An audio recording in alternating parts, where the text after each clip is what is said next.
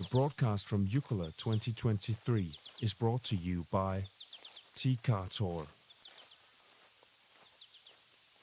and Lumonite.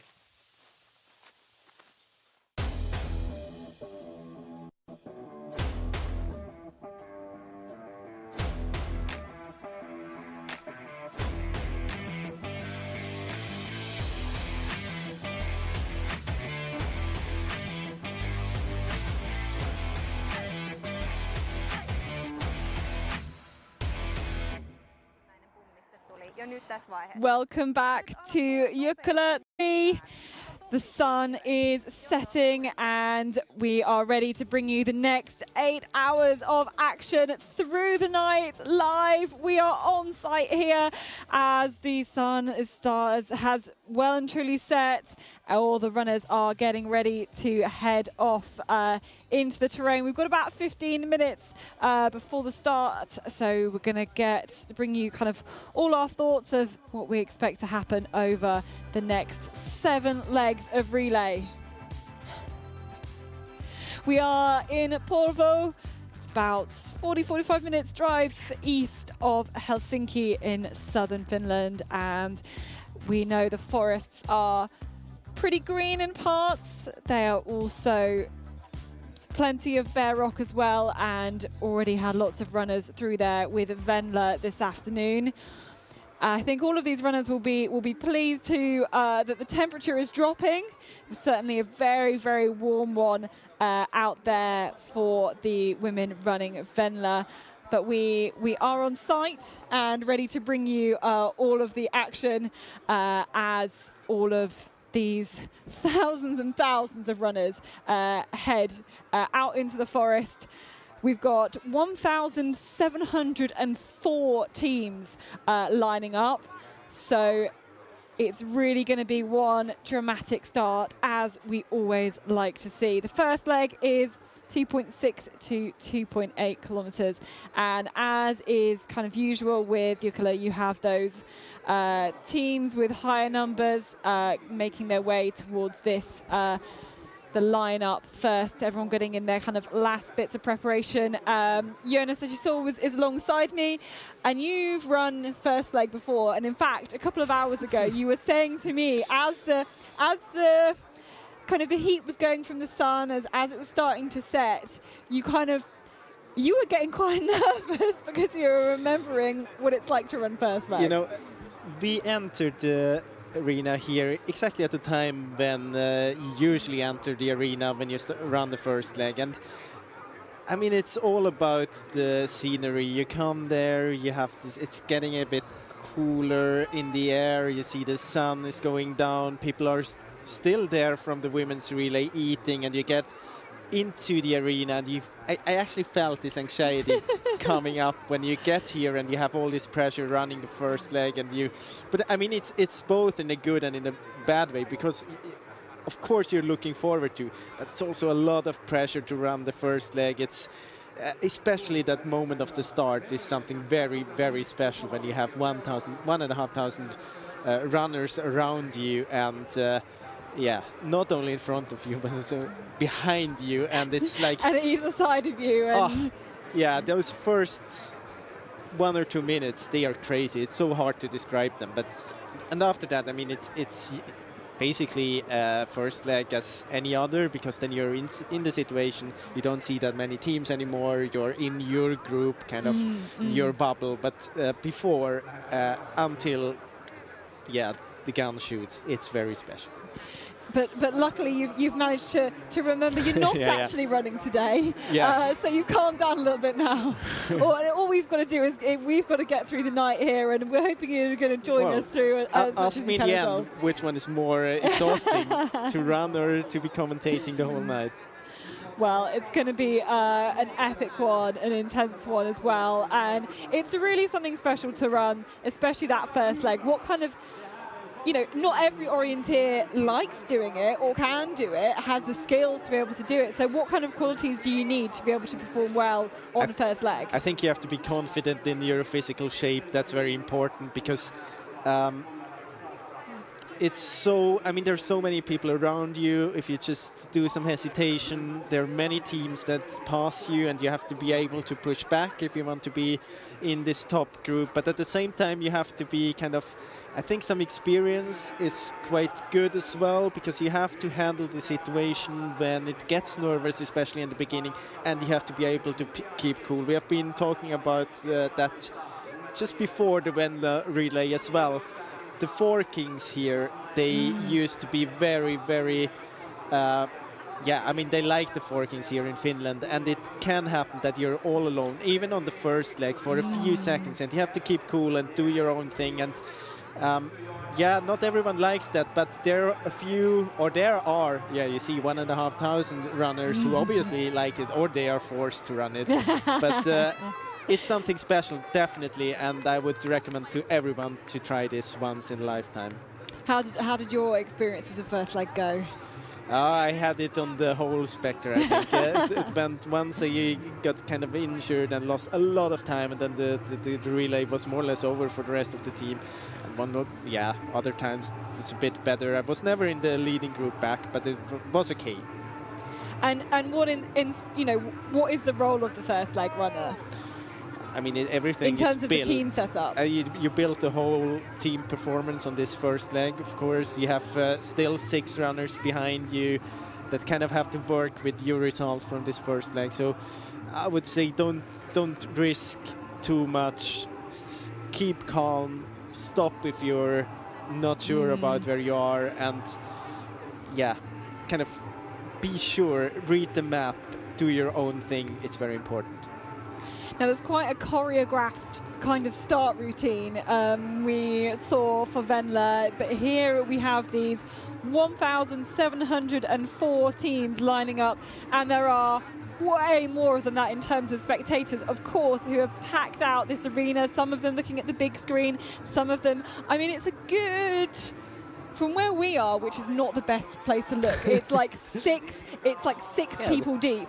It's like, well, way more than that people deep in terms of spectators, like further down the field. Yeah, it's a fair thing to say that our view today is not the best. Our view is, no, we can just see people's backs, which is not very, very useful. But we've got the screens, it's all very good. You're not going to miss a step of the action at all. So you can see some of these runners still doing their kind of warm-ups. This is actually like the running out section, and then as you can see here, they all get kind of just moved across into the start lane. They line up in rows of 20, and you can see all these volunteers, all the people working here. They've in their high-vis jackets. They've got the maps. In fact, I saw the maps being wheeled out in some sort of wheelbarrow with like bike wheels on it. And they were being kind of rolled back down the run-in so that they could be taken out ready to start. And in fact, were the maps being locked in a container? Yeah. Or you were locked in a container when you were being told about the maps? Yeah, we had a meeting yesterday, as we usually have, where the course planners go through the course and kind of show you how it is. And usually you're sitting somewhere and they're just explaining, but it's very special with Jukola. So actually they opened the container and they had several, like 10 rows with chairs, 3 chairs in a row, and everyone was getting in there. It was very hot outside, and it was very hot in the container.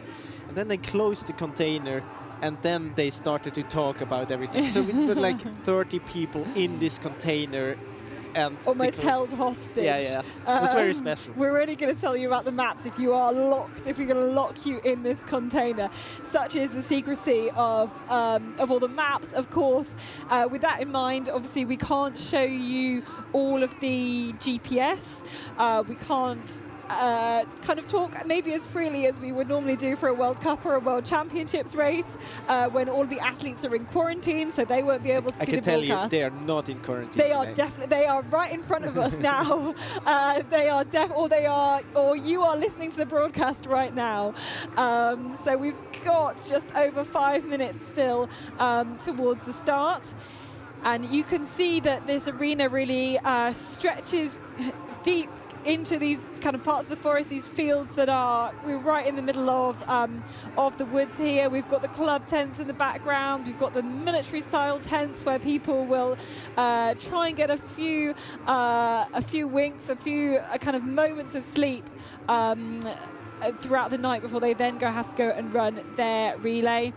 The whole thing is absolutely huge to cater for these thousands of runners who have gone out into the terrain. So 5 minutes to go, and you know, you're starting to maybe look around, see who's next to you, and just getting the nerves building up now. Yeah, especially now you really try to remember your tactics and what the coaches say. We were talking about that this afternoon already. Now this is very important here. Don't fall. Don't lose your map. We have seen at Tiomila what can happen if you fall. We had the first leg runner, Emil Öbro for Sävedalen, who got actually some broken ribs after a fall at the start. So it's very, very important to keep on your feet here. Yeah, and you, when you would run first leg, you're not even opening your map until I you've would got not a bit of space recommend in it front of because you. don't have time to read it in the beginning anyway. You just try to get a good position out from the start. And I mean, you have plenty of time from the start to the starting point. So first find your position, then open the map. That's what I would recommend. Yeah, you don't want to be falling over, scrabbling to find your map, tearing it in half, I mean, you can see how like packed everyone is. Yeah. There's not a lot of space. You will see when they start that there is some space to the right. The whole field will kind of expand to the right, and many runners will try to pass others there, and it's very hectic. I mean, it's stressful and it's hard to keep on your feet, so just do everything to not fall. And it doesn't help, of course, they're playing all of this dramatic music, I think, just to get you know, really build the tension up, build the drama for the spectators, for those people who are competing as well. Like it's such a unique situation, orienteering, to have this many spectators, to have that many people around you in the forest and everything. It's going to be really exciting. So we've got 3 minutes then towards the start, and maybe we should start talking about the favourites. Who are the ones you want to watch out for? I just opened my book with favourites here. So I would say the big favourites have the chance actually to be the first team to win 4 in a row. Stora Tuna, for me, they have a very strong team and they are the big favourites. But we have many teams there. Ravinen had a good relay last year. I'm not sure if they will be fighting for the victory today or tomorrow, but still a strong team. And Tenui won Tiomila. Quite a good team, quite the same team. Maybe not a big of an advantage for them to only have 7 runners because they have so many quite equal runners. Yeah. And then Ukoliniev, favorite for me. Kalavandarasti has a strong team. IFK Göteborg, we have to see. Yeah, we will have to see. Anything can happen in a relay. I'm sure we will see lots of drama and lots of tricky controls, tricky orienteering, changes of position and everything as well. And as we get closer and closer towards the start, the runners start to power up their head torches, their headlamps, and get underway then, so we can pick out a couple of those top teams there. Just in every team that is wearing that white vest, that means they are being tracked by GPS. So that just kind of gives you an idea of the top teams. You can see Linné in 4th there, Kalavandarasti number 5, and Porvoo, number 6. IFK Göteborg number 7. And then I get a bit stuck. But certainly those on the front line, they have the advantage of being able to see a little bit of ground ahead of them. And now you can see as the seconds tick by, our camera is pretty much blinded by the brightness of all of these head torches. Everyone has got their maps now, and there is less than a minute to go. What a sight. It's such a unique one in orienteering, and everybody, all of the spectators lining the course, lining the arena, they've got their phones out to try and capture this spectacular moment in orienteering as 1,700 runners head out into the terrain to start the most epic relay in orienteering. And we count down the last final few seconds. It will start with a couple of gunshots and silence falls over this arena and the tension builds. It's also quite interesting to look.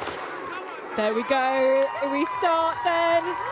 Jukola 2023 begins and the runners are off, heading their way out of this arena to begin 7 legs of orienteering that will finish tomorrow morning. It's one of the big epic challenges in orienteering, and you can see a lot of the runners have already opened their maps, and this is what it's like to be in the mix at this point. Here we go. These are the views of all of the runners making their way into this terrain. There's this kind of longer open section that goes deep into the woods before we see that start control.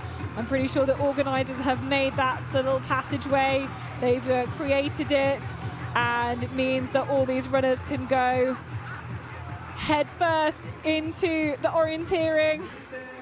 There they are. So a few more steps to go before they actually get to the start control, and now we see more and more runners coming through.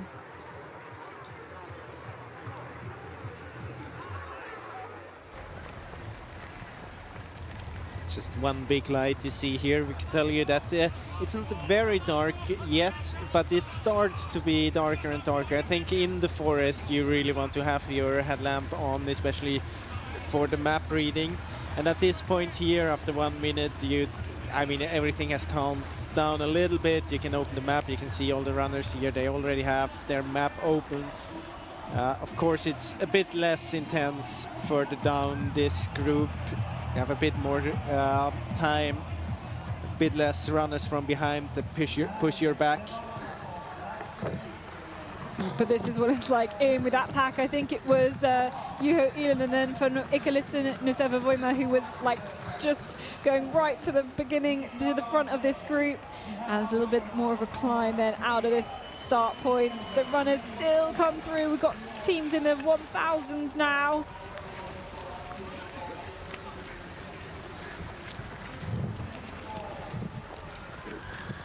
And of course, there's some teams who are going to want to try and get quite a few places and immediately try and overtake lots of runners, and then everybody starts to split up into the terrain. And it looks foggy here. It's just so dry. It's so dusty around here. It's been a warmer few weeks and dry few weeks, and just the runners piling up the dust now. And here, this is what a fantastic shot of all of these orienteers making their way into the forest. You can see little, you know, they're almost like ant trails forming in the forest, and little corridors forming as everybody makes their way towards the first control.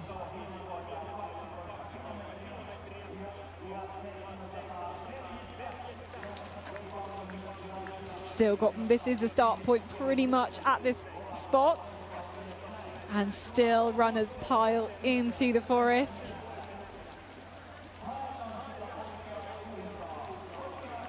Each going their different directions.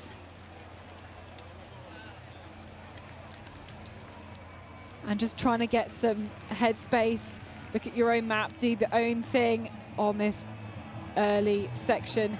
And it's going to be, yeah, I think it's going to be quite difficult with the cameras to see how dark or how light it is, as of course kind of the different camera settings will kind of show different things. But that was the start as is tradition, by gunshot, and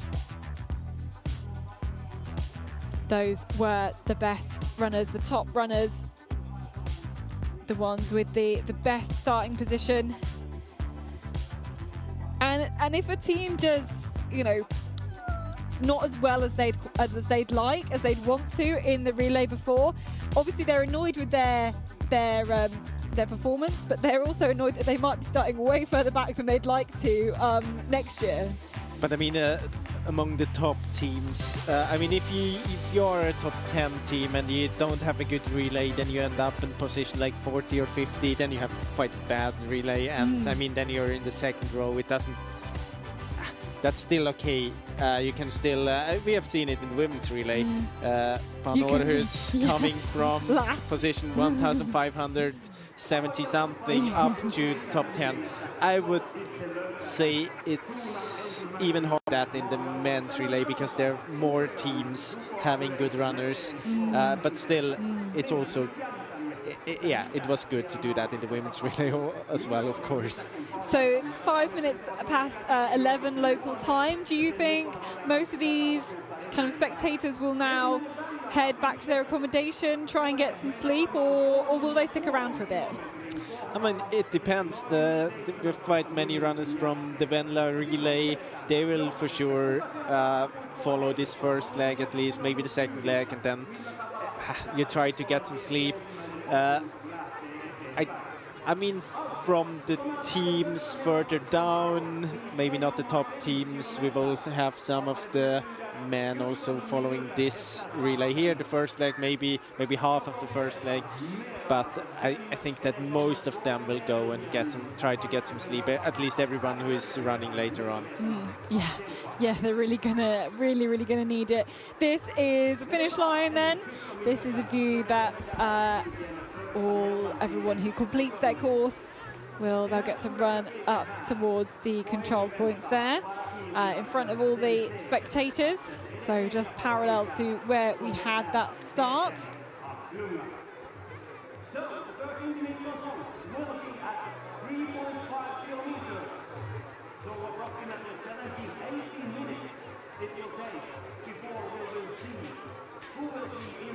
So this first leg, 12.6 to 12.8 kilometers, is kind of a fairly middling one. It's not the longest, it's not the shortest.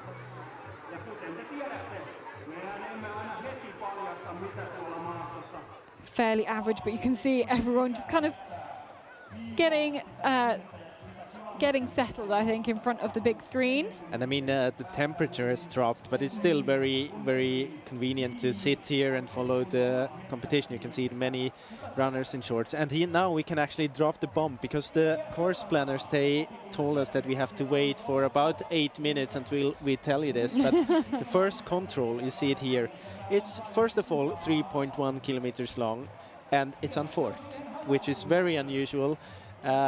And we will see if they're splitting up. But I mean, anyway, even if we don't see them on different route choices, 3.1 kilometers is quite a distance to one control. So I think there won't be any fights at the first control. But I mean, the interesting thing is that I doubt very much that the runners expect it to be unforked. So they will be surprised that they will face the TV control at the first control already. Yeah, we're so used to, whether it's a Finnish Relay League, whether it's a World Cup, whether it's a World Championships, whether it's, you know, a big club relay like this, we're so used to seeing a forked first leg that everybody kind of expects it. It's like the rules. But you almost never have the chance to put a 3.1 kilometer leg to the first control. And I mean, if you have shorter controls in the beginning, then you have to have it forked, of course. Yeah, the forking almost makes itself, because they're going so many different routes. There's that well, or at least we hope that they are going in different routes. Yes, well, they are here anyway. There's at least, so we just have the kind of the GPS track teams up. Obviously there's loads more teams out in the forest, but they do seem to be going two very distinct different routes. And now the group who are kind of more towards the top of the picture are heading towards the track. They're on the track. Of course, they can increase their speed a lot, and now we can see whether they'll take the red choice or the blue choice. And I mean, you saw there was a big marsh on the way to the first control, but it's so dry here. I think it's very fast to run there, actually. So you don't have to worry about getting stuck in this wet, or wet and maybe a slightly green bit there. I think it's very good runnability.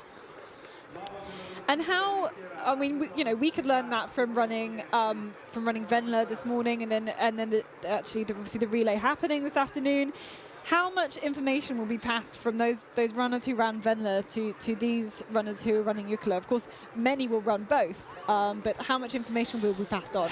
Yeah, usually it's not. I mean, of course there is information passed, but it's not too much actually, because usually there are no very big surprises. Also, that the runners, they follow the broadcast, they follow the TV, the TV broadcast, so they get to know about the situation in the forest. Maybe there might be a few questions to the women running before, but usually it's quite as expected. You get more information out of the trainings you do the days before, and add to that now, for example, this first leg, we already outside of the competition area where the women have been, so it's not the same area as usually. Yeah, exactly. So there's still that surprise aspect, of course, to the control, to the courses, and to the challenge that all of these runners are going to face. So we can see on kind of our GPS tracking that they're taking what was the red route choice, going on the smaller track that's going through the marsh. It turns into indistinct.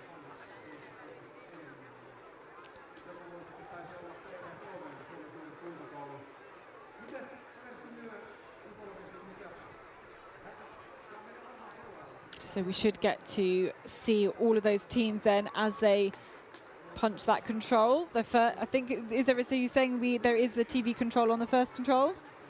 Yep. Yep, so we will be able to see exactly what has happened on that first control. And of course, due to the fact that it's unforked, we'll have quite many teams as well that's not having any GPS device on them. Yeah. Who will be right up there. See them. We can see them through here. You can see here how the marsh is. You can see that it's very dry down there. Yeah, it's possible to see from the vegetation that it is a marsh, but it's so dry, really is so dry. And this section is very, very flat. It's almost featureless, this forest, but I feel like we're getting ready for some sort of stampede to come through this forest. On this part here, there's a small track. It's hard to see on the TV screen, but there's actually a small track here. Here we go. And we'll see if we can catch who the leading runners are. It looks like maybe... I think they didn't have a GPS device. 15, it's Ikalista Noisova Voima in third position. This is Heiden Kietayat, I think. Looked like a team from NTNUI there in front, or at least a green jersey. Yeah, it looked like could be Angoniemen Ankuri or any other. Of course, there are many teams with green jerseys. So. But then if it is NTNUI, then it's not the first team because there was no GPS West on them. So it could be the second team. But that's pure speculation. But their second team is number 11, so that's pretty good. See Elsingen Sunistajat leading the pack from the GPS teams here. And here you can see that the speed of these two different groups, it does seem to be kind of advantage to the team going furthest away from the line at the moment. Yeah, and they are running on a small track as well, so they don't have to check any direction there.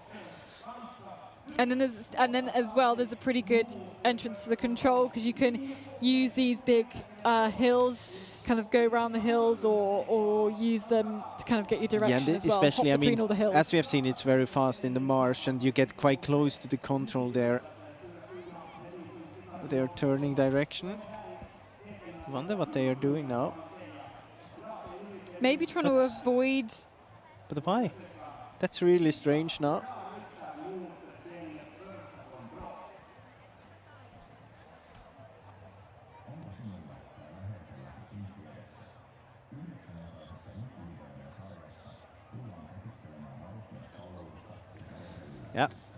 Yeah, it's kind of strange, like 90 degrees further away turn. now. I don't know what they think that they were doing. But Ravinen is not following. No, that's good for Ravinen. Conservatorier, I think, on the first leg for them. There's another team in there as IFK well. Göteborg. That's going to be very interesting. This... Now it looks quite good for leading KV, Kåre, Turun, Metz and Caveat. That will be interesting to follow. It's so strange that it happened so fast. I mean, it's one thing if you just get off direction, slightly run into a wrong direction, but they really did a 90 degrees turn. Yeah. I mean, one thing that could be... I can't think about where they even think they are going, where they are, or, one thing or is what the plan is. Could be that they got the idea some way. I don't know. I haven't been there. That the marsh ended and that it has like kind of a different direction of the end of the marsh. But still, you check the compass. I mean, you check direction when you. Yeah. At least one of the runners there should do it. That is really, really surprising, I think.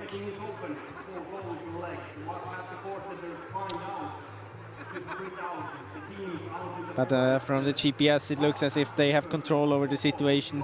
Might just have tried to get another angle into the control, another direction towards the control. But still, it was a very sudden change in direction and a bit unnecessary to do this 90 degrees turn there.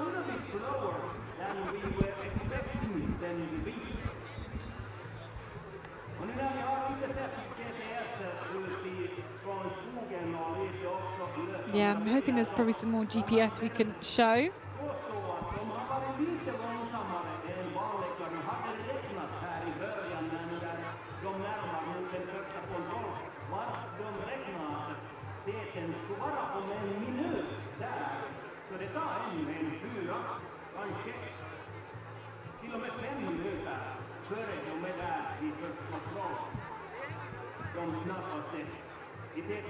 As we said, the first control will be a TV control, and if I look at the GPS, might be about 2 minutes left maybe until they are there.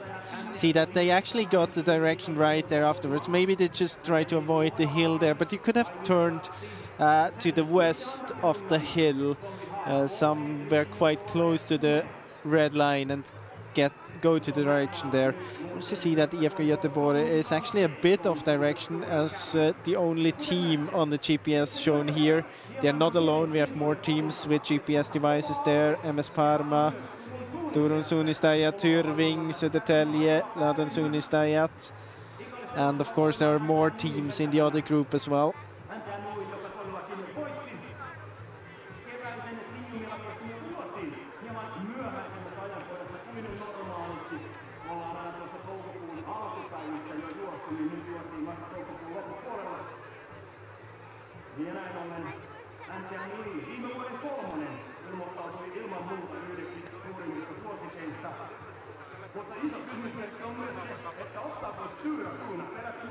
And it's fairly typical kind of this type of terrain where you have the very flat sections which are greener between all of these hills that are fairly small but quite rocky hills, and you're almost kind of jumping between them with all of the greener parts kind of where you have the water, where you have the marshes, where you have the streams and things, which is in the hollows between all the hills. And I think all these teams really now are approaching this first control.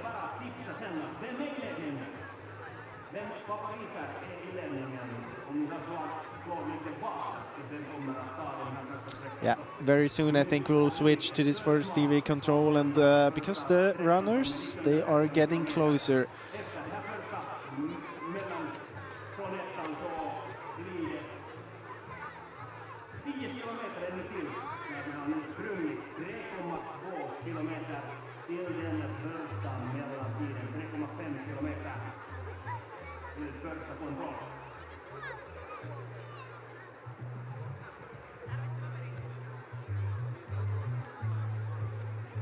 So now we are back at the first TV control, and it is it Nydalen? Yeah.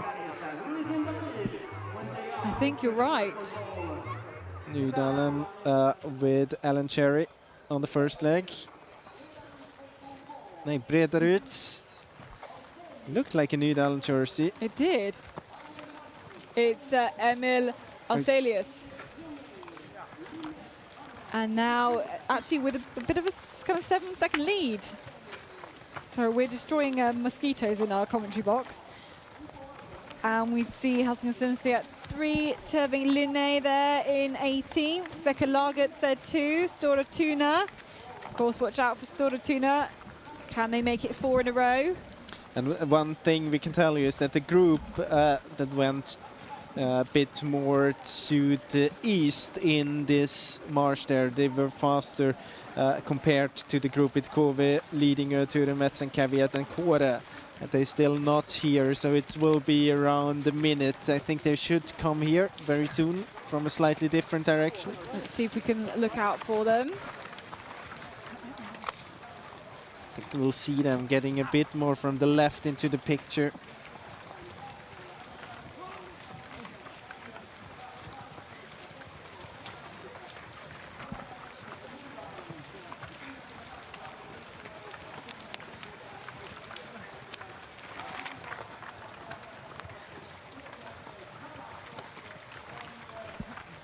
So already 100 teams through after less than a minute and a half. Oh, Topspåkina team kind of going back and then going up there again. We have oh. leading her.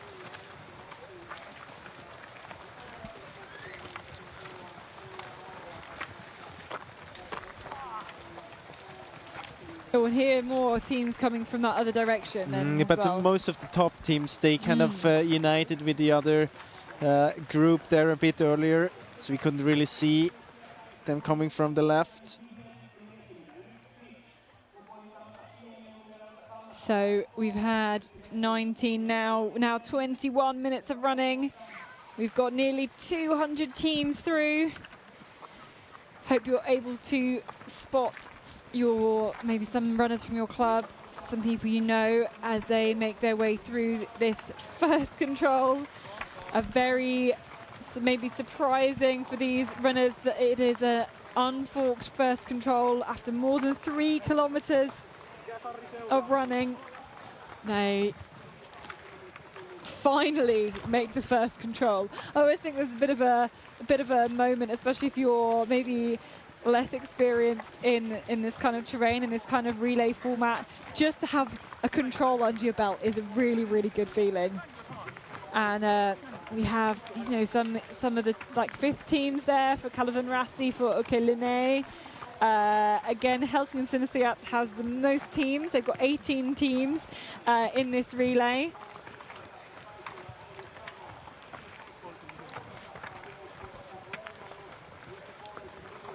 You can really see the 2 different kind of main directions of approach for this control.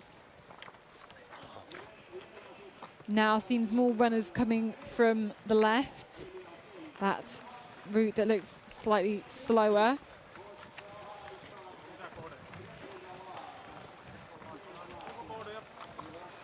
And we've still gradually losing the light here. It's a good sight darker than it was obviously when we started. But the dark won't last for very long. So close to midsummer. And the longest days, the shortest nights.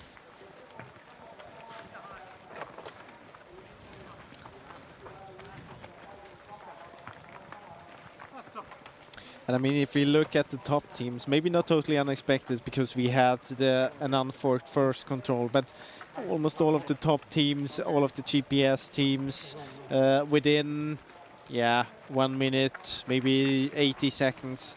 Of course, we have seen this smaller group taking another route choice, but the route choice itself, of course, they plan it in a way that you're not losing, very much time there. There are different options and you lose time, but you don't lose the race there already. So it's not unexpected that be half so many teams within 18 seconds. And usually if we drop, I mean, when we lose the top teams, they do mistakes, and that happens very often in combination with forking. So I think we have to wait a little bit before we see the first mistakes from the favorites.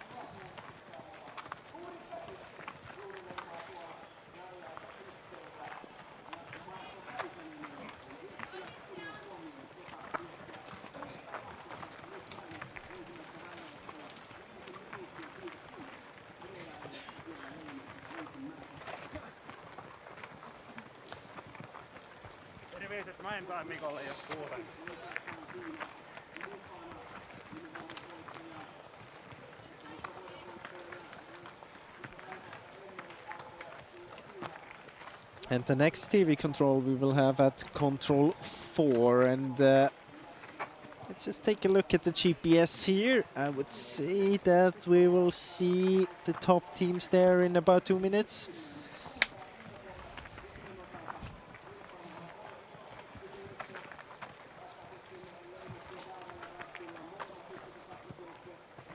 Nearly 500 teams then through at this point.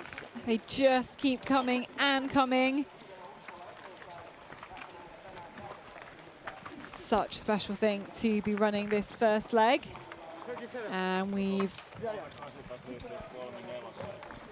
waiting here then with 26 minutes run so far, waiting at the next TV control. I think it'll be a minute or so still before we see those leading teams through.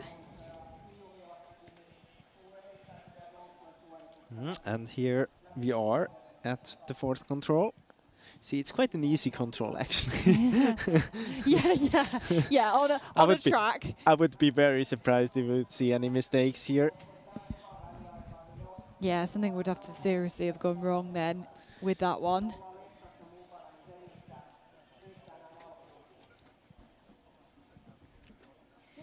But we wait, and there's obviously drinks available then here as well.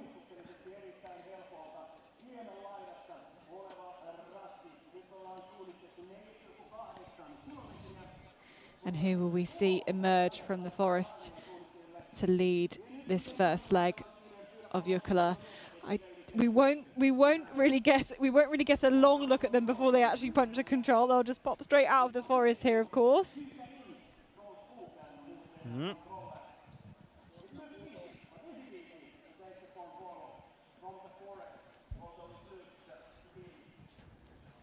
And very soon they should be here. Again, we see the standings at the first leg. Now I think we hear them coming. Bredaruds in the lead after 19.5 minutes. Here we go. Yeah, and still in the lead, I think. Emil Auselius. Yep. Then we have Linné, Rito Ecker. Linné 2 as well. IFK Göteborg. Søren Trane Ødem leading them out. Becker Lagertz, Temperin Printer, Tørving as well. Store Tuna. Looking at some of those first teams in there. Søren Sunestiat. Spin Sunter in there as well. And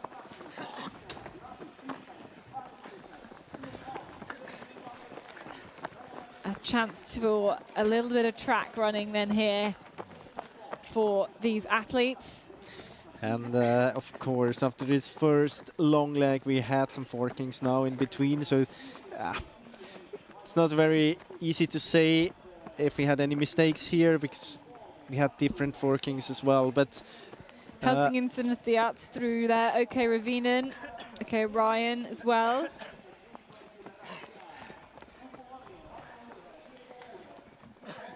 Yeah, I think we can certainly say that there are some forkings that have split them up.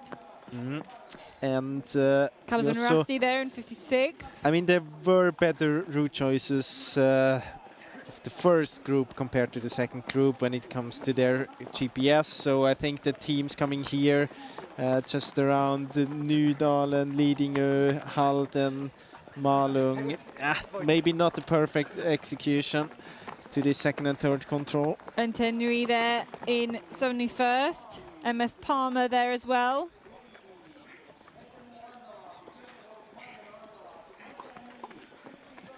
Links to Diamond McNenty.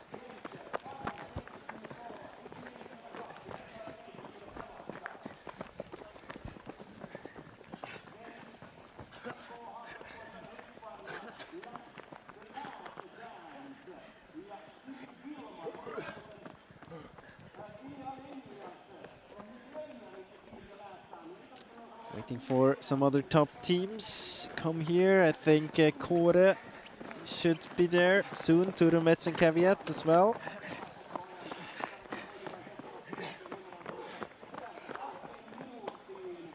Naturally, quite a lot of the runners taking on some water or some sports drink, the options.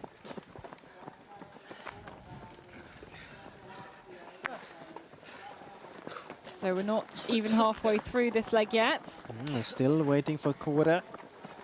Still waiting for Turun Metz and Caveat. Here they are, 2:51 behind. Quite a disadvantage. They already lost time to the first control. I think we had Kåre just in front of Turun Metz and Caveat.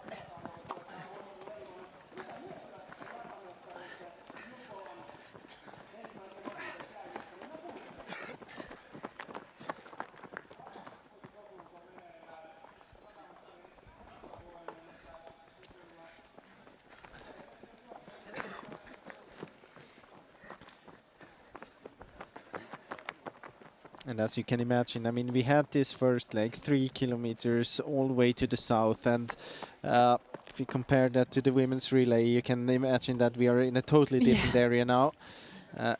And it's not only, I mean, everyone has been looking at the old map. It's not only far away from the arena, it's also kind of a totally different area when it comes to the terrain. More details, or kind of up and down and small hills, more vegetation as well. Yeah, those old maps were, of course, posted on the website. I think the most recent one from 2003. So this area really hasn't been used for a long time. 20 years, the most recent use. Some of the other part of the area not used for 30 years. And here we have another kind of group in here.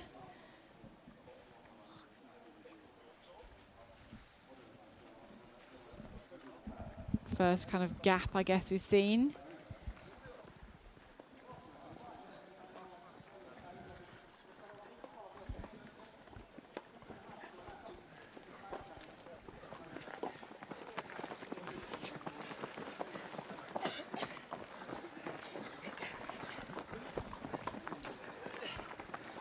I mean, it's kind of funny to follow these names showing up here. There's teams never heard of, and kind of almost don't dare to name them because I can't really say the name of them.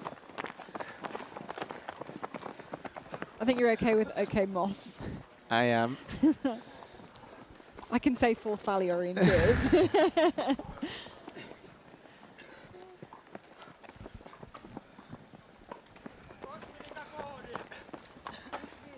I even know the first leg runner, James Hammond, who's only 16 or 17, but already got selected for Junior World Championships. Welcome to British Orienteering Facts with Katherine. Yeah. I just go to my backup of British Orienteering Facts if we get stuck. At 5 AM, that's all I'll be able to say.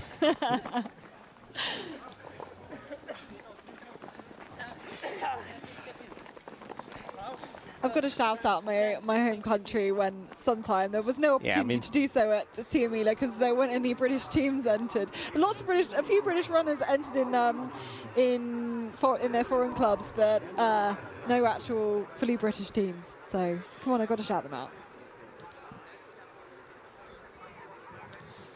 And it actually looks a bit brighter on this picture here compared to how it looks outside, especially if we take a look, just stand up a little bit and look into the forest up here.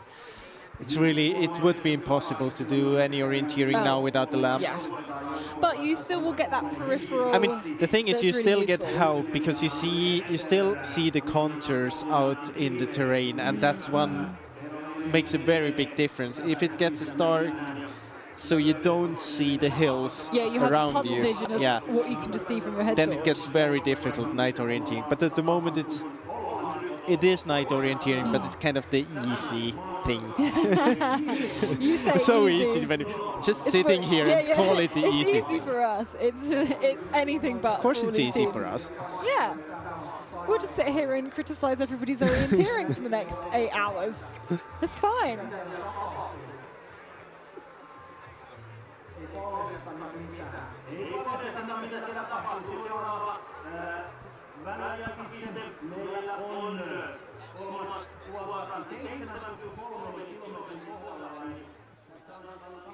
Tulee 50 joukkuetta. On ihan turha yrittää tehdä minkäänlaista järkevää selontekoa siitä.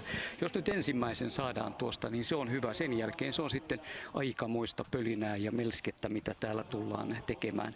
Toki ajatuksia ei vaihdeta, suunnistajat tekevät työnsä vaiteliaasti, mutta meillä päät kääntyvät täällä kuin pöllöllä, jos yritämme pikkuisen nähdä. Näkyväisyys on hyvin heikko.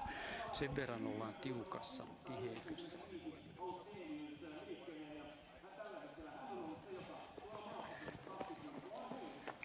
So back into the forest. Yeah, hope you understood everything from this short radio clip. Approaching the 400th team now. And I can tell you, actually, we've been talking about before that we haven't seen any mistakes from the top teams. I tell you, that situation has changed, because if I look at the map here, there's barely anyone going to the right direction. Really? Now I'm overdoing, but it's there are many mistakes. What's without giving too much away? What kind of does it seem to be? Well, People going to the wrong controls? I don't want to say anything, but it could have something to do with forkings. Oh, really? Yeah, and of course, I mean, the terrain is different. It's more technical compared to the first. I mean, we had longer legs in the beginning, and now it's shorter legs. Characteristics has changed. It's night orienteering. It's many teams together still, and it's a nervous situation. So quite many mistakes here. And it's first leg of Jukola, so everything can happen. Everything does happen.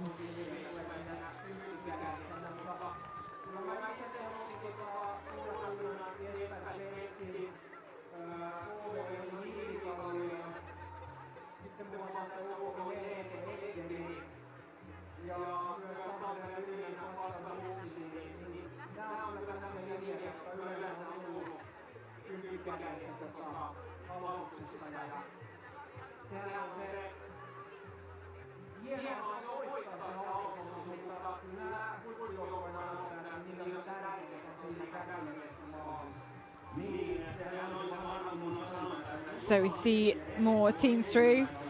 Katherine, any special information about Sheffield University? I went to Sheffield University. See? So they're my old team, Shuok, of course. That's what they're called. They also had UBOC, which is University of Bristol. They're the Orienteering club. It used to always be very traditional that Edinburgh University and Sheffield Universities were the two big teams. I mean, everyone at home, you should just see. I mean, it's quite dark here where we are sitting, but you should see Katherine lighting up when it's British teams coming into the graphics.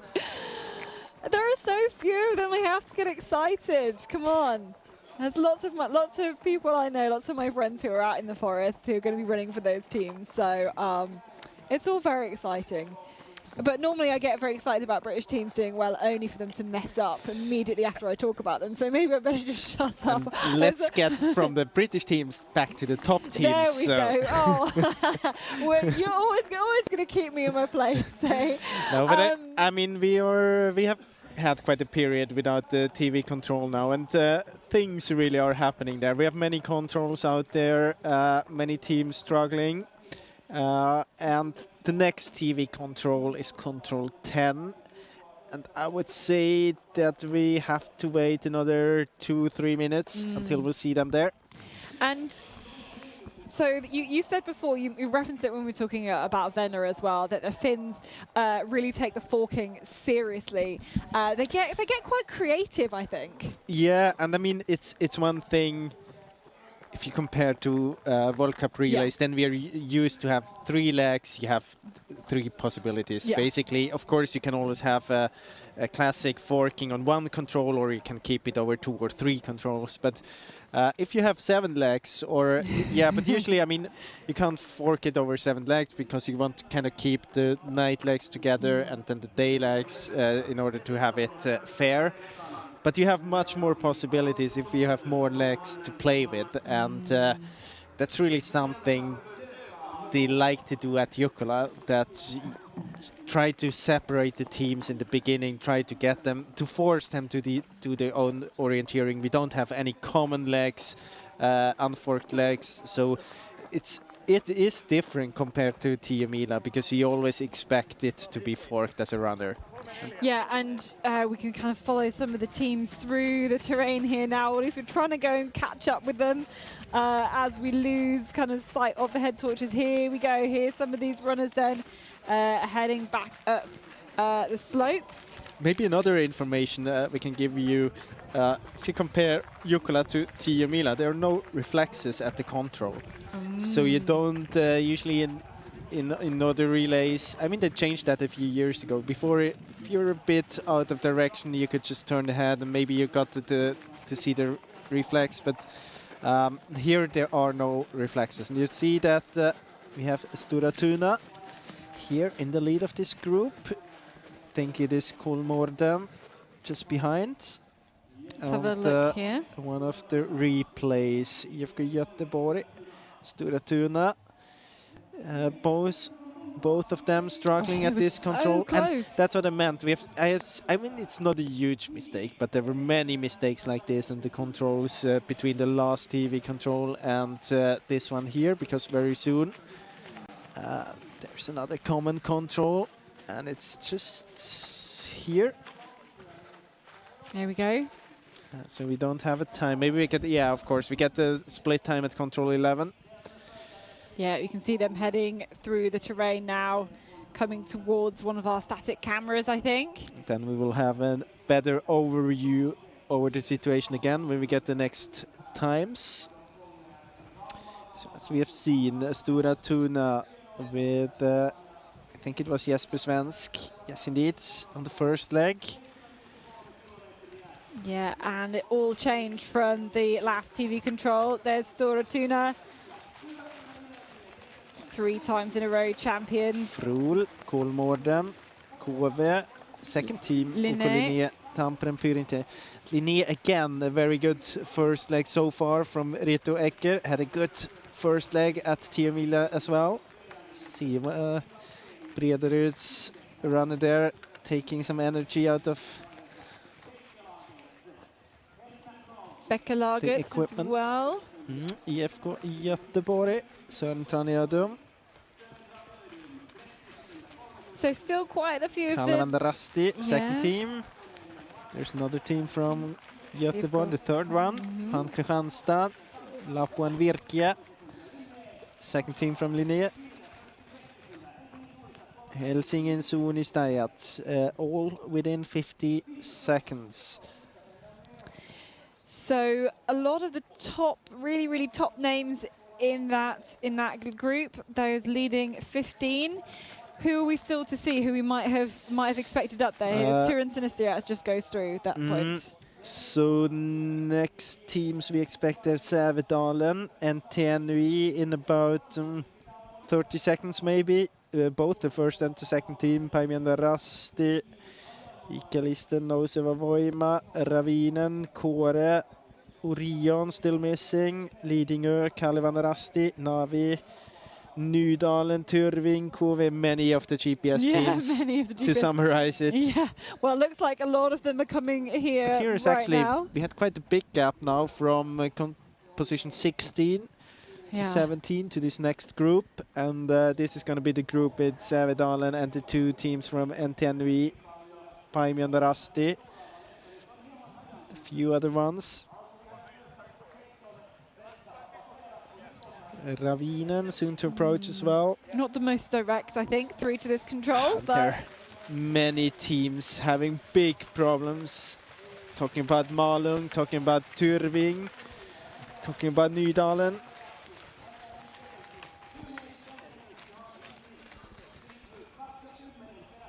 but that was the group with NTNV, the top those 2 teams there. The university team from Trondheim.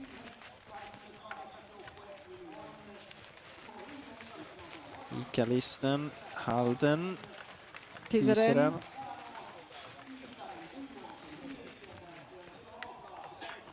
Ravinen punching here to 45 behind.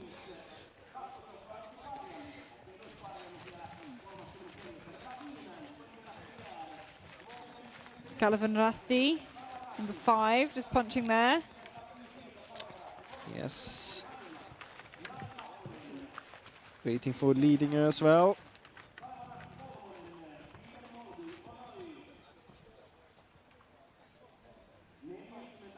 But if the planning's been anything like Venlo, I think you can kind of see an example here, then a lot of the control and all of the punches are hidden just, they're always the other side of the boulder. They're always just hidden in that re-entrant, the other side of the hill. You always got the feeling that they kind of measured the angle when you come from, so that you can't see anything from the control.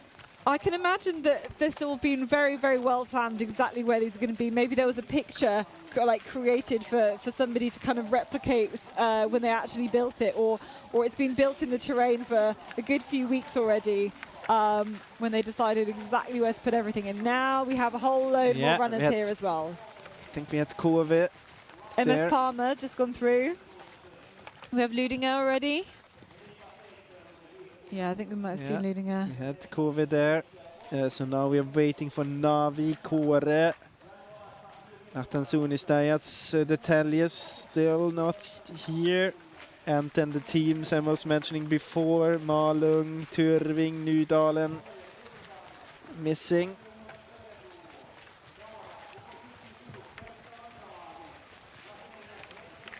Now it's already 4.5 minutes. There we had Navi and Kåre. Turumets and caveat as well, Yannick Michels. Yeah, Yannick recovering from small injury, didn't run to Mila. Waiting for Södertälje. There we are. There we go, Södertälje 1. Michal Olejnik. Still no punch for Tyrving, still no punch for Nydalen, still no punch for Malung of the top teams. And outside the top 100 teams now, some of those GPS tracked teams, the top teams expected. Outside now the top 100.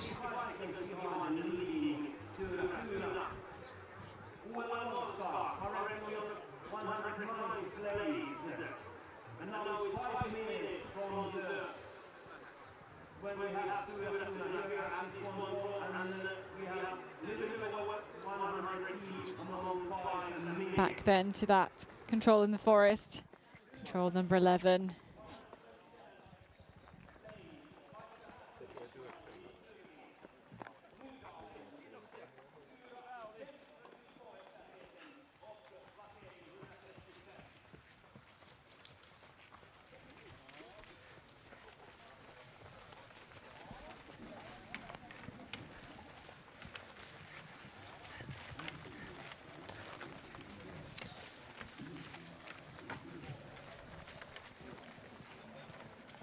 if we look ahead quickly to the GPS tracking, any teams in trouble, or things seem to be going fairly straightforward? No, I mean, we had quite, yeah, we have one team in big trouble still. Malung, they struggled at almost every control in this kind of hectic area between the second and third TV control. But now, I mean, it's kind of, we had many controls in between there. Now we have a few more longer legs, so it's kind of calming down the whole situation a little bit. Yeah, maybe some of those runners who've made mistakes regaining some of their composure. But actually, I can't see any team right now any bigger problems.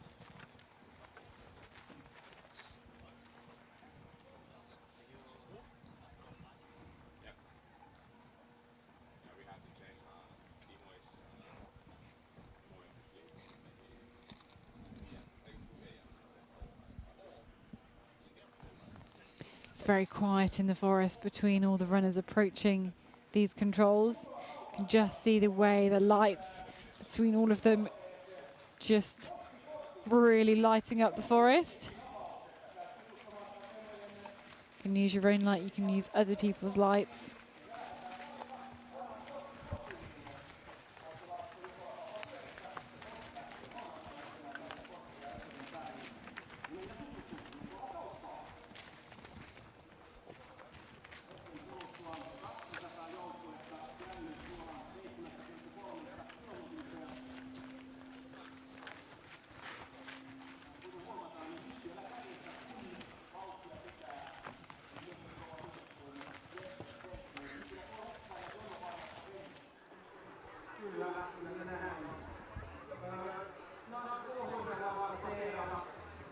Back then at the arena, I still think this picture shows it's actually too light. It's darker than I think that picture shows, really. You can see the way all the lights from all the club tents, the big screen, everything just showing through the darkness there. And now actually we got the punch from Malung at this TV control, but he's far behind in position 192. Daniel Hayek not having a good run so far. More than 8 minutes behind. We could see that he was struggling at many of those shorter controls between the second and the third TV control.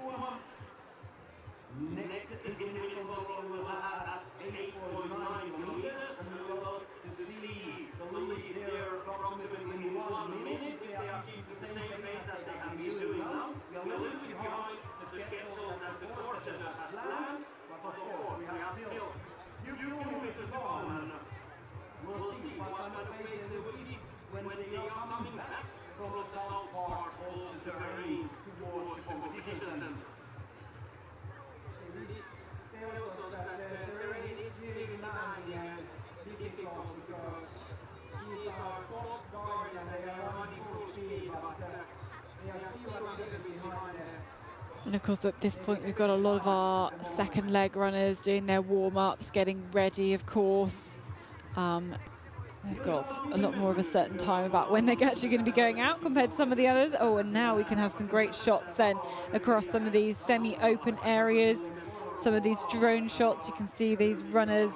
There must be a control in there as people go and change direction.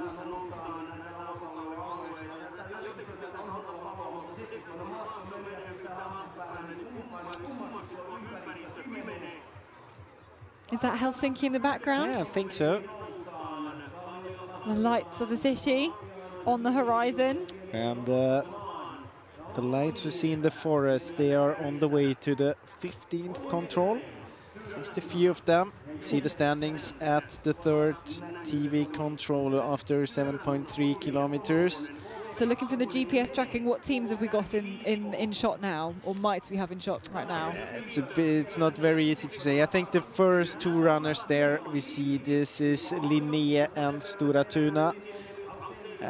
Third runner there, I don't think he's wearing a GPS device, and then we see the runners in the background might be IFK Göteborg, Tampere, Pyrintö, Helsingin, Sunistajat.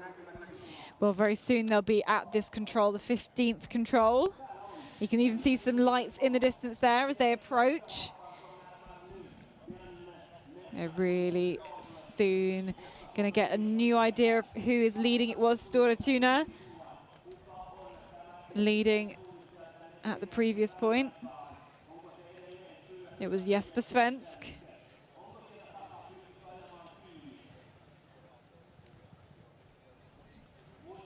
So after nearly 55 minutes of running now, heading towards midnight.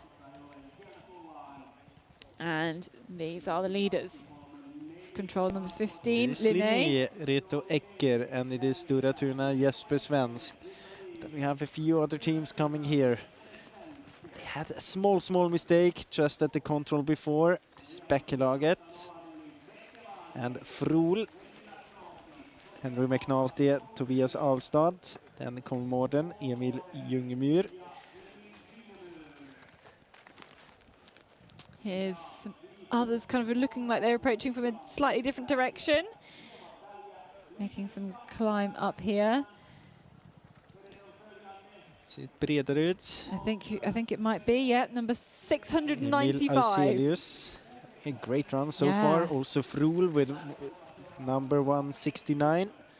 This is Tampere Pyrintö and Helsingin Sunistajat. COVID second team though.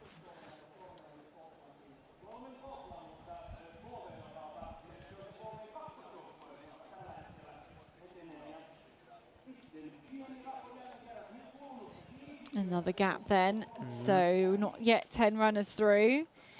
Still waiting for IFK Göteborg. I think they did they did quite a big mistake at the control before. About, I mean, they were in the group together with Helsingin Sunistajat and Tampere Pyrintö. It's about a minute mistake. I think here he is. Sören Tranjödum, Pan Kristianstad, Lapuen Virkia, Kalvan Rasti second team, top 13, 1:37 behind. Yeah, Kalvan Rasti first team was a long way back when we had the last control, the TV control before this one. Tisaren, Malte Pettersson.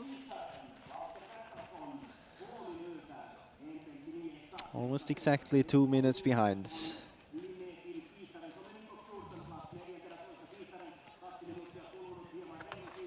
Right. Falling all onto the control. Wilmer Selin for Göingerna.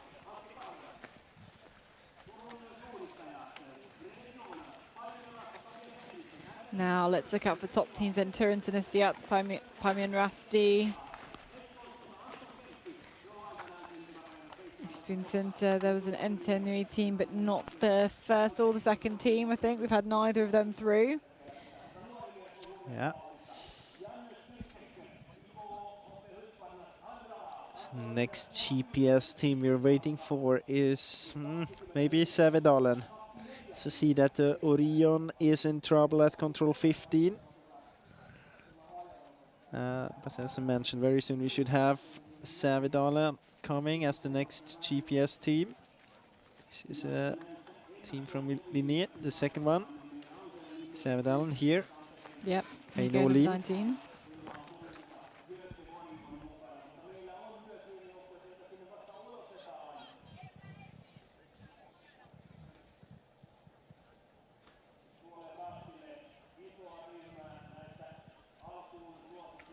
Now another gap.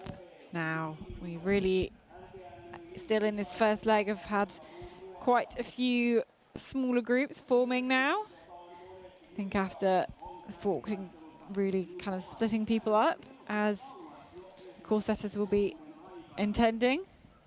I think this should be the group where we can see Kove, Lidingö and Halden. Yeah, this is the top teams. Kove, Here is I think. Kove.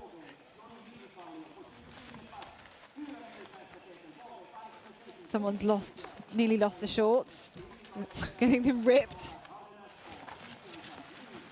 We did see Halden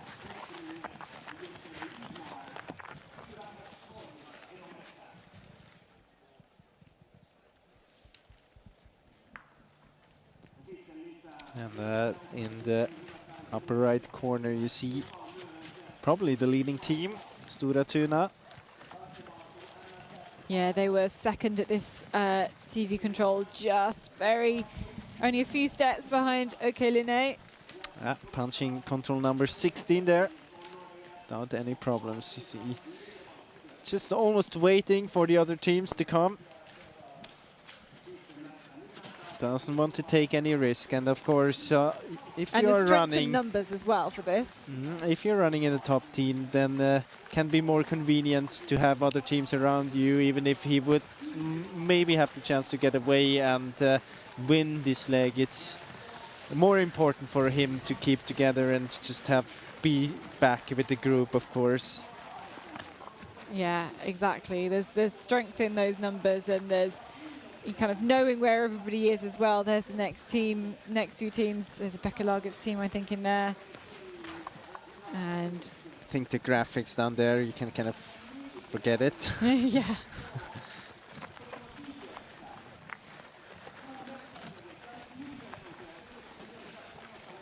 See that there are the other teams just behind Stora Tuna.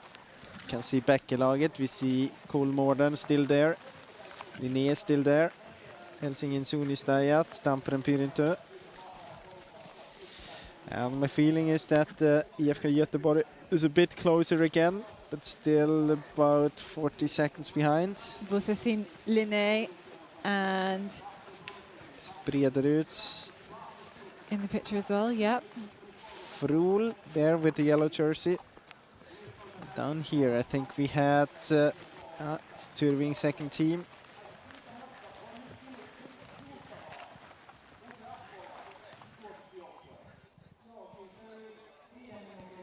And now also the first team for Tyrving just punched there. Now we got some GPS again, a longer leg to the 17th control. And you can see the marsh they are entering now. It's the same marsh as they were approaching towards the first control, now in the other direction, of course. Yeah, hope they won't run this loop shown on the... That's one option.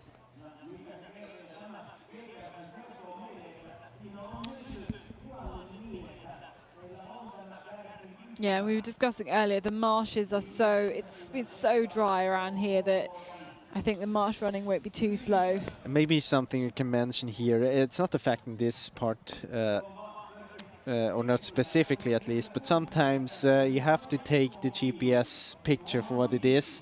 Yeah. They're quite good in making small changes in the map as well, so if you think that something might be strange or that you would choose another route choice, can also be a reason that they just made some small adjustments on the map. Yeah, yeah. And I'm definitely not specifically talking about this picture now, but just keep that in mind for future GPS routes. Yeah, the core setters will do something, some kind of tricksy things with the maps too, so you can't get so much information from it. But yeah, obviously the runners will see differently to what you can hopefully. see. Hopefully. Unless their head torch has died and they haven't got a spare one. Then they won't see anything. Okay, through on this rocky section then. Again, we are with this leading team. You could see that at that point they were on the GPS tracking, they were going through the marsh. So something that we can clearly see now in this first leg is that we have a clear leading group, different to the women's first leg.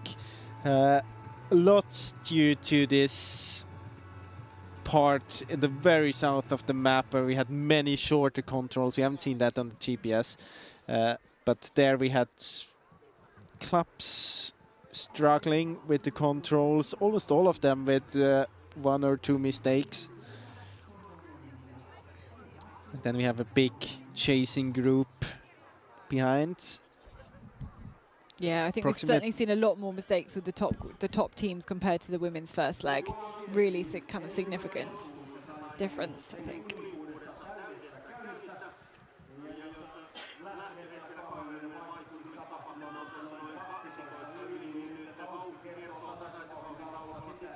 Now we start to get closer back to the arena again.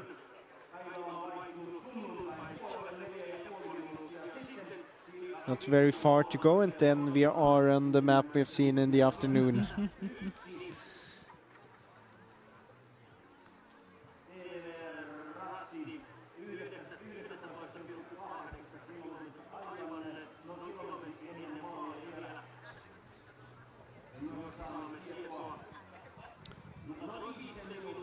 And actually, you can kind of see on the picture there a few people starting to make their way towards the finish line. They may be a little bit optimistic, but they're trying to get a good spot. Yeah, exactly. They want to get the pictures of the first teams coming through. I would say there are about 15 minutes. Yeah, about 15 minutes left. Maybe a bit less, 13. The estimated winning time for this leg is 73 minutes, and they've been running for 65. But we've seen lots of mistakes, so I don't think we're going to get as close to that estimated time as the course planners thought. You can also say that at the fourth TV control, 11 minutes come from the leaders, and they punched there, and we had 179 teams punching there.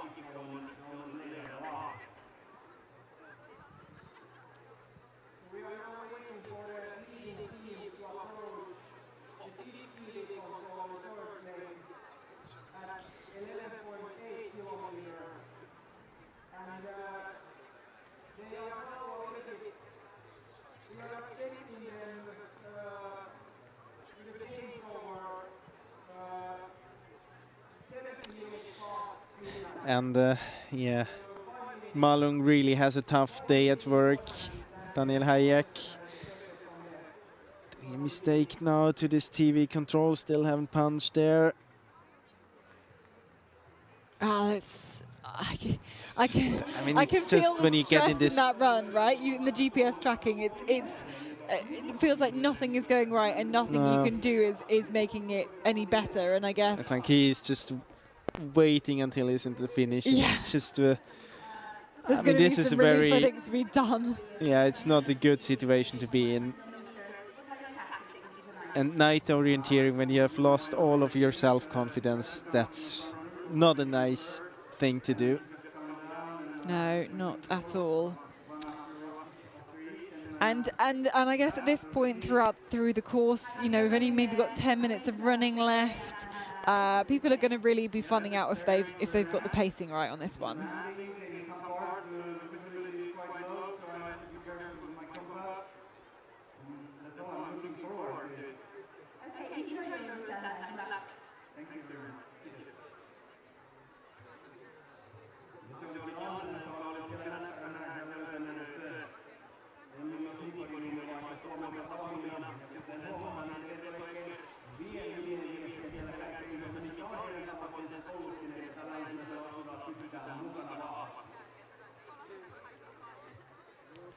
One thing we can say from the GPS here is that IFK Göteborg, Sören Tranjadam, actually managed to get back into this leading group. Did a mistake just before control 15, at control 14, just a few meters before the TV control, about a minute, and now back in this leading group with Stura Tuna, Tampere Pyrintö and others. Yeah, that's very impressive to be able to make up that amount of time or distance. Of course, it's really hard for us to say how much advantage or disadvantage there is in the different forkings that they've had, I think, as well. I think one thing that was good for him is that we have this long leg now, and you have this passage in the marsh where you could see quite far ahead. So he might have spotted the lights there when he was about 40 seconds behind, 30 seconds behind. Yeah, that visibility aspect is so important. But of course, it's still quite a tough thing to do, to just close the gap.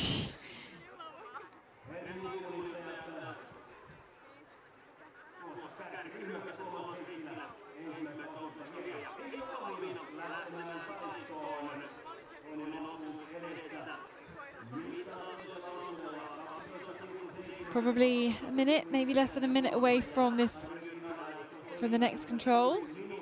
I think, will it be the one after when we get the TV control? Not sure. Just to keep you updated at the 4th TV control, we now have the punch from Malung in 206th position.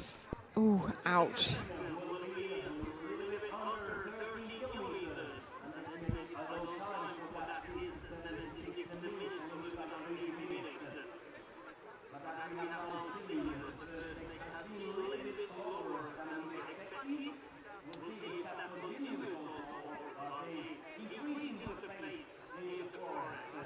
Meanwhile, this was the 2nd TV control, right? Still. Yeah, this was control 4, I think. Yeah, just go back and check teams here. Yeah, 1,640 teams. 41 teams punch there. Last team there, Möbjuksen Matka, Antti Salonen. And yeah, 43 minutes behind. It's a long night. Yeah, especially if you look at the speed of the runners here. But hey, to have got around that Jukola Relay, the same that, you know, these guys are showing, then yeah. That's incredible stuff. But this kind of gives, well, it's always tricky to know how dark or light it is with what the camera picks up or doesn't, but that was really good to kind of be able to give you a little idea of what the runners see. The surprising thing for me now is, I mean, Bredaryd, they don't have a GPS device, but he was all alone, and I just wonder if he is ahead of the others, because when the cameraman turned around, you could see some few lights there. So maybe a small advantage now for Bredaryd. We have to wait. I think we get the next TV control at control 20. Yep, here it is. Yeah, so it's got another control to go before they get to this one. This is what it's like running through. T7, it's in the picture. There's the I think that's the chasing group, because here we have Pan Kristianstad, T7. There's one team from IFK Göteborg, but it must be the 2nd team.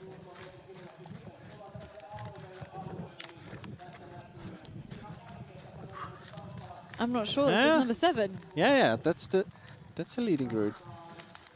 Or, but it seems to me that we have more teams together now. Yeah, I think maybe IFK was not the only one to catch up here. Definitely. Yeah, and they're going to approach this control here, and then we can get the proper spot of just how many groups are in that leading group. So let's just have a quick look at how many groups were kind of together. So because before we had Pan Kristianstad, we kind of had 9 2 teams minutes, in 1.5 minutes behind. And they were together with IFK Göteborg and Lappeenvirke, Kalevanrasti, Tiseren. So that's exactly what happened.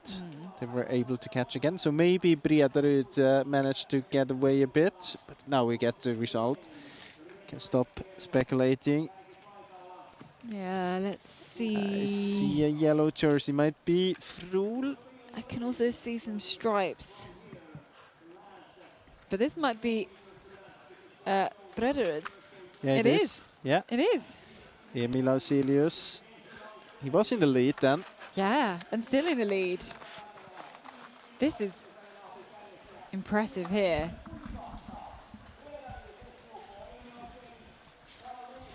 The seconds tick up. More than 20 seconds now, and of course we don't have any GPS tracking. And it's a small mistake there. Here's the next team, number 27. Don't get him into the statistics. 27 was Helsingin Sinistiat. Frohl here, back in Laget. Stora Tuna. See, it's quite a big group now again. Printer there, 85. The kind of reconnected the first group and the chasing group. Last one to punch here, Kalevan Rasti, second team, Markus Räsänen.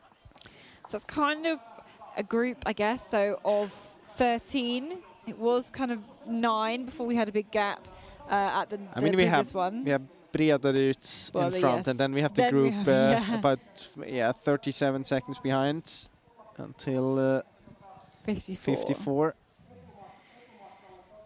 Indeed, you can see more lights through the terrain here as well.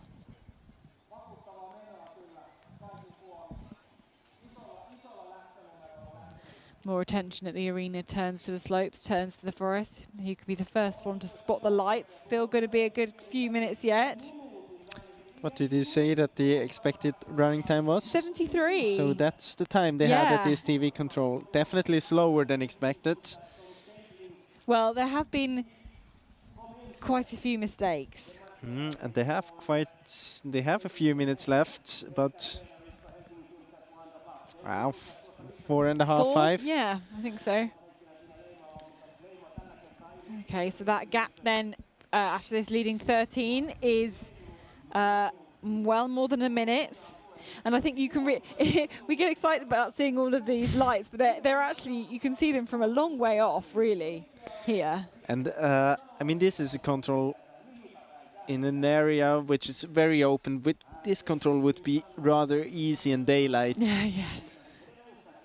But everything is different in night. Oh, and you can see people have stopped, haven't they?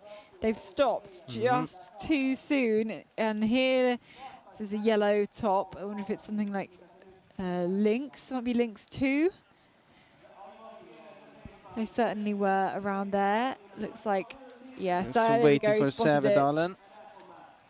It was Lynx 2. small wins. Baimian Rasti. Oh, and I think what they've managed to do is get the control without drawing too much attention to themselves, that they've got the control.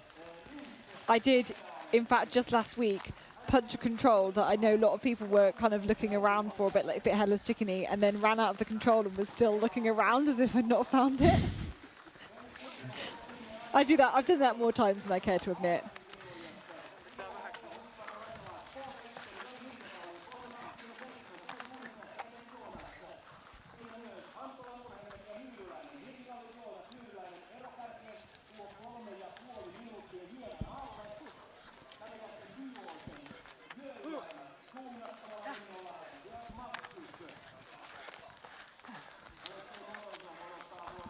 So 30 teams have punched this TV control, the 5th TV control, within 3 minutes and 52. And very soon the first teams will get to the arena. I think it's about 1.5 minutes left until we see them approaching the last control.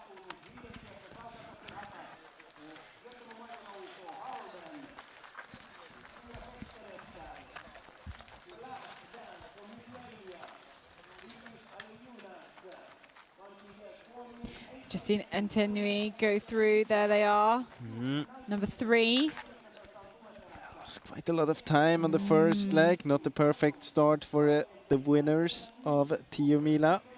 Yeah, what they were able to do at Tiomila was just be so kind of consistent with their team performance. They lost. They were not mistake-free, but never lost too much time. And I think already it's too much for them in this relay. And I think we can see some lights through the terrain. We can indeed. Yeah. This must be the leading team, I think. Yeah, it is definitely the leading team. I wonder if it's Bredaryds. It looks like Bredaryds. He's running completely by himself. This may well be Emil Alselius, and because he's not GPS tracked, we haven't got any pictures on the finish, but we can definitely see him. Can you see who it is? Can you tell who it is yet? I see a lamb. Okay. Well, it's very hard to say, but I think it could be, at least it looked like Bredaryds, but I was wrong before, so maybe I'm wrong again. But here we have him in the picture. Still hard to say, but I think it is Yeah, Brederud. I think you're right. I think it is. And the team number 695 coming to the changeover in the lead. There it is, Brederud with Emil Arselius. And we've got more teams now heading out of the forest. The DJ playing the music loud, and here is the second team. This is, I think, Helsingin Synestheat running in here. I think taking a slightly different route choice and getting a little bit of a gap. We've also got Stora Tuna though as well. We've got OK Linnaeus, who are the big favourites, these two teams here. And the defending champions. Oh, we're pretty much blinded by this light from Helsingin Synestheat. And again, a very good start for Linné, a very good start from Reto Ecker here on the first leg. I mean, they don't have to care about Brederud for the whole relay. Of course, he was ahead here on the first leg, but he won't mind too much. Did a perfectly well job. The same, of course, for Stora Tuna and Jesper Svensk. So two of the biggest favorites just getting back in the top four here. Other good performances here. Tisaren, Walter Pettersson, back i laget, Henry McNulty, Frohl, Tobias Alstad, Tamperen Pyrinto, Pascal Buchs, Han Kristianstad, Francesco Mariani, Kolmården, Emil Ljungmyr, IFK Göteborg, Sören Tranödum, KV, second team, Wojtek Sikura, Lapuan Virkia, Sampo Sankelo, Kalvan Rasti, second team, Markus Räsänen.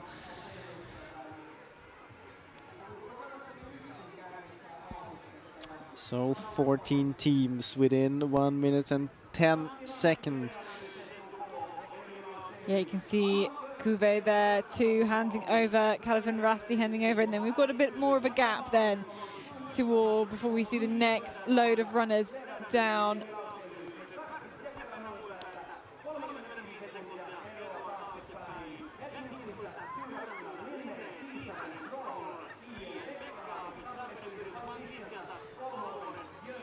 And on this second leg we now have running for Brederud, Oliver Lundberg, Helsingin Synestheat with Einari Heinaro, Stora Tuna, Oleg Kallereds, Linné, Milos Nikodym, and Tisaren Gustaf Hindér.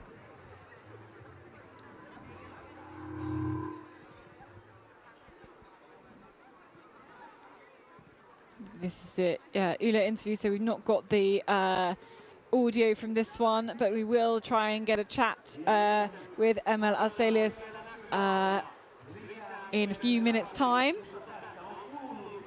Go back towards the changeover.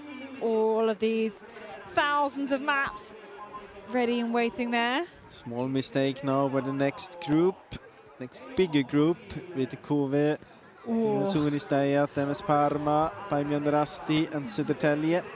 I tell you what, it is so exciting seeing all these lights just suddenly emerge from the forest, just light everything up. You can just tell how bright they all are as the teams just drop down this slope. There's a control kind of just out of sight from the view of the spectators, and now the forest just gets lit up as a whole train of people come into the finish. There's a good 20 people coming down the slope now.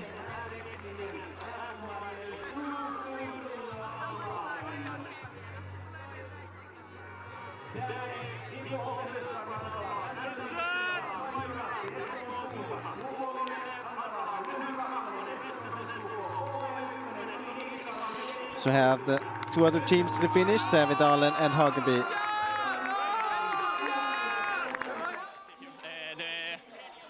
Vi har ett bra lag och jag kände mig rätt stark när jag stod i startlinjen, så det var bara ut och göra jobbet och det räckte långt. Och du hade jättestor nummer. Hur gick det att gå förbi de andra där i första biten av banan? Ja, det var väl lite hetsigt i början. Man fick verkligen se till så man inte fick skorna avtrampade och ta en hand bak fram och en hand bak så att man inte blir påsprungen eller sprang på någon annan. Men jag lyckades essa fram bra och sen gjorde lite eget vägval direkt efter startpunkten och gick lite höger. Och sen när jag kom ut på vägen så bara kollade jag på någon nummerlapp och såg nummer 17 och bara, jäklar, nu är jag ju kapp. Det var fint gjort, så det var en jättebra taktik. Vi ska hålla tummarna uppe för laget nu i fortsättningen.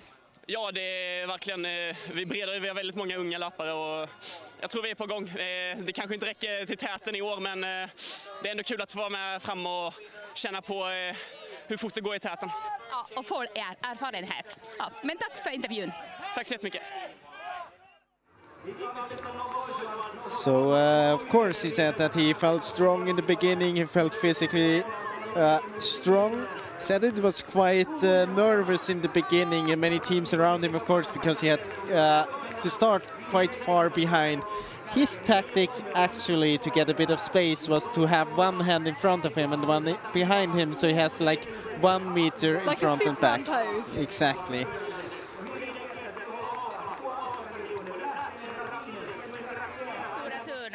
Riktigt bra början för laget nu i årets Jukola-kvalet. Var det någon överraskning där i banan, till exempel den där långa första sträckan?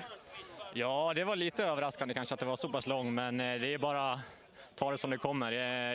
Jag märkte faktiskt inte om det var gafflat eller inte i början, så men det var bara att lägga sig i ledet och vara med på kartan, så det var lugnt. Ja, det var faktiskt inte gafflat där, det var helt raka första kontrollen. Annars då under banan, hur var det att löpa med alla andra och hur var terrängen? Jag tycker det gick väldigt bra, det var lätt att hänga med på kartan hela tiden. Jag tycker det gick ganska lugnt för det mesta. Jag gjorde en liten misslängd bort när jag läste på fel sträcka, men annars har jag bara legat med och kontrollerat väldigt mycket. Varit först en hel del också och försökt vara lugn i orienteringen och bara plocka kontrollerna.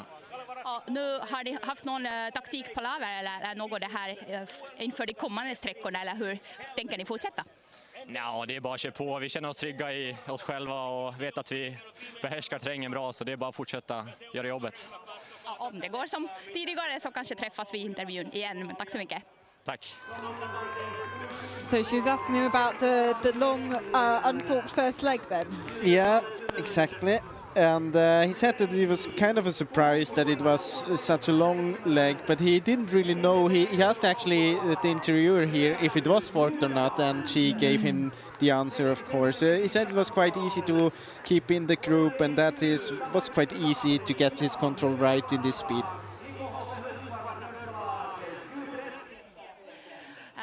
Helsingin suunnistajat, it was quite a nice start for this relay, Tuomas Heikkilä.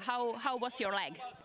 Yeah, it felt really nice, and the orienteering was very hard. The forkings were like really good, and I had to do my own work there quite a lot, so the course setters did very good job today. Was the first long leg quite surprising?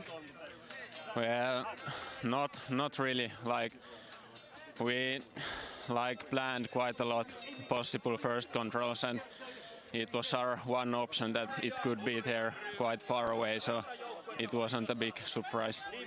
What do you think is going to be most important today during this night? Just doing good orienteering job. Like it's quite like hard orienteering all the time, so you have to be sharp. Let's hope for the best for your team. Thank you. Thank you. Oh, there's something so satisfying about having the feeling that it was really difficult orienteering, but that you did really well with it, and you know, things worked out, and it all seemed to kind of come into place. Yeah, and of course, I mean, we heard Jesper Svensk, and he said it was quite easy. But of course, it's easy as long as you have control over the situation. If you are a bit more behind and you're not in the position where you can do your own race, and you always have the other runners just around you, it makes it more difficult. And you are more relaxed once you are in front. So it's not a surprise that he kind of experienced it to be a bit easier. I also mentioned that he was reading to a wrong control once at one point. That was the only situation when he got a bit into a stressful situation. Yeah, that's always a very, very stressful situation when you just kind of lose track of where you are around the course. And we've already had well over 100 teams through into the finish now, but more, of course, making their way, progressing round this first leg further back in the course. And we have obviously our leading teams already heading out towards the first few controls. of the second leg. I think are we we're at the TV control now? I think you can see a control there. It's very really hard to good. spot. Well, I think they're overdoing it with hiding the controls now. maybe someone needs to adjust the filter on this because it's really dark. But Predators have already gone through though. Let me have a little look. Yeah. Oliver Lundberg already gone through, and the seconds tick up. This is looking like a great start. We see that there are many teams coming here. Of course, you have many teams together to the finish within 1 minute. So let's see who's coming first.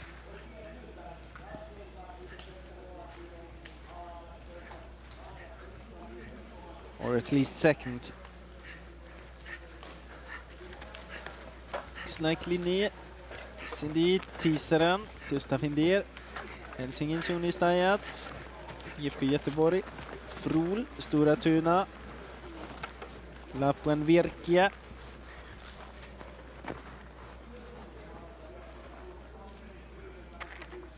Tamperen Pyrintö.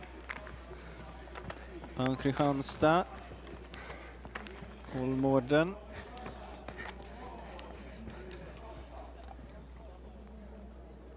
Now it goes back dark again after those 11 teams. We have lost 3 teams. Or we are waiting for 3 Calvin more Rusty teams. as well. Have we seen Cuvée through? No. Bäckelaget. Have Yeah. seen Bäckelaget. Anders Wister.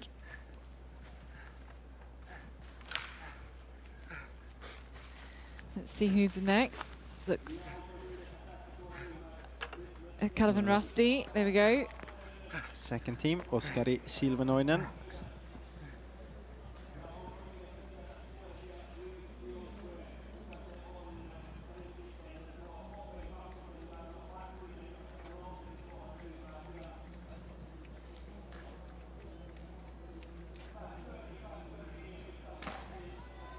Waiting for KV, second team as well. This looks like Frol. Oh, it's KV second team. Wojtek, no, Jarno Parkkinen. And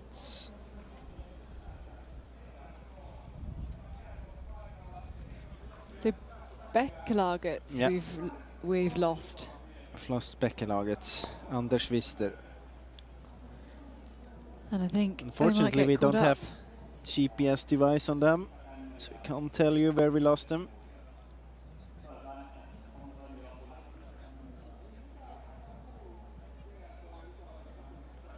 Next teams we expect to be here, to show up here, Sävedalen.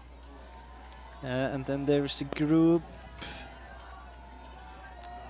of about 4 GPS teams, maybe a few more teams without any GPS devices. Södertälje, MS Parma, Turun Sunistajat, Fabian Rasti. And this second leg, basically pretty much the same distance as the first one, nearly 13 kilometers.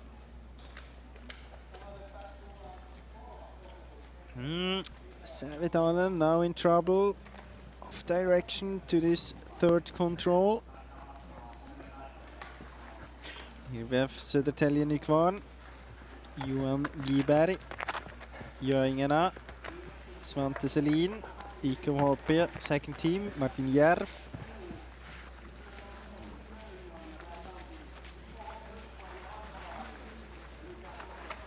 Fabian Rasti, Esbon Sunta, MS Parma. Here we have Bäckelaget. Hagaby. Looked like Lisell. It was Lisell. And also Sävedalen lost time there. Did a mistake to this third control, Emil Öbro.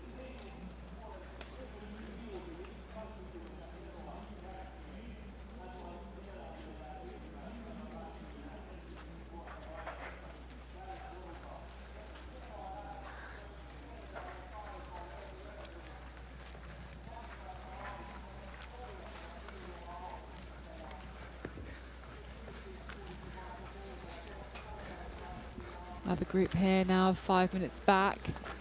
There's KV, Kubo and Bartosz Tenui. Pawlak and Sander Arntzen. Linne 2. Majorna, Björn Cederberg. Turun Metsenkeviat.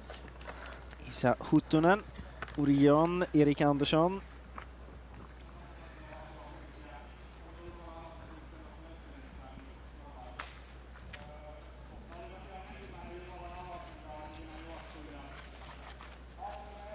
And just thinking back to Brederud's all there alone with their lead, how much harder is it to be running in the dark by yourself as opposed to running in the dark with 10 other people around you?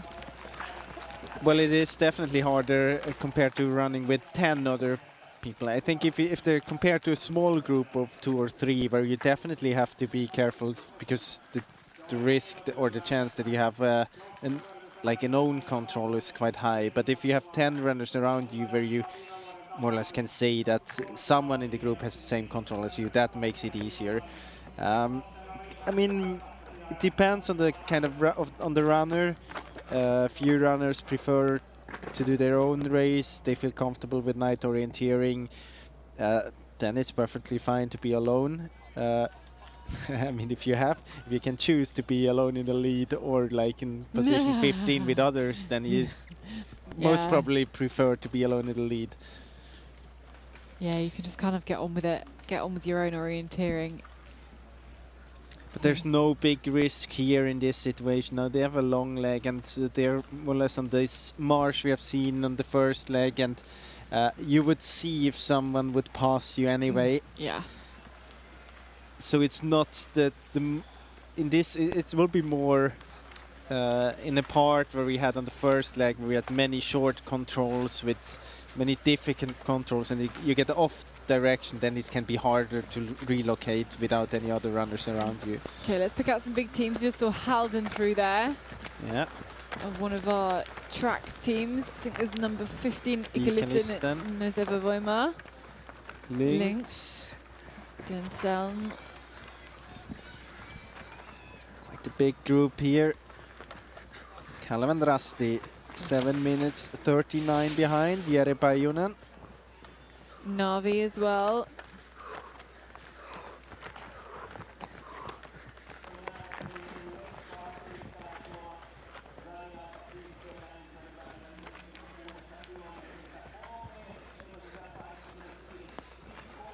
And even in the forest there, I think you can see them just lighting up these dust trails that's being kicked up as the runners run past. It's the marshes aren't very marshy today. Number 12 in here, Cora. More than 8 minutes down. Isak von Krusenstjerna together with Mura, Wojtek Kral. Strong grouping. Yes, indeed. Fast grouping. Actually, we don't really know about their night orienteering skills. Well, yeah, that's what I was going to... We definitely know they can run fast. Whether they can run fast in the right direction is another thing. The last dance with Jonas Vidardeskvildis. Tyrving, Björn Ekeberg. 8:52 behind. But I think Isak von Krusenstjerna's just got the call up to run the long distance at the World Championships. Made that Swedish team. Oh, actually had a very good start. Went out in position 126. Now he's in 70. So there seem to be a few skills for night orienteering. Nydalen, Sindre Östgren days.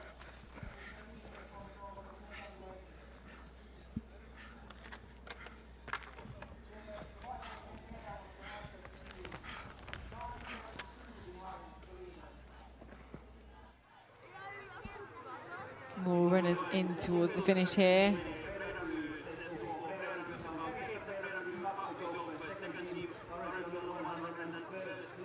Still a good lot of, you can see a good lot of spectators here still. You can see a lot of the head torches in the back, either that's people warming up or people having gone through the changeover, going back then towards, you know, after download. coming out of the funnel, going back into the public areas here. And if we look at the top 15, we had Södertälje had a very good start. Johan Jiberg starting out in 27th position, punched TV control in 14th. Otherwise, no very big changes. Of course, Späckilaget dropping from 7th to position 20. Turun Synestia climbing from 30th to 22nd. Not the biggest climb.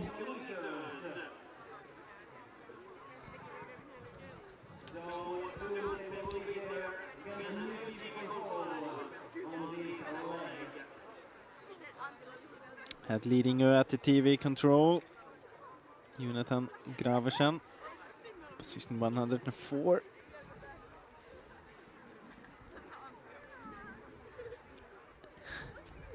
We also had Helsingin Suunnistajat at the 14th team there. Strong performances. Karim Mbembela. Now we are waiting at the next TV control. They're struggling with this control, I can tell you, and the GPS.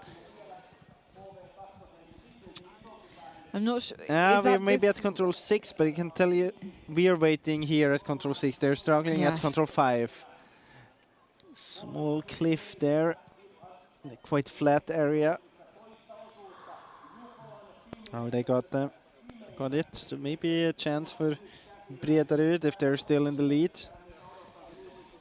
So hard to say where they are. Yeah, especially with a screen like this. It's mostly dark. Oh, you can. I mean, if there is a runner coming now, it's there is somebody. Can see some lights, something. But it could be the group as well. Yeah, I think it's there's a few lights in different directions.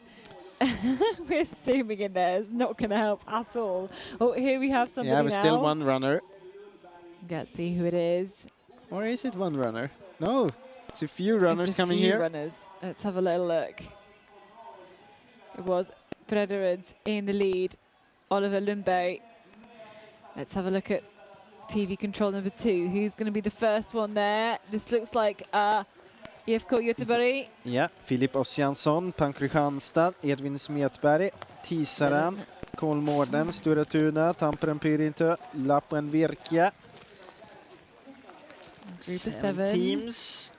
We're waiting for 13 teams, right? Yeah, Linné. I was going to say we haven't seen Linné yet.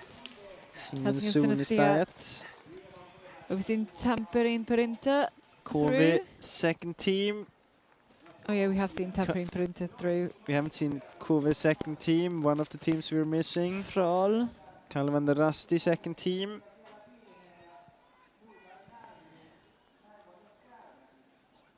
And we haven't seen Bredaryd's either. Oh yeah, that's right. We're like counting up everybody we haven't. Counting up from the back. Yeah, we missed the leaders.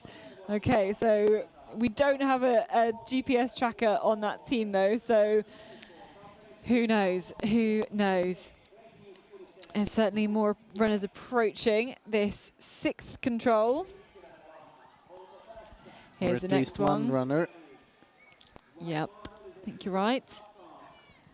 Could be KV second yeah, team, looks could like a be yellow jersey.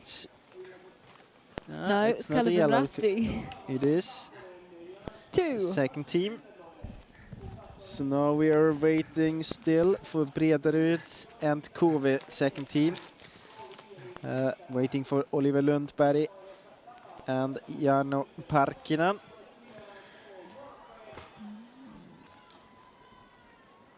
Oh, that's definitely going in the wrong direction. Yeah. That's running away from the control. And quite high speed. Yeah. Might have jumped over one control, reading straight to control 6. It's a straight line to this one. It's the only explanation I can get up to. Who knows? Might remain a mystery. And I can tell you that the group behind, they're missing control 5 as well, with quite a bit. Oof. This will end up in about a minute mistake. I think you're right.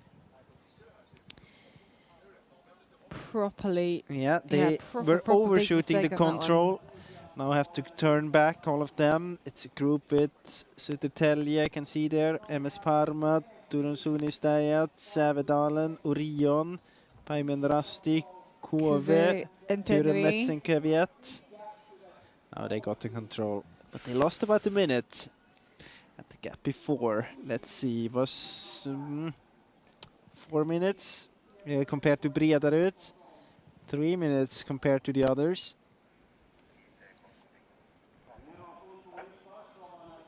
It's more now. We have the 3 minutes exactly at this point. Have about 25 seconds left. We should see them in the picture. Here they're coming.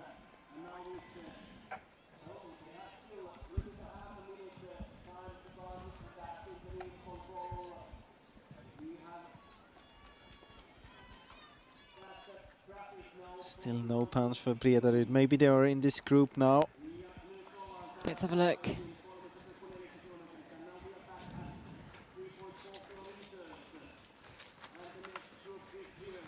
Esponsunta, Hagaby, Södertälje.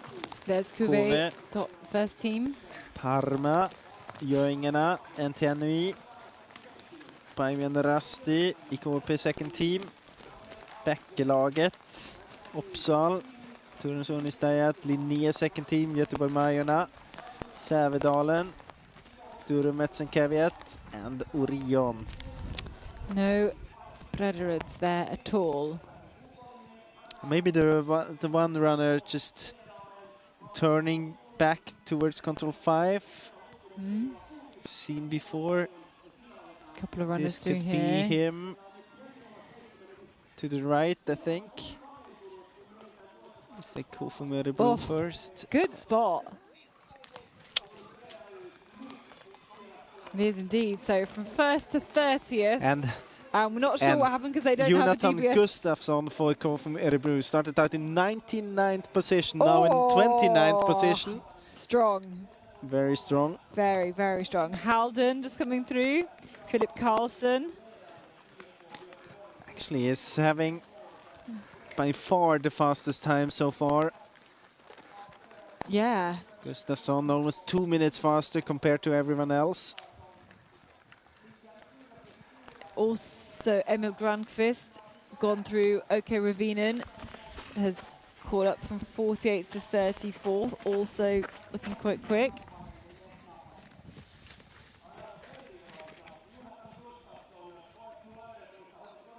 And quite a good time for Jonas Ecker, Ulnorska. And Algirdas Bartkevicius as well. Just over 20 minutes so far for Denzel, catching up from 81st to 38th. Kalevan Rasti punch there now, Jere Pajunen. 5:36 behind. And of course lots of runners coming into the finish still for first leg.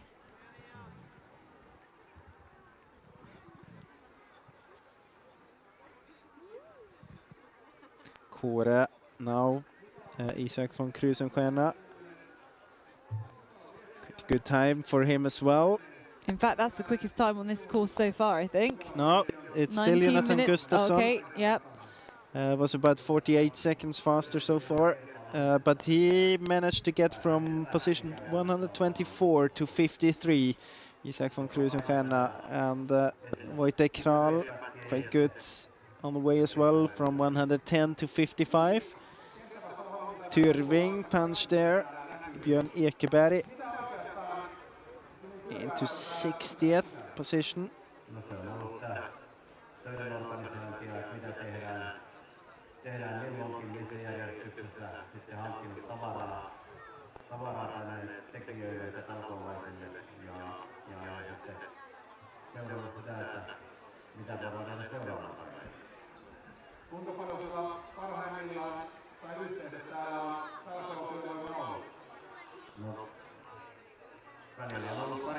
And the next TV control, if we look a little bit ahead, is control 10, the one out on the kind of road we have seen on the first leg as well. And my guess would be that they would approach in about 2.5 minutes. Mm-hmm.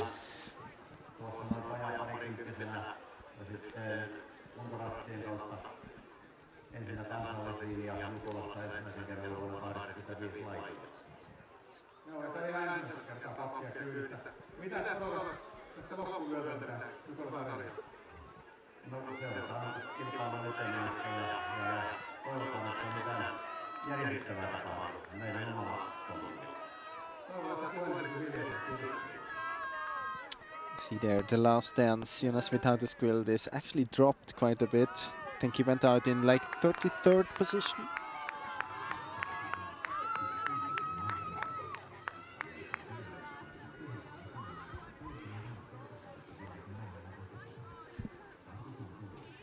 We haven't been let into the joke of whatever their team name refers to, though.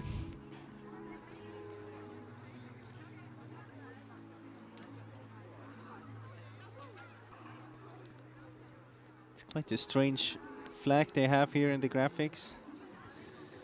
Kind of two different greens for Lithuania.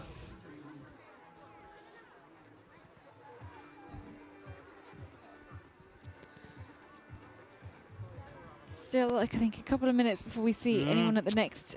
Got a bit stuck in a green area. I think that could be the. You could say that at many points of this relay. I don't feel as if I give away a lot of information by saying that. No. But you can also see now, it's so typical for night orienteering that there are a few places when they have to turn direction quite drastically when they come towards a feature. Yeah, feature, and they notice about the direction and they get some indication again. Big shapes kind of being pulled. Here we are with the runners. This is Stora Tuna. Ole Kallered. You can see though there's other lights ahead and to the right though. Kallered was in 5th position at the TV control. And believe it or not, this is this TV control number 10 now, and that is the drinks point, which we can barely see. But this is where we're waiting for these teams to come through. Yeah. Just be a few seconds actually before we get some light here.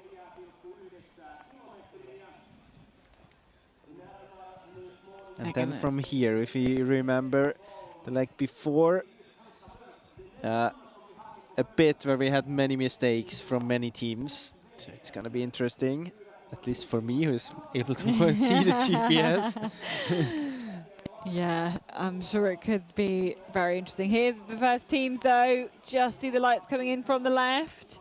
And this is Kristianstad, Edvin Smedberg, Filip Ossiansson, IFK Göteborg, Tampere Pyrinti, Helsingin Sunistajat, Linné, Tiseran, Stora Tuna, Lappen, Virkia, Kolmården. 9 teams now.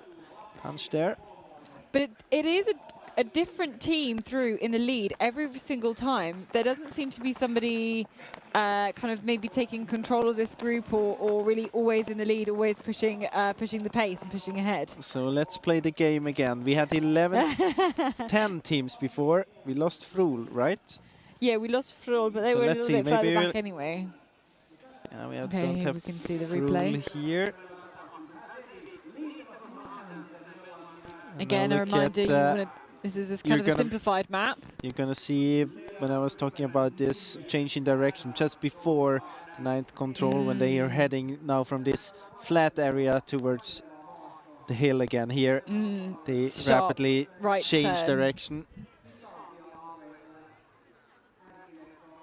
That's the chase group. You can see a lot better direction for them. And Frol Stian Sundsvik was in the group before. Now is already lost 1.5 minutes.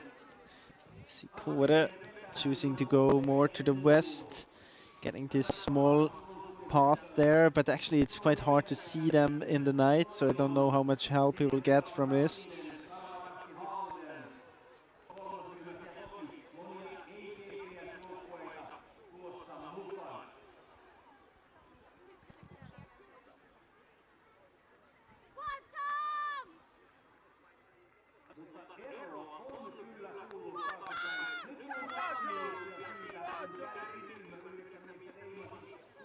I put you on. So soon. They're punching control 9 there. And from there it's just a short distance until here. So we get the next team punching the TV control. It's Kalevander Rasti, second team, Oskari Silvenoinen and Frol. Here we have him, Stian Sundsvik.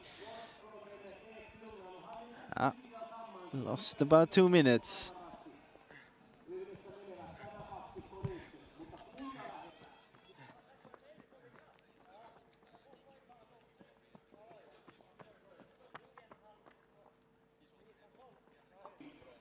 We got here NTNUI, Sander Arntzen and KV Bartosz Pawlak, Göingerna, KFUM Örebro. Is continuing having a very good race. Jonathan Gustafsson running together with Jerker Lysell. Linné second team, IKHP second team, MS Parmas, Sävedalen, Turun Suni Stajat, Paimen Rasti, Esbon Sunta, Uppsal, Göteborg Majorna, OK Orion as well in 26 position. So 26 teams still within 3:07. And a lot of these teams going through here are actually have a quicker leg time currently than the leaders. Yeah, about 1 minute. And you see there's a small bit far down there, Halden, Nikalisten. So see that Södertälje has to turn back to the control.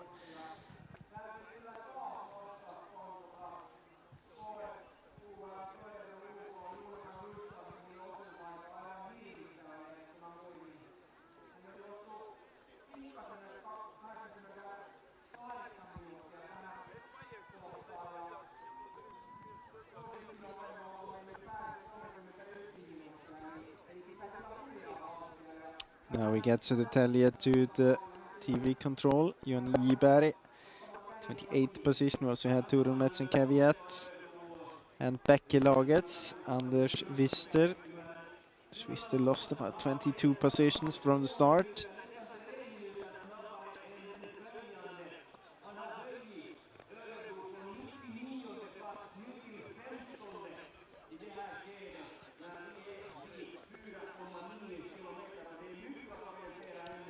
Very soon we have those teams here on the GPS to the TV control.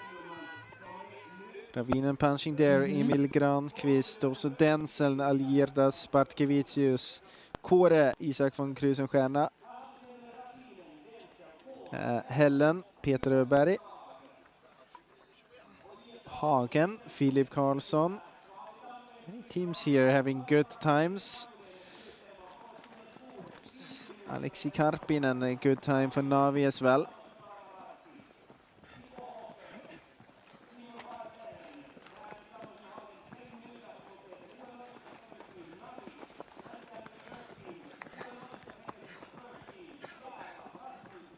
But maybe what it says to me is that the leading few teams aren't going blindingly fast. Maybe they're keeping it fairly I mean, measured. if you look at the time, Jonathan Gustafsson is 4 minutes faster compared to the leaders. On this leg, yeah. Yeah.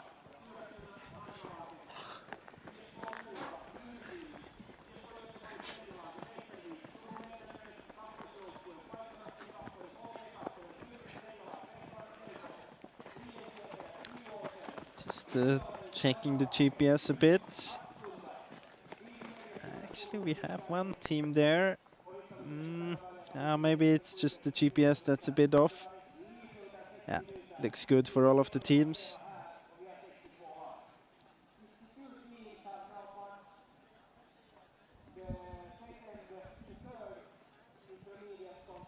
Brederud's just through there, now 6 minutes down. Of course, they were leading after the first leg. Nydalen as well.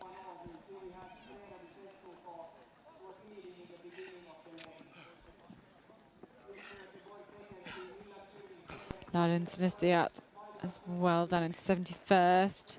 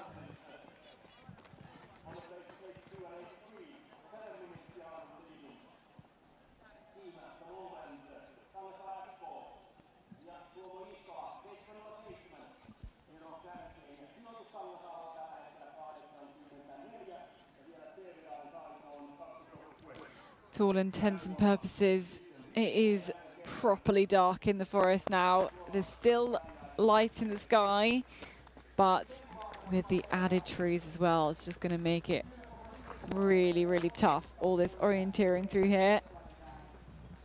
I'm still keeping an eye on the GPS tracking, but looks good so far. Two of the teams hesitating a little bit at the moment. No bigger problems as far as I can spot. Maybe small problems for Södertälje. Now struggling with direction. That's not... I wouldn't call that a small problem anymore. Yeah. Well, if he figures out where he is at the moment, then it can be a small problem still, but it doesn't look like that. He's in danger, definitely. Big danger. But none of the leading teams with problems.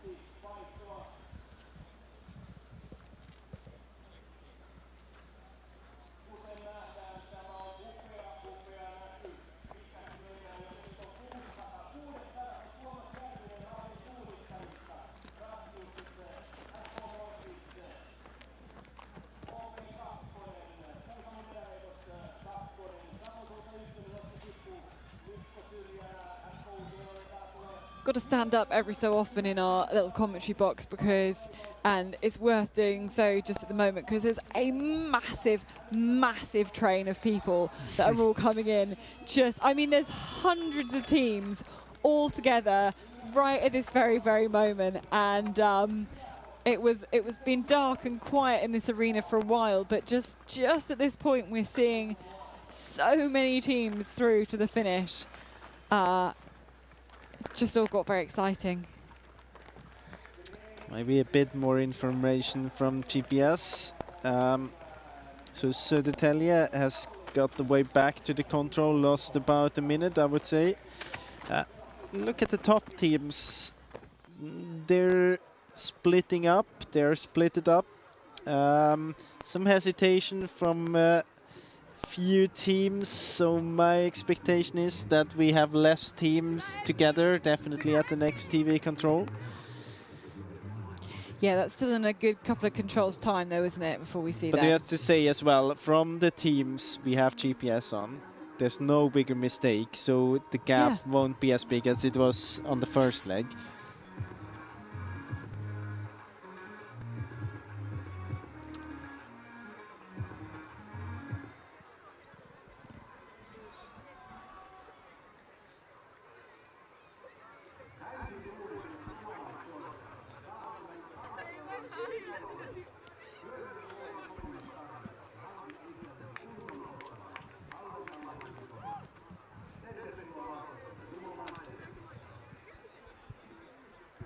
Still quite many people in the arena placed themselves just in front of the big screen.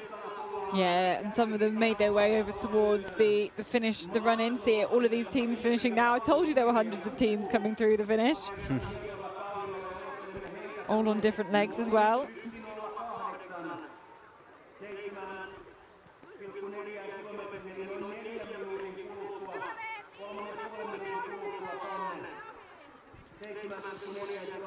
Now we actually have one team here that seems to struggle. Paimien Rasti. Not really on direction. Hard to see which control they are heading to.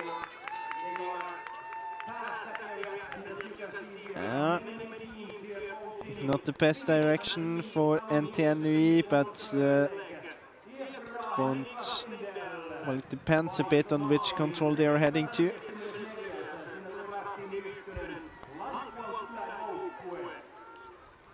They are a bit in danger, NTNUI.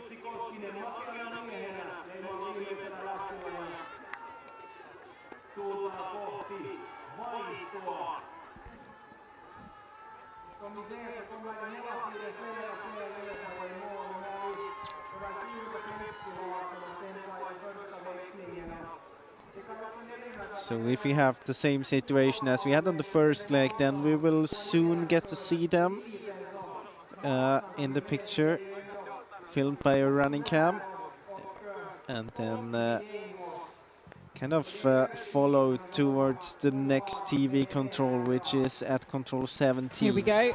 Yeah. Here's Storatuna. Ole Kalereds. It's a 1 to 10,000 maps, which means they're huge. They've got a mini kite they're holding in their hand. Can't see any other teams. Oh, here you see another light there to the right, yeah. And lights to the left now as well. You can, just shows how it's split.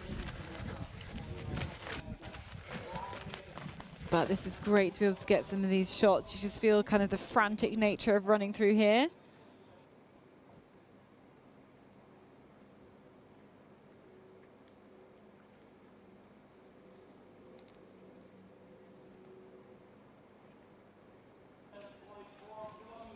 Okay, here they go, here they come. We've got some other leg runners as well, I think, already at this point. Let's have a most look. probably a first leg runner. Yeah, yeah, that's the only other leg. I'm already... But look at the start number, 1,695. Nice, and there's 1,704 so teams. Now we have Ukoliné punching there.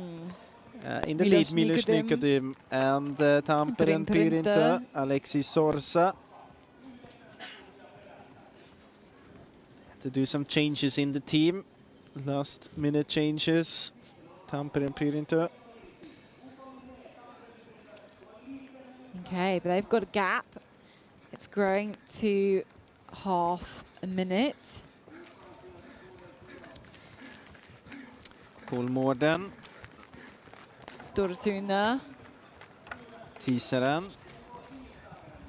So Robin Kantarp, Olle Kalereds, Gustaf Hindier.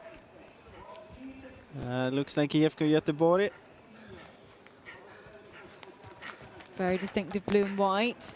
Filip Ossiansson and Sinisterjat as well. Yeah, Einari Heinaro.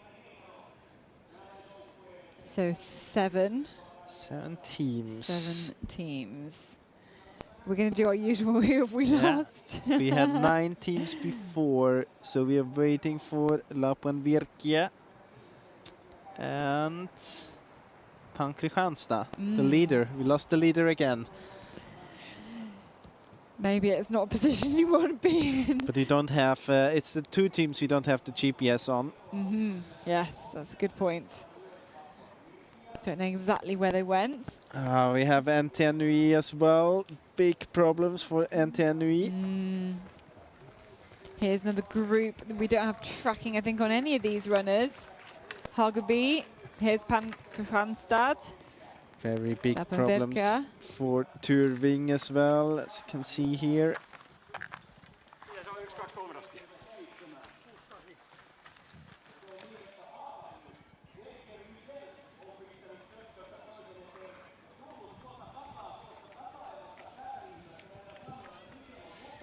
The fastest time of the runners so far, Jerker Lisell.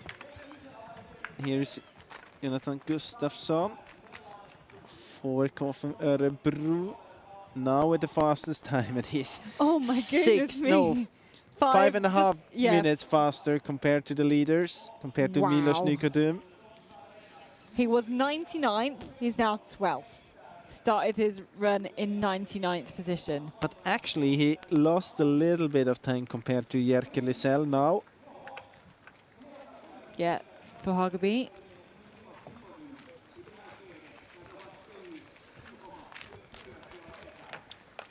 Then another Linné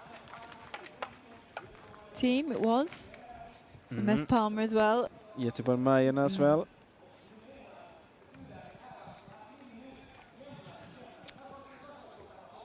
Quite a good run by Björn Cederberg, taking Göteborg-Majerna from 37 to 15 so far. Kalle van der Asti second team to 16th.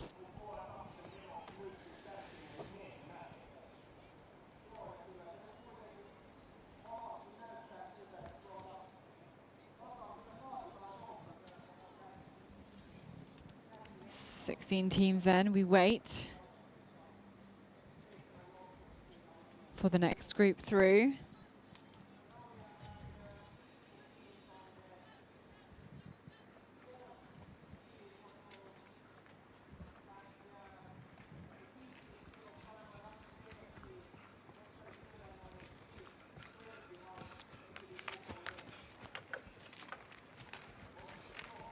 We're gonna now, so 4 minutes down. Uppsal, Håkon Rodal, Biela climbing up there, 38th up to 18th. Let's have a little look. Oh, this was the mistake from Entenui that Jonas was mentioning. Just going back and then towards his control. And back again.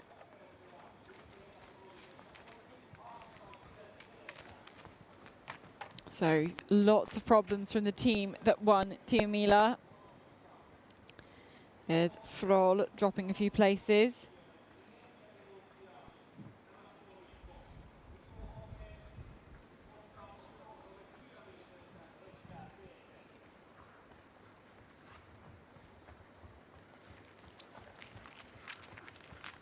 Bit of a gap then.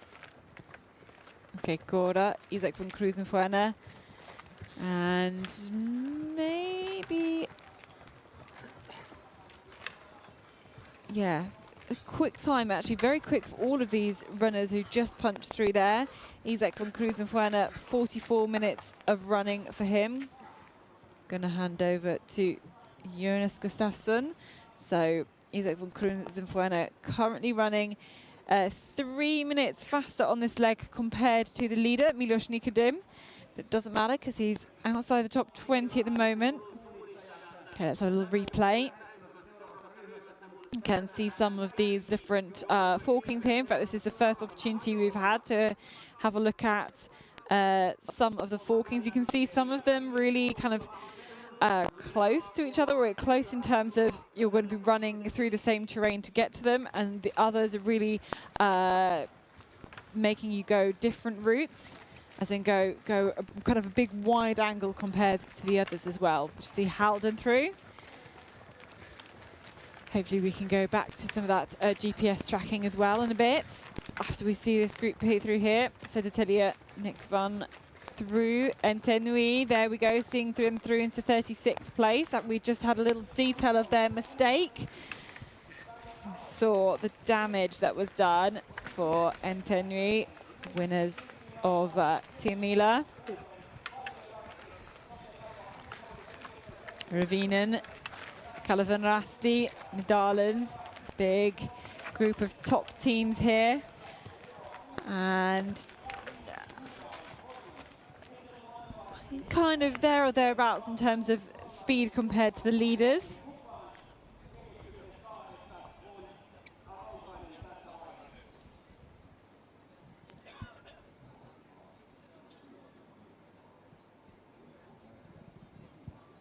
And then we wait then again at this control.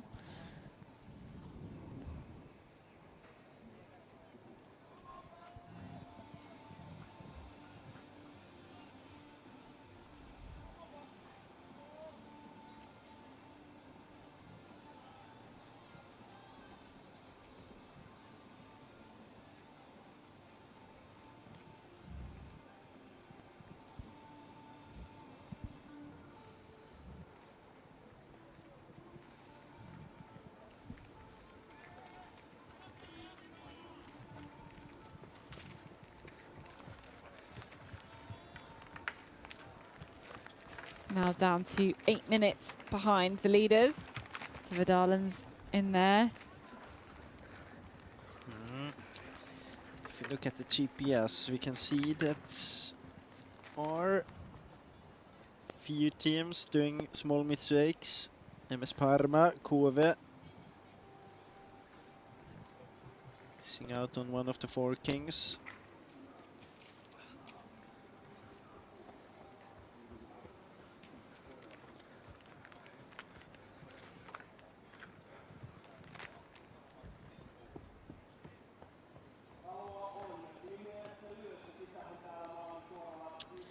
The next TV control will have at control 21 in about 3.5 minutes.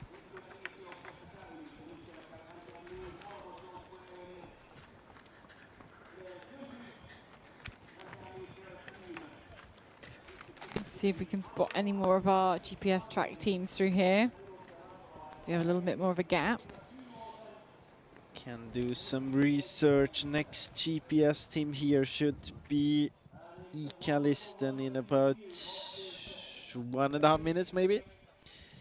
And then we have NTNV second team, then Sunis Dayat and Malung. Those are the teams we haven't seen there yet from the GPS teams, but there's a few minutes left until we will see them.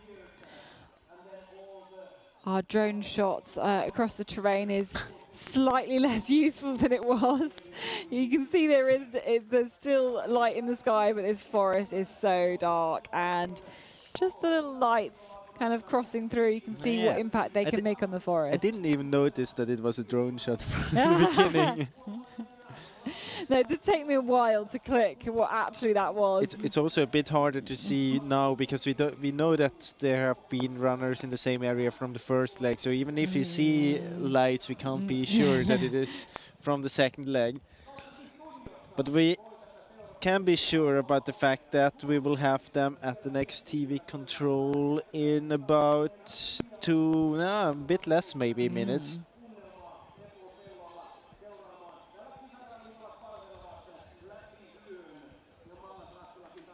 Yeah, it's the one we're waiting here, but I'm not sure this is the leading no, they're group. quite. It looks more like a kind of a walking group. Yeah. Little do they know they're about to have the leaders descend on them. There's a train coming. Yeah. They could get a lot of help here. You think? From the leaders. They're going to see the leaders for about 10 seconds and then they'll be off. We have to say that to find the control isn't very difficult right now. If you look back, it's a huge group. It's a massive group.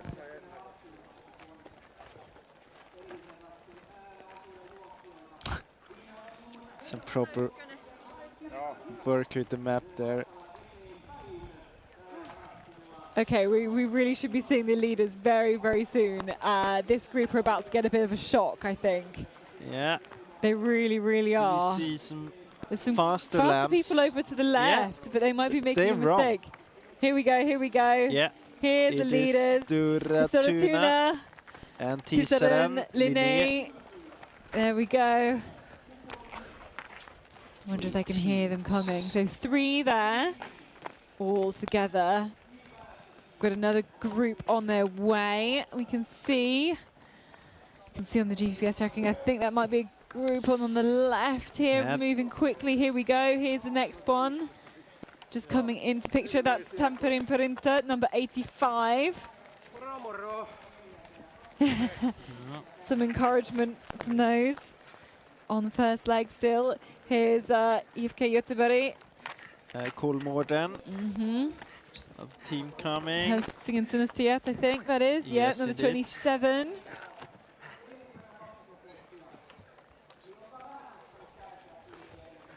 And is that our group of 7 then? Should be Hagaby, Kristianstad. But they were a little bit, they were 50 seconds off this group last time we saw them. Yeah, but they were together with the IFK Göteborg.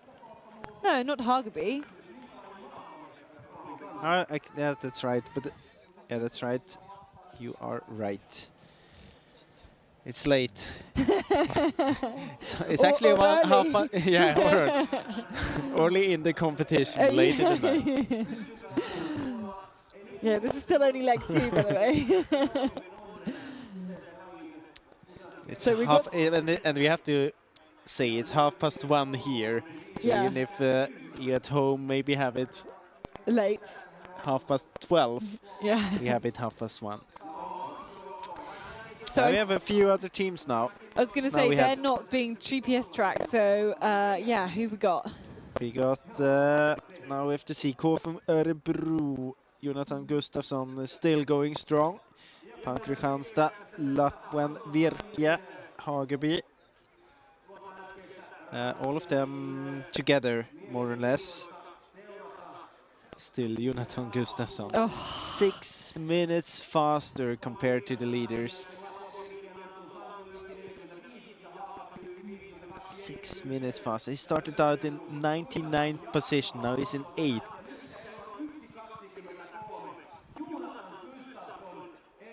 I hope that the runner on the next leg will be ready in time. Jakob Eriksson.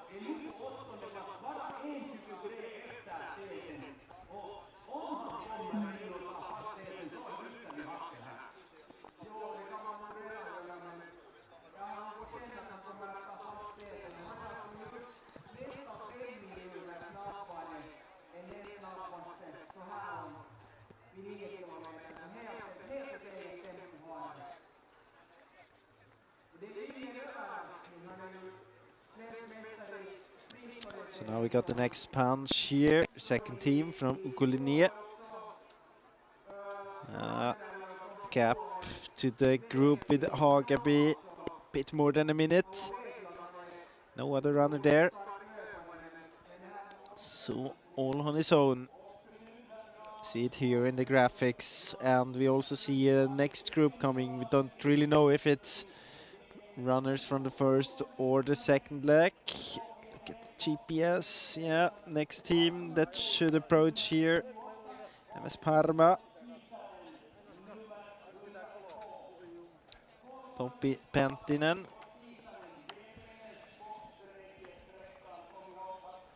And we also see that there are a few struggles for Kåre and KV.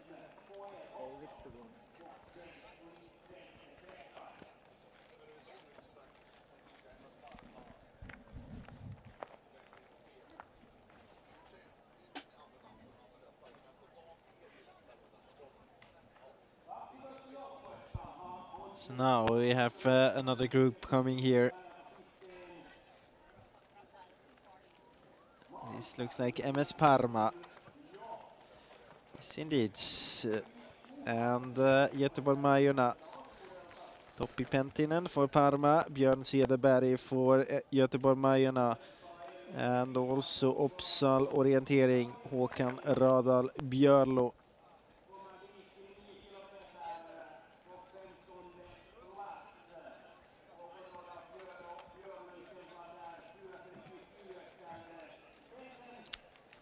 This looks like Tampere Pyr into a second team. Antti Saikko.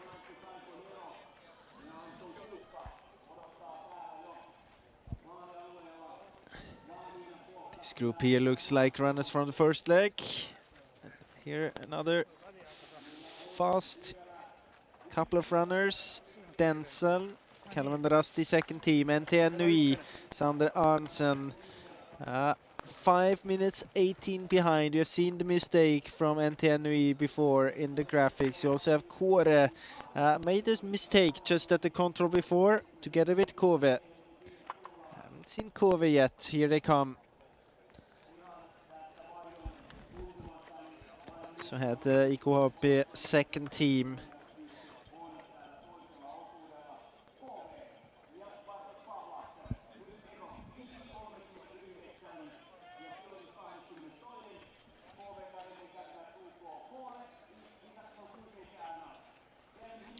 Are more teams to come. You can see the lamps behind moving fast towards this control. It's Halden. It's IKHP first team. It's Tyrving second team. Nydalen. Södertälje second team. Navi, Kalavenda Rasti, OK Hällen. Vekaladen Veikot, Päivänä Rasti. Stora Tuna second team. Turun Suunistajat. Espon Sunta. Ukorian. And here another GPS leg, not a long leg. Back to the 23rd control. We see that there are different route choices from Stora Tuna, Linné, and the rest of the group heading more towards this track. So maybe the other ones will actually go there as well. I think it would be a good option for Stora Tuna and Linné to maybe head a bit more straight there. In dry conditions like this small path is not very much of a help, at least when it comes to the running speed.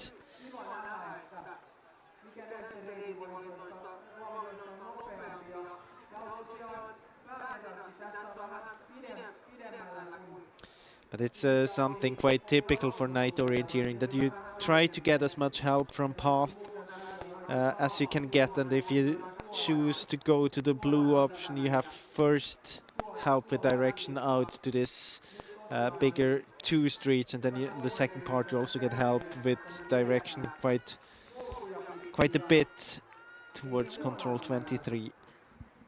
And you can see that if you go straight there, you have to do a lot of more work reading the map on the red option.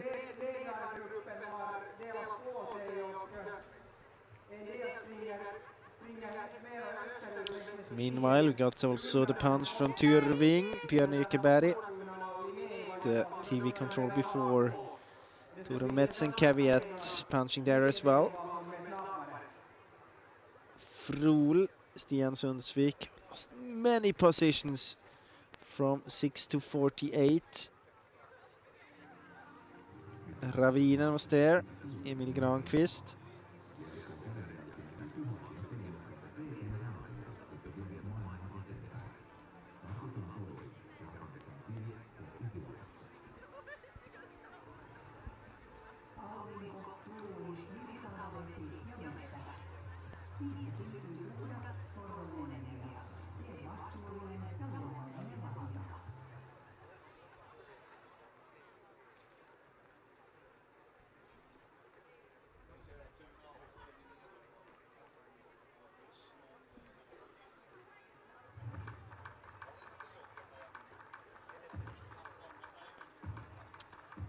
I can tell you from a look at the GPS, Stora Tuna and Linné, they definitely went out to this path as well.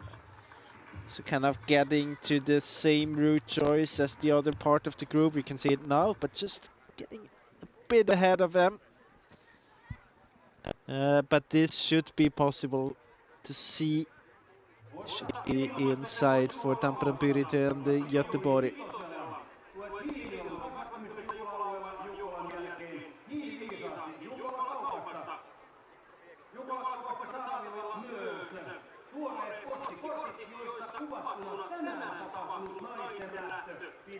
Yeah, so I wonder if we'll see these two groups closing back up then on their way on this track. You can really get that good visibility, just seeing a different route choice option.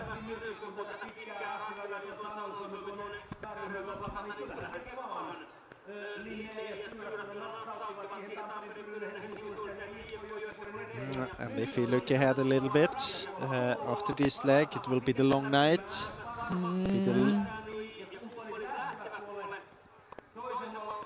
14.3 kilometers of night orienteering. Second longest leg of the relay.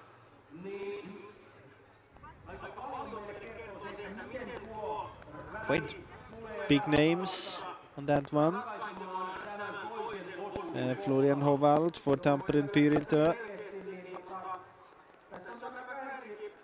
Alexander Kratov for Kove. And experienced night runners, of course. Of course, this one is forked, though. Of course, all of the legs are forked.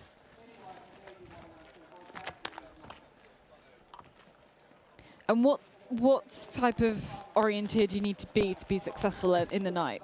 You have to be a good night orienteer. Well, yeah, I knew you were going to say that. What does it mean to be a good night orienteer? Well, I mean, you have to be very good with running direction, and you have to be able to kind of improvise a little bit, because you will never see everything you plan to see, especially in a bit more flat parts, and you have to have a clear plan. Go for bigger options. It's a bit more, usually you don't run a straight line as you do at night. You go a bit more to the left and to the right in order to just pick off features on your way. It is a different kind of orienteering. But if you look at the strong runners, I mean, the best orienteers are often also very good night orienteers. It is a bit of, I mean, all-round technical skills. But there are night orienteers, very good night orienteers, that maybe not have the chance to be at the very top in day orienteering. But then it's often because they might have not really the speed for day orienteering, but they can execute the night orienteering very fast. Well, here's a Tizeren. I think it's Linné. Yep, it's Stora Tuna as well.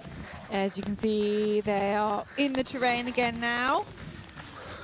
There's a couple of lights ahead though as well.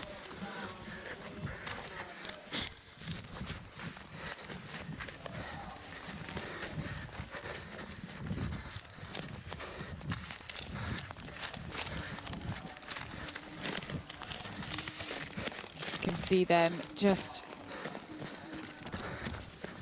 like they're going through this semi-open area.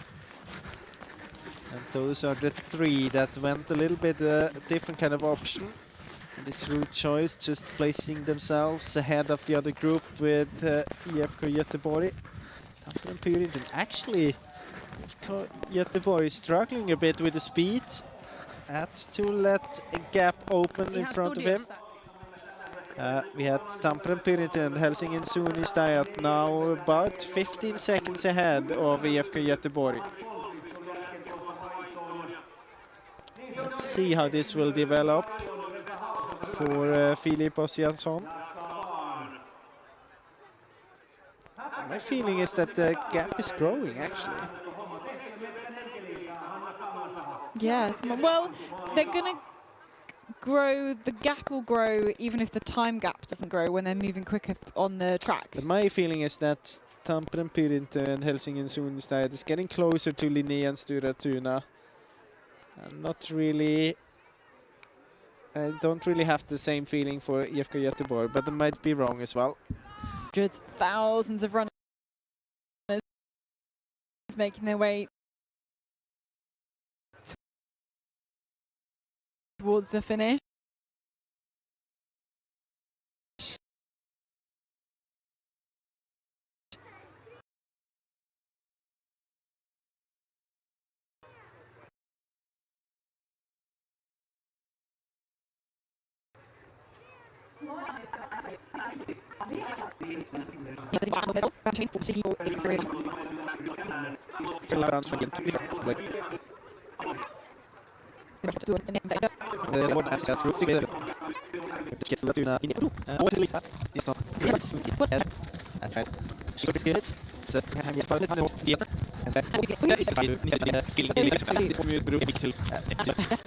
Of runner he is, should be possible for him.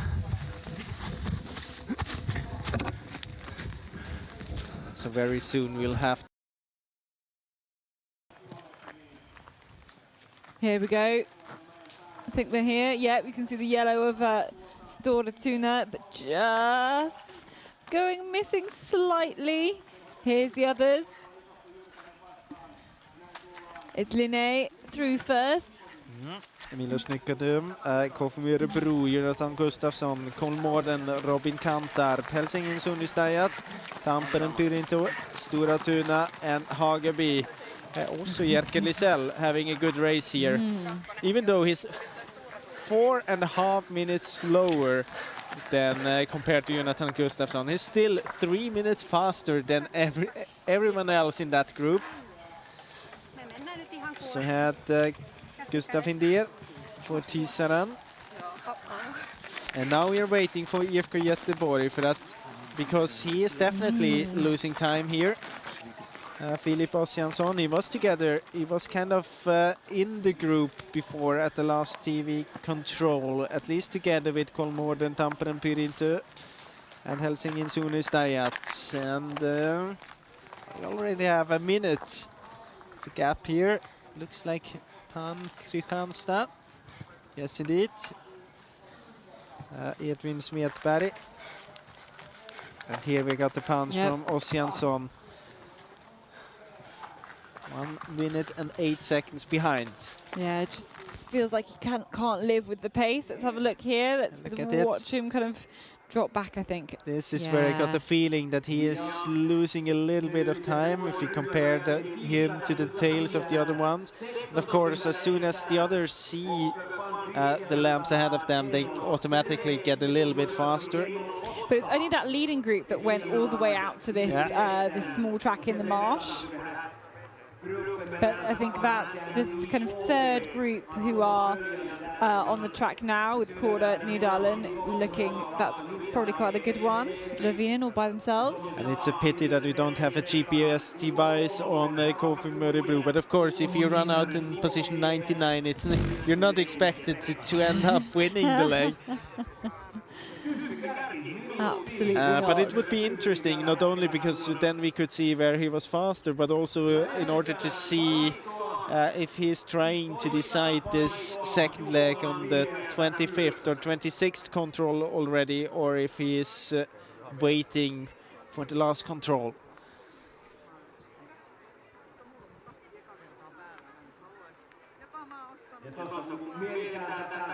And the runners waiting for the exchange and to be able to run out on the long night for Linné.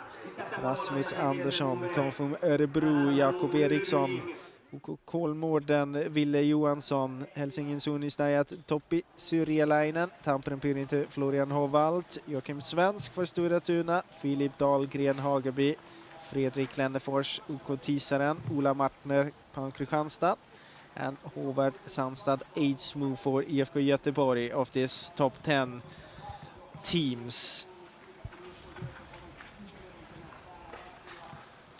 Here's the next.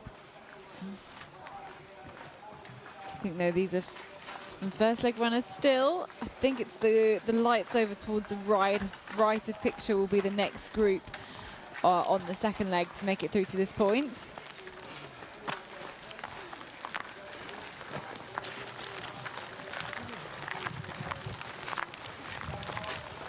Just see them edging towards the control in the distance. And now a lot more talking in the arena. Starting to stand up here, looking up the slope. I think it will be in about 30 seconds maybe that we'll be able to see the first runners coming down towards the last control.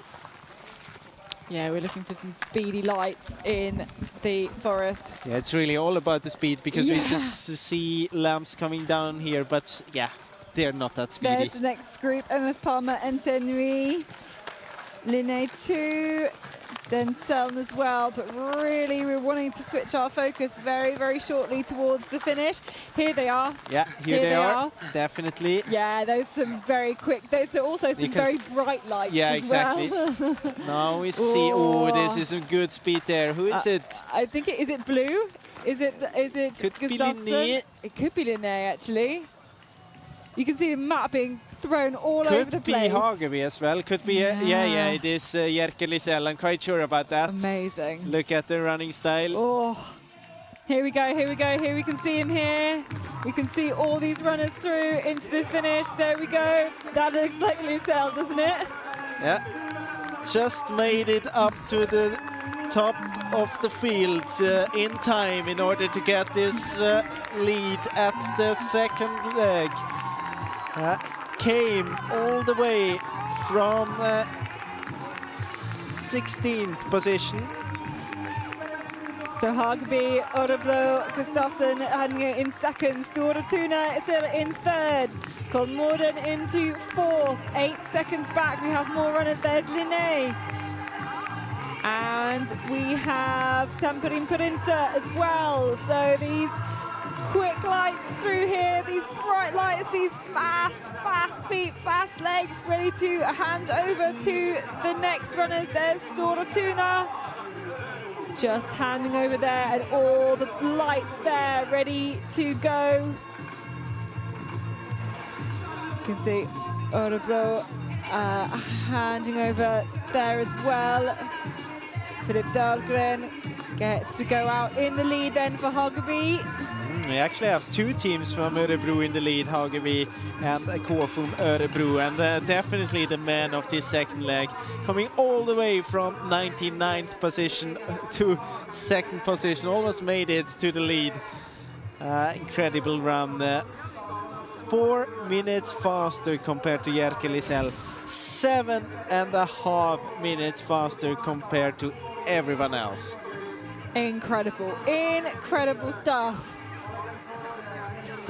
And that's what, I guess, kind of what we didn't see at Tiomila. We didn't see any really outstanding fast times able to catch places. We only saw kind of people being whistled off the group. I think this kind of terrain, this kind of course, you can see people being able to catch places. And very soon we'll have IFK Göteborg to the finish as well. And he kept on losing some time. The clock is ticking, 1:50 at the moment. Pound Kristianstad there in 1:43 and Tiseren 1:50. And here we have him, Filip Ossiansson into 10th position, 1:51 behind. Sending out now Håvard Sandstad Eidsmo. Tries to catch a few positions again on the long night. There's Pound Kristianstad. Edvin Smedberg sending out Ola Martner. The next runner from Tiseren also just waiting there. Fredrik Lendefors.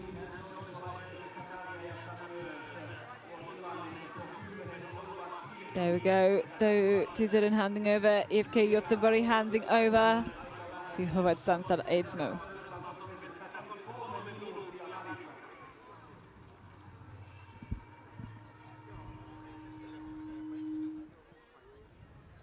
Pystyykö mennä tuohon valkoiselle seinälle? On liian tumma.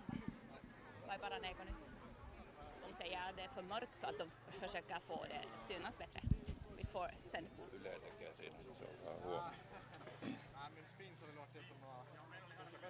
Nyt siinä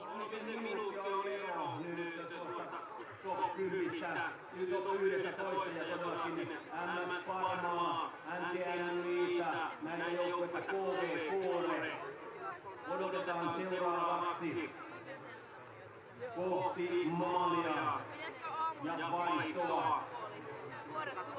Kun katsotaan noita niin sanotun pitkän lyön menijöitä, Akkundala.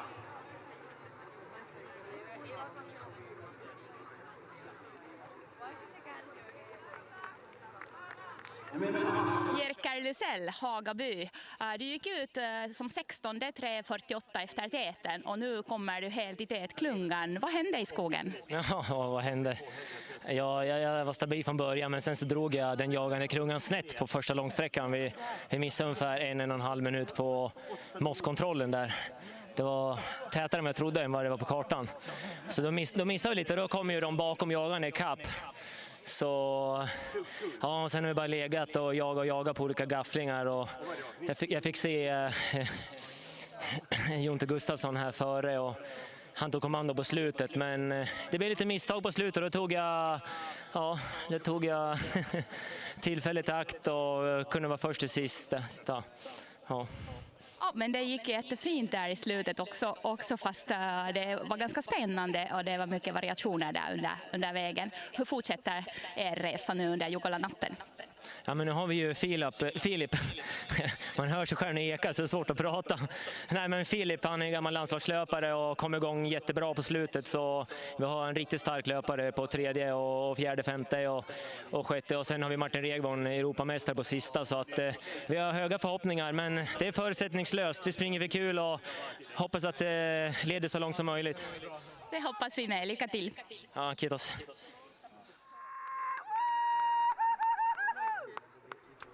Yeah, so he was saying that he did quite a good race from the beginning. Then they did a small mistake, and then they were chasing this man in the picture here, and he was kind of leading them towards the lead. Jonathan Gustafsson, Kfum, Örebro. Superöverlägset under hela sträckan. Vad hände där? Ja, bra fråga. Jag är väldigt förvånad att jag såg bara, fan vi har ju täterna. Jerker är först, bara vad händer? För jag har ju sprungit ganska ensamt, men jag visste att det är ganska mycket att ta in. Jag vet inte hur långt efter jag var, men nej, sjukt häftigt. Ja, vi har förstått att du är i riktigt bra sprintform, men det verkar vara också här i skogen. Jo, nej, men jag tycker att jag har tagit lyft i skogen också, blivit lite bättre hela tiden, så det är kul att kunna leverera här också. Ja, hur ser fortsättningen ut för er? Men nu är Jakob ute här på 3:e. Det är bra. Sen har vi ganska många unga lappare sen, så det blir kul att se. Jag är nästa äldst här i laget, men det blir kul. Det blir kul och mycket erfarenhet för dem, så lycka till. Ja, tack. Yeah, he said that he was very surprised that he was in the lead when he saw Jerker Lysell and everyone else suddenly, because he didn't really expect, but of course it went very well for him, and also mentioned that he got the feeling that he has developed very well in the forest, not only in sprint, but we obviously could see today, and that the question for the runners coming, he just added, it'll be interesting to see. We have many young runners to come, so maybe not a team we have to follow to see if they will kind of be among the possible winners, but definitely some experience to win for the younger runners in the team. No, we can still celebrate that outstanding performance. Anything else to add from Jerker Lysell? Yeah, I mean, in his very own way, he complained about the echo in the arena because he thought it was very difficult to talk when he hears himself. And he said, asked for the runners coming, he said just, we have strong runners on the 3rd, on the 4th, and the 5th, on the 6th.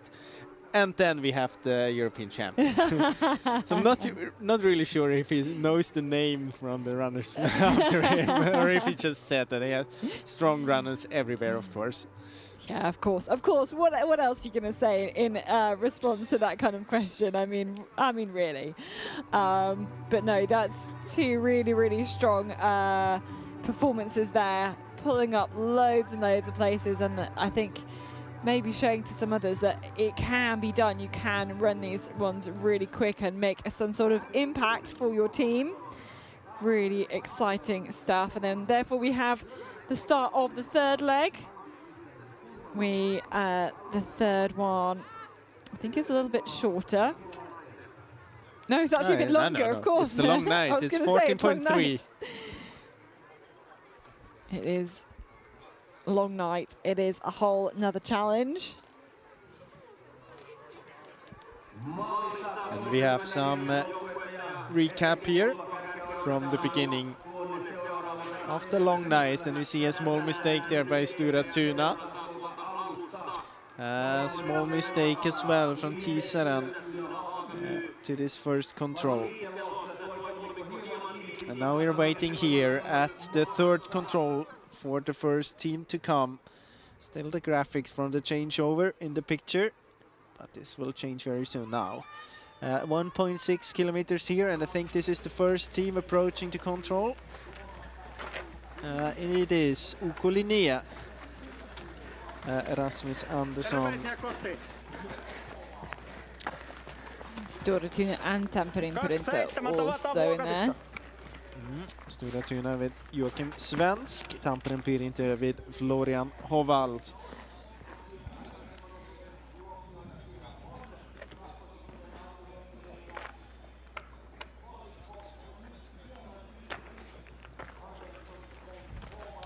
No others through yet, though. Oh, we didn't have Hageby, Filip Dahlgren yet. Kolmården either. Helsingin Stiats just through there to Pisirilainen. This Finnish national team. Waiting for Kolmården.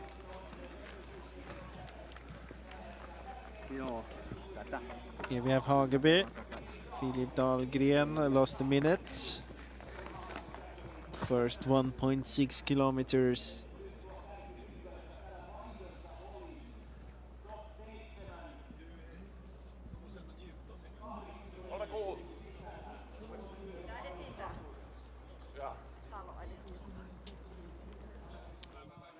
Back with some GPS. So you can see that TV control there is number 3. We can see Hageby just go through. And the time now 1:40 from the first punch, and you can see Jeffrey Göteborg in the picture. The GPS actually a bit lagging, so very soon I think we will have him to the TV control. Yeah, maybe just using that vegetation to get through to the control. I think it's actually starting to get lighter again now. Yeah.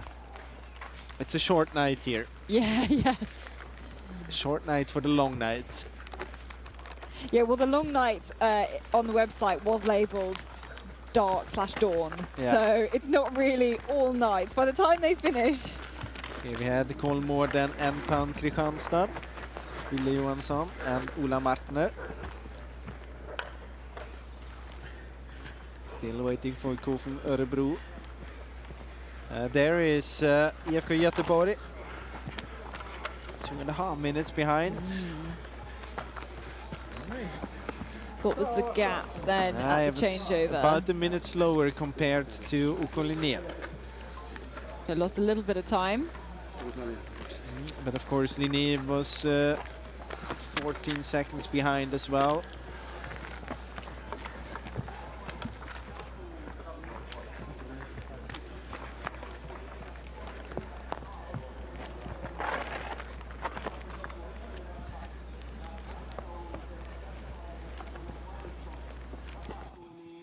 We can run behind some of the teams here. Yeah, I can spot Tamperin Printer.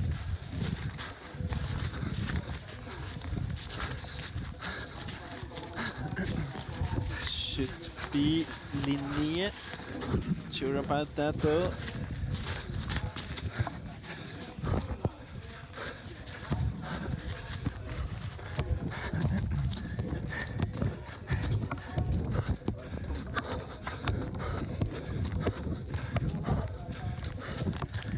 Stora Tuna, Tamperin Printer, and maybe Helsingin Stiats. It feels like this pace is really high compared to maybe some of the. But they're running on the path as well.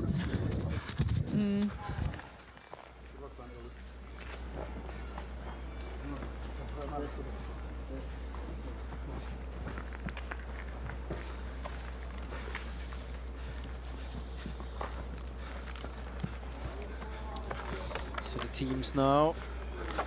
Here we have KFUM Örebro and Tisaren 4 minutes 17 and 4 minutes 18 behind.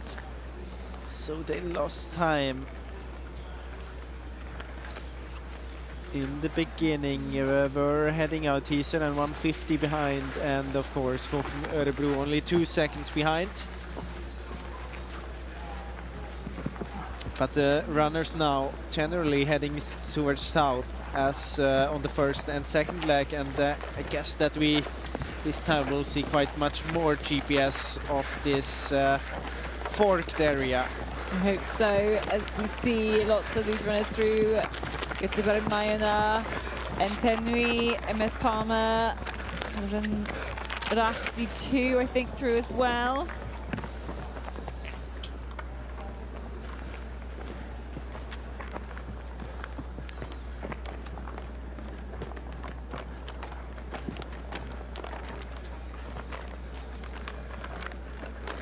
So a little flurry of teams through at that point. What was that?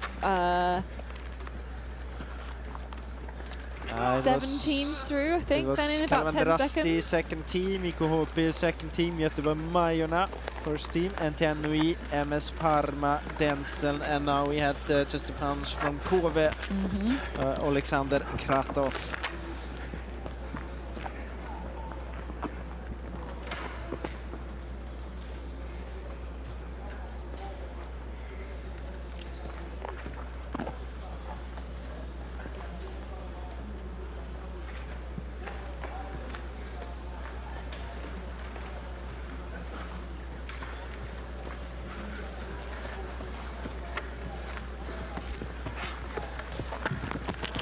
Here's Calvin Rusty, the first team this time, catching up some. Thomas Krifta, Turun Suunistaja, Toko Seppa, Espon Sunta, Ansi Vesanto, Navi, Stora Tuna second team, Kåre, Linné second team, Halden,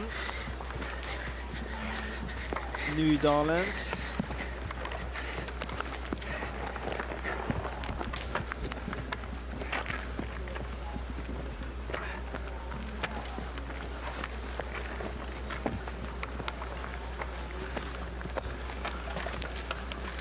and interesting here to see on the GPS that they're splitting up. I think it's a good option to stay down there in the marsh. As we know from the earlier legs, it's good runnability there, and there are a few meters to climb if you head upwards to this path and road, as Stora Tuna, Tampere Pyrinte and Linné are doing. It can be hard from where Helsingin Snöstöat, the team is, to kind of, well, if they're stuck in the marsh, there's not as many features. Maybe you've got to get your pacing really good to get up eventually onto that hill. Oh, what's definitely Hagaby doing? Not a good direction of Hagaby. Should take a look at the compass. I got the feeling that at the place where he crossed the red line, he should have checked direction, because it seems as if he went around to the left of this hill and thought that he's still on direction. Yeah, now heading 90 degrees wrong. Yes, that could be a while before he realizes that as well. You can kind of check how often he looks at his compass when he's running, because next time he's looking at it, he will change direction for sure. Yes. It might be now. Yeah. Hey, well, yep. Telepathic nature of the runner from Hagaby, although Filip Dahlgren. See there, Helsingin Suunistaja heading up there. Of course, if you stay all the way in the marsh and head a bit further parallel to the red line, now you see that Helsingin Suunistaja is getting up to the path. But if you would have continued, of course, in the night, it's kind of a bit of risky to get up there. You get a big hill before the contour, so it's not very difficult, but it's more difficult compared to what he's doing at the moment. And this is Hovatsans, the 8th win. I think that I saw Ola Mart as well for Pank Kristianstad, just in front of him. Yeah, you can see just about keeping in touch. It's one of the easy choices to spot, actually. Yeah, there's not many that kind of pale orangey colour.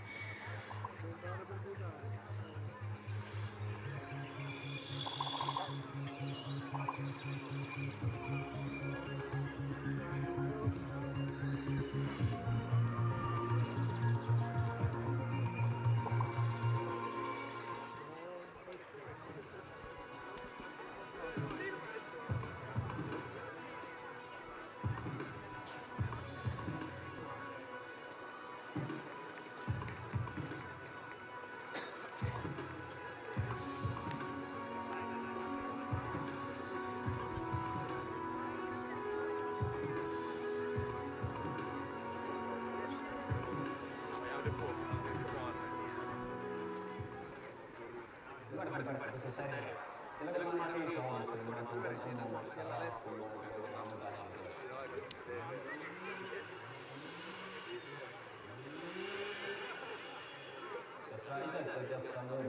think we could just spot the punch, the finish punch from the second leg runner from Ravinen, Emil Granqvist, punching there in 81st position, almost 20 minutes behind, so no good start at all for Ravinen, finishing second last year.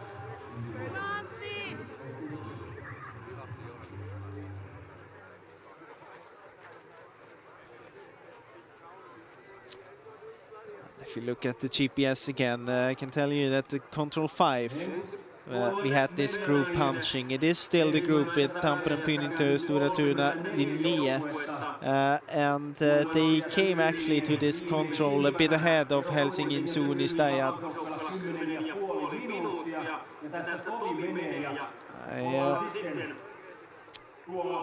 Fortunately can't tell you about Kolmården and Hagaby because they're not wearing any GPS device.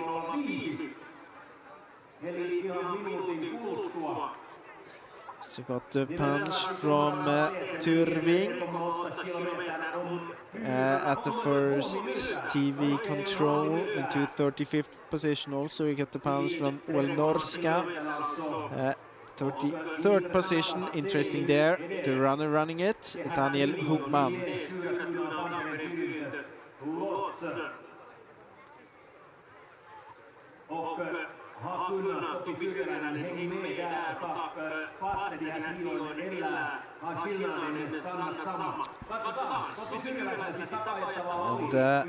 And waiting at a control out in the forest at control 6. So this is going to be the next TV control, and I think very soon, in just a few seconds, we'll be able to see the first lamps showing up here.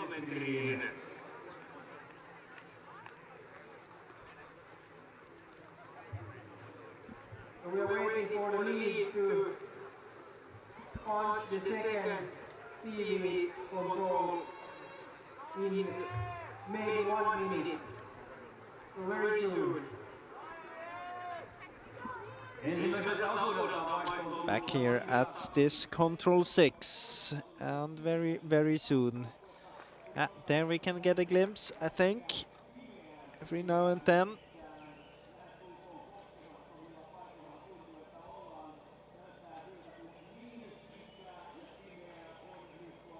Yes, indeed. Here the first runners coming, and you can also see that now we are in an area where we haven't been before. There are no other runners from the first or second leg here at this point after 3.8 kilometers.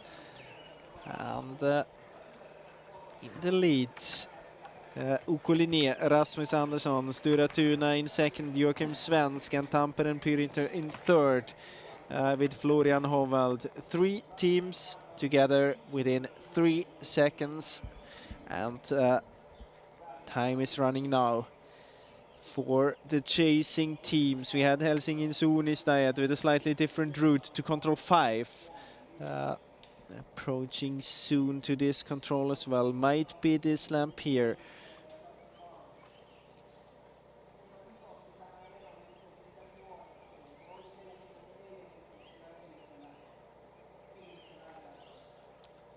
So we are waiting for Topi Syrjäläinen. The gap was 44 seconds at the first TV control. It's a bit more, but not very much. Punching there. 56 seconds behind, so lost about 12 seconds.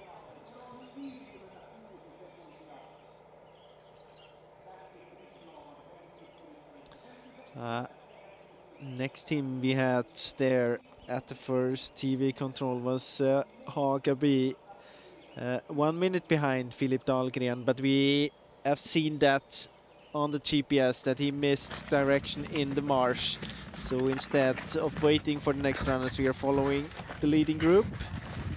We are following Rasmus Andersson and Joakim Svensk.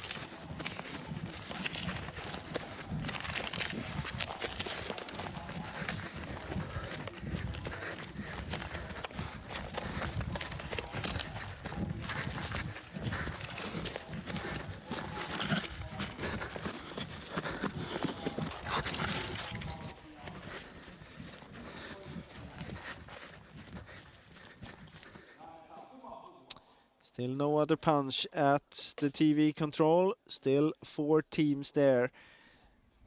And we are waiting for IFK Göteborg. We are waiting for Kolmården, Pan Kristianstad.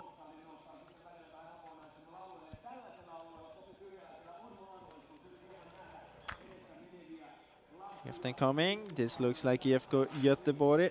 Time 2.5 minutes behind. So just about the same as it was at the last TV control. Pan Kristianstad as well. But catching places though, and that's key. Yeah, it's key for a while, and then the time matters again. Yeah, that's true.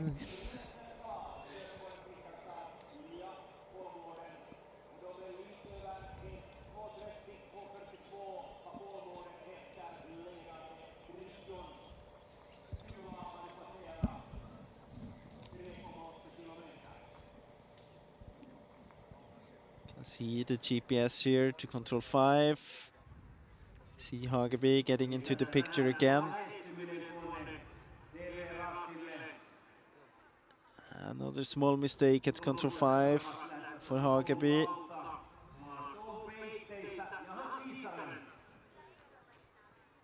We had the punch now as well from Kolmården.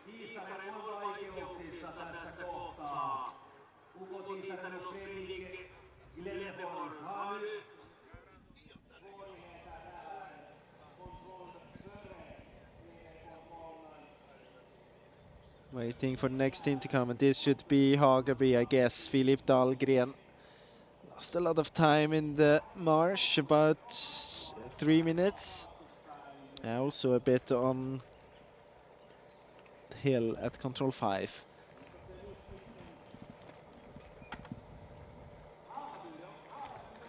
All on his own, Filip Dahlgren.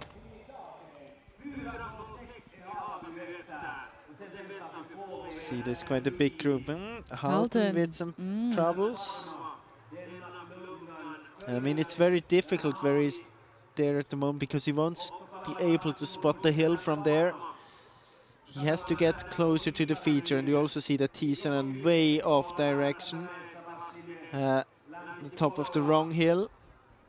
And again, I won't say it because of this particular GPS route in particular, but all of the GPS routes we see are on kind of a simplified map. It's not quite the same as the ones that the runners will have.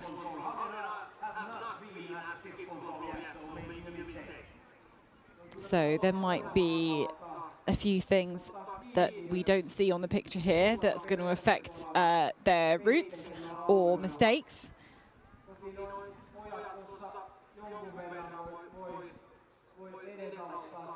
So still big troubles there for Halden. Not sure about Tisanen if they will find the way back to control 5. Let's see here. It's coming next to control 6. We're waiting for NTNUI, KV, Kalevanda Rasti, MS Parma, and Turun Suunis Dayat. Should be quite a big group coming, so I don't think it's this one runner here. It looks more like another team from Kalevanda Rasti. Second team, so still ahead of the first team. But they are close now because I think they are in this group. Yeah, the first team definitely closing up now. If they can find the control. Here we go. Kuve, they can go exactly the first Kalevanda Rasti team. It's a decent group of runners there. Fastest time so far. Actually, Thomas Skrifter from Kalevanda Rasti, but only a few seconds ahead. There are quite many runners at around 22 minutes to this TV control. Yeah, good to see the Czech runner doing well. And then you can see as it's starting to get light again, when you go out to these semi-open areas, you can get that peripheral vision back before you head back in towards the trees as well.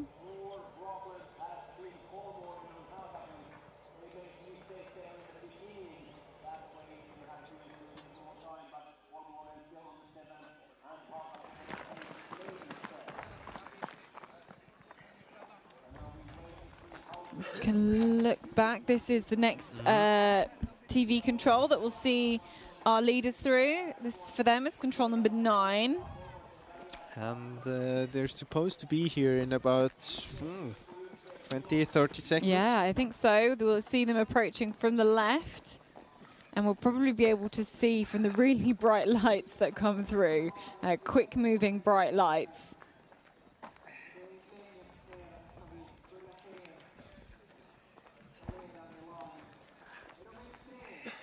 Where are the leaders?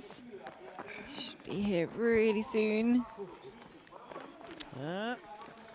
Here we have them, Stora Tuna, Tampere Pyrinto, and Ukoline.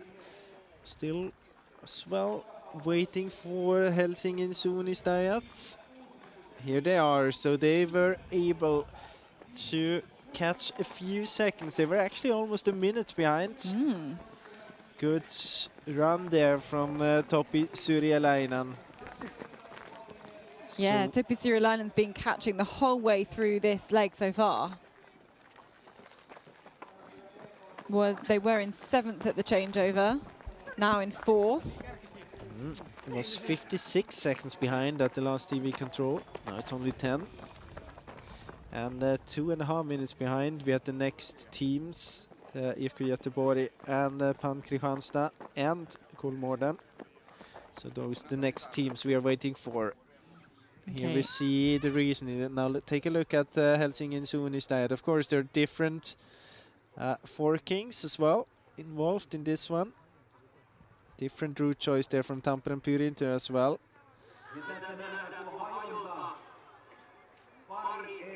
Crossing each other's way. Leading group and Helsingin Suunnistajat, and might be quite a lot due to this forking that Syrjäläinen made his way up again to the top. You can also see that there's an advantage for Kolmården compared to IFK Göteborg. Has to kind of turn a bit left there, but heading towards this track shouldn't be any problems. And just kind of this route, these routes up here, and the differences in the forkings kind of do show you that not all the forkings are very even necessarily. So, you know, there's opportunity for some to have shorter forkings towards the end. You're running shorter routes. It's you know, it's not really a level playing field at this point in time in the relay. It's only when we get to the very, very end that it's going to be level. The idea from the beginning for sure is to have it very close, about 20 seconds from each other, but that's a very hard thing to do, especially in the night. I mean, if we have seen that Tampere Pyrinto and the other two teams, Linni and Stora Tuna, they were actually taking different routes out from this Katten area. So it's so hard to say in the night if it's just a forking, is it some hesitation, is it something else. It just executed a bit of the route a bit differently, and you have more than 20 seconds difference between the route choices. And here we have Kolmården. Yeah. 5th, 2:46. It was 2:42 at the last TV control, so quite similar running here.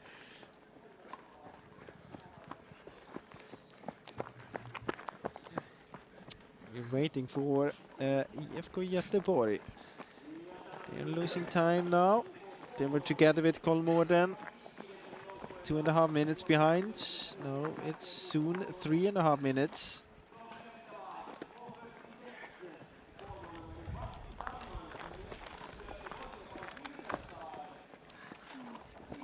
You can see so many runners through here, but can't yet see IFK Göteborg. Also waiting for Pan Kristianstad. Here we have IFK Göteborg. Also Pan Kristianstad.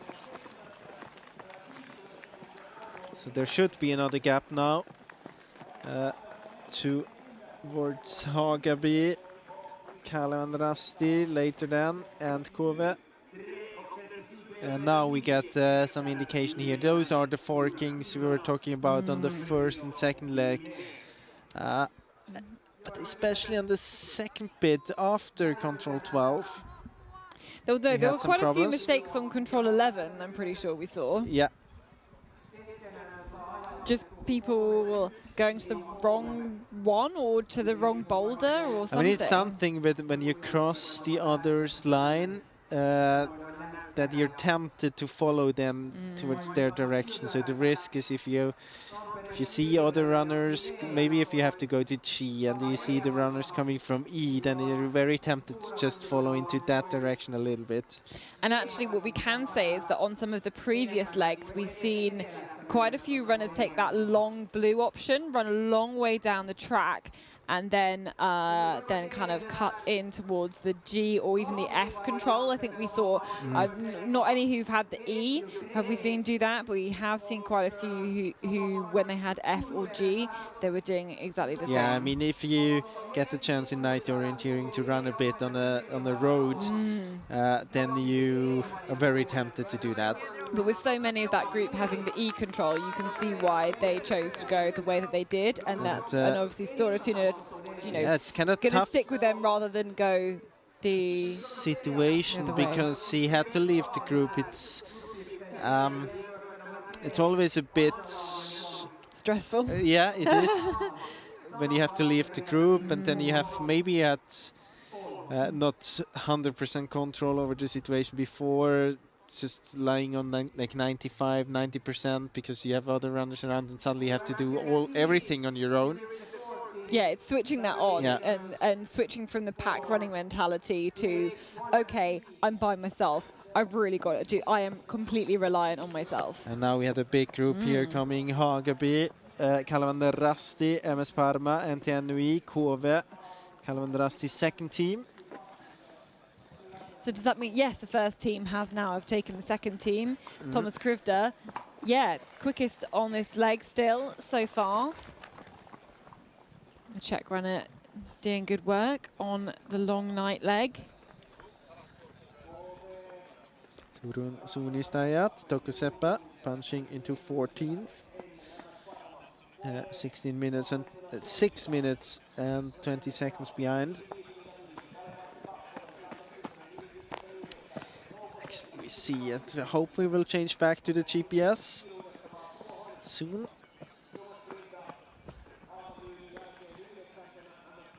Maybe now. Yes, it did, because hard to see here, but it was actually We've got quite a longer tail on yeah. our tracking, so we can see that there was a little mistake there from Stora Tuna. About, I would guess, 40 seconds. Yeah, just going to. I mean, you can change direction on the top of this hill. Remember, he was on the track there towards Control E, then headed southwards and kind of had to do this 90 degrees correction in direction. And interesting now, the three teams there, yeah, it looks good towards the E control.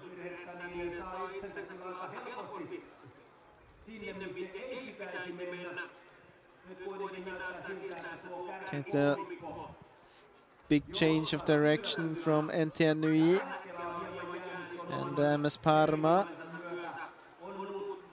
Trying to use this small track there.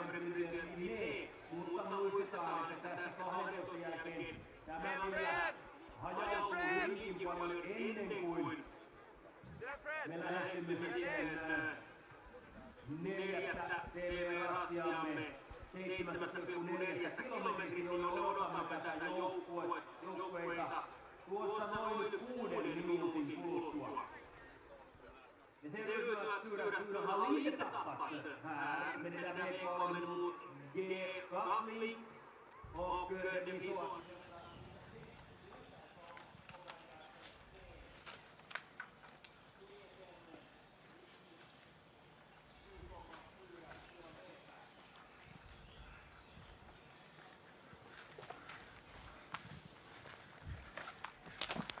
Can look back at the GPS tracking again, and I think Stora Tuna has to be really, really careful here to keep the right direction towards the next control. Actually looks like, yeah, Joachim Svensk has got this under control. I was a little bit worried about the direction.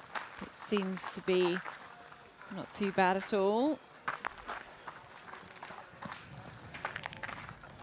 But the group of three who all had the E control still all together.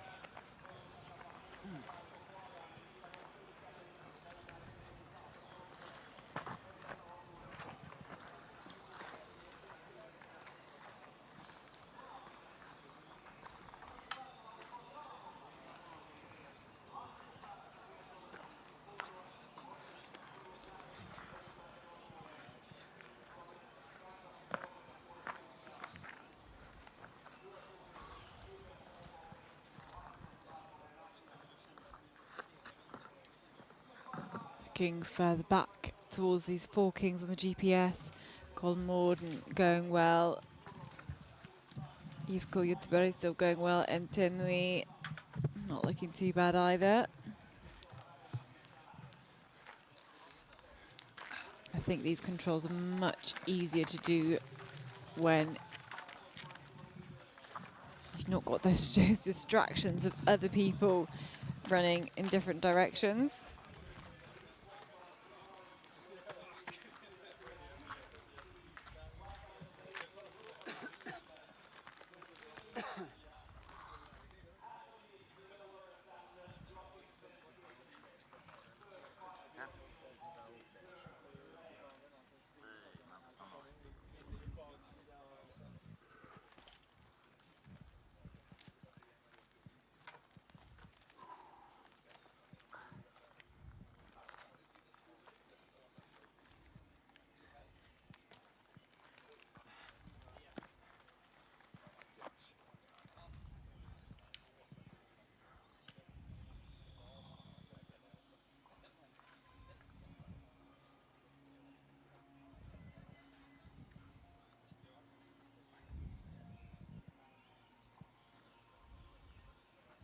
And the next TV control, I think, will be in about 3 minutes or so.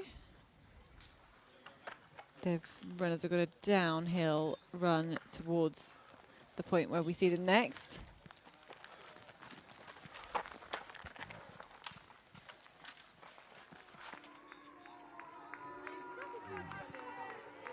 And for the people who are at this arena, have made it through the darkest part of the night. Getting to see the sunrise, but let's go back together then with this leading group. So we saw Stora Tuna with a mistake towards control number 10. So this leading group then with Line, we've got Tamperin Perinta, we've got Helsingin Synestajat. Those are the three that you can see all in the picture. They drop down. This is the 15th control. Lots of urgency then through there with the punching. You can see just how they were able to overtake all of these runners underfoot as well. How the tracks are forming. And then we will see them next, get the next time check at this next control then.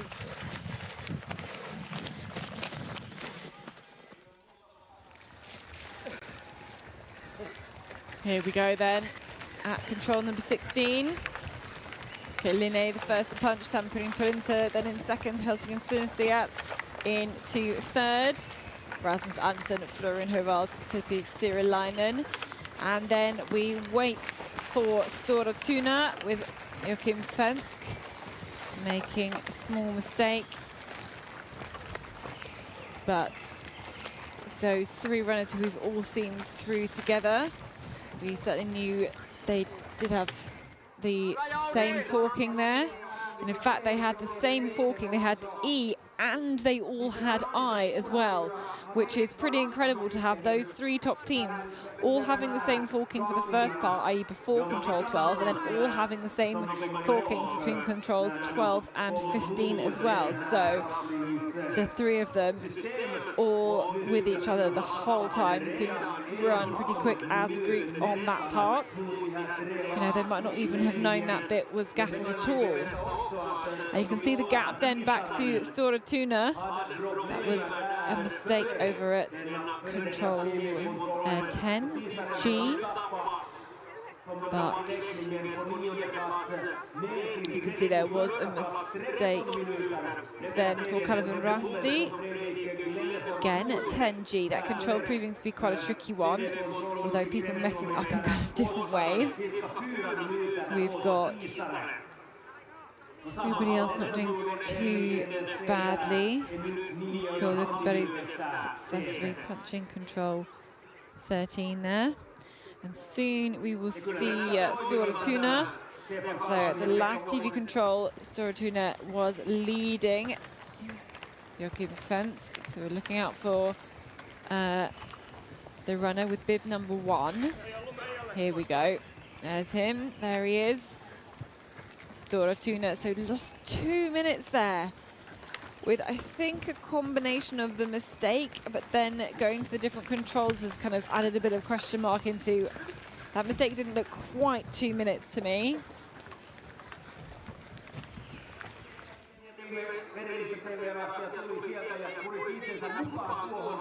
Ja sen jälkeen siellä oli niin, että Syrjälän tosi etuudissa, että joo, ei tällä kertaa pystynyt Jokkimisen vastaamaan. Ja putosi myös tuossa noin hajautumisen kautta. Tässä tilanteessa kolmikon taakse. Joo, kyllä tuossa kävi sillä, että tuolla kolmikolla oli sekä toi sama e-hallinta ennen 12 ja sitten niillä oli toi sama i-hallinta. But luckily for Stora Tuna, there is quite a big gap back to the rest of the field then. They don't look like they could be closing. I think it's not a running speed kind of problem, just that mistake on the hill before 10G. Calvin Rossi, maybe another kind of interesting route in towards control number 12.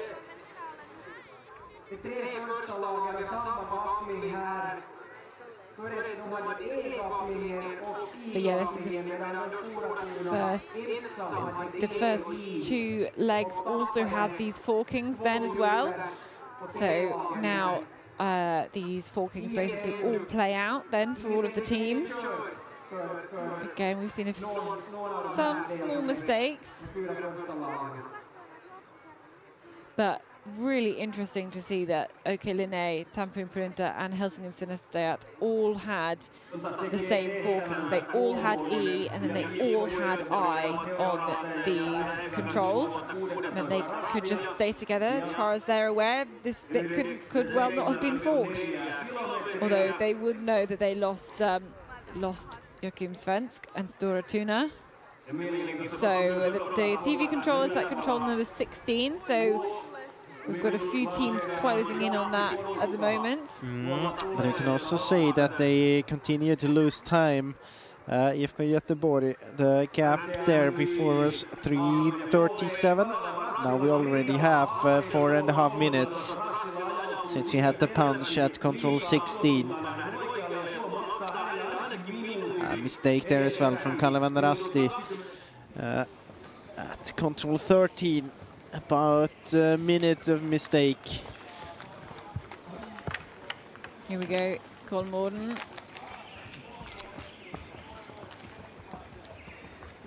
This is IFK Göteborg. Yep, good spots. Harvard Stansad, Eidsmo. Few runners from earlier legs through at this point. We have quite a big mistake here from NTNUE as well, or it could become a big mistake. I think he will get it under control. This is Hagaby, Filip Dahlgren, and Ola Martner for Kristianstad.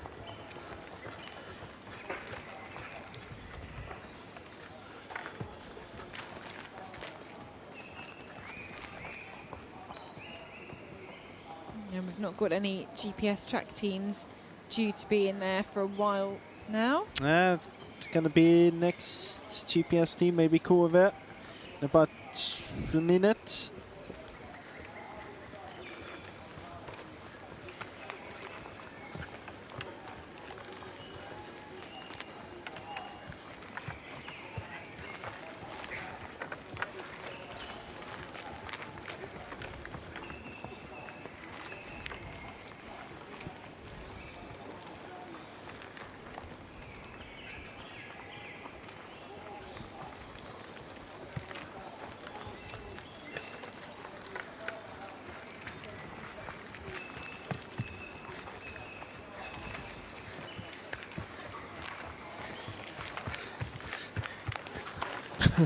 It's kind of a sprint there towards the control.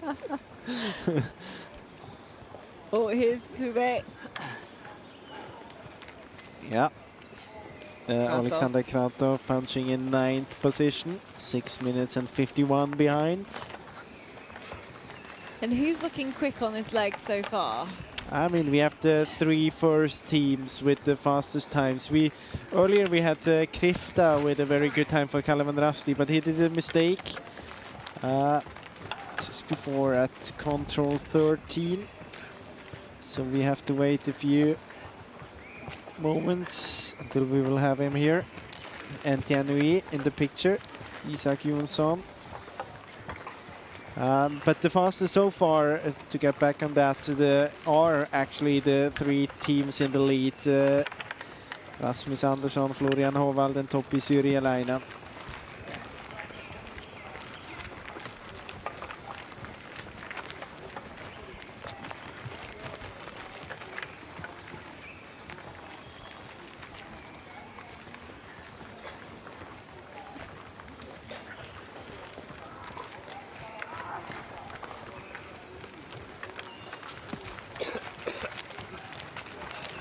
Here he is, Kalevan Rasti, Thomas Krivda, as you just mentioned, who had been having such a good run, but now running time is just under 2 minutes slower than the leaders.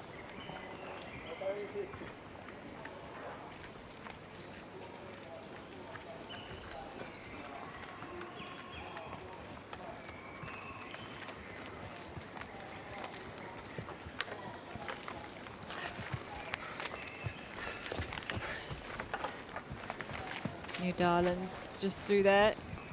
Jon Aukrust Osmoen.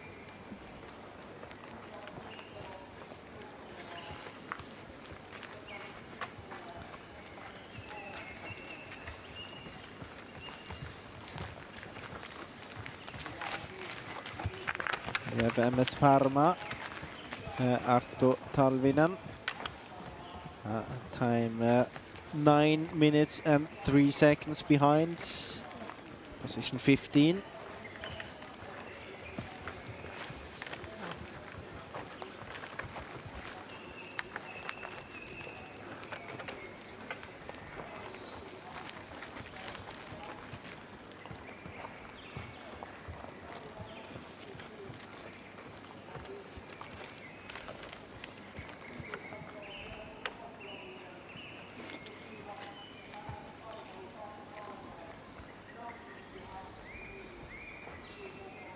So 15 teams through to this point. And for those, you know, those runners who are going to be going out on the 4th leg, they're going to be warming up now. They're going to be getting their final few preparations ready. They'll have presumably tried to get a few minutes of sleep before they headed out on their course. What's that kind of routine like if you're going to be doing something like 4th leg? I mean, time right now is 2:37. So if you think about, yeah, they're gonna start about 3 o'clock in the morning, so they will try to sleep until midnight, go up and eat, and that's actually it's quite special when you run in the middle of the night, because your stomach is definitely not used to run in the middle of the night, and there are many runners having problems with that. So it's a good thing to be training, but you don't want to go out and do your training out not having had any food, but you also don't want. Yeah, I mean, if you when you do your preparation, it would be a good thing to go training at 3 o'clock in the morning. But yeah, that's nothing you do. So you kind of risk it and hope for the best. Of course, you have to be careful with what you eat. Eat some stuff you know that you can kind of handle easily, but it's food. You know, you don't want to go up at midnight and start eating. No. It's like your whole body is just shouting, "Don't do it." But you have to do it, of course, because it's a long leg here, and then you get back and you have to wake up often. It's quite of a, it's not the best time to start, because it's hard to get some sleep before midnight when you're a bit nervous, but you would like to sleep because 3 o'clock is quite late or early, and usually it's easier to get some sleep if you're running the 4th or 5th leg. The third one is really tricky one because it's somewhere in between. But yeah, I mean, at the same go to time, bed at like 8 or 9, try to get some hours. yeah, and usually you try to go to bed just after the women's relay. Yeah. But at the same time, it's still a time you can handle, even if you don't get any sleep. Of course, you're tired then when you warm up, but once you're in competition mode, you kind of delay the tiredness until after the run. But it's harder for the one if you don't get any sleep, if you're very nervous and you don't get any sleep if you're running the 5th or 6th leg. That would be quite a tough one. Yeah. Really, really tricky. And it's starting to get a bit brighter here again. You could see it before when you got the overview over the arena. I think it's definitely going to have an impact even in the forest now, definitely in the white forest. Yeah, you will be able to see the contours again around you. It will help you. As you mentioned, especially in the white forest, when you get into the green bits, you still... I mean, the visibility is lower anyway, so you won't see the contours around you. I mean, you definitely still need it to read the map, see the detail on the map. You definitely still need your head torch. It's not that light yet.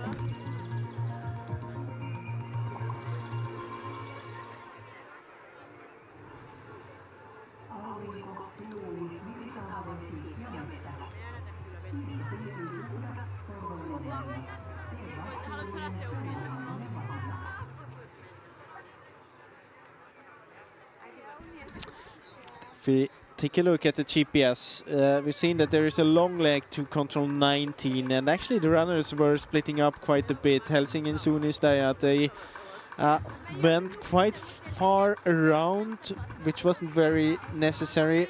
So he lost a lot of time. He lost about 2 minutes compared to Tampere, Pyrintö and Linné, and they are in the lead right now. My guess is that Stora Tuna and Helsingin Suunnistajat maybe still advantage for Helsingin Suunnistajat, but there is a chance for Stora Tuna to get in contact with them at control 19. If you remember back to the broadcast, I don't know if you were watching, then we were talking a lot about the tactics and how important it was to get in a train for the long nights, because the long night was completely unforked. It's so important to get into that train. We saw, I think we had a group of like 15 runners gradually being whittled down, maybe 13 at the end of long nights. Of course, this is a completely different job here, where all of the controls, all of the legs are forked. We don't really have those tactics then of making sure you get into the long I mean, train. here you have to be a very good night orienteer to run this long night. Yeah, if you're not, then you lose a lot of time, of course. But it's different. I mean, in long night at Tiomila, when you know it's unforked, yeah, you can basically just follow. Yeah. And there are many teams doing that. Making sure you're getting on the train for the runner before long nights. Like, that's the job. Yeah, because there it's more a battle between the different groups against each other. If you're able, as we have seen this year, if one group is able to open a gap big enough, then it will be almost impossible for the runners behind to get up there again for into the fight for the victory. If the leading group's not managing it, it will end up in a big group coming back together. Here it's different. You will have these smaller groups, you will have individuals having the chance to get away. It's all about orienteering. Everyone has to do his job, and I mean, in Tiomila you could send out a runner who has no experience in orienteering at all, and he might manage to get back in the pack. But let's see here, this is the group. You can see Helsing Suunnistajat going all the way around there, decided to go into the marsh, but then following this border of it, so maybe the runnability there wasn't too good anyway. But you can see the gap here, more than 2 minutes, and as I mentioned before, together now it's Stora Tuna. Yes. Same choice there by IFK Göteborg, so there's a risk for them to lose even more time. Yeah, it feels very extreme to not cut through, like where we see either Nydalen or MS Palmer. A bit about the direction of Stora Tuna and Helsingin Soon is that just there. It should be on the other side of the stream. You should bounce quite easily though off that hill to the right though. Yeah, and of course now they see the cutting area coming there as well. Still, it's not. It shows it's not very accurate, and now you can see in the terrain. You can start to spot the features again. If you remember back half an hour, it was totally dark when you had pictures like this. You couldn't even see the controls. Yeah, like the trees and the rocks. Yeah. Couldn't even see when it was the flying pictures. Yeah, we couldn't see the drone shot, could we, at all?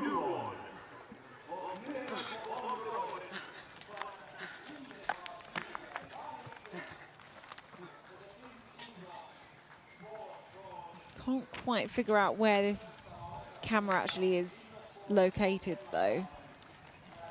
Which teams we can see through here, especially we've got all sorts of teams. I think we are waiting at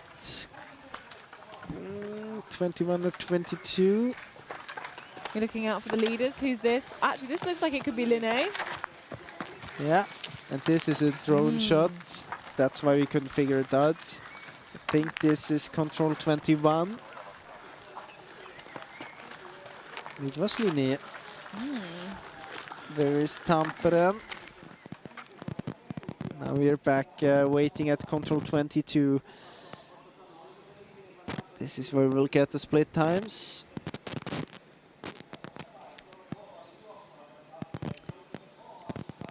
A little bit darker than in the forest at this point. But looks like advantage to Linné. Yeah, definitely. Rasmus Andersson. Florian Hovald is running for Tampere Printer on this leg. Here we go. Yep, that is the red and blue of Linné. Let's see now how big the gap is. It's just a few seconds because here we have Florian Hovald 10 seconds behind. The interesting thing now, how big is the gap compared to Helsingin, Suunnistajat and Stora Tuna? Yeah, it was 2 minutes from when it was that leading group of 3. Now it's leading group of 2 back towards Stora Tuna. Feel like it could be something similar again. But we count up the seconds then, and of course now they've been joined by Helsingin Suunnistajat as well.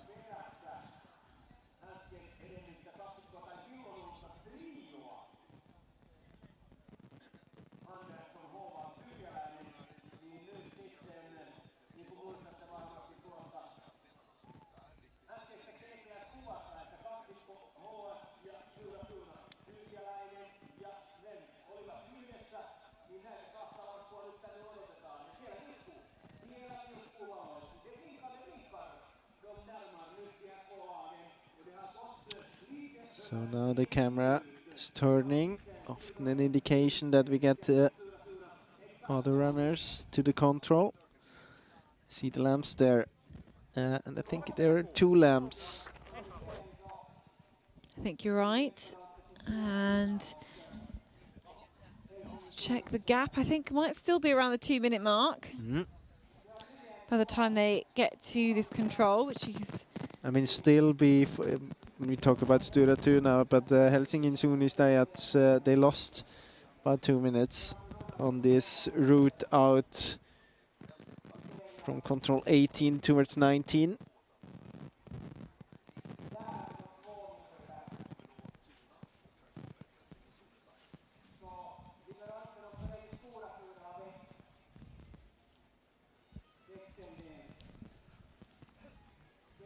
So it's a bit more than 2 minutes. It's a bit more hesitation into the control as well. 2:18 and 2:19 for Helsingin, Suunnistajat and Stora Tuna. And the teams behind Kolmården and IFK Göteborg, it was about 5 minutes.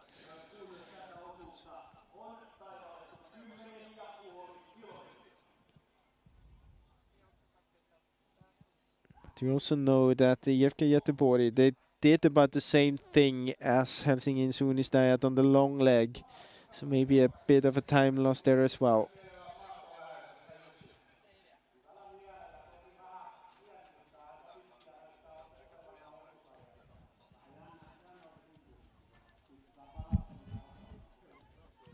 It's going to be a while before we see any more teams through this point, not going to lie. They're on the way, though. They're on the way. They definitely are.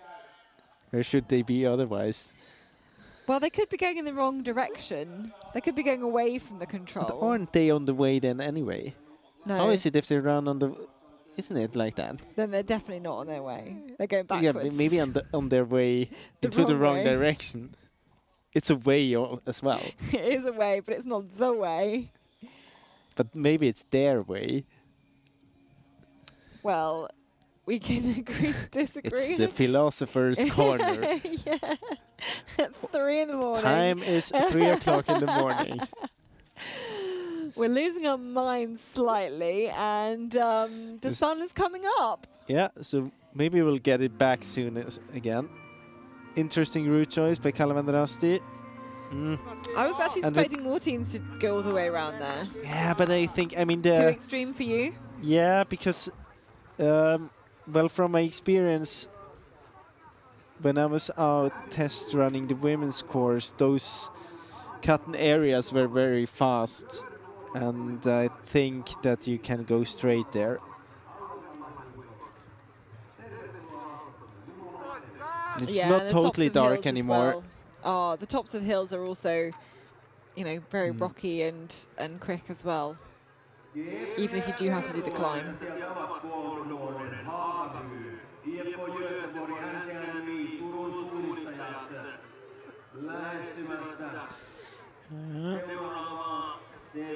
Still waiting. 5 minutes passed since we had Rasmus Andersson at the TV control.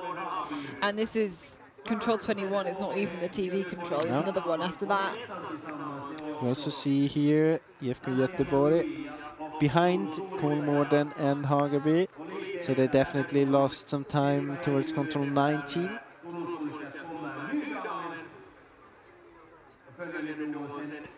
Now Kolmården, Hagaby, just got to be careful.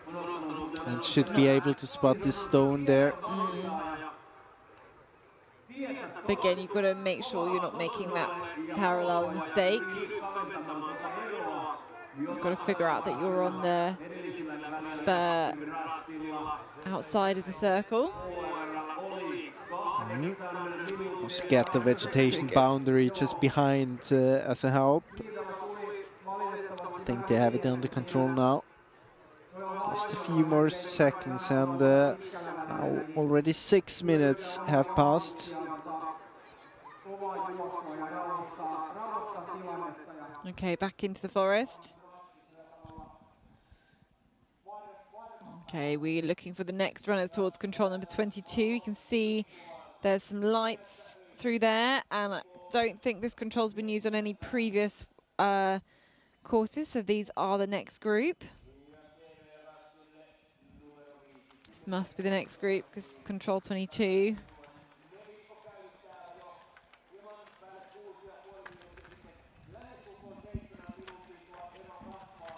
This looks like Pan Kristianstad.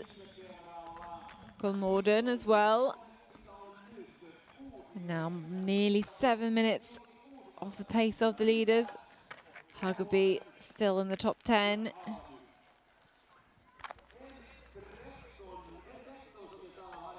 Kuve as well.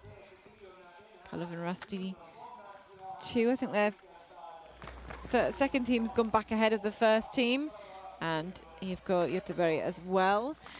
I think we should jump slightly ahead in the GPS tracking because there's been some development towards in our kind of leading 4. Yeah, if you want to call it development. Drama, news, progress, the opposite of progress. Yeah, it's the opposite of progress for Helsinki and Sunnistad. And well, the surprising thing is where it happened, because it's quite, well, it's not the most difficult control, but yeah, they lost about 2 minutes and 1 control. That's kind of a bridge over a stream. As I mentioned, not the most difficult one. Kind of got stuck there. It seemed as if he paused a bit, but he's continuing now.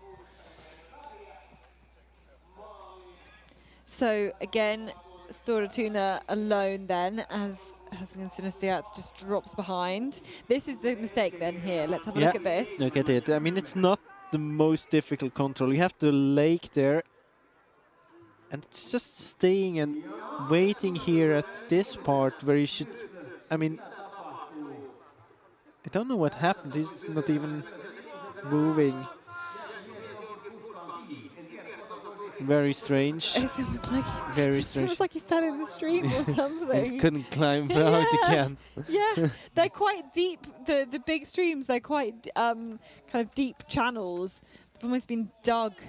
Well, they probably have been dug into the terrain. That's why they're so straight. I mean, you wouldn't need a bridge over it if it wouldn't be a deep one. Yeah, it's true. That's true. But there's no reason to jump into it. No. I don't know. I'm just trying to make up what's going on here. Trying to explain that long amount of time, just seemingly standing still, not moving very far at all. Then we've got another kind of longish leg coming up as well, but back at control 22. Nidalen. Jon Aukrust Usmuen. And looking back at the times, it's still really those 2 in the lead who really not made too many mistakes out there, have got the fastest times on this leg. And also Alexander Kratov also looks to be doing pretty well too. And we get a glimpse from the Yle studio, which hopefully we will cut away from soon. Yeah. It's not even anything we can translate because we don't get the sound of it. Yeah, and also we don't understand Finnish either. Yeah, I mean it's a small technicality. It's just about just to tell people what you would say in that situation. Oh, okay. Well, I would be talking about, well, if I was about the Yle, streams and how deep they are. Yeah, I'd be talking about Helsinki and Sunnistad making a big mistake and what that might have been, because obviously they're a Finnish club. The Finnish TV are going to be really interested in what they're doing or not doing.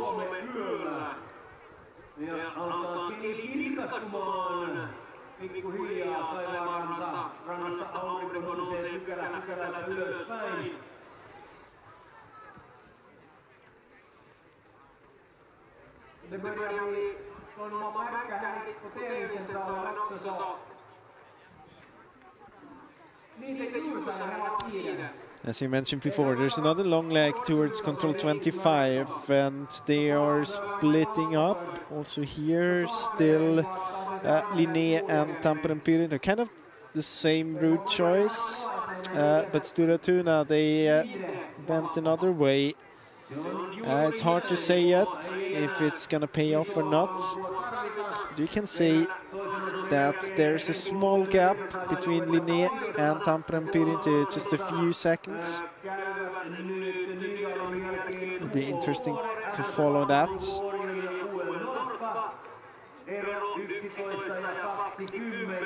Now we also got a few more punches at the TV control. We have Kåre, Jonas Gustafsson, MS Parma, Artur Talvinen, UK Orion, Rasmus Elmelid, and All Norska Daniel Hopman punched that TV control.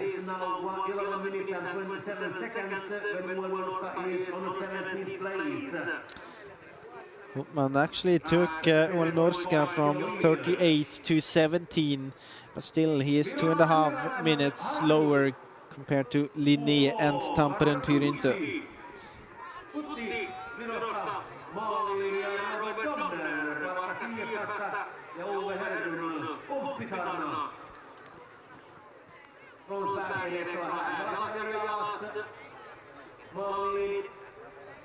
Ja Norjasta Irres Jukola, varsinkin kun Hakan oli Heinonen maali myös.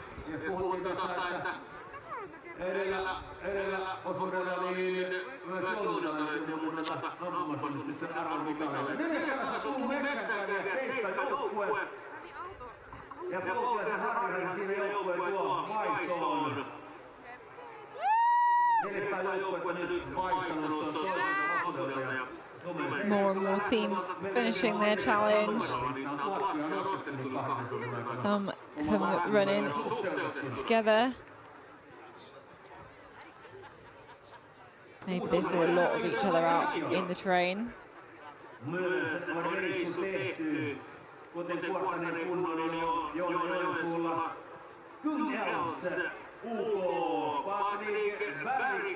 And looking at the GPS, it seems as if the gap between Linné and Tampere Pyrintö actually is growing. Very good and distinct orienteering by Rasmus Andersson, and this kind of hesitation from Florian Hovald in the middle of this route.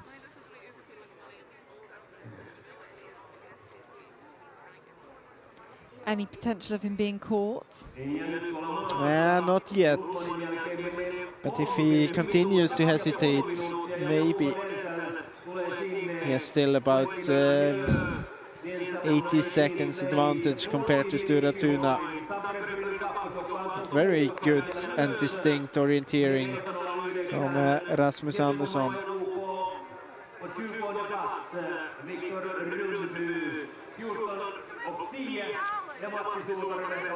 But a few more punches there at the TV control. Denselm into 18th position, Tampere Pyrintö 19th, the second team. Göteborg Majorna 20th, and Vecheladen Veikot into 21st position. Also got a punch from Navi as the 22nd team.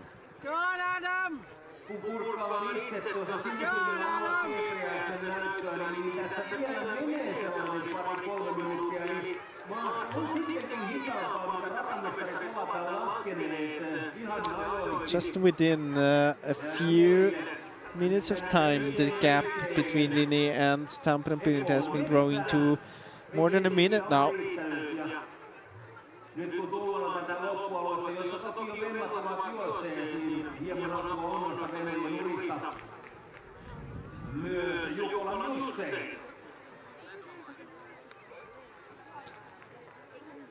And now we have the three runners. Linné 1 minute ahead of Tampere Pyrintö, and Tampere Pyrintö another minute ahead of Stura Tuna.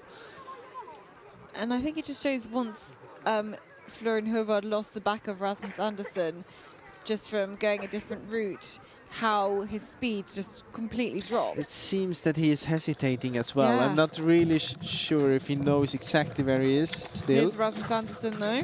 But this is very good orienteering here.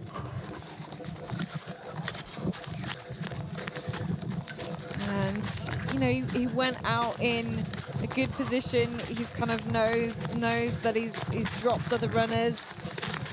Well, they're no longer running with him anyway. Maybe you can have a good feeling. Oi! Lots of you can see it's a tough task to follow Rasmus Andersson. Yeah, and if that happens, you know, if that was one of the runners doing that as well, which may well have happened a couple of times out there on the course, you've got to expend all that energy trying to catch back up again, staying on the back of the runners ahead. But our running camera operator's pulling one hell of a shift this evening, tonight, overnight. I wouldn't call it evening anymore. Yeah, I was going to say. So Not this the sun rising again. is the long leg to control 25. And look, first year, Stora Tuna going another direction, another route to control 25. And here you can see how the gap starts to grow. At this point here, it's not very distinct, but here, suddenly, just a slightly different direction, some hesitation, and the gap is up to 1 minute.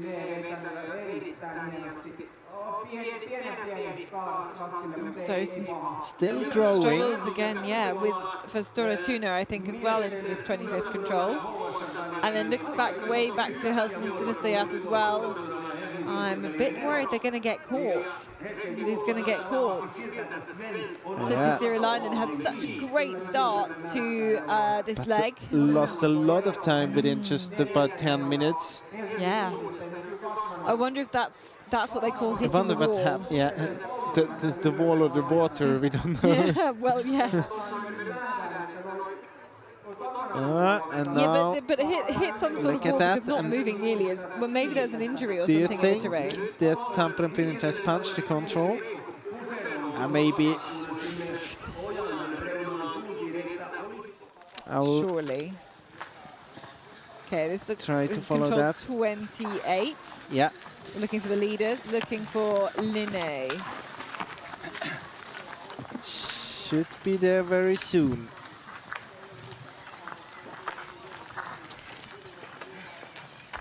I'm not sure exactly why we're looking so far left.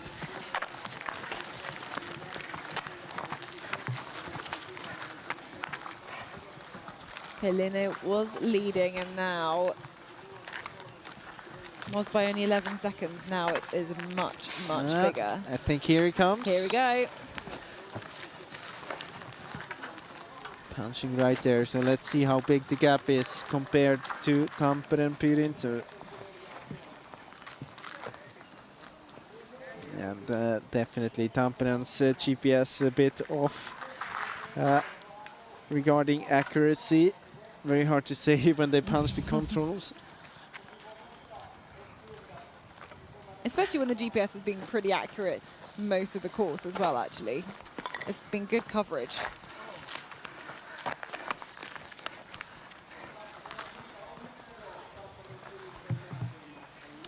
So 40 seconds have passed. No Florian Hovald at this control yet.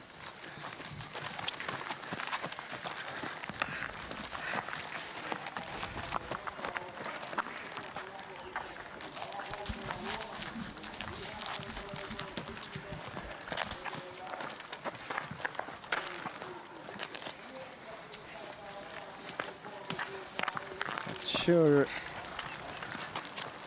think now he has got the punch at control 27, so the control before this one. So we watch in the distance for the whites and the red.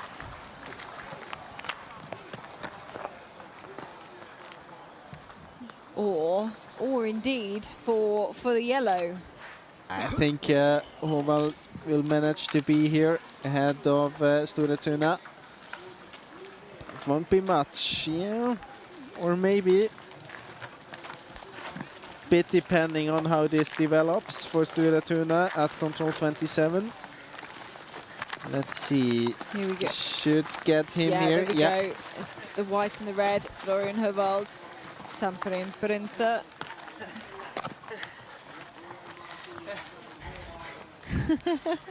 Yeah, there's so many spots to punch. I and he had know, to take exactly the same one.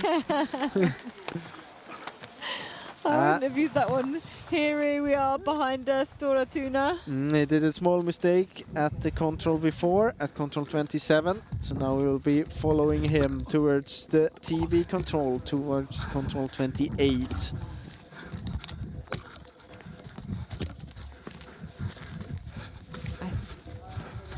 It's the first stone, so very soon he should be here.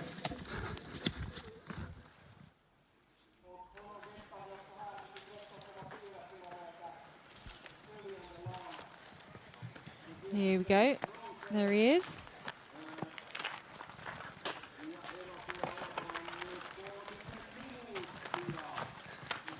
Still a minute behind Tampere and Pirintö. And considering Stora Tuna was in that leading group of 3, really dropping down now. Talking about dropping down, still quite a long time until we can expect Helsingin Suunistajat at control 28, approaching control 25 just now, or hopefully approaching control 25 just now. So I think he got the control. And let's look then towards the forest, because Linné Rasmus Andersson is on his way towards the finish now. In the next, I'd say half a minute probably, we're going to see him descending here. That was a very, very strong long night by him. Did you see any mistakes? No, I don't think so. I don't think we saw anything. And I'm just going to stand up, see if I can spot the quick figure in red and blue. I mean, here he is, just a bit more below. As we mentioned, a very strong performance has to go to the other last control, but no problem whatsoever on this third leg, on this long night. And with that, we can say we can kind of leave the night behind us and look forward toward the day. And it's kind of a restart going on now on the 4th and the 5th leg with 2 shorter ones to come. But we take him to the finish here, Rasmus Andersson. Yeah, this is an outstanding performance. Just getting it right the whole way around the course where others were making mistakes. And ultimately going to have a gap of probably over 2 minutes, I think, to back towards the next best placed runner.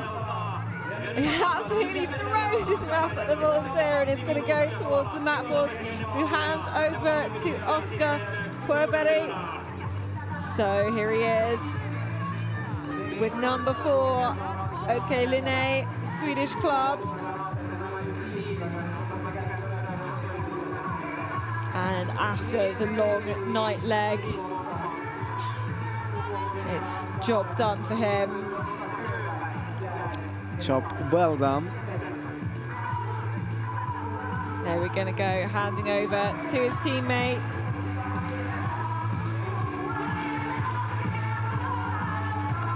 Turning up the music a little bit to wake up all the spectators in the arena. Yeah, anyone who was napping, no longer at all. And we can look also, I think, towards the Finnish arena very soon, looking for Tampere and Pirintö. We're looking for Stora Tuna very shortly as well. These 2 teams will be, probably can't see each other, but they should be fairly close. It's still about 40 seconds, the gap between the 2 of them. So very soon we should be able to see Florian Hovald heading down towards the finish area. The gap between OK Linné and Tampere and Pirintö was 2 minutes and 4 seconds. There might be a mistake from Stora Tuna to control 29. Ooh, just heading up a little bit too early, just before the control, but let's see if we can spot Hovald on the way to the last control. I think he's going to have cut better through. He punched there on the way to the finish now. And the changeover, he will hand over the map. Yeah, you can see him there in the picture, the quick runner just about to come underneath the gantry there. Here we go. This is the second place runner. He will change over to Mikko Erola. Not planned to be running in the first team, but got his spot due to the injury problems from Elias Kuka. Still struggling with the foot problem. So Florian Hovald goes in towards the finish then. He was in that leading group for so much of this course. Just trying to spot the next runner. be interesting to hear from him what happened there when he suddenly had to let the gap open. Now we can also say that Stura Tuna got the 29th control, should be here in a moment as well. Just trying to look towards the terrain, see any quick figures coming down through the forest. There is. No. Yeah, that must be descending quite. Yeah, now there is. Yes, indeed. I was looking at another one. That man is running far too fast to be not in one of the leading teams, I think. Just punching the last control now. So we're looking out on the screen then to see if we can see Joachim Svensk. Going to hand over to Anton Quckfist. So there it goes, just coming into towards the finish straight right now. And let's take a look at what the gap's going to be, because the gap between first and this third place will have grown once more, I think. It's up to 4 minutes now. And I can also tell you that at the TV control at control 28, we had the punches from Topi Syrjalainen 7 minutes behind. We also had Filip Dahlgren, Hageby, 7:38 behind, Pankristianstad 7:43 behind. KV 7:47 behind, Kalavendarasti second team 7:49 behind, and then another gap to NTNV 8:58 behind, and just now another punch, Uko Kolmorden into 10th position, 9:21 behind. But who are we looking to next in towards the finish? Who's on their way? It will be Helsingin Suunnistajat, but we have a few more minutes to wait. At least 2 more minutes, I would say. Ooh, very dirty. Maybe it was actually that he will fall into this stream. I mean, and we thought we were philosophizing about totally strange things there. Sorry, I shouldn't laugh about him falling in the stream. I really shouldn't. It's such a pity that we didn't have a camera there. Yeah, well, I more want to know whether I was right or not. I did not think I would be right.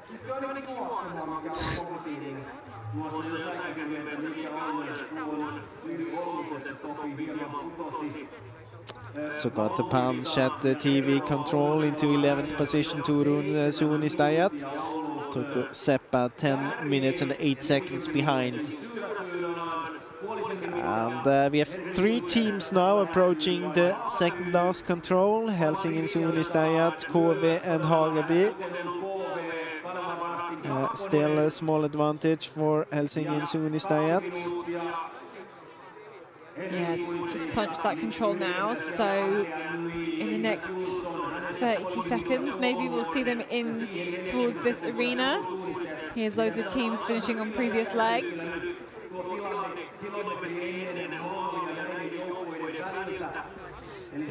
And Tenui quite far off direction towards the second last control.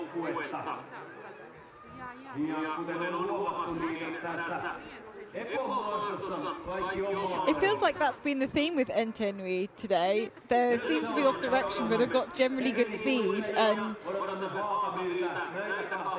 still somehow seem to be up there, to be honest. Okay, let's look into the terrain. Who can we see? Is it the name of a new boy group in Orienteering? Off Direction. Yeah, not One Direction, Off Direction. So I think we've got Helsingin Suunnistajat just dropping down now in towards the finish. Yeah, I can see that it is Topi Syrjalainen punching the last control. Det har varit väldigt spännande långa natten nu. Berätta lite, vad allt hände där under resan. Ja, men vi gick ut ett gäng tillsammans. Jag fick kartan precis först, så hade jag inte helt koll hur det var bakåt, men visste vi var typ tillsammans. Och sen fick vi de första bra, ganska snabbt kom ihop med Rasmus och Florian. Och så var vi 3 stycken ganska länge. Det kändes bra, tyckte vi hade kontroll, men sen var det någon, jag vet inte om det var en gaffling eller att vi kom lite isär så här, men Jag tappade bort dem i något grönt. Så det var ju inte så bra. Sen det var en liten miss där. Jag tror det var inte jättemycket tid, men de försvann och sen försökte jag pressa på ett tag och såg liksom aldrig dem. Och sen var jag riktigt trött på sista tredjedelen. Ja, det var faktiskt gaffling och du var den enda som får det andra och alla tre fick gå samma väg. Så det är det som hände där. Var du någon tid också med Helsingin-Suunnistajat? Ja, han såg ett tag på slutet eller när det var kvart kvar kanske. Sen vet jag inte var han tog vägen. Det måste nästan varit en gaffling för vi vek åt olika håll och sen såg jag inte han. Så gafflingarna funkade ganska bra idag. Det är flera sträckor kvar. Vad har ni för taktik nu? Ja, nu är det väl full fart framåt då. Om vi inte har en liten bit upp så är det inget att hålla igen på men de är riktigt snabba som är kvar så att det tycker de är kul, får jaga lite framåt. Ja, vi får se hur det blir med jagandet. Lycka till. Tack så mycket. So what he said is that they were together for quite a while, three of them, but then he lost them in a green area and he couldn't really say why, but now he got to know that it was due to a forking there, so he didn't notice that it was a forking. He thought that he just lost them in the green area. He also said that he was very tired in the end, and he was together with Helsingin-Suunnistajat, but the same there, just lost him and couldn't really say why, but it was also due to a forking. And asked for the tactics for the team, he said, well, there's nothing else than full speed from now because, they are going for the victory and nothing else. Yeah, they want another victory, that is for sure. We've also had a few more teams come into the finish. We'll catch up with them very shortly.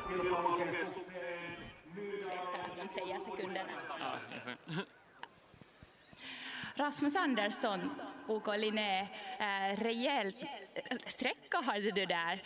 Där i slutet, det var långa sträckan, du var ännu fortfarande tillsammans med Florian Hovald, men sen blev han lite efter. Såg du vad hände? Nej, alltså det var väldigt bökigt i början, långsträckan. Det var mycket grönt och mycket pinnar överallt. Så jag sprang och ramlade hela tiden, men jag såg även att Florian höll på att göra det. Och så när vi kom på en väg på ett ställe så drog han lite snett och då fick jag en liten lucka och den kändes som att jag ska försöka hålla i det här ändå, men han lyckades stå ikapp mig ändå. Men sen så spreds vi ut och jag tänkte bara att det var gafflat helt enkelt, men jag tänkte, jag vet inte, sen kom jag ihop med kameramannen vid en kontroll som jag typ fjärde sista nästan, och då misstänkte jag att nu måste jag nog vara först och då kanske Florian hade missat lite grann och det visade sig att det var så var fallet. Ja, så var det. Det var väldigt spännande. Tack för den spänningen som du erbjöd oss. Och lycka till med laget. Ja, tack så jättemycket.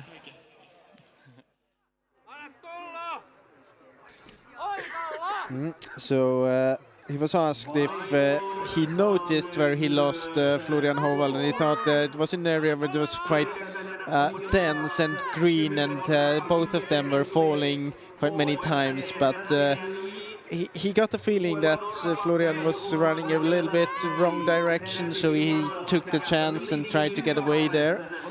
And he thought that it was forked in this part, but then he wasn't sure if he was in the lead, but ended up together with the cameraman, so he just thought, yeah, I must be in the lead now because otherwise there wouldn't be anyone waiting here for me. Yeah, that's a good thing that actually gives it away, to be honest. That's a really, really good point.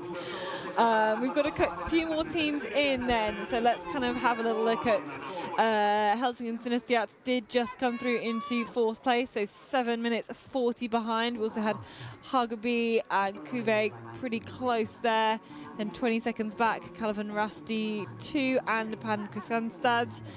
Then a little bit more of a gap to Kolmården, Entenui, Norska, another small gap towards New Darland, and we've just had Helsingin-Suunnistajat through towards the finish. So that means 13 teams now finished after the long night leg, after leg 3, and we go on towards the shortest leg next. And actually, if we look at the leg times here, Rasmus Andersson with a clear best time, almost 1.5 minutes faster than Daniel Hoopman with the second best time.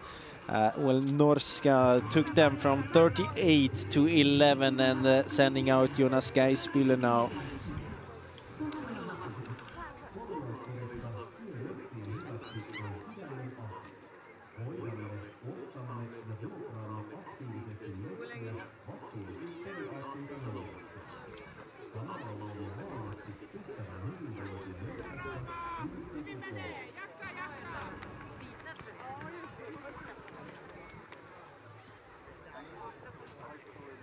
So we go towards the shortest of the legs, leg number 4, which is about 8 kilometers. And it's it usually is, it always is kind of a change in orienteering again. We have these long legs with, I mean, first leg, second leg, third leg, all of them quite long ones, and they characteristically more towards a long distance race, and then fourth and fifth leg usually a bit more middle distance like. And I would say it's the same today. Many controls, many changes in direction. It starts to be daylight again, of course, in the green bits, still quite dark. You can see that the runners here have the lamp on, the light on. But it's important to get a good start into this good race through this fourth and fifth leg. Usually, as to use your words, you put a bit of the weaker runner of the team on this because obviously they are shorter legs, and often we see quite many mistakes. If I look at the runners now we have on this, it's Oskar Sjöberg, Mikko Eerola. Not really the runners I would expect big mistakes from. Not in these top teams anyway. No. But we will see. Well, at this point, after nearly 2 kilometers of the course, we've had these 2 teams through then. We've had Linné and we've had Tamperin Perinta. We are going to get Stora Tuna very soon as well, I think. You can see they had quite equal speed here on the first controls. Hey, there he is. Number 1, Stora Tuna. 4:57 behind, so he lost about a minute in the first part. That is the 4th control.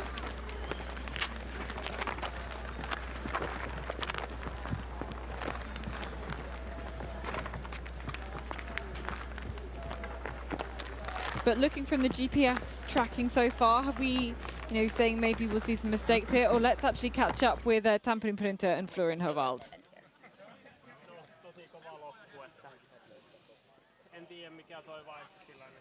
Tuossa on vieressä Topin haastattelu, niin voidaanko vetää samanaikaisesti?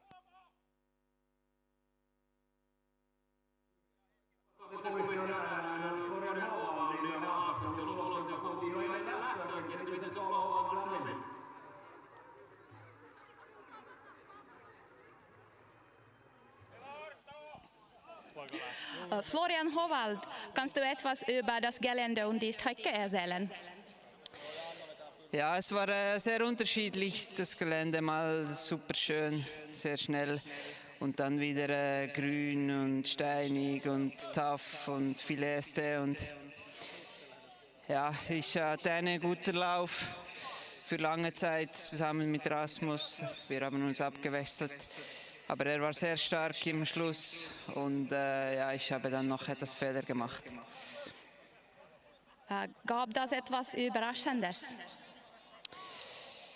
Nein, ich denke, wir waren sehr gut vorbereitet. Es war eigentlich wie erwartet. Ein paar längere Strecken, dann wieder viele kurze technische Strecken. Ja, es war cool. Vielen Dank. Dankeschön. For some reason we took that one in German. Yeah, it gives me the chance to prove some of my German. Language. Well, he said that it was quite different in different parts. In a few parts it was very beautiful forest, and it was greener and fast and slow, and he had to change and adapt all the time. He said it was quite a good run and it was kind of changing in characteristics which he liked.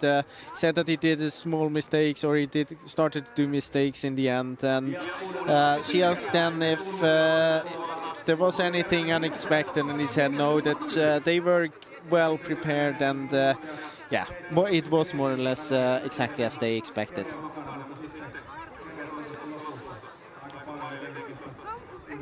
Easy peasy. Yeah, so I wonder what, yeah, bring on some more languages here. Yeah. I can have a go at French. I have the feeling that, yeah, don't bring any more languages, no, all I can. No. What time is it now? It's 3:30 in the morning. Like, we don't need any more languages into the But I'm mix. happy that they start to get it easy, make it easier and easier for me. Yeah.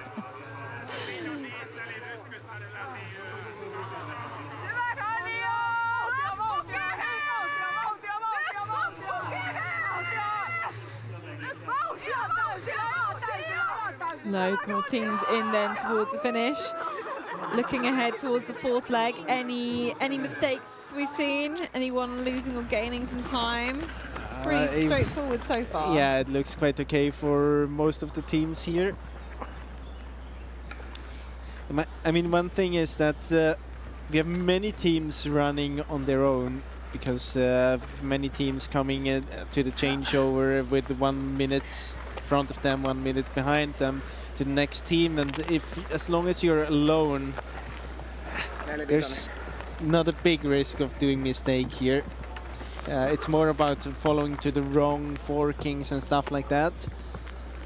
We've got a couple of GPS track teams on their way to this control now. Let's see if we can watch out for some of the top teams approaching here.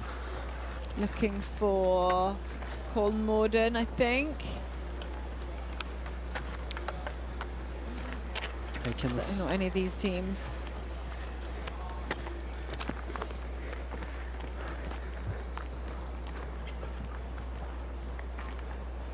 One thing that's very obvious if you look at the result list here is that IFK Göteborg lost a lot of time. We had them quite far up the result list at the changeover after leg 2. In the finish, Håvard Sansad 8 smooth punched 15 minutes behind in position 14.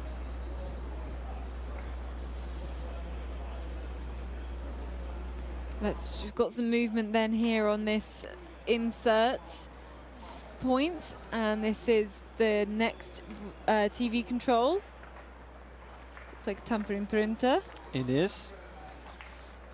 Let's just check that we've seen Linné through this point. Yep, we have. The gap is 3.5 minutes between the leaders and between tampering printer, who's just punched there. Mikko Erola. Another minute to the gap there, from 2.5 to 3.5.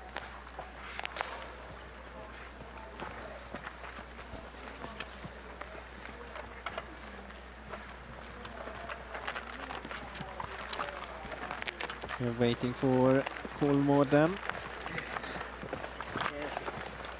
and then Tenui. Here should be here very soon.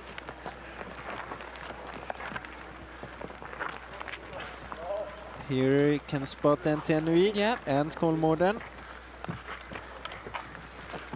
Yeah, number 3, number 16. Hans-Petter Mattisen and Oskar Leinonen.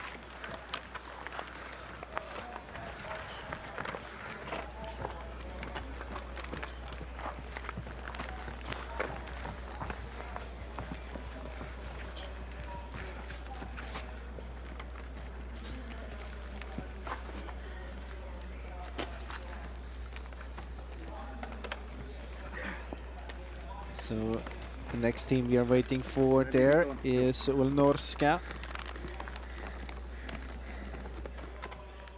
Jonas Geisbühler, and then Nydalen and Turun Suunistajat, but no punch so far of any of those 3 teams. No, then I think this is the later TV control that we now switched our attention to. I wonder. I think this is control number 8. Or let's see, it's control... No, we've already seen Tampere Printer through... yeah, that's right. This one. Control 7, maybe? Yep. If this is Stura Tuna. Yeah, it is Stura Tuna. We also got a punch from Norska. 12 minutes 28 behind, and Nydalens 12:39 behind. And the gap's just growing between these top teams now. Between these 3 teams, every single time we see them through at the split time, the gap just gets bigger and bigger and bigger.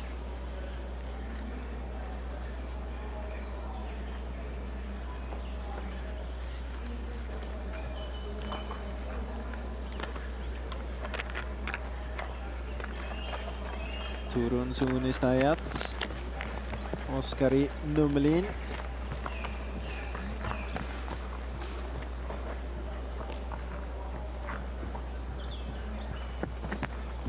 Next team to get there should be IFK Göteborg. Oh, and now we have some GPS. Can see that Oskar Sjöberg is just off direction. And in an area where it's not the easiest part to relocate because there are no features. But due to the fact that it's so very flat there, it might be enough with those small hills. Let's see. Yeah, you've got to try and use what stands out in the terrain, and on an area that's so flat like that, you can use some of those boulders as well. I think he has control over the situation again. Okay, let's replay this leg then. This is a long leg. Yeah. Don't know if you'll see any replay. From leg 3.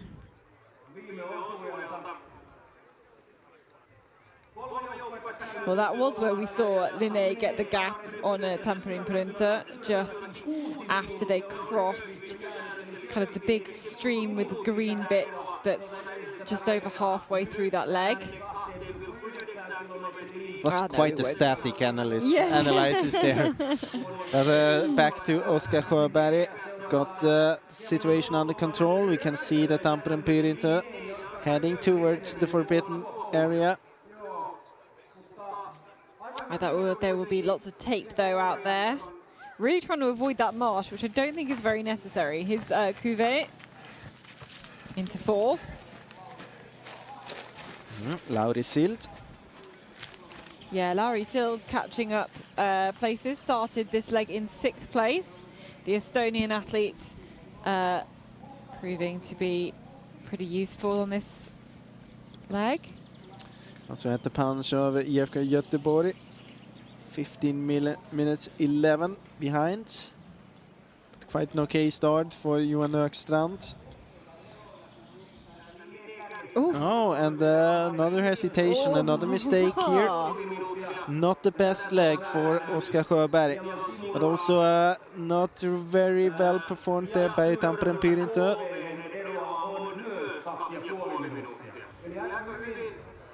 Having some back and forth. Seems to be difficult in this part. Yeah, I mean, you're on a form line contour. There's a couple of boulders. Everything looks kind of the same. Helsingin Suunnistajat then through here in 6th place.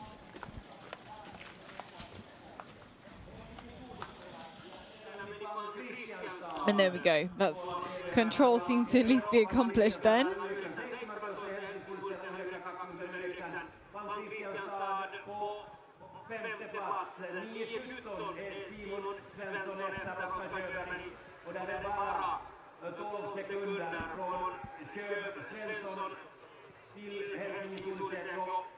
So next runner we're waiting for at the TV control, Punk Kristianstad, Simon Svensson and Hageby. And Hageby actually punched there right now, Louis Sintring, together with Kalavandrasti second team.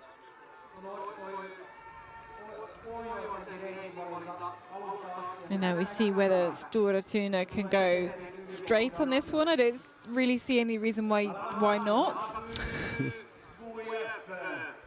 I think the two runners ahead were a bit afraid of the marshes, and it's so dry out there that I don't think you're going to lose too much. Yeah, but my feeling is as well that it might be a bit green. It's hard to attack the control though from that part. Yeah, but it might be a bit green because otherwise they would just have entered the marsh when they were running along it, just beside it.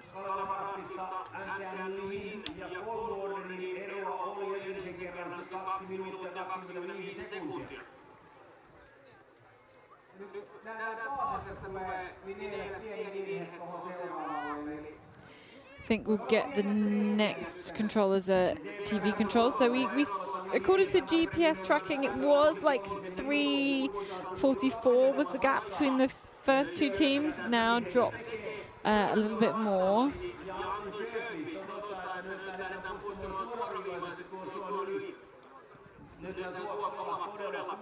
But yeah, Stora Tuna going much more direct. You've got to keep good direction then in the marsh.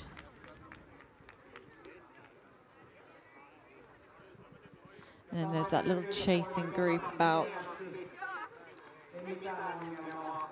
kind of 9.5 minutes back. So there's the leader, Oscar Sjöberg, just having punched control number 12. And not sure anyone's quite switched the head torches off yet, but light growing with every minute here in the forest and completely changing the characteristics then of this relay.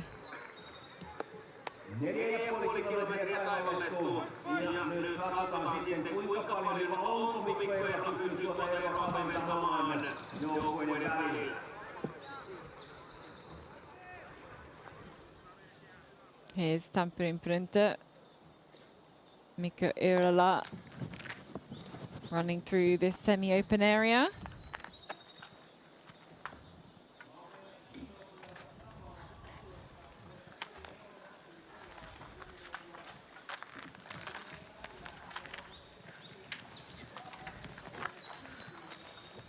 Can see the control in there, and then we will take him at the next control is where we get the time splits.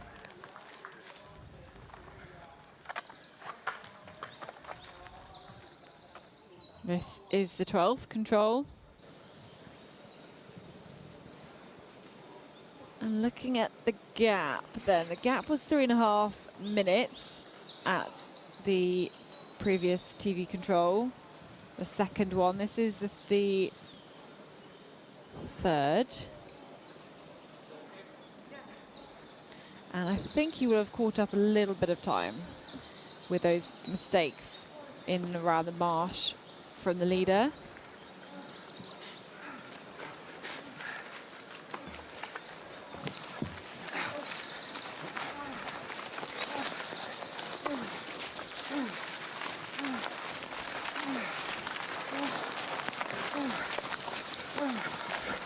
We can go back though with Oscar Sjöberg and see if we can see him cross. Well, he has just crossed the stream.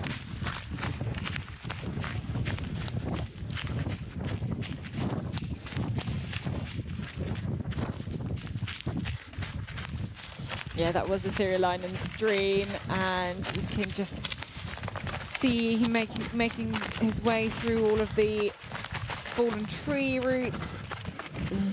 Still got such a great high pace, maintaining that leading position. Just maybe gonna try and make a little gap now, and he's doing a really good job of doing that. He's managed to regain all the composure that after he was struggling a bit to control number 10. Regained really strong direction through towards this next control. You can see that in the more denser parts of the forest, the head torch still making still being very, very useful.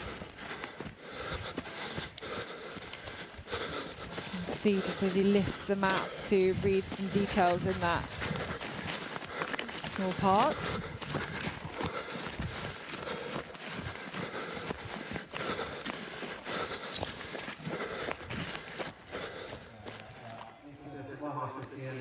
Okay, we can go back then towards this marsh control, and a lot more of the teams, I think, having far fewer problems here, going pretty straight. It's fairly straightforward. And we have actually seen Katherine Bett then through the control number 12, the next TV control. The gap was 3.5 minutes. It's now down to just less than 2 minutes between the first two teams. So that's all as a result of a couple of, well, kind of strange direction and then kind of going back and forth from the leader at control number 10. You can see a bit of strange direction here from Helsingin Suunnistajat. Arttu Syrjäläinen. So a small mistake forced Uratuna. Yeah, very close to the control, but just heading to the wrong stone. It might be the fact we mentioned before, that you just don't see the control behind the feature. Yeah, it's really well planned with that in mind. That, and especially we have views like this of these control points, and we see the feature the other side of the control, which means the direction that everyone's going to be coming from, which is the direction we see. Everything's just hidden behind the control. And that's not just the kites, that's all the punches as well, which I think just makes it really, really tricky.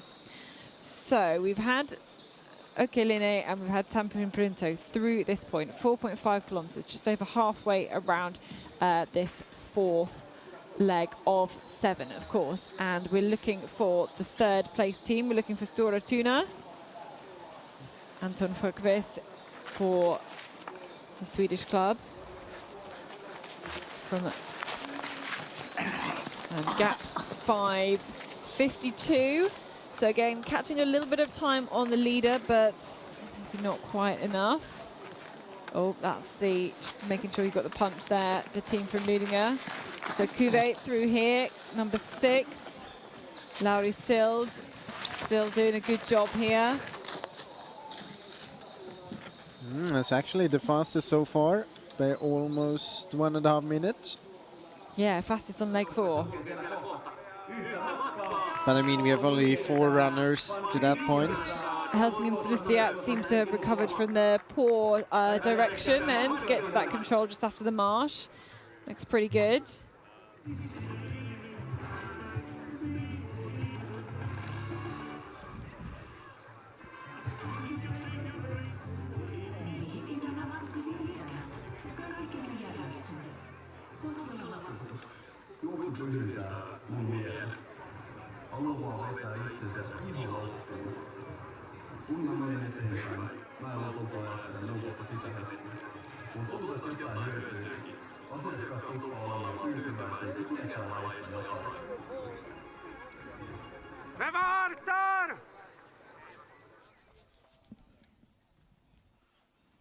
So back then in the forest, this is, I think, control 12.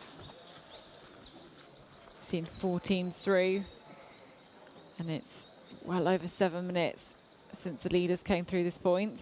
We are waiting for Pam Kristianstad and Helsingin Suunnistajat at this 12th control.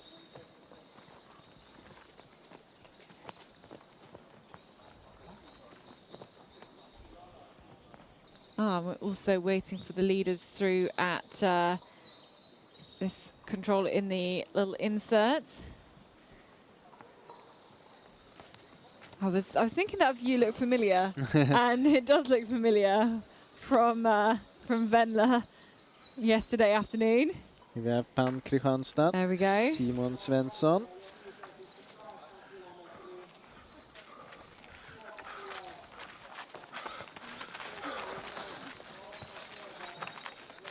And Linne there in the lead, whole TV control ahead. Number 16. This control you can see here, number 12.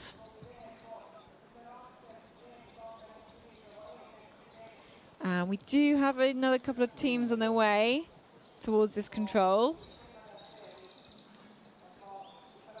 A couple of those GPS tracked teams.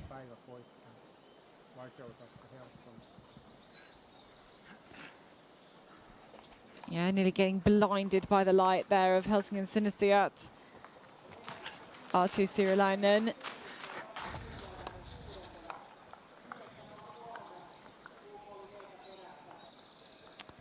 That team dropping a couple of places overall.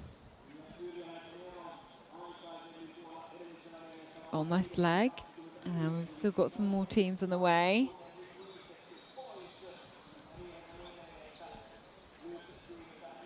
We're waiting for Hagaby, we're waiting for Kolmården and NTNUI.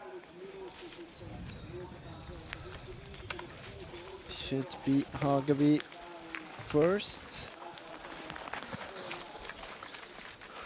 Very bad direction from Kolmården. I don't think they have the control before yet, and just turning in a 90 degrees angle out away from the control. So no, we're not waiting for Kolmården right now. We are though seeing Tampere Purinta through at control 16, emerging from the forest in a different direction. If you remember, that forest there is very green. It's no secret to say that. So Calvin Rasti, NTNUI, both those teams through at that point. So maybe the next team we're waiting for is Norska. Let's go back then. You can see there, just under the graphics, Kolmården. Now just kind of stopped. That's, even though it's an indistinct path, it should be reasonably visible in the terrain now. Yeah, and definitely. Yeah, now regained control, I think, here.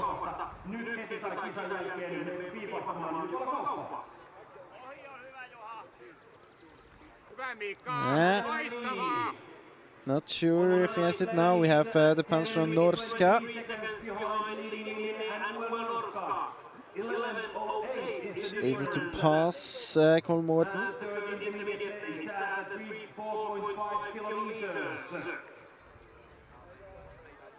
Yeah, Kolmården get the punch at the next control. Difference between the teams, 1 minute 49 seconds. 47 seconds.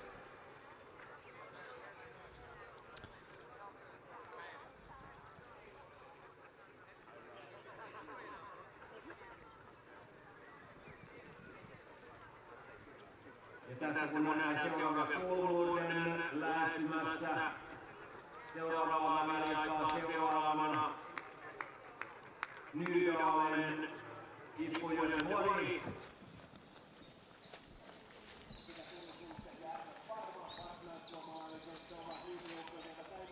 Here we have Kolmården, Oskar Leinonen,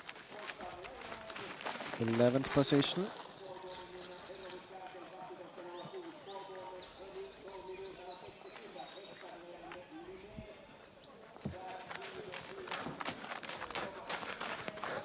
Yeah, two teams at the TV control at control 16. Ukoline and Tampere Purinta 147 separates the two teams, and no other team there yet.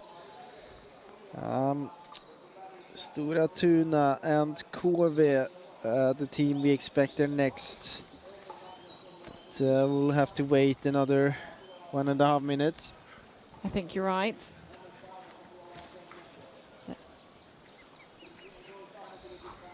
But we do have more teams on the approach, more of these fourth leg teams. Yep, here we go. And we're also waiting for IFK Göteborg.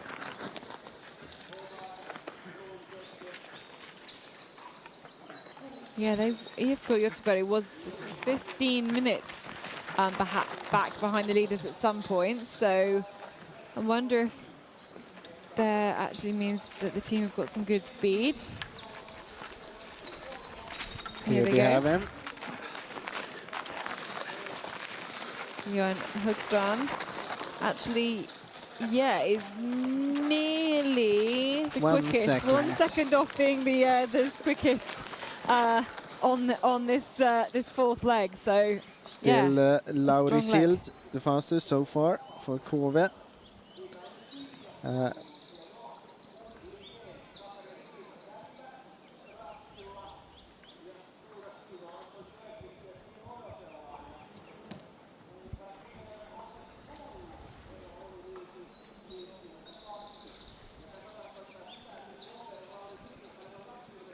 Okay, have we got then third and fourth place into control 16 on the little insert? Here we go. Yep, that is Kuve going into third then.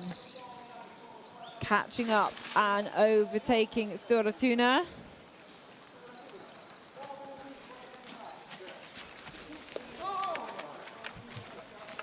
Turen Sinesteat going through control 12. Approaching 15 minutes off the pace of the leaders.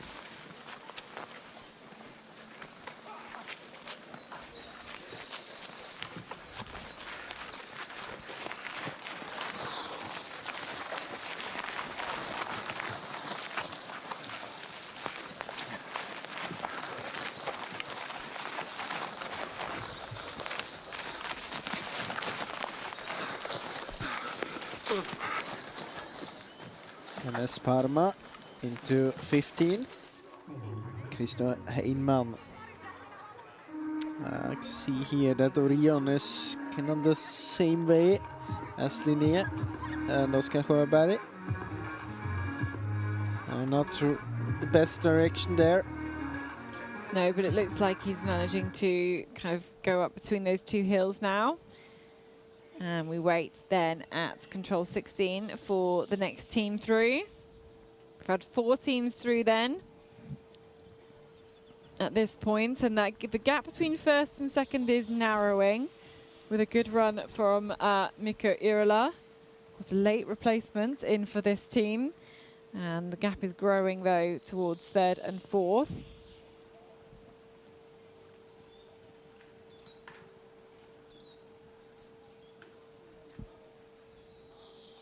You can see some lights coming through the terrain now.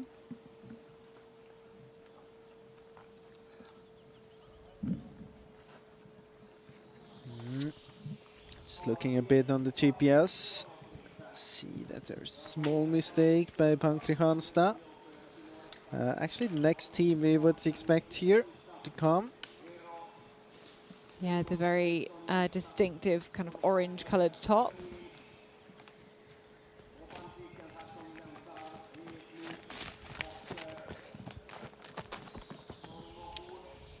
Now he got his control there at control 15, Simon Svensson, so soon approaching in the picture.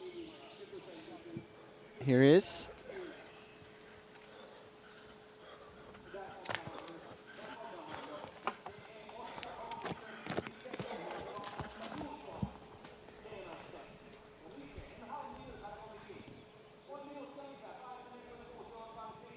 Lost about half a minute here at the mistake he did at control 15. Otherwise going quite strong. But back with the leaders then, Oskar Sjöberg, and this gives you an idea of maybe some of the most runnable, the prettiest parts of some of this terrain. Up on the top of the hills here, where you can really see so far, especially now where the visibility is as it is, as the light has improved. And from the point where he is now, it's just about 1 minute to the next 1 minute to the next TV control at control 21. The last one before the changeover.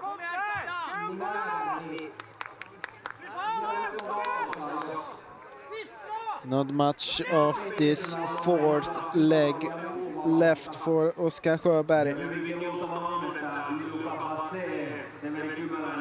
No, very soon it'll be job done. Now we also had Helsingin Suunnistajat Arttu Syrjäläinen at the TV control. 9 minutes and 15 seconds behind into 6th position.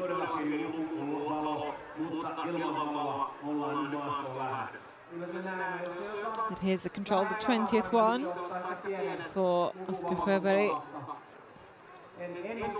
Just maintaining a strong pace and Tenry punched as well in 7th position, 10.5 minutes behind. And no punch from Hageby yet.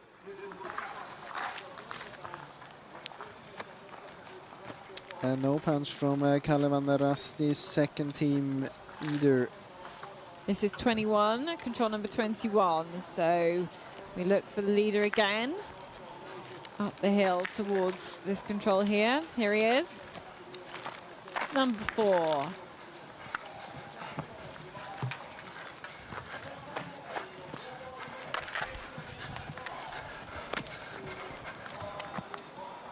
And now just one control to go before that last control. And the run in and hands over to leg number 5. Another of the shorter ones.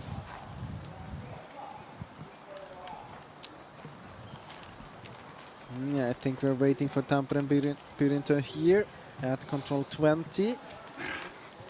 Cameraman is hiding. Because there is a mistake, a bit low in the slope. Mikko Erola missing that control. Meanwhile, we had also the punch from Norska, Hageby, Kalevan Rasti, second team. Here he is now, though.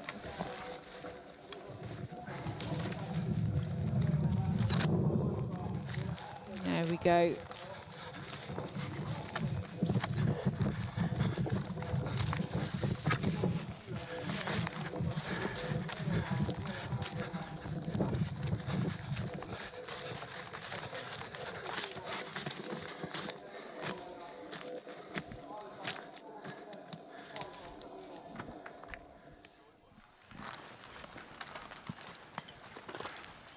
And I guess as we've heard the runner say as well, once you know the running camera's following you, things have got to be going pretty well.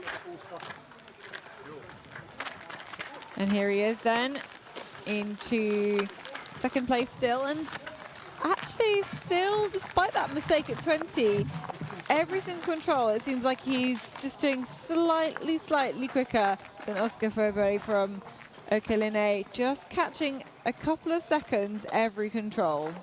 But it feels like time is running out for him to be able to actually catch the leader, because we're really shortly at the end of this 4th leg. But time is running out for him, but not for Severi Kymäläinen on the next leg.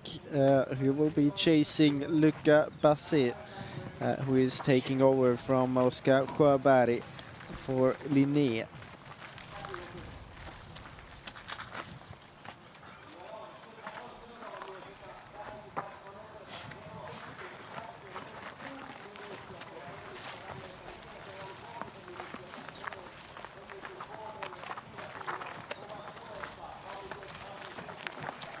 And it's just about a minute, I would say. We can be expecting Oskar Sjöberg towards the last control.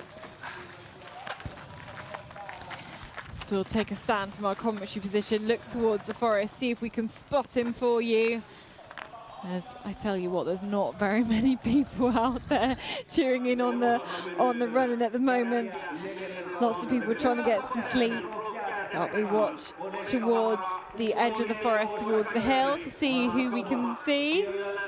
Whether we can see the leader. It's going to be a... Actually, did a small mistake to control 22. Got it under control. And there's...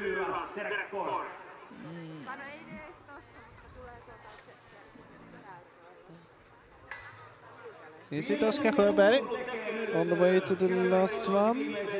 Well, it shouldn't be because he's going to the wrong control. No, because it's not on a GPS vest. Oh, exactly. I think there he is coming down the slope. Yep. Can we spot him on the picture? He's going to soon be coming into shots.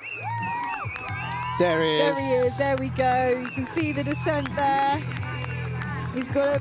I don't think he's quite figured out which control it is. No, he is going to the right one. Yeah. But he almost wasn't. He was almost going to go to the other one. Had a very good start into this fourth leg, then struggled a little bit in the middle section and seemed, compared to Mikko Eerola, have a little bit of lower speed in the end, but still a good performance by Oskar Sjöberg, taking his OK Linné into the leads, defending the lead here. He got from Rasmus Andersson after the long night, and now sending out Luca Bassi on the fifth leg. Job more than done then for Oskar Sjöberg. He's done exactly what he needed to do, which was maintain that gap, not give away too much. Maybe give away a few seconds here and there, but nothing huge. And we're going to look for Tamperin Perinta as well. Very soon, I think you'll see him here, and the gap. It won't be 1 minute and 40 seconds. I can see him. Yep, I can see him too. As we see Oskar Sjöberg sending the map across to the French runner Luca Bassi, and we're looking into the terrain now to see the descending figure then of Mikko Eerola for Tamperin Perinta, who has maintained as well that second place. There he is. This was a really strong run for me, especially as someone who was a late replacement for the team. A last kind of glimpse of the map just before he punched the last control, and as you mentioned, got the place in the first team due to injury problems from Elias Kuka. Performed very well here on this fourth leg, and the gap now, let's see, 1 minute and 18 seconds, so another 22 seconds he was able to lower that gap with. And sending out now Severi Kymäläinen, who will be chasing Luca Bassi. And there's no other team coming the next minutes. No, they've got a huge gap now. These two leading teams. Just picks up the map, just checks it is the right one. You can see number 85 then handed over to Severi Kymäläinen. And then we are looking for the next two teams on the way. They've punched the next radio control. It will be Kuve and Stora Tuna. In what order remains to be seen. They might have different forkings as well. But also they a bit closer. They were about 6 minutes behind. Now it's 5.5 minutes and 5:46.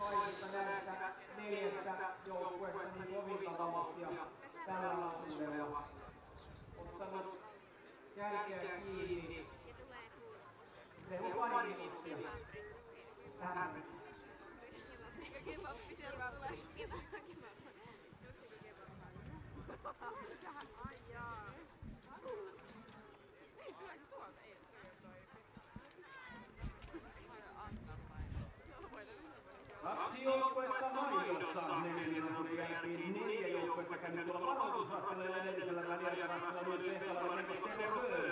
Leimaa siellä 20. toisena 5,8 kilometrissä.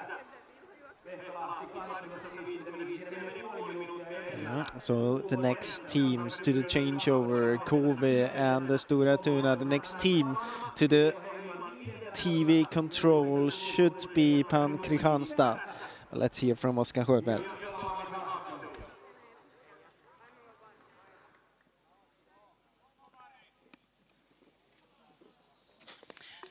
Oskar Sjöberg, OK Linné, du fick gå i täten i skogen. Kände du det lite i nacken? Ja, men det var lite nervöst inledningsvis, men jag kände mig ganska lugn, fick de första kontrollerna bra. Men sen så kom det en liten punkthöjd i ett grönområde som jag började bomma och då gick nerverna igång direkt. Och det var väl då det blev lite miss till nästa kontroll också ett par gånger där. Men du kunde hålla nerverna sen. Hur gjorde du det? Nej, men jag hade lite problem med min kompass. Jag hade en stor bubbla i den. Så jag bytte till reservkompassen och försökte liksom starta om och sen gick det bättre. Till sista höjden här uppe, då kom det en liten till miss. Men ändå fortfarande i täten ser jättebra ut för Jukola. Vi blir här jättenervösa och väntar på att se hur det blir. Lycka till! Ja, tack så mycket. Ja, tack. Now that's quite interesting then, what he said there. That maybe go from the top. Yeah, he said that he was a little bit nervous in the beginning, but he got the first controls in a good way, and until he got a small control in the green area, which immediately kind of made him nervous again when he didn't feel it, and I think that was the part later on when we had this long leg and we got into the marsh where another small mistake followed. And then he also said that he had problems with his compass. He got a bubble in it, so he changed it to his reserve compass, and then after that it was a bit better. Yeah, but otherwise he was seemed to be quite satisfied with the performance. Yeah, I wonder if that came in actually in that marsh control where he had the bubble because his direction was not quite right, I think, there either. Okay, let's chat to Mikko Irala.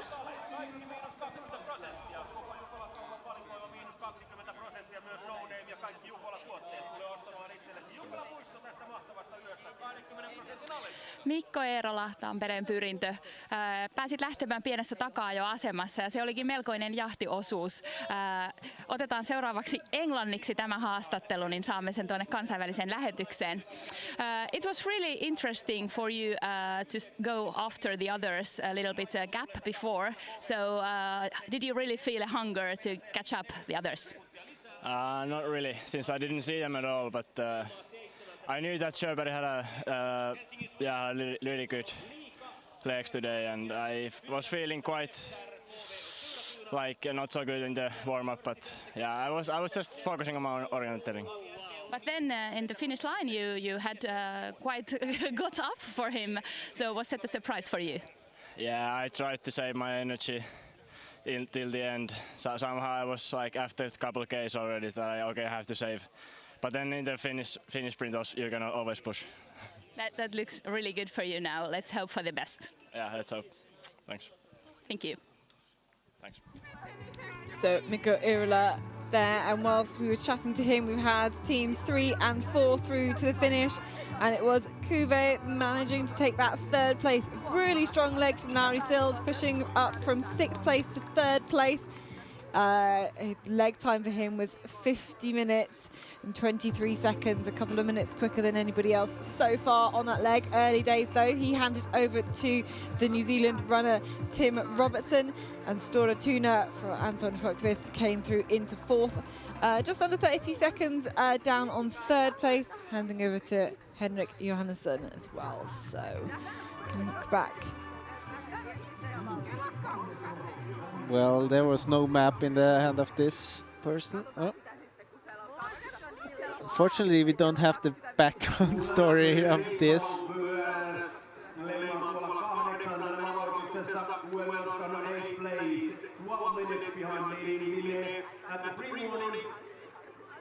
And soon we will have from Christian approaching finish together with Helsinki and Louis, 40 seconds, maybe 30 seconds behind that duo. Also approaching the next changeover from 4th to 5th leg.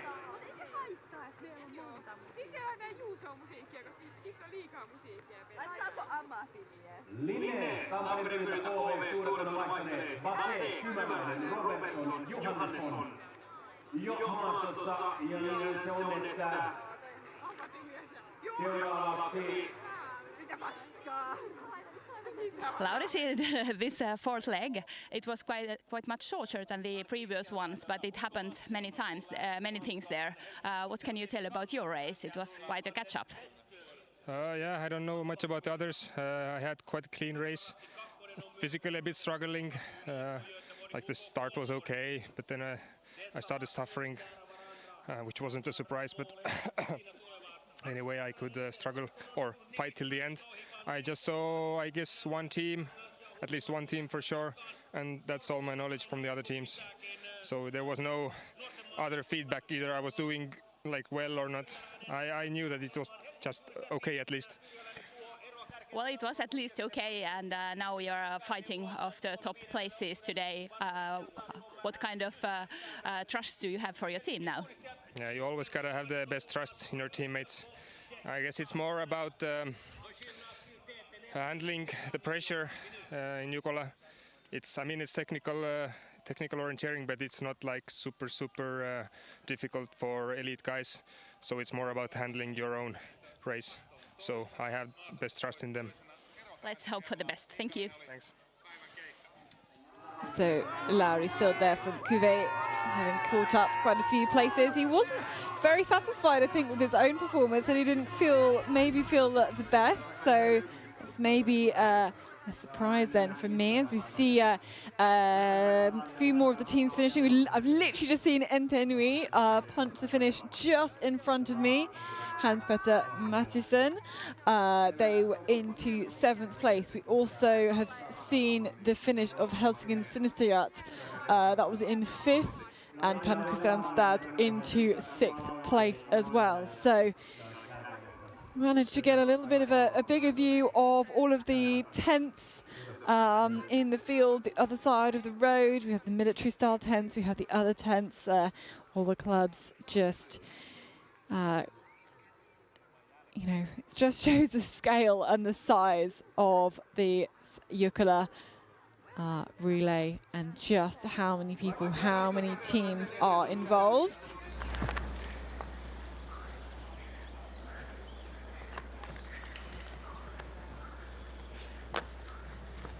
But we're well into the 5th leg now, and here is Luca Basse. Here he is after 1.8 kilometers. He did have a lead of about 1 minute and 18 seconds, and I think, has he been caught already here? Let me have a look to see. Yes, so he has been caught by Tamperin Perinta, Severi Kymäläinen. So it gets interesting again with two teams here, neck and neck here at the start of this relay. Just 6 seconds between Okeline and Tamperin Perinta, after nearly 2 kilometers of this 5th leg.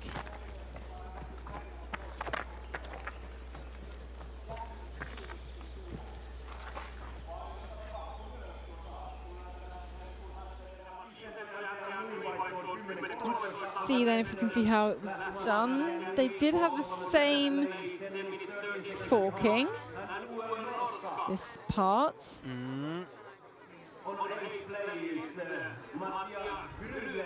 This seems like a really high speed from Tamperin Perinta, as well as maybe finding good routes through the terrain where it is nice and runnable too. Yeah, very good start. Really very strong start by the attacking Finnish team. orienteering. Good speeds.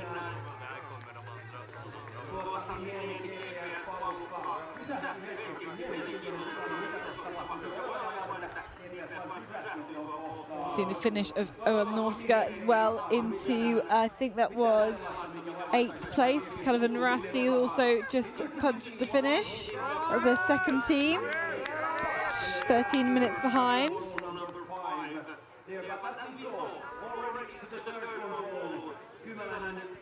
And now we can catch up with Stora Tuna on their way to the next TV control. It's control number 5 there.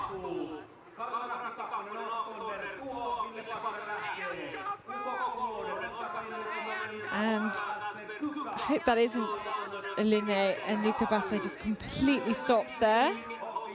But it's strange because sometimes when that shows up, it shows that we've lost their GPS, lost like connection to the GPS tracker, but I don't think that's necessarily the case. It actually moved, it seemed to move a little bit. We have to keep an eye on that. Yeah, that's very unusual. Oh, Stora Tuna's off slightly here. The direction's not too bad, but just slightly off. Oh, yes, we can see Luca Basso there with years ahead there. So maybe it just lost the device or something. Yeah, as in physically lost, yeah. Because it's still on, and it's still on at the same spot. And as we can see, so Luca Milanen is really fighting hard to keep up with Luca Basse and keeps falling over. Going to have to work really hard to try and keep up then with the Frenchman. And when you head into some green like this, you can just see the visibility drop. It's even more important to be right on the tails of he has to be careful in order to not lose Basse. Good for him that he gets out on the path here. Yep, and then they've got to go back into the terrain on the right, coming up. Waiting for the next teams. To the first TV control, we're waiting for Stora Tuna. Yeah, Stora Tuna should be here very shortly. In about 20 seconds, maybe. A bit more. It was quite a... Oh, it's Kove. Yep, Tim Robertson.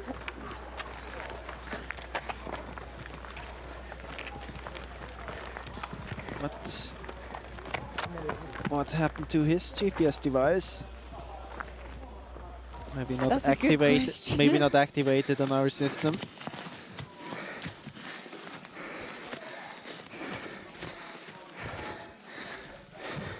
But he's caught up on the leaders, so maybe it's maybe more like Luca Basse losing time, because obviously Tampin Printer has caught up as well.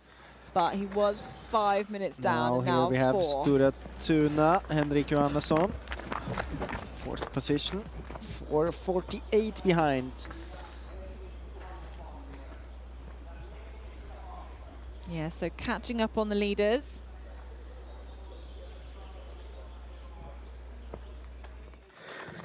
And now here again back behind Tampin Printer, and not sure whether we can see. But there's the forking as well, so not sure if he's on the same forking.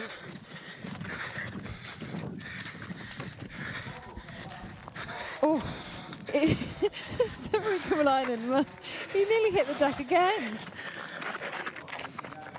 Man's got no fear.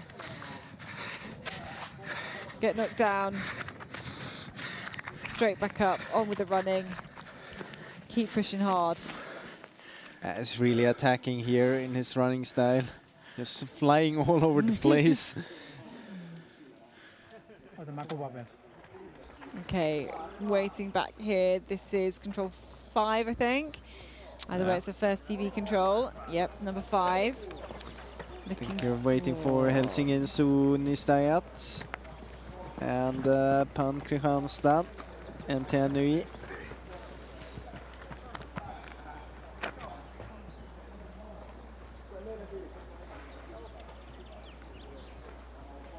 We will try and spot them when they're approaching this direction.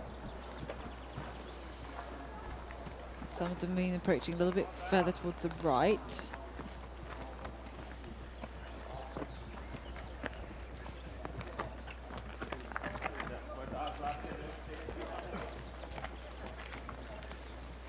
And we can also jump a little bit later in the course towards the 3 kilometer mark. Of course, we've not got the GPS tracker now for Linné. And interesting here to see who's coming first. Yep, it's Linné. So there was a difference here. Good opportunity for him with this forking. Tell you what, he's not necessarily confident though. You can see him look back.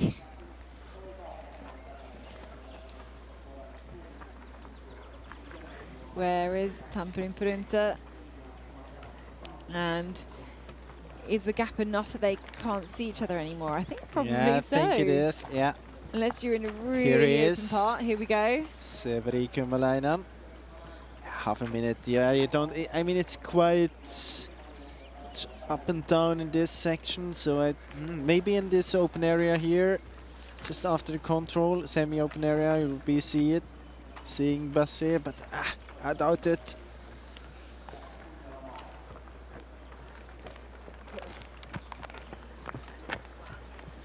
Meanwhile, we're still waiting for teams at this fifth control, first TV control. I thought we would have seen them by now. Has there been a mistake? They had quite a bit to go to the fifth control. Yeah, you're right, they did. But there is a mistake by NTNUI, I'd say, but we're gonna... we'll see. Definitely a mistake by NTNUI. Here's the next team. Helsingin Sunistayat. Yep, number 27.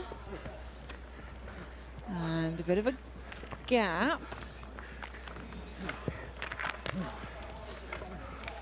I wonder... Yeah. Well, it is definitely a mistake by NTNUI. Yeah, because they're on the edge of this circle and they still haven't got the previous control. Yeah, they shouldn't be here. They should not be here. If we see them now, but it's definitely a mistake. We are waiting for... That's really not the fastest punching we have seen this weekend. Here we have Kristianstad, Hugo Mattsson. Another mistake from NTNUI.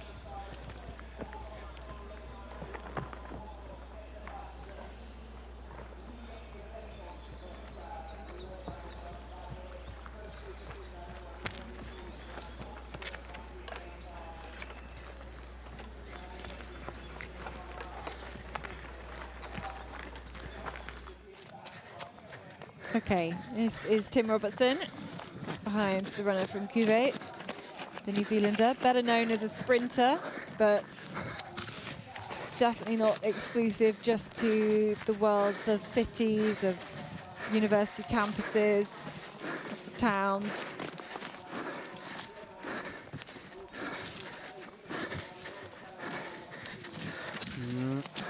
Big problems for NTNUI. Still haven't found the control for.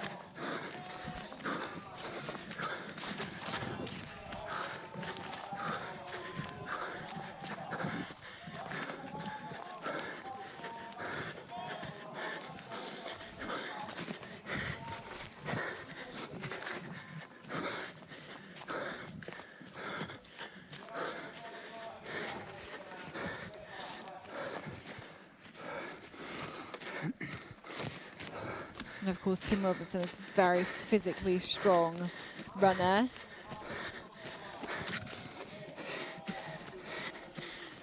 And there we go, straight into that control.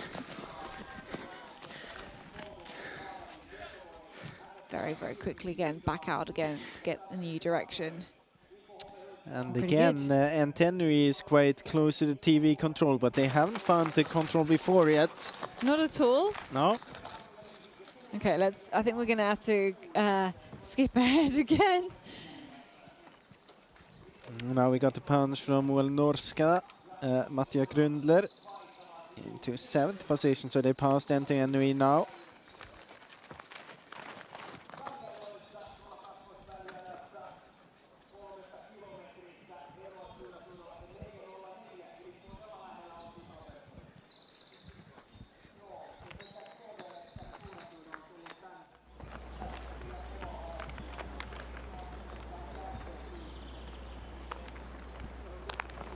Okay, we're still waiting for NTNUI. So I'll Norska through. Did they go back? You're right, they have gone back to the 4th control again. To try it again now. Yeah, they're being overtaken again. It's the 3rd approach. And I think we'll see some other teams again before we see them. Yeah, here's IFK Göteborg into 8th place.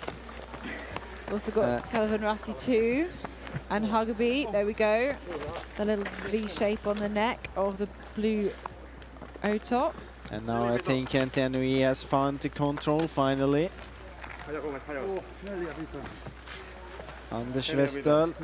I think he'd be quite quick towards this control number 5. He's been here a couple of times. But he has never been up to the control. Not the actual control, no, but he's been on the edge of the circle twice of this 5th control before getting number 4. Should be here any second. Watch out for the green and yellow kit. Kolmorden there, though first.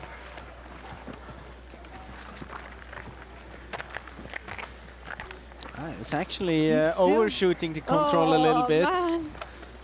It's all going wrong for NTNUE in this Not part. only a bit, he's doing a mistake here at the 5th control as well. He's leaving just the border of the circle. Here we go though, there he is. Approaching from that completely different direction. Here's Halden. This be 2nd team though. So that's NTNUE on that leg so far. They were, you know, So he was look in at that. 7th place. Let's have a little look, yeah. I think he thought he would be following the vegetation border to the left. Then tried to go back, but didn't go all the way. Again, almost at control 5. Still haven't got control 4. Now heading back again. Now he got the control. And then they got this one too. Yeah, overshoots. There And we I go. mean, you've seen how many runners that approach this 5th control. It wasn't the most difficult one. It really was not. How incredibly frustrating then for NTNUE. Got to try and pick yourself back up for that from that one.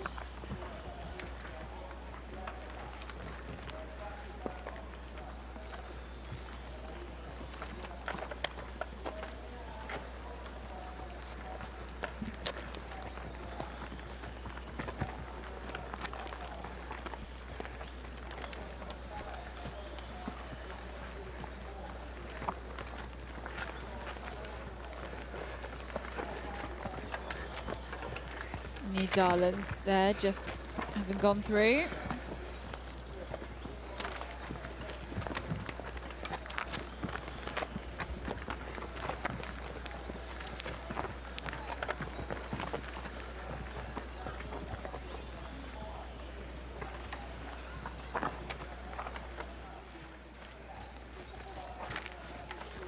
So we are waiting for Helsingin Suunistajat and Pantryhanstad.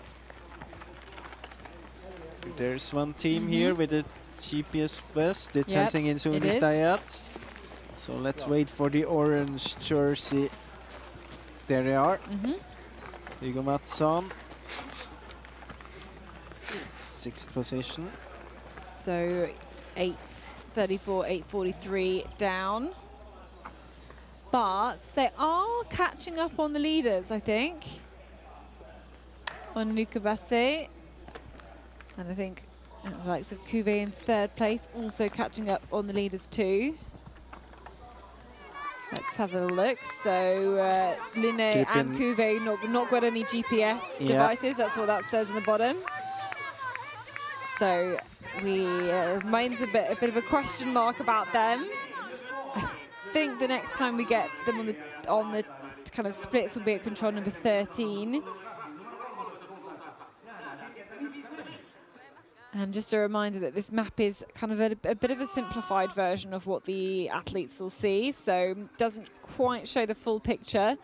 The course planners, course setters wanting to leave something as a bit of a surprise if later runners going to head into this particular part of the forest. But you can see Stora Tuna certainly heading all the way through the marsh. There's an option, of course, to go around on the track. We had Tampere Pyrin turn, kind of the same route as Stora Tuna. Going straight to control 10. But the really interesting question is, where is Ukoline? Don't think we're going to be able to answer that one until we get to control number 13, to be honest. But is Luca Basse managing to stay ahead and keep Jukola in contention for the victory for Jukola 2023?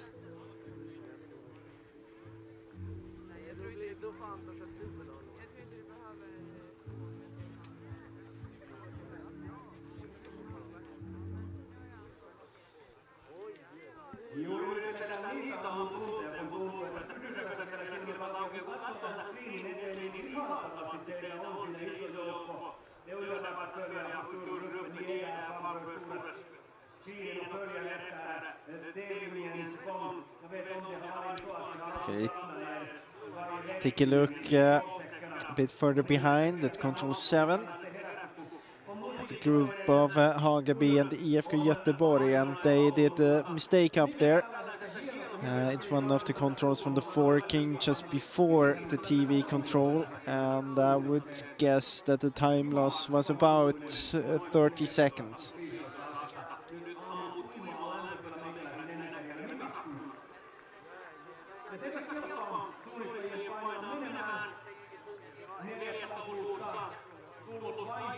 So now we had Norska at control 8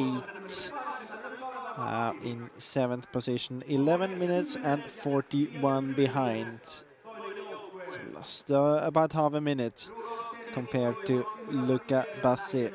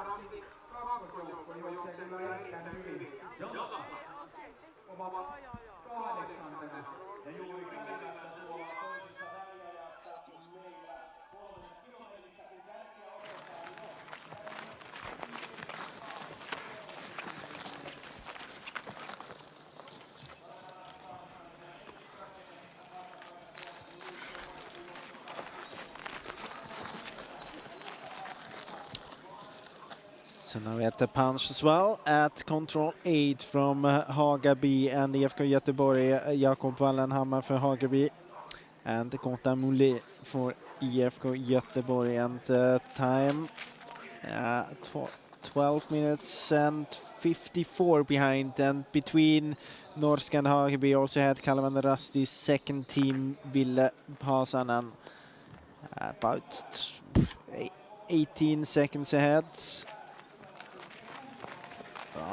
A bit more ahead of Hagaby. So had NTNUI, as you can see him in the picture, Anders Westdahl punching into 11th position after the big problems he had at the first, just before the first TV control. And soon we will have the runners to the next TV control at control 13.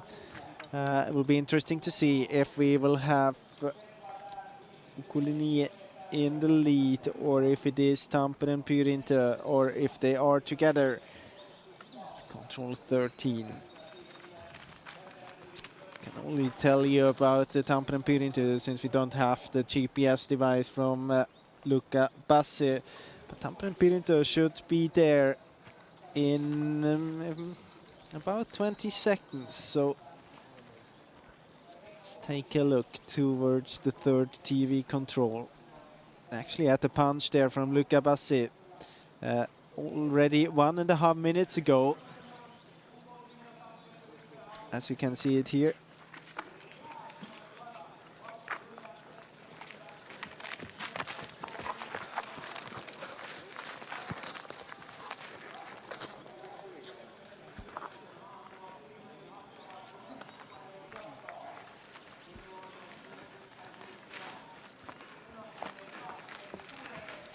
We are waiting for Severi Kymäläinen Here is punching 1:58 behind, so lost quite a lot of time towards this third TV control. So now we are back where we had them at the beginning, even a bit further behind Tampere Pyrinto.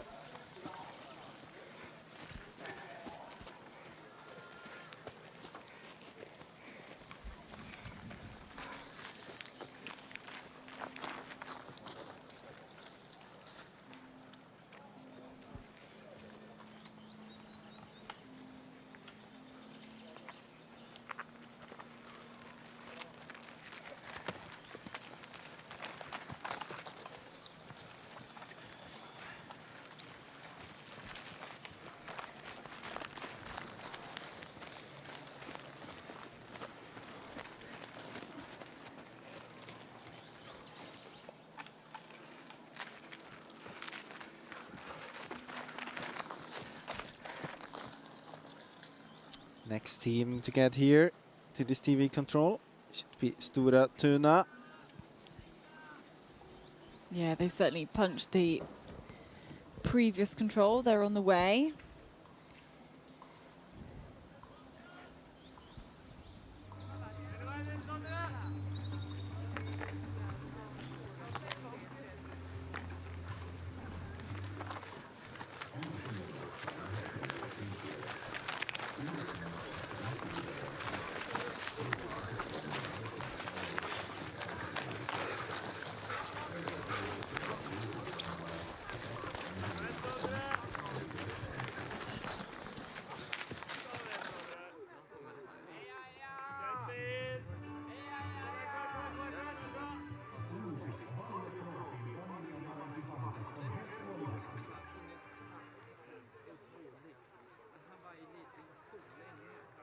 Tuolla kakkosväliajossa 3 kilometrissä nyt käynyt 15 joukkuetta.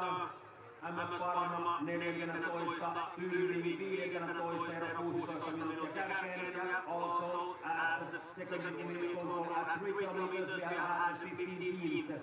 MS Parma currently on the 14th place and Pia Tyyli on the 15th place. Now we got the punch as well from Stora Tuna and from KV, and they are together now, Henrik Johannesson and Tim Robertson. So good run here so far by Henrik Johannesson.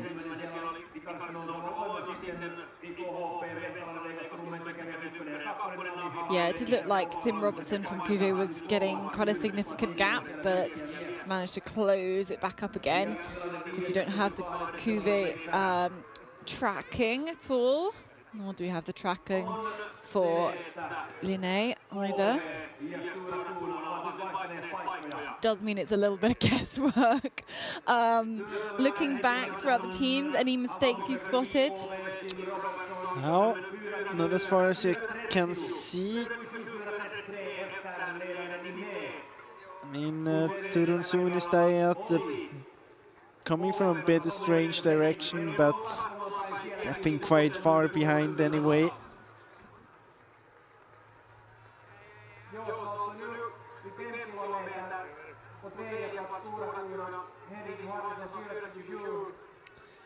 Now I have to say that Tampere Pyrinto, yeah, I think he got the right direction. Heading now towards an area where we had quite many forkings. Just before the TV control at control 17.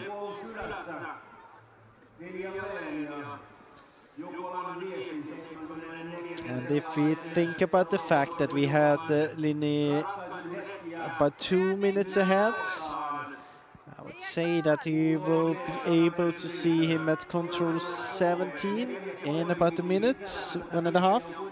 Yeah, I think that's fairly accurate. Of course, if he does... As long as there's no mistakes. Yeah, exactly. And it's a tricky bit of forest there. It's a bit of green bit of forest, so you never know. It could all change again.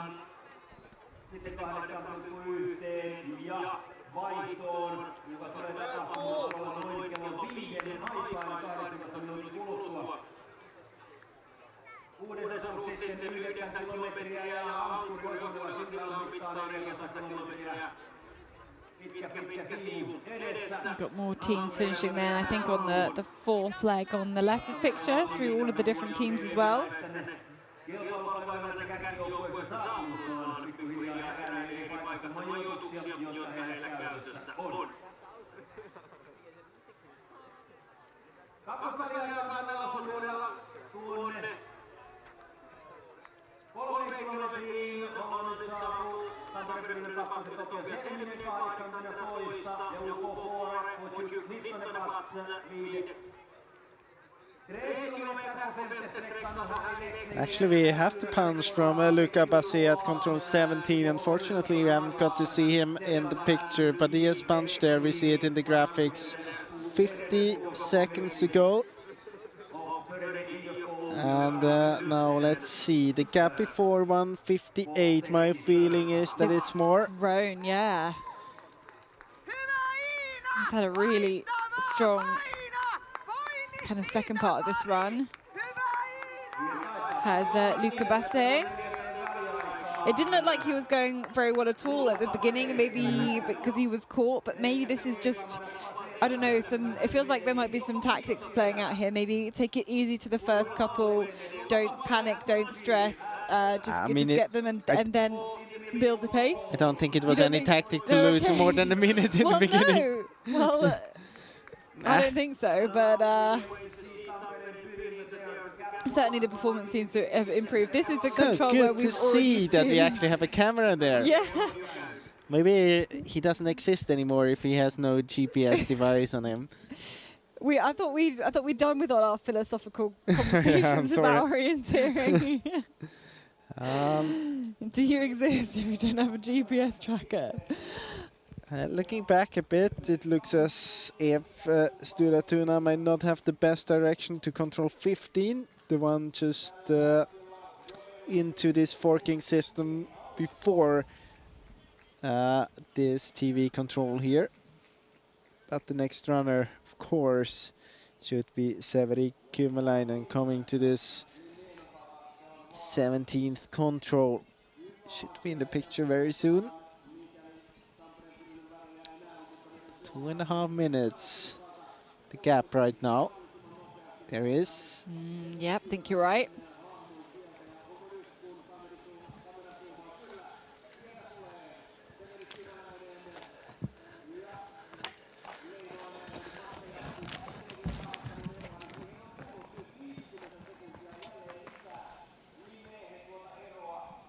Taking this little passage then past the house and the gap, yep. It has grown. Halden there, just running through shot of previous TV control. And standings after this is the second TV control on this fifth leg. A lot has happened since then. The gap is definitely not 32 seconds anymore. It's 2 minutes and 48. But I guess we can probably see what is more interesting is to see some of those teams from say 10 to 20th position and how the different teams kind of stack up there.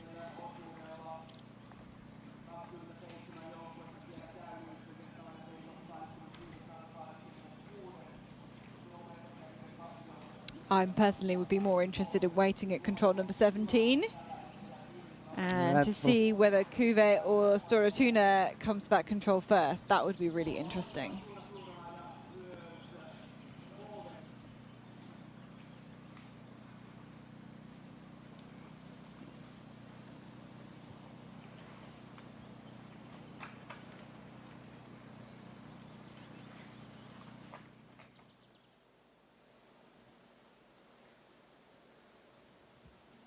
Now you got your wish fulfilled. Yes, they are. We are waiting here at control number 17. So we are waiting for Stora Tuna. We are waiting for Kove.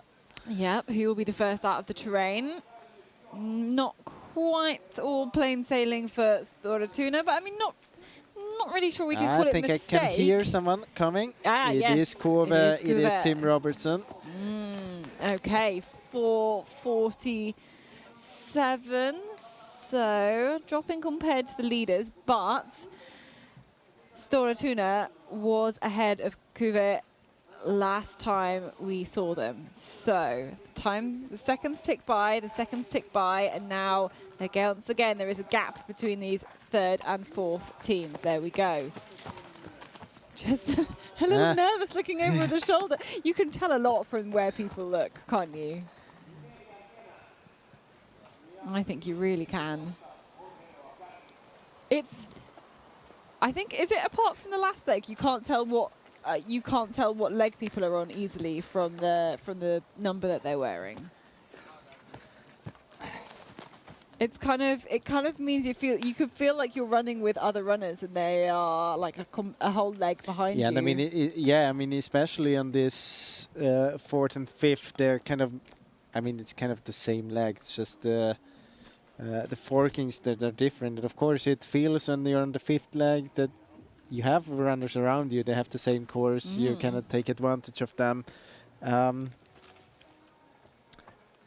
They help a lot in sometimes, but as you can see here, there are not so many runners there yet because we have quite big gaps, and this leg might take the runners about 55 minutes, so there are not so many teams on the fourth leg yet. No.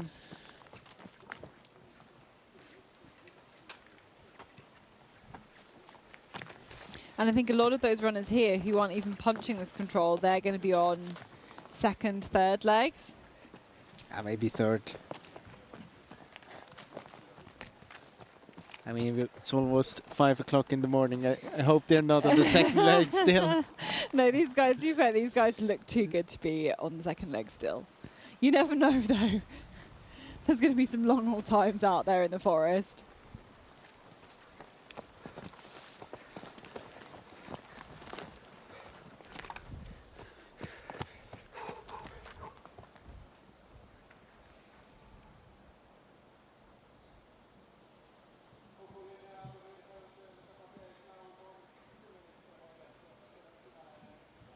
And not too long time until we will have Luca Bassi at the next TV control, 21. If he can maintain this 3 minutes lead. I think you're right. I think it's going to be a race between, do we see him at the next TV control, or do we see more the next runners at this one? Because there's still a good couple of minutes before. Or do we see anything else? Or do we see anything? Do we see a moose in the forest? Maybe. I've seen one. Yeah, you said you saw one. Or actually, honestly, I can't say I've seen one. I've heard one. Okay. You're deceiving me earlier, Ben. You said, you asked me, did I see a moose in the forest? And I was assuming, therefore, you had actually seen one with your own actual eyes. I asked you if you have seen one, because I haven't. No, I didn't. Is the answer to your question. I scared them all away with how fast I was running through the terrain. Not really. I was going very slowly. It was very warm.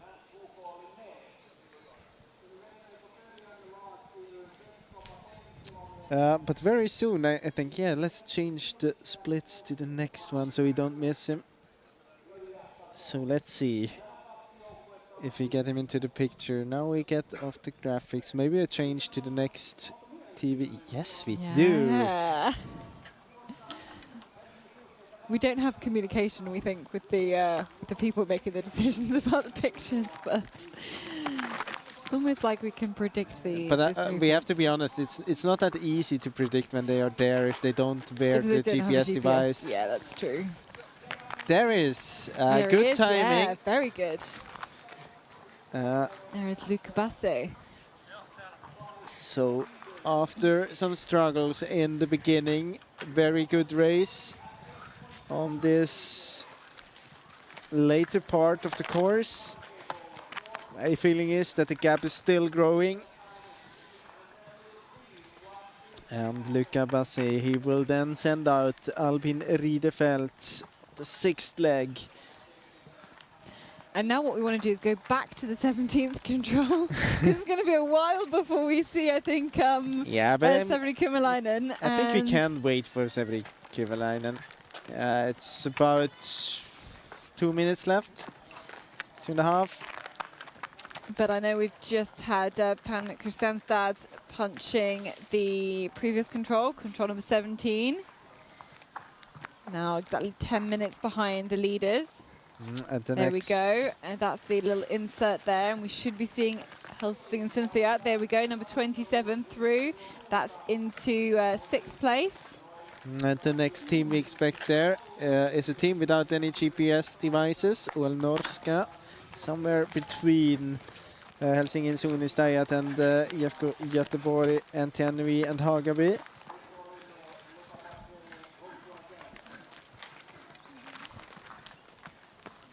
And we have both the controls in the picture. Yeah. But we missed the 2 teams that are actually approaching the control.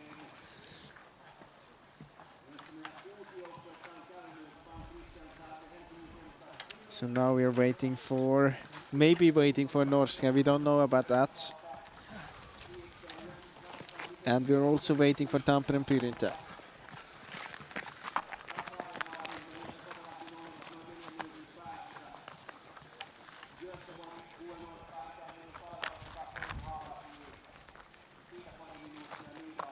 Time now 2 minutes since Luca Basse was at this control 21. The gap was 2:48 in the small picture. Wasn't growing that much, I guess. Should be here soon. I see it. Is it the GPS West you could see there? Ah, no, it disappeared again. No, I think you're imagining things. No. Just get there. Yeah, there we go. Not sure you could see that the first time, though. Yeah, I did. Oh. It's not going to be a big mistake, really, No. is it? Take every chance to build a bit of excitement here. Yep, then the gap now closer to 3 minutes, so still losing small amounts of time then. And back at the control 17, we are waiting still for Norska. The next teams behind NTNV and IFK Göteborg. They haven't punched there either.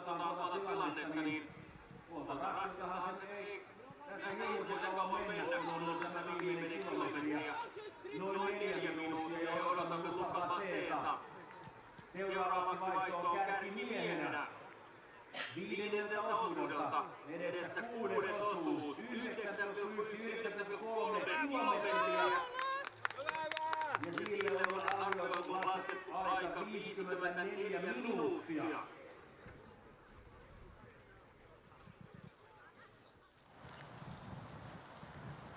Back at this control 21, next team to get here, KV.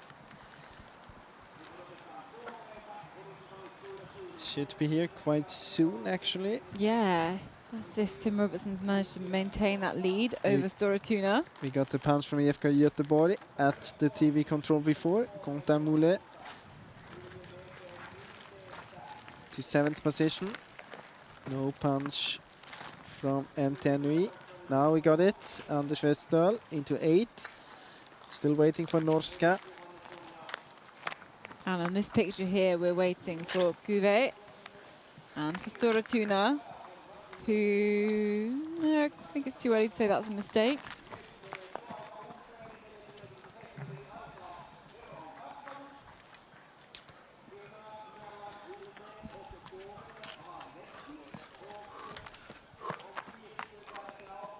Now we got the punch from Norska. Mattia Grundler, 9th position. So Kalavendrasti, 2nd team, and Hagaby. So 9, 10, and 11. Those 3 teams together at TV control, at control 17. So here we can see here in the picture, this is Storatuna, and what has happened to Kuve? And Tim Robertson, I'm not sure we're going to be able to answer that question anytime soon because he's not got a GPS that's working. So certainly Stora Tuna for into third, into fourth, and back into third again. And now we've got to wait here. And I think very soon we will have the changeover for Luca Basse, actually. You're right. Just having a glimpse up the slope.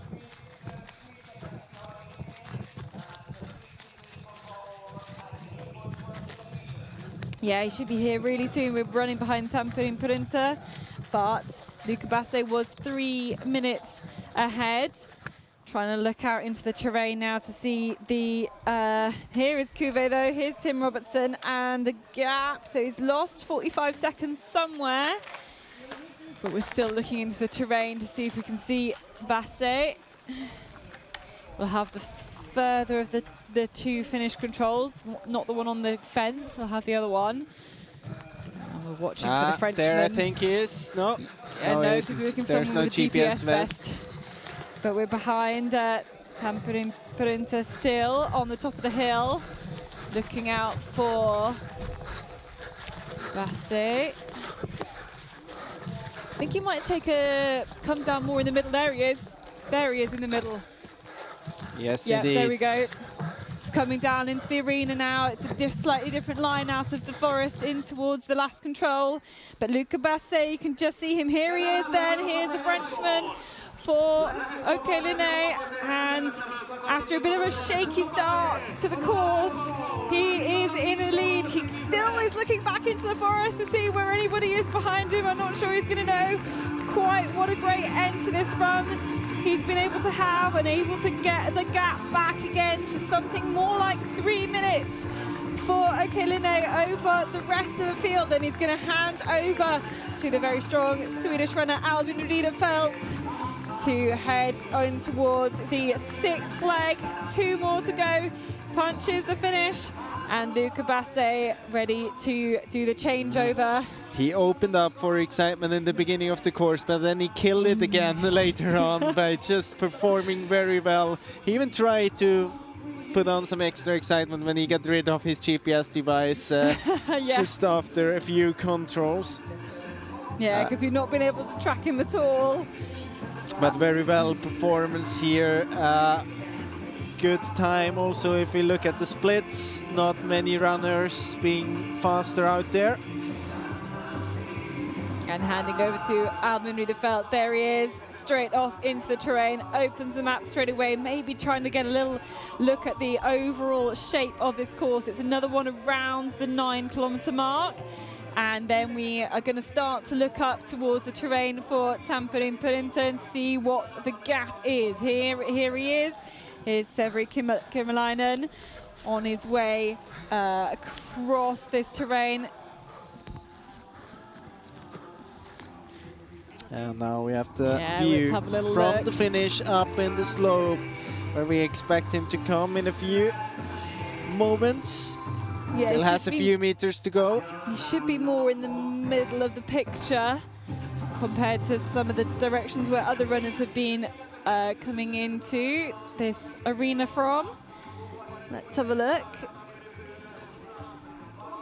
Still on the GPS, yet to punch the control before the arena, but surely in the next few seconds there's a light up at the top of the forest. I think that's him. To be just more towards the top. Well, I don't think we can see him yet. According to the GPS, he is maybe struggling a bit at the second last control. So DJ is really high-ing the volume here as well, putting out some extra excitement for him in the forest, because I'm sure he can hear everything now. Yeah, and they can maybe know that the music, loud music, will have been played for the leading teams. Still hesitating, still no punch. As you can see, here is. Yeah, good spot, there we go. Coming down the slope now, this is the second place team. So Tamprin Printa, Severi Kymäläinen going to hand over to strong Finnish national team runner Aleksi Niemi, and all of the teams starting to put their big guns on legs 6 and the final leg 7, of course. So here is the changeover, and yeah, the gap is more than 3 minutes now. Luca Basse, really his run really proving itself right at the end there. So here we have Tamprin Printa into then that second place. Let's watch him all the way to the line. He's going to hand over, as I said, to Aleksi Niemi, but has maintained this second place. He was right up towards in the lead, in fact, at earlier stages on this leg, dropping back a little bit towards the end as well, but crucially maintaining that second spot. And here he comes over the hill towards the wall of maps.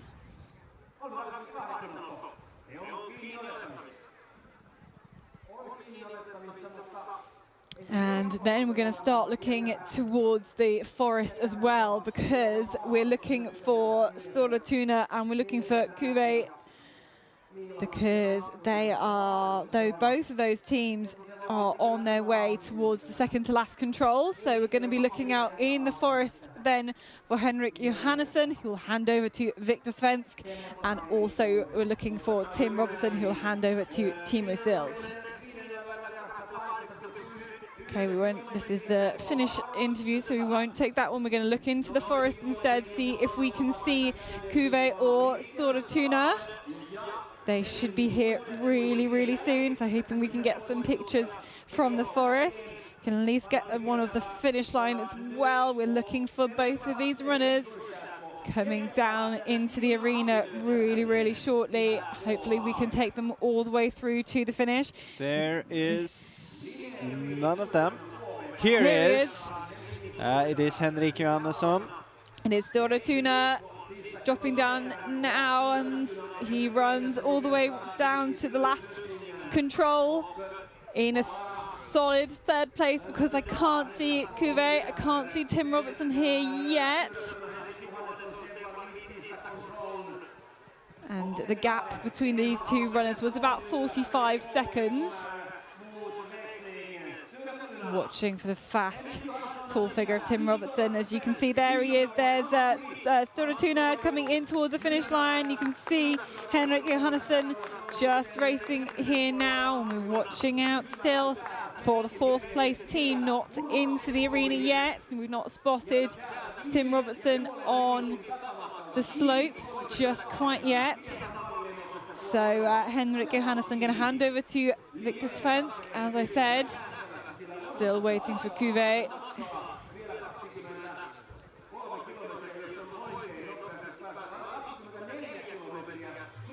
Lucas Basse ou Collinet, ça a été une superbe course pour vous. Qu'est-ce que vous avez pensé? Ouais, ça a commencé vraiment très mal, avec une erreur d'1 minute. Départ vraiment catastrophe.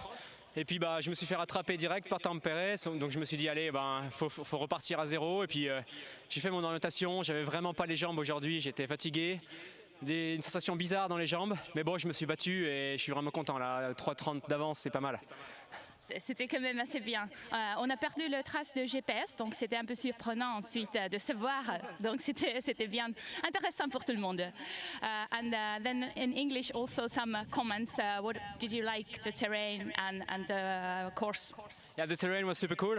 There was a part in the middle where it was quite much of running in a feld area, so there I felt tired and not super strong.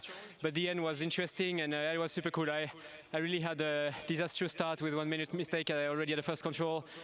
Got super stressed, and then I felt quite bad in the body. So it was a big fight. But it was worth it. Looking really good for you now. Let's hope for the best. Yeah, exactly. We have 2 strong runners after me, so I hope they will do the job. They don't need to do more than that, and it looks very good. Yeah, it so does. Thank you very much. Thank you. Well, we were doing the translation for Luca Basse, and then he pretty much translated himself. So, but now I'm really out of languages. If there's nothing else, no chance. That was the only one I had left. Okay. Here's Tim Robertson though here for Kube, and gosh, the gap actually between Storatuno and Kube was nearly 2 minutes, so a lot of time lost by Tim Robertson just at the very, very end of this course. Gutting for him, he had a pretty good run round the rest of it, so he's going to hand over to Estonian Timo Sild.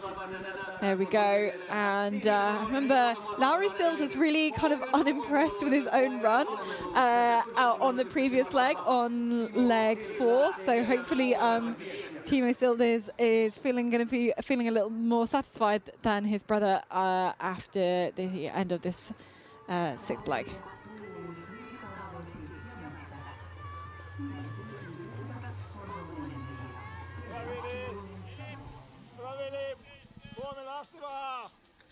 And Severi Kymäläinen, Tampereen Pyrintö.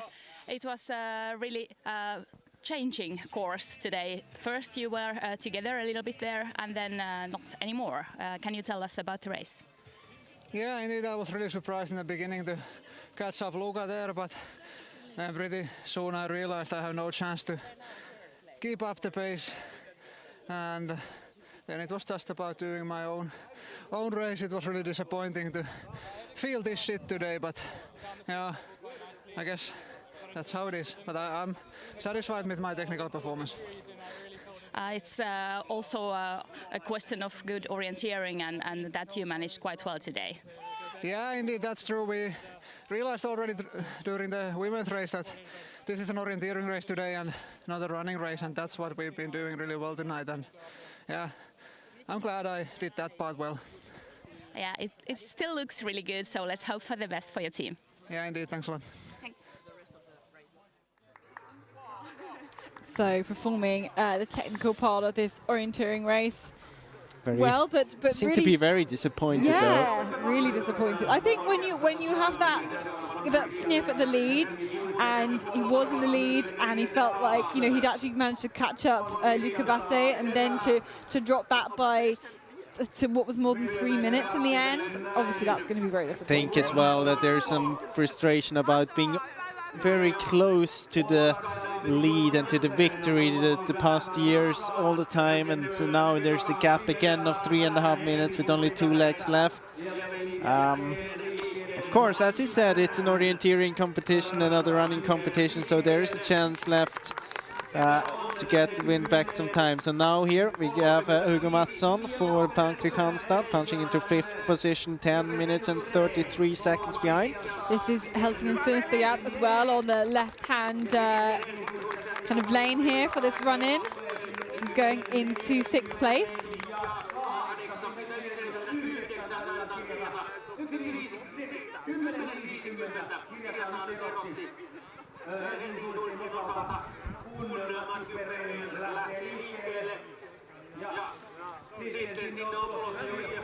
And now the next teams we expect at the finish here at the changeover, IFK Göteborg and NTNUI.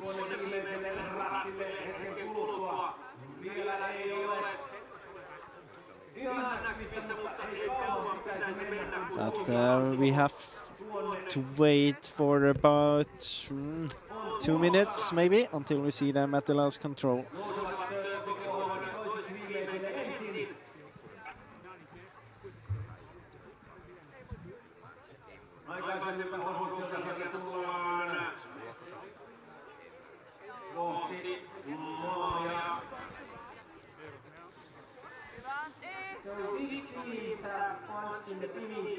And look at the GPS, I can see that NTNUI again is a bit off direction. Yeah, they really are going to form a new boy band.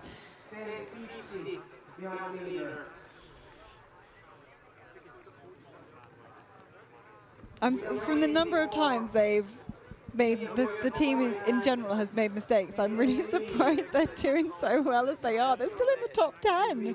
Yeah, but I mean, they have been winning Tiamila, so they have a strong team. Yeah, exactly. And I think it just showed that they, at Tiamila it was a day where everything just came right for all of the runners.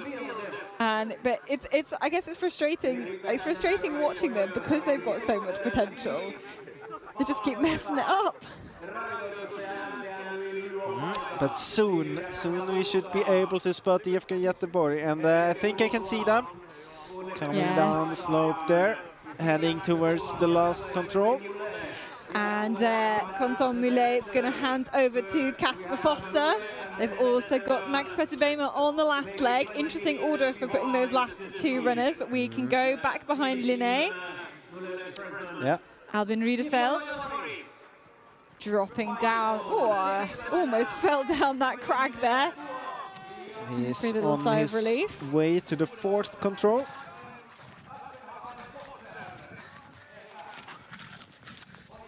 And so we are just still looking for IFK Göteborg just punched the finish there. Gap now down to 13:37, but going to hand over to Kasper Fosse, who is waiting there. In fact, he's not looking now.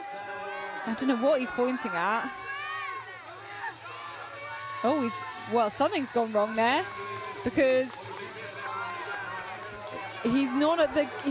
He's just left the changeover points. I'm a little bit worried that when his teammate comes in, he's not going to be there. I don't know what that is, but I almost expect his runner to come to the incoming runner to come to the board. There he is, and where is Kasper Fosse? Where's Kasper Fosse? And this is, there he is. I don't know what the situation was. Oh, the compass. I think he had he forgot the compass, so he had to borrow one.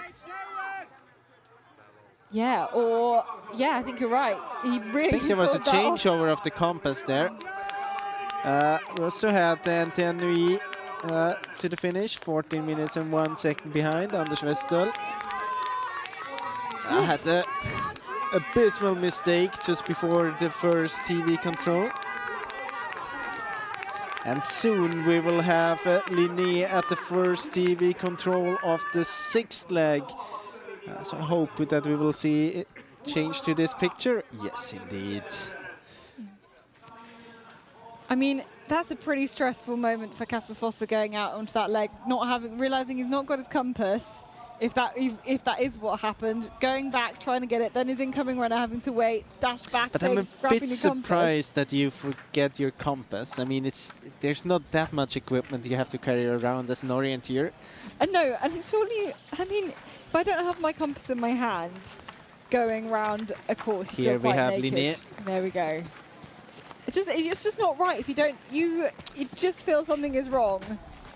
If you don't have your compass in your hand. I mean, maybe one possibility could have been that he has had it in his jacket and left the jacket to coach, and then it was away. I'm not sure about that. Of course, it's pure speculation. Complete speculation. We have no evidence to base any of these speculations on. But what the evidence we have seen is that Albin Riedefeld has punched that sixth control. No problems whatsoever for him at this point. And we had changeover. We had Olnorska and we had Hageby into 10th and 11th. Sending out Remo Ruch and Samuel Andersson.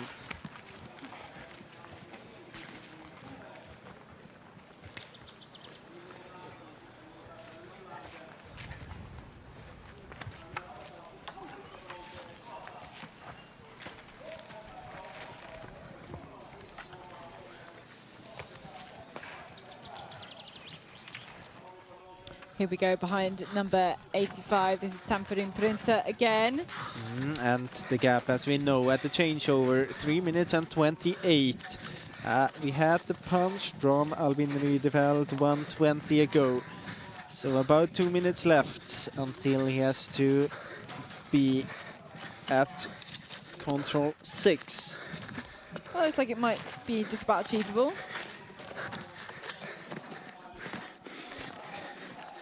It's going to punch this control one more and then control number 6. Just see the way he's looking for gaps in the green. Just trying to find a nice way through and manages to disappear through that very quickly. Is there any nice way through there? A slightly less terrible way through. I don't know, lots of people have been out in this forest since you and I went out yesterday morning, which seems both a long and a short time ago.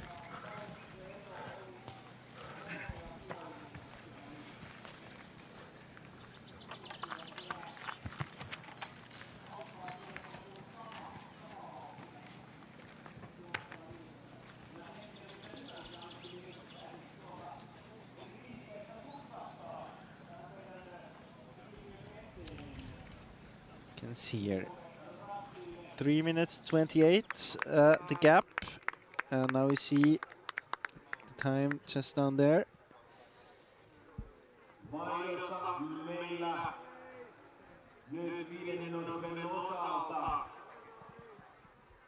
And I think he will be at that control within the next 40 seconds? Yeah, maybe. Yeah, I think so.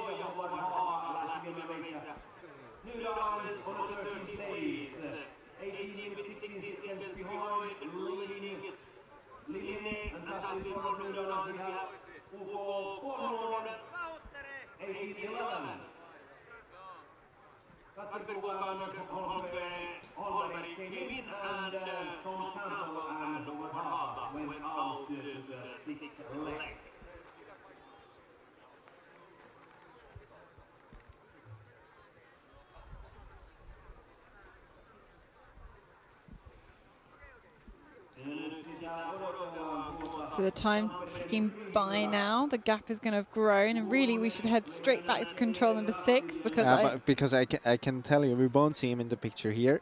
No, not the finish. But he's really close to control number 6 now.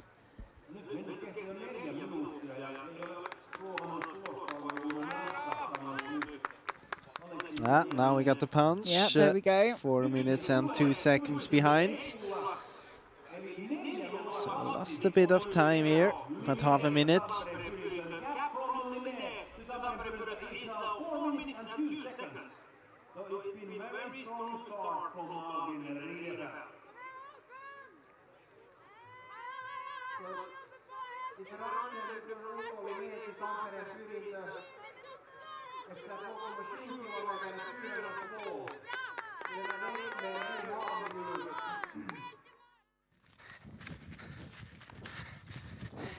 Okay, back behind Stora Tuna.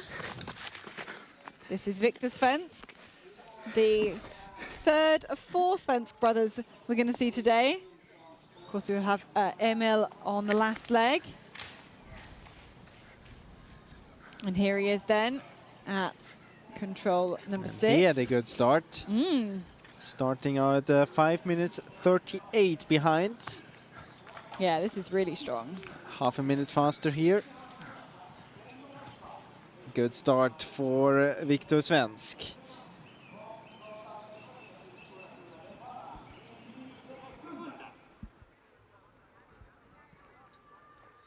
Of course, the forking's still going to play a little part in what is slightly shorter, slightly further distances to run.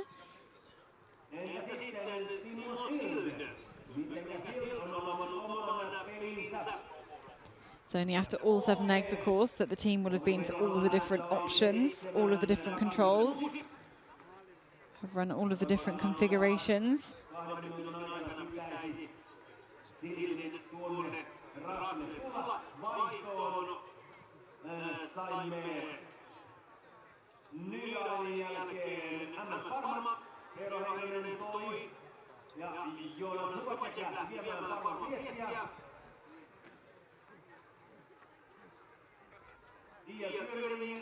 On 15th place, Christopher Meyer now, currently on the 6th leg. Third in Orienteering, Mattias Peter, ja ikallisten nouseva voima 17. 21.02 Eero Kärkeen, nousikin viestiä Eetu Savolainen nyt tuolla maastossa. Ja kun katsotaan noita viiden osuuden osuusaikoja, niin Mikko Poutanen, ikallisten nouseva voima tällä hetkellä nopein. takapa C. Jäänyt lähes koko minuutin, 55 sekuntia. Ollut Baseeta nopeampi Poutanen omalla osuudellaan ja nostaa näin ollen nouskia sieltä 26, 17. Erinomainen suoritus Mikko Poutasesta. Erinomainen suoritus, joo. Poutanen, joka on kyllä fyysisesti kova juoksija ja tänään on kyllä rastikin löytynyt mainiosti Epon maastossa.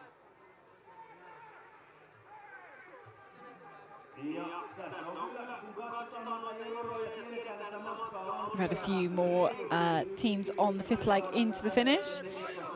Seen Terving through Håkon Jovis Droga through 20 minutes down. So to tell you, Nick Van, Erik Borgeskog, handing over to Matthias Petter. We've had Ikeluten Niseva Voima through with Mikko Putinen, going to hand over to Itu Savalainen. Thurenets and Keviat with Jussi Sunna, handing over to Robert Merle. We just had Göteborg Mayana and OK Orion through towards the finish as well. That's at the end of this fifth leg. 2 more to go. And I think we've just seen yet there's Cuvée punching there at this 6th control. So let's just kind of check. The gap was 7 minutes 26 behind the leaders, just grown slightly then here to 8 minutes.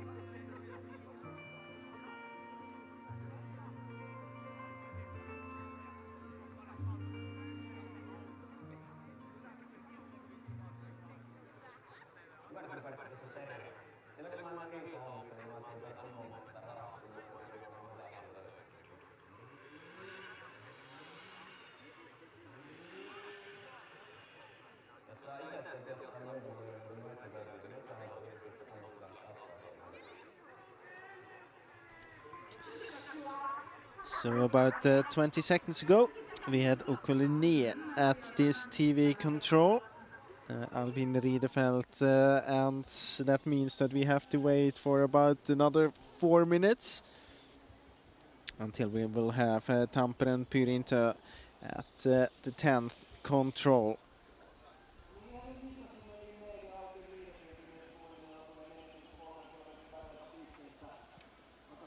Yeah, I'm hoping we can show some GPS tracking from the next part of this course. Of course, there's still one more leg to go. We've got to keep some of the map a bit secret, so we don't want to show any part of some of the courses where runners still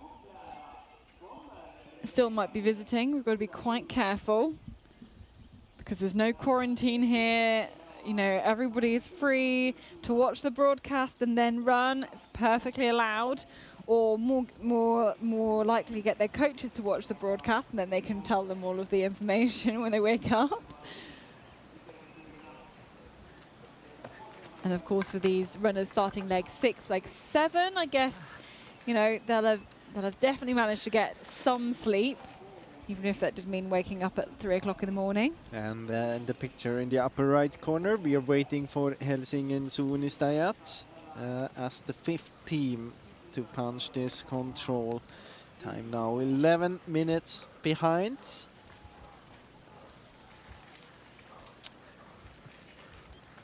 It was 10:50 at the changeover. Here we have them. Helsingin Suunistajat, Mathieu Perrin.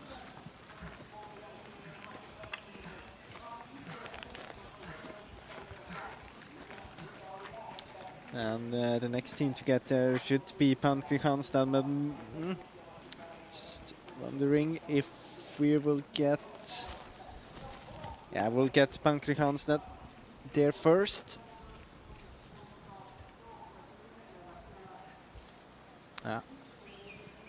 We'll focus on this one here. So we are waiting for Tampere and Pyrinta.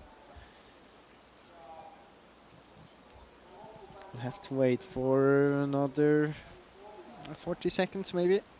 Yeah, I think so.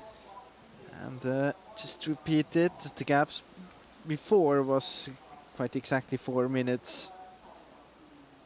So maybe a bit closer again.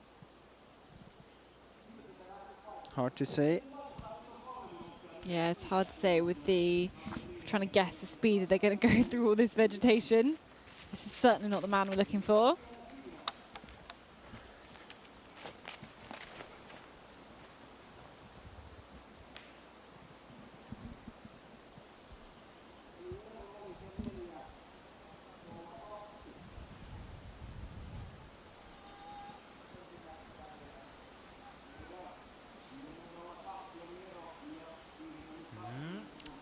Could be here any moment now.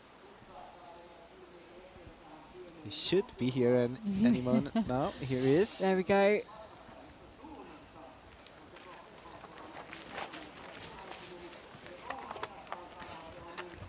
I mean, gained 4 seconds. It's not going to set the world Has to be a on long fire. race if he keeps on in this speed. Then we are waiting for Stora Tuna. It's the next team. They were 1 minute behind Victor Svensk, who had a good start into this race. Let's see if he can continue this way. He's able to win back half a minute from the changeover to the first TV control. Watch for him coming fairly central in the picture. Oh, I can hear somebody. Oh, And there not we go. central from the picture. No, that was not the best way that here. was not the best way. But another 25 seconds. Yeah, he's He was certainly faster. quick. He has a good speed. If slightly lucky. Well, you know, it's only very slight off on that, just on that control. Here's Jevko Göteborg and Kasper Foster. Although his time hasn't come up. Yeah, but it was definitely It was Kasper Foster. definitely Kasper Foster. It was about 14 minutes. So I'm just trying to look back at the changeover. I actually lost time, I think, although a lot of that might have been the faff at the changeover.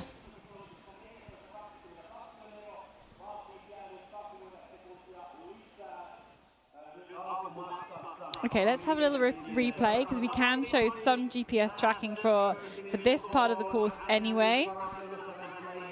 He's obviously got this section here. The first control here, that was the TV control we just saw. So the one Tampere is approaching now.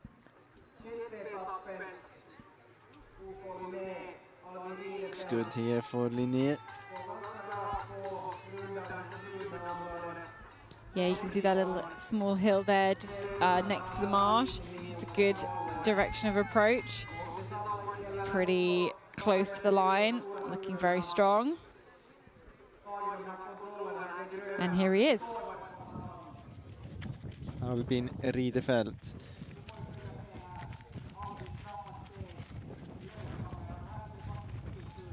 A very good runability on the top of these hills. And I do actually, whoa!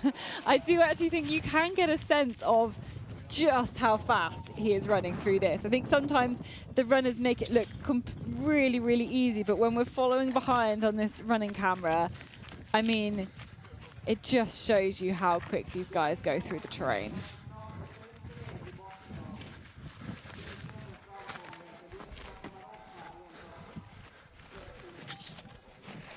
And also a little bit further back. In fact, quite a lot further back. About 4 minutes further back. Yeah. Fighting through these trees, jumping stream.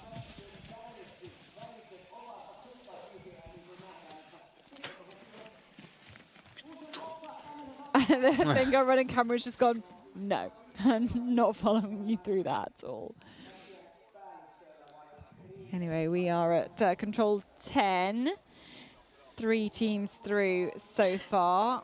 Next team here should be Kove, team of Sill. They were 8 minutes and 1 second behind. Which is pretty much just past. Yeah.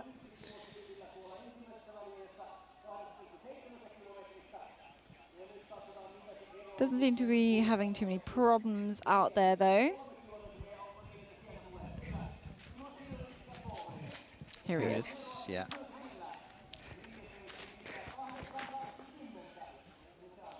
Just keeping it under control.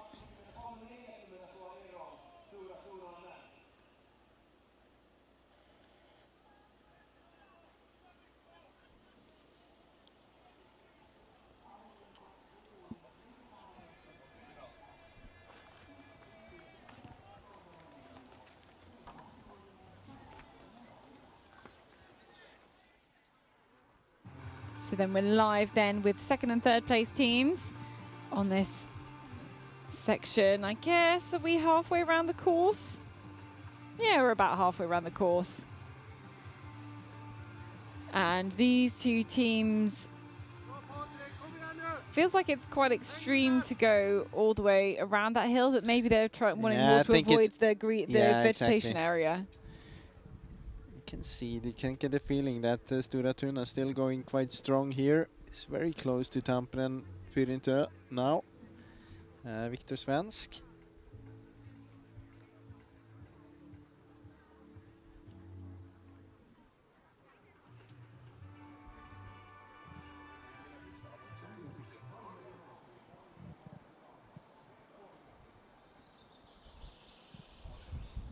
And then I wonder if this is control 16? Yeah, it is. So we should be expecting the leaders through here any moment. Let's watch out for him. Come down the hill here. Ah, there we go. There he is. Just slightly too far to the right. Oh no, he's correcting the now. mistake. Good speed here by Albin Ridefelt. Yeah, and he looks already, just before he punches in the direction he's going to run off after punching. That's not so hard to see. There's just the street. If the camera would turn a bit to the left. True. It's a fairly easy control, this one. And again, speed just looks so high. There's a real sense of urgency, I think, with the way he came through that control, like without feeling panicked, like urgent but not stressed.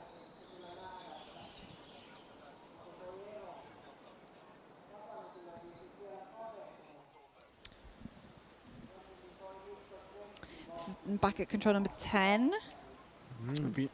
We are waiting for Helsingin Suunnistajat.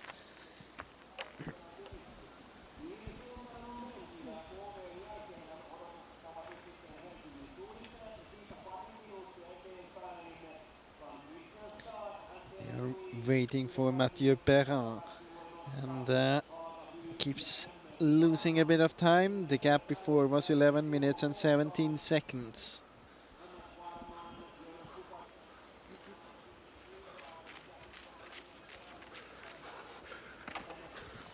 Here he is. 11:40, so lost another 23 seconds.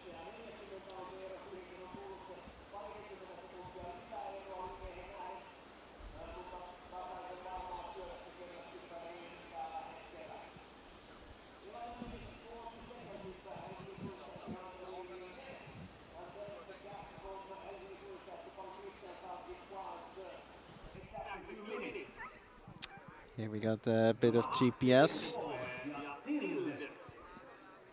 It's the part where you have seen the other teams passing already. They all went a bit more to the left, around the forbidden area. Kove is heading quite straight towards it, towards this small track. I don't know, that's fairly similar to the route we saw from Linné. I got the feeling that Stura Tuna was a bit more, a bit closer to the red line out to this track. Maybe avoiding this extra meters.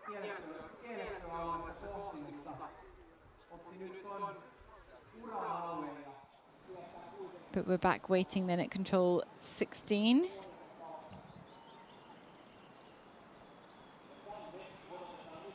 And if we remember, it was Tampering Purinta about 4 minutes down, Stura Tuna 4:43.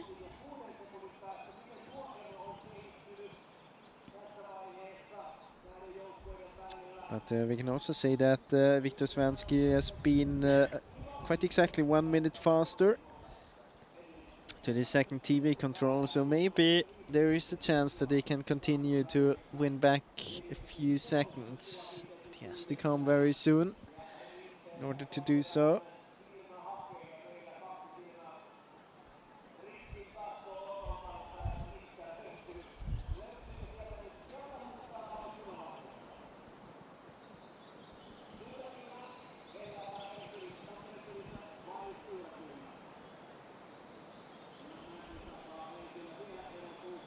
None of the runners in sight yet. There is one. Yep. And it is Tamperen Pyrinta. It is Alexei Niemi. Where is Viktor Svensk? There he is. Just behind. Lost a bit of time here. Well, I think or Tampering at least Purinta Tamperen Pyrinta and Viktor Svensk has gained another time, winning back seconds. another few seconds. Also see that. Yeah, this is really impressive. They were split it up for a moment. Now they're together again. If you look back at, let's keep it Albin Riedefeld. Just can mention that we had IFK Göteborg at control 10 as well. And this is Riedefeld just on the way on a long route towards control 19. Maybe on a long leg, not on a long route. There's not much of a choice here. No, not really. It's basically straight ahead. There will be a path you can head towards. And believe it or not, this is a marsh. It's not a very wet marsh at all, but there we go, you can see diving out towards track. And there we go. Yeah. That's not the... Here it's actually quite wet. It's not the marsh. You will be at the track very soon.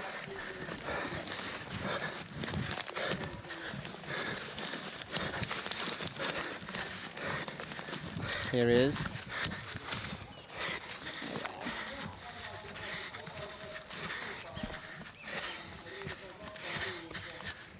So he takes that little, the opportunity of running on this path to refold the map, take a look at the legs that are coming up, and really invest all of that time that he has where he can just run. Doesn't have to think about too much about where he's putting his feet, to take a look at the challenges that still await, to maybe kind of plan ahead, try and decide where he's going to go and try and look at the next steps. And at control 10 at the TV control, we also got the punch from NTNUI and Pan Kristianstad 15:08 and 15:24 behind. And just now got the punch from Kalevan Rasti's second team as well, 16:44 behind. So those two teams from position 6, 7 and 8. So the next team we expect there would be Norska. They were just about 50 seconds behind Kalevan Rasti at the TV control before.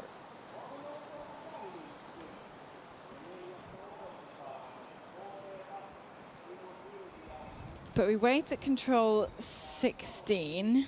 Only 3 teams to there. Actually, let's catch up with some of the GPS tracking. This is where we could see Riedefeld going out onto the track. Yeah, we followed him out from this control where Stura Tuna and Tamperen Pyrinta are heading to. That was what I mentioned. It's not much of a route choice. No, if you don't head kind out of onto the track, transportation. it really is, you've really done something wrong, I think. And then you've got that nice big bit of open just before the control as well to kind of lead you into it, onto the hillside as well. It's not too tricky, that one at all. And of course, you can kind of tell here they're making their way back towards the direction of the arena. All of these teams. We got the punch as well from Norska at control 10. 18 minutes behind into 9th position.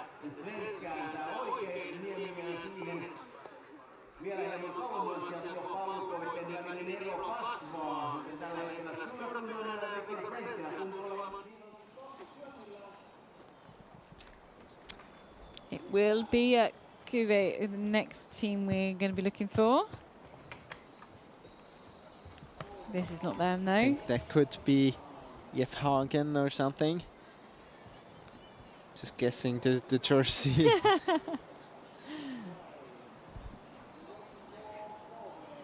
There is. Yeah, Timo Sills on his way down to do this 16th control.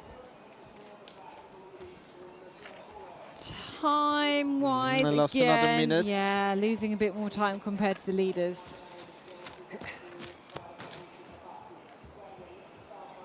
So it's actually only Victor Svensk who is faster compared to Riedefeld. Yeah, everybody else is losing time compared to Riedefeld. He's the only one gaining time.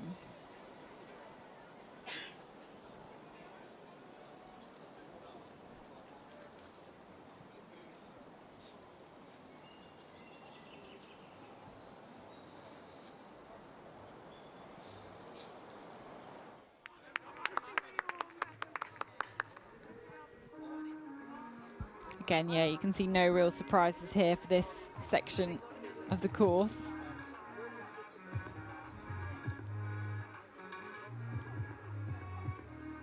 It's an absolute gift to see some tracks really, really close to the red line. But you can see a clear gap now between Stura Tuna and Tampere Pyrintö. Yeah, and it's all down to this man, down to Victor Svensk, who's having great speed. Fantastic. And I wonder, in the GPS, it seems as if he has stopped. Let's keep an eye on that. But look at, I mean, some of this white forest just is so beautiful. It's so gorgeous, and you can see so far. And GPS, it seems as if Riedefeld had stopped just before the control.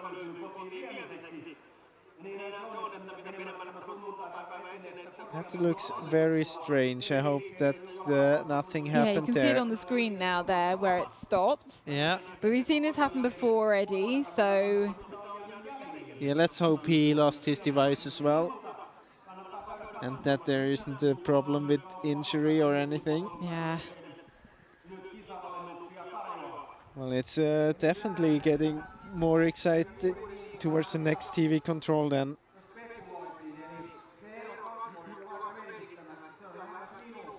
And now we kind of lost connection. Yeah, lost connection to it as well. It's removed from the equation. But if you look at that... Yeah, but then now it's back. So something is strange. So either he lost it or he's still there. So now they picked it away. Yeah. But if you look at the tails there, the gap, maybe 50 seconds now between Stora Tuna and Tampere Pyrintö, and they were pretty much in the picture together at the 16th Yes, control. great speed, Victor Svensk. And the next TV control we will actually have at control 20, so the control after 19. It's a bit of a longer leg.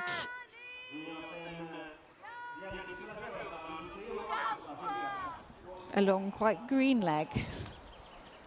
Find some good routes through the terrain. But I think this is Helsingin Synestheat dropping down towards the 16th control. Yes, Mathieu indeed. Perrin.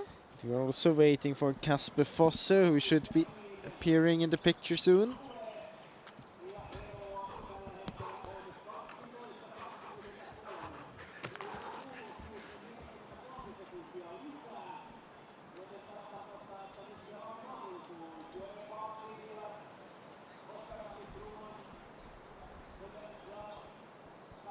There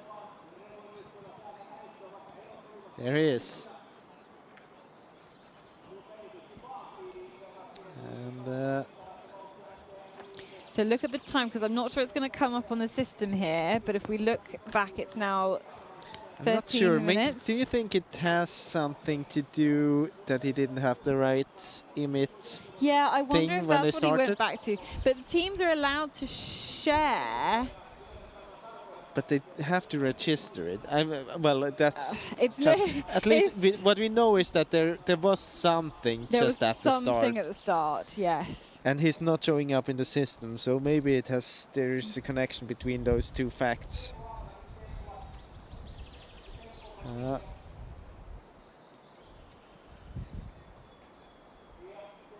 If we go ahead a little bit, I think we can expect Riedefeld at control 20 soon.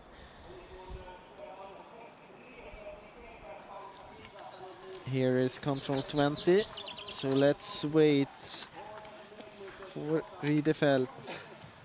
No, he's already been through. Oh yeah. Yeah, we missed him. Yeah, of course, because he has no GPS He has no device. GPS. Okay. But actually, there's like 2 controls to go, like 1 control and then the last control, and then he finishes. And actually, here he is, heading out onto the track. We will, hoping we can follow him a good fair way towards this last control, and then, I mean, the last control that's kind of in the forest, and then the actual last control. And he really drops down. And again, like, this speed is so high through this terrain. And imagine then that Victor Svensk was about 1.5 minutes faster. Yeah, yeah, the 2 of them, incredible.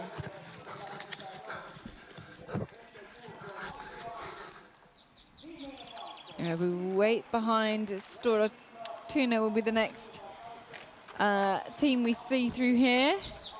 Though I almost think we need to start looking up at the forest, to be honest, because Albin Riedefeld is on an absolute roll, and he's going to hand over to Lucas Leland, a Norwegian runner who actually ran that long night leg at Tiomila. He was kind of leading that group, the pack, basically, that did so well on long night, and it's been quite interesting to see then that he's been put on the last leg instead of the long night leg here at Jukola.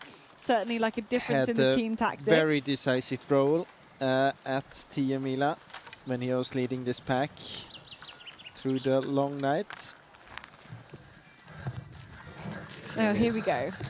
Still on top of the hill. Yeah, so we can follow Riedefeld through. The arena is literally just ahead of him. You can see the land starts to drop away. And so I'm sure very soon we can see him at the top of the hill. Let's see if we can catch him.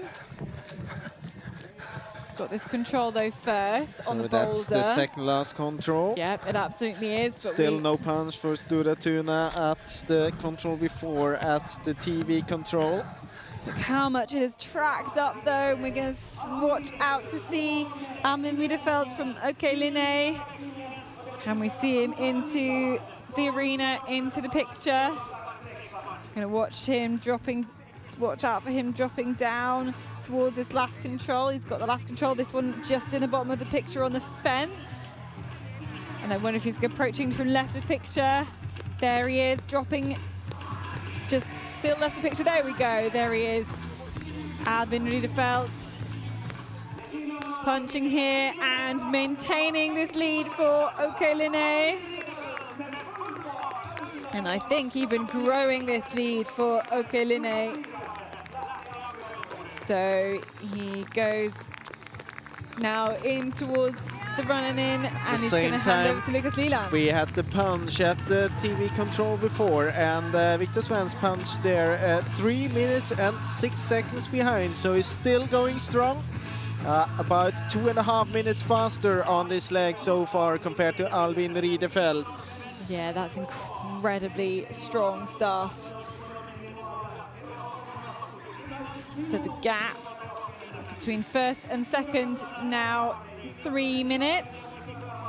And that's the good work of Victor Svensk. He's going to hand over to his brother Emil Svensk. Before then, we're going to see Albin Riedefeld going to hand over to Lucas Leland. Change of team tactics for OK Linné. They've put Lucas Leland on the last leg. Doesn't quite know one where of the it's biggest misses he had in this leg here. That's true. It's not, your leg's not over until you've handed the right map to the next runner. And we have to wait a few more moments until we will see Victor Svensk handing over to Emil Svensk, and then we will have to fight for the victory between Lucas Leland and Emil Svensk. And a lot of, most teams, especially those vying for the win, thinking they've got the overall team performance to put together a winning performance, are going to put their strongest runner on this last leg. So we're about to get a roll call of some of the top athletes in the nation. That's Tampurin Purinto just punching their control number 20. Alexi Niemi, he's going to hand over to Fabian Abersold. Again, they've put Fabian Abersold on the last leg, have Tampurin Purinto. It was incredibly exciting at the end of Tiomila to see him vying, and, I want to say vying with Luca Basse at the end. I think we can start to shift our eyes up to the slope and towards Victor Svensk. We'll be having the picture here.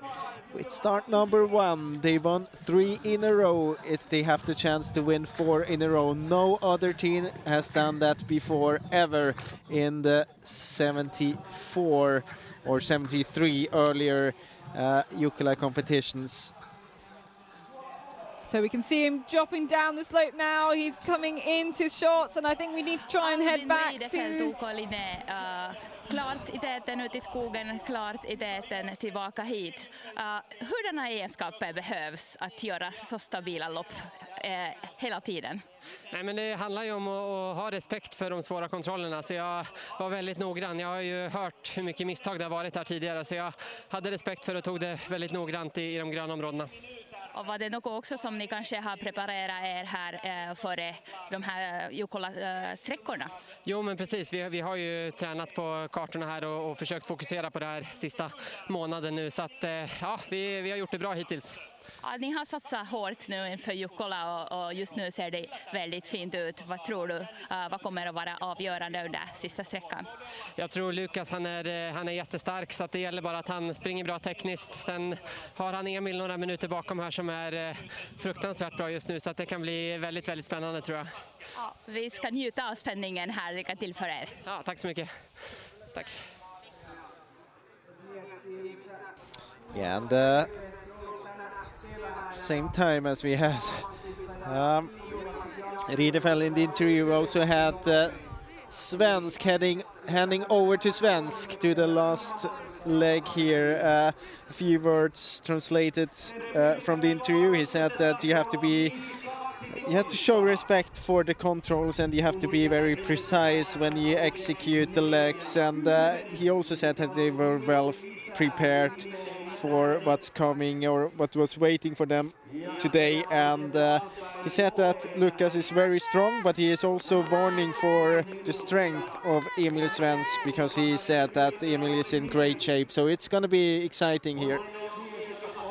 Yeah, I think it could be very exciting. Just having a little look at what the gap was then. So 2:55 in the end, with Victor Svensk just catching seconds, at every control, it seems like. And we're now on the top of the hill with Alexi Niemi. This is the 3rd place team. Soon, very, very soon, we're going to see them down towards the finish. Going to hand over to Fabian Abersold, the young Swiss runner. And I mean, if you look at the running time on this 6th leg, Victor Svensk is almost 3 minutes faster. And I mean, we mentioned that before. We didn't really see any bigger mistakes of Albin Riedefeld, so just the speed was incredible. Yes, if you think that he managed to take be 3 minutes quicker on this 6th leg, which is a bit shorter. We're now going to the longest leg of them all, the final leg. There's opportunities to take back that, to catch up that amount of time as well. Let's see Tampere Purinto then in towards the changeover, ready for the last leg. And it is Alexi Niemi here. Maybe not the strongest run from him, definitely losing time compared to the leaders, lost a place as well from 2nd down into 3rd, but 3rd, no shame in that at all here after 6 legs of Jukola. And he's going to hand over to Fabian Abersold. And we have to be honest, he had quite a tough task to run together with Victor Svensk today.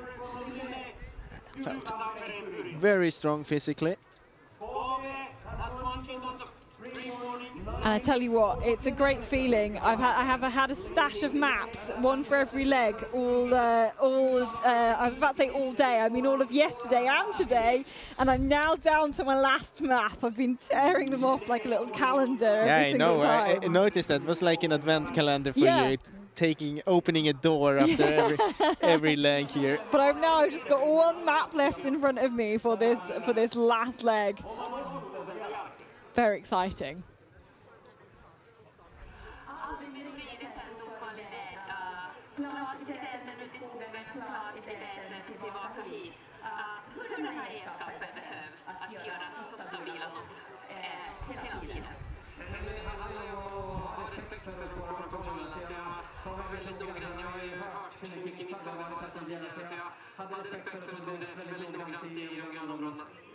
Var det något som ni kanske har preparerat här före de här Jukola-sträckorna? Jo, men precis. Vi har ju tränat på kartorna här och försökt fokusera på det här sista månaden nu. Så att vi har gjort det bra hittills.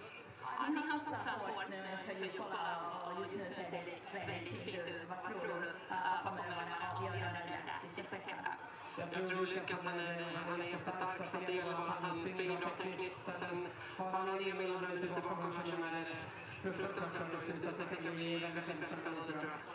Vi ska njuta av spänningen här. Lycka till för er. Tack så mycket.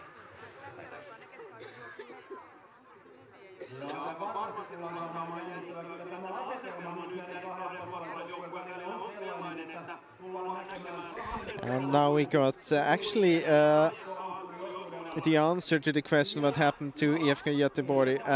Gunther Mulle gave his emit to Kasper Fosser, which is not allowed to do.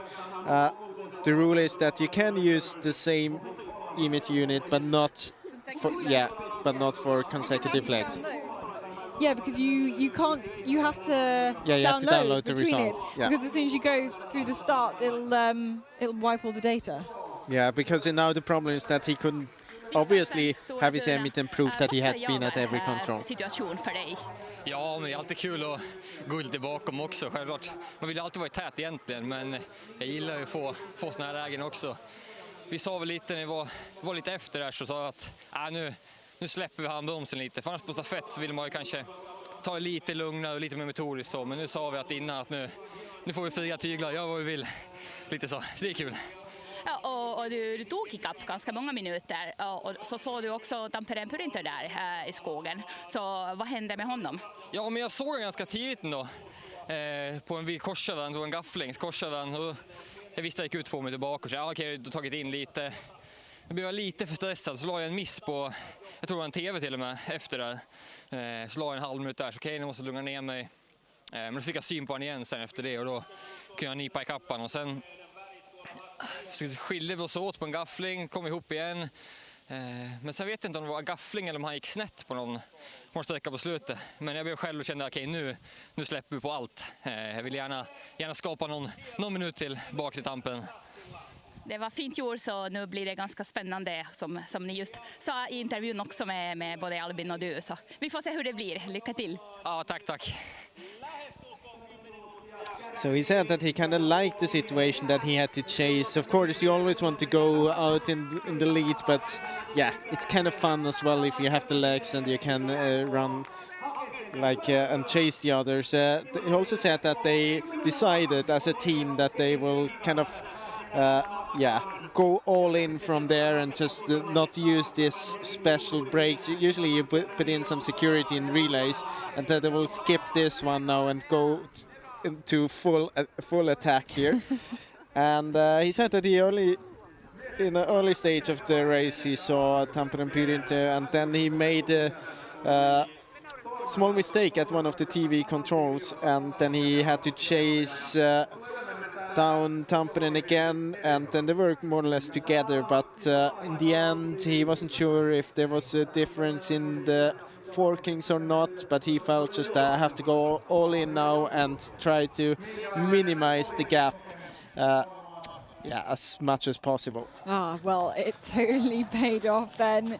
He went all in and brought up some time and put Stora Tuna in a place where I think it's possible for someone like Emil Svensk to pounce, although of course Lucas Leland, who we can see here in the picture, is another fantastic runner as well. We can see half of him in the picture. You can see a lot of sky. But you know, if there's any mistakes from the likes of Lucas Leland, then you know, Emil Svensk is just in the right position to be able to do something with that. Aleksi Niemi, Tampere Pyrinto, it's going really exciting right now. How did you feel it out in the forest? Yeah, I'm really satisfied for my run, and it was super tough out there in the terrain. It was up and down and quite rocky terrain, so in the end of the course I had to squeeze my all power until the end. Now it's only the last leg left, and there are three tough guys. What do you think your possibilities are? Yeah, Fabian is really young and talented guy, so everything is of course possible, but opponents are really tough guys, of course, world stars, and it's gonna be exciting. Let's wait and see how it goes. Good luck. Yeah, thanks.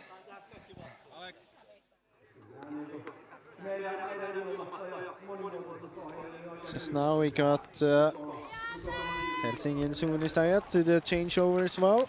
IFK Göteborg, they are doing a mistake up there, but it doesn't really matter because they will be out of competition anyway due to this mistake at the changeover from Quentin Moulet to Kasper Fosse.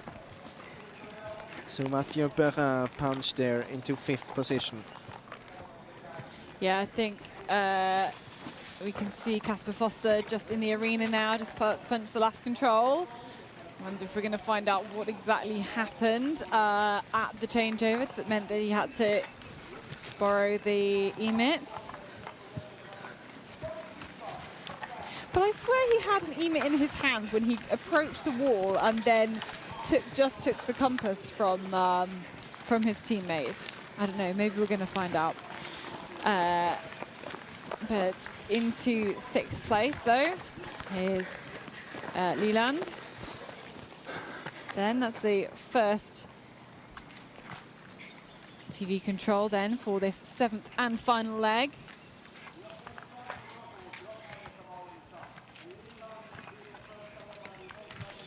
And let's see now, the gap was 2 minutes and 55 seconds. We get a recap here from the start to the first control. You can see that Stora Tuna chasing there. Linear to the first control, slightly different here, the route choice. Stora Tuna heading towards this road, hesitating a little bit into the control. My guess is that the gap about the same still at this point. One of the forkings here, both heading to... Oh, that was a mistake. He's going to the wrong forking. That's strange. That's really bad direction out from the control. And that's about a minute mistake.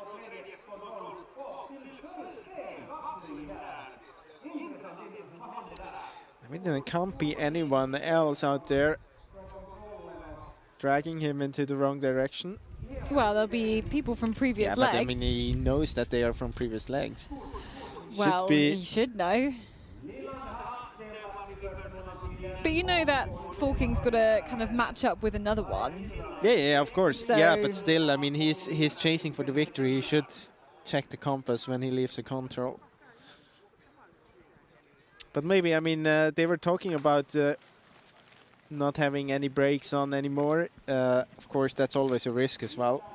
Can't just win by these tactics, otherwise you would not put in any security from the beginning, any safety. Absolutely not. So we will see him very, very shortly then at this, the 5th control, still Stora Tuna and Emil Svensk, 2nd place team. So we watch for the gaps. The gap was 2:55, and I want to see what it is now, bearing in mind that's quite a significant mistake from Emil Svensk. Oh, I think that's just seen him in the back of picture. Here we go.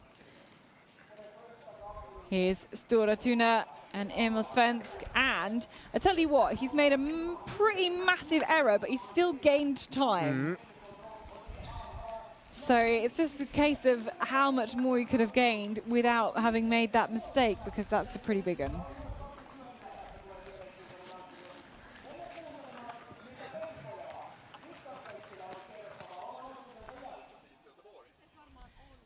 Lars Johansson, lagledare för IFK Göteborg. Vad hände för Kasper Fosser? Ja, som jag har tolkat det så har han lagt sin bricka och kompass inne på toaletten när han värmde upp här och sprang tillbaka och började ropa och knacka. Men tydligen var det ingen som kom och lämnade ut han, så han fick lite panik och så sprang han bara och tog Quentins bricka och drog iväg. Och tänkte inte på att han inte kan springa med likadan bricka på 2 varv.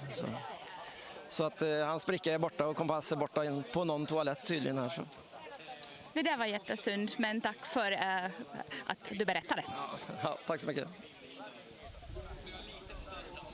Well, it's kind of a, I have to be honest, kind of a special story that he forgot his compass and his EMIT device on the toilet. So when he went out, he realized it and tried to get back, but the toilet was closed. And he couldn't get it out, and he tried to kind of knock on the door, but he didn't get the EMIT and the compass. And then in kind of an act of panic, he just took Quentin's EMIT and compass, I think, and headed out to the forest and didn't think about the fact that, of course, Quentin has to upload the result first. So, yeah, that was the fact that led to this disqualification. So he left them in the toilet. And the coach said they're, yeah, probably still there. Okay.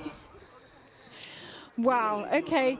I'm not quite sure that's how we thought that story would be told, but nevertheless, hopefully that'll be a lesson for lots of orienteers. That's never going to happen again. You can see there was a mistake at the 2nd control by Tampere Pyrinta.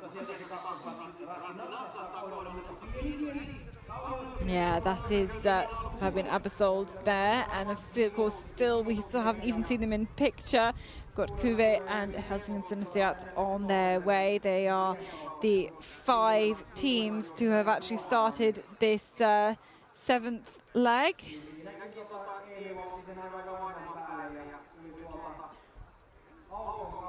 And the next teams coming to the finish and the changeover should be NTNV and Pan Kristianstad. NTNV first, about a minute ahead of Pan Kristianstad right now.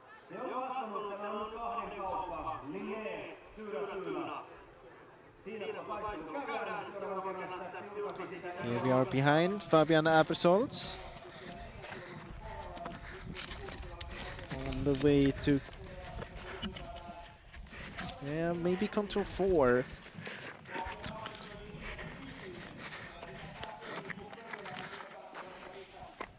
There's punching control 3 right now. It's a forked control, this one. Yeah, and then back on the way towards those taller trees for control 4. It's 5 where we get the next time check. But first, I think we will get NTNV to the changeover. Short while. Yeah, this is waiting at the 5th control for Fabian Abersold. He was 5:52 off the pace. You can see that's now already up to 46.50.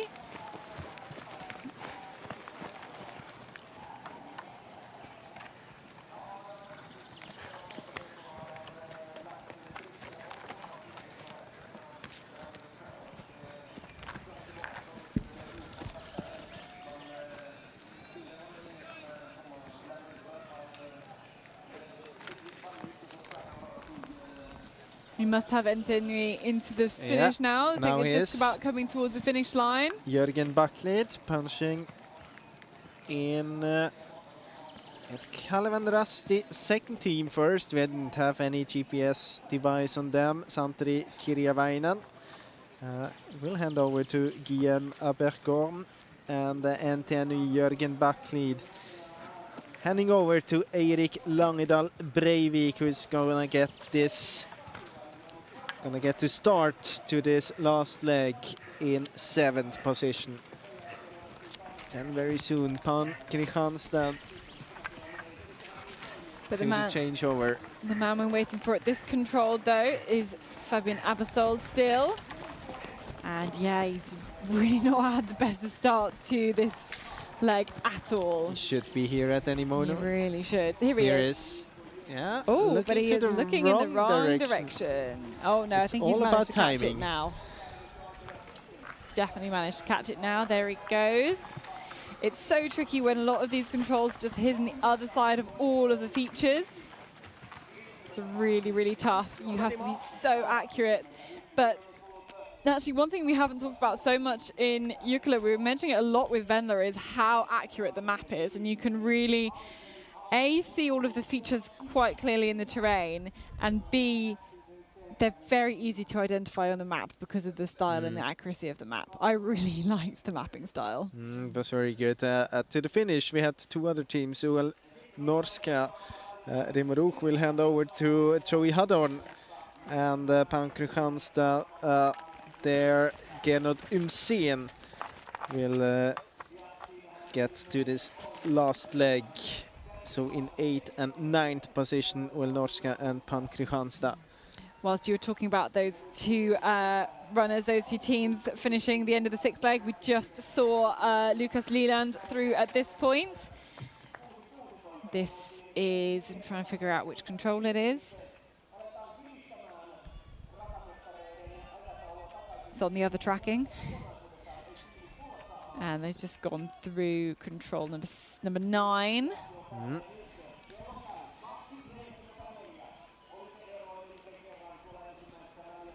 And the gap before was 2 minutes and 44 seconds. And then we know that Emil Svensk was 11 seconds faster, even though he did quite a big mistake in the beginning of the course. So let's see how this will develop here for Stora Tuna.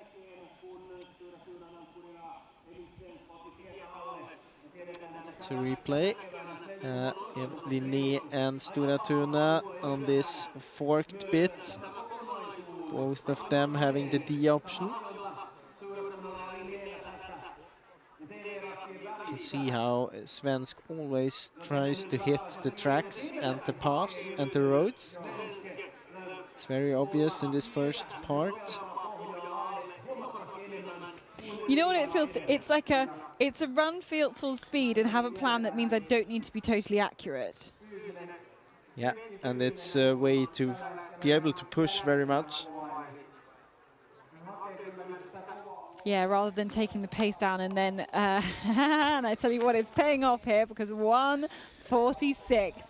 He has caught up a whole minute then between the last control, which I think was about control 5, and this control 9, and they had the same forkings as well. So it does feel like from Emil Svensk, the tactic is full speed and making a plan that's actually quite safe, hitting those really, really big features, but being able to do that at full speed because your route's just a little bit easier. It'll be interesting to see how he will tackle this 10th control, because I think it will be tougher to go and take the safe or to save up in any way. I think here the straight route would be the fastest one.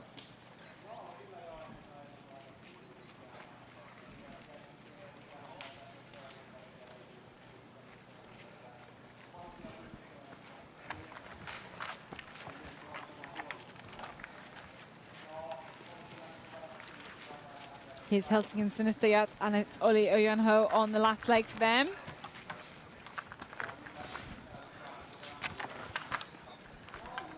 As long as he stays on 2 feet. I think there's potential, for him to climb up a place here.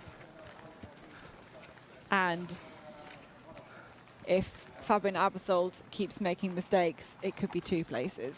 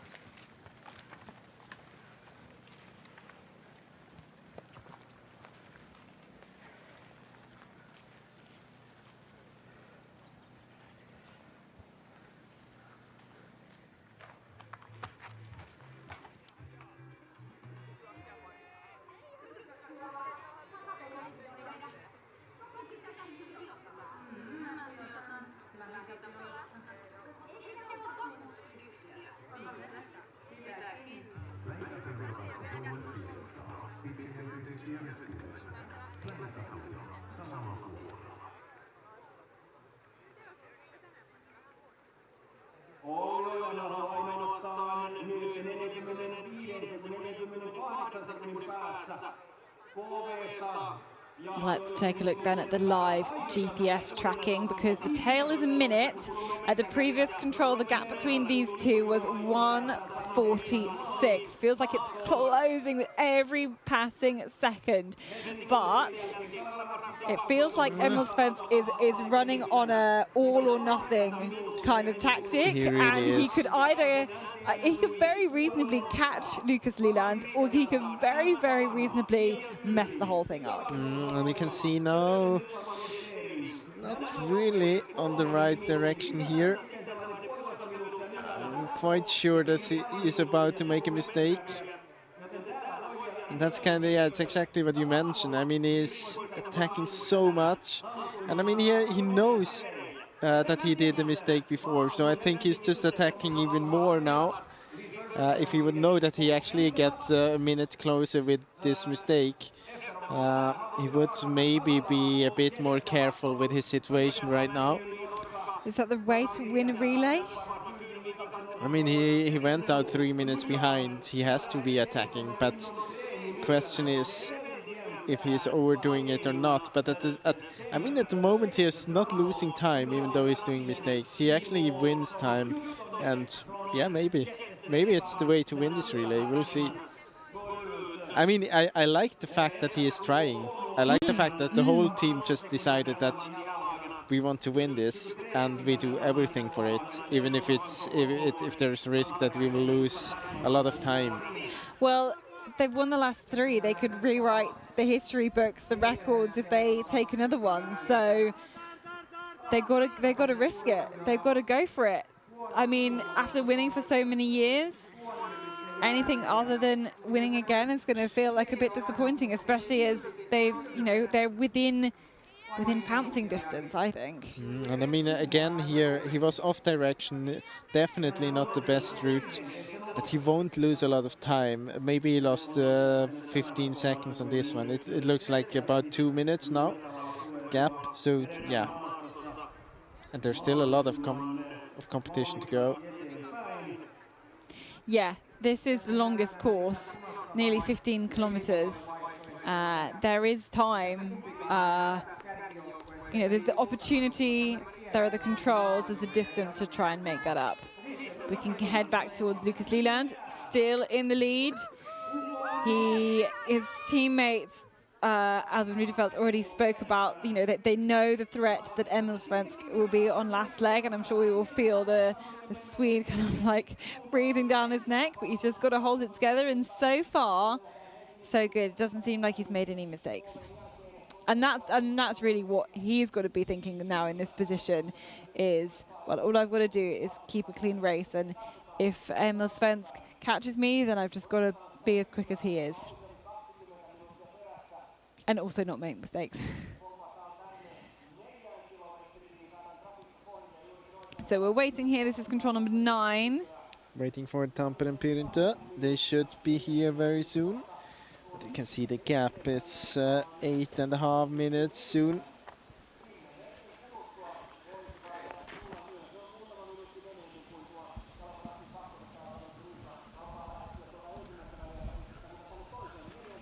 Here he is.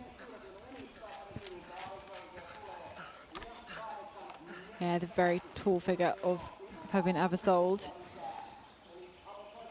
Again, losing time compared to the leaders, but still in that 3rd position.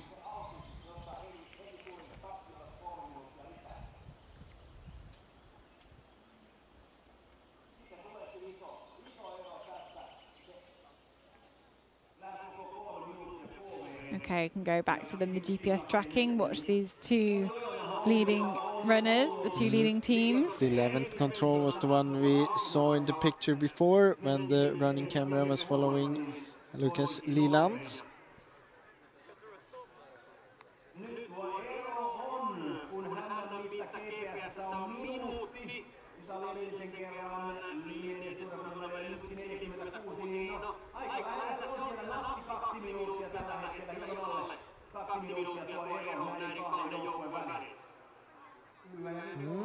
I'm not sure if he's... And now he's in the control. It's only just up from the bottom of the hill.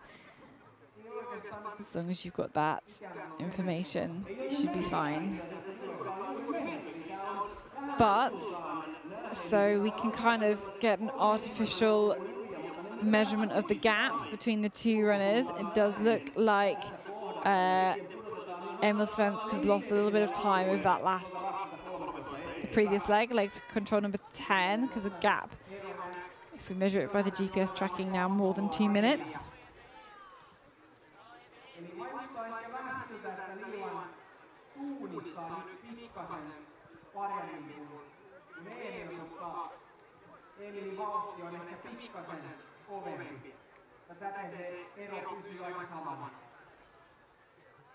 Ja pitää muistaa, että vaikka kärjessä nyt mennään ja taistellaan voitosta, niin totta kai taistellaan myös paikoista sinne top 25, niin meillä on 20 joukkuetta taittanut. I think we had Emil Svensk in the picture, not for a long time.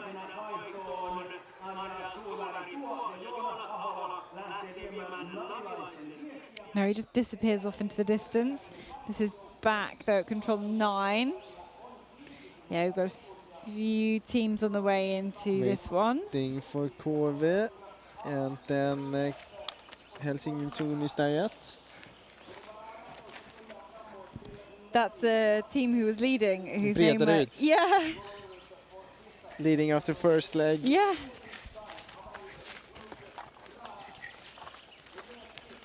Here we have KV. Heading out to a different route choice. Yeah, I think so. Using the street for a few meters. And soon we will have Helsingin Suunnistajat here as well. This is Karo Olsson. It is. Must be on the 6th leg or 5th leg.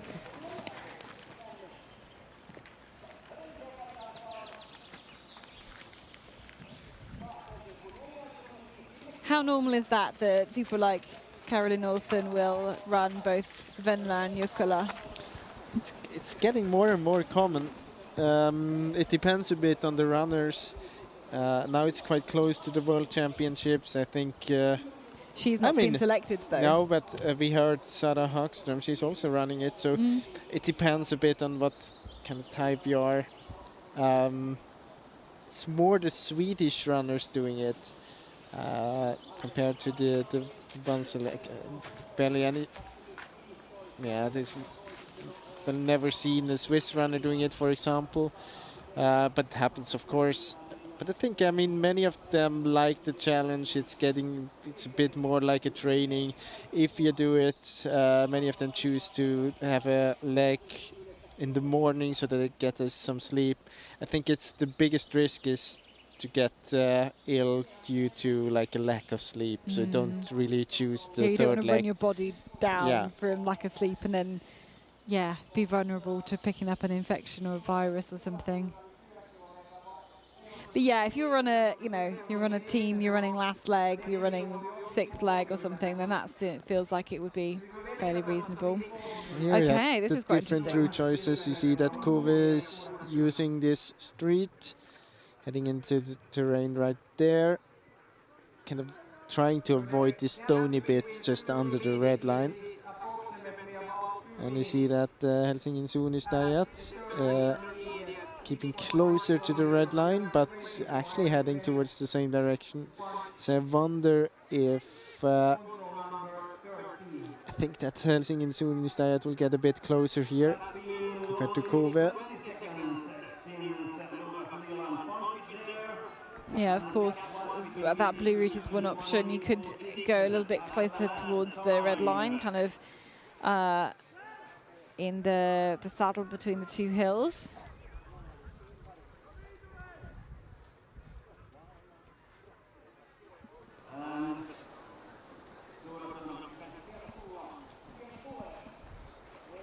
So we had Linné through, and here we have Stora Tuna. And the gap 153. It's 146 before. So maybe, I think Emil Svensk recovered most of the time that he lost with the mistake, but maybe not realizing that like full gas or risk is maybe not quite the approach he wants to keep taking. But I think he won't be as attacking as in the beginning for the whole course. I think he will be getting back to kind of normal orienteering now in this part. You can see here that Helsingin Suunnistajat actually is coming together with Kove, Olli Ojanau and Kenny Kivikas. So it wasn't really worth it to go those few meters on the road. You have to climb back the meters you went down again. And I mean, the exit from the control is quite okay, keeping closer to the red line. Yeah, ultimately this means Olli Ojanau is potentially going to climb up a place.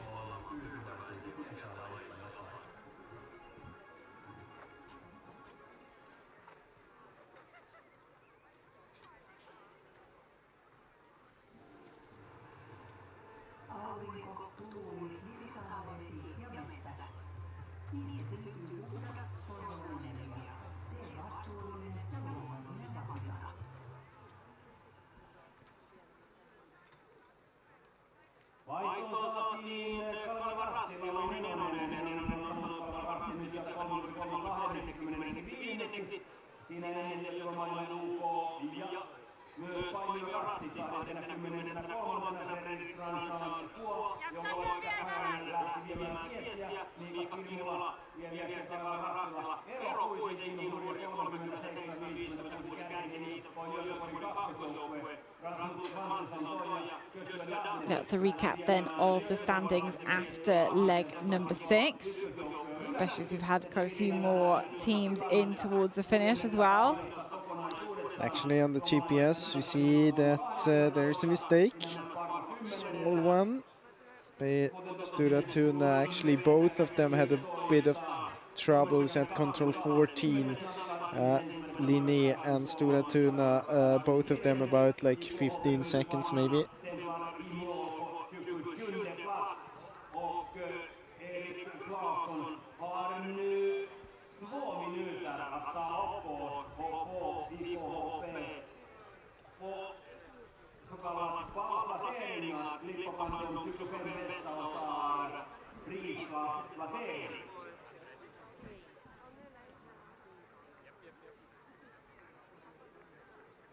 Okay, so gap looks to be 1.5, just over 1.5. So Svensson closing a little bit more. But you could see, yeah, he was just slightly too high then on that control into 14. Almost was going to, looks like he's going to overshoot it as well. And we are behind Fabian Abersold. On the way to control 12.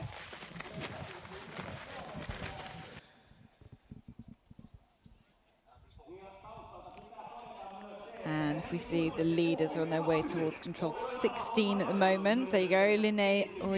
Then we've got another long leg here, a little bit more detail, a little bit more green on the map. In parts, actually, although actually a lot of this leg is very white. Yeah, that was when we were talking about this map bits that weren't very accurate. They picked out a bit of green in some parts every now and then in order to not give away how it looks like around the controls. But here it's actually quite accurate. Will be interesting to see if Svensk is heading down towards the street. What we have seen in the beginning especially is that he tried to get paths and roads in order to get up to speed.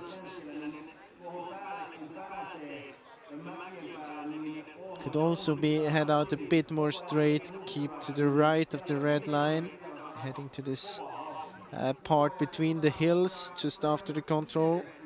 I mean, out of to the path and then between the hills, getting to the next path, and then try this spur. Eventually get to the veld area. Exactly, and then use this small track there to get to the next veld area and towards the control.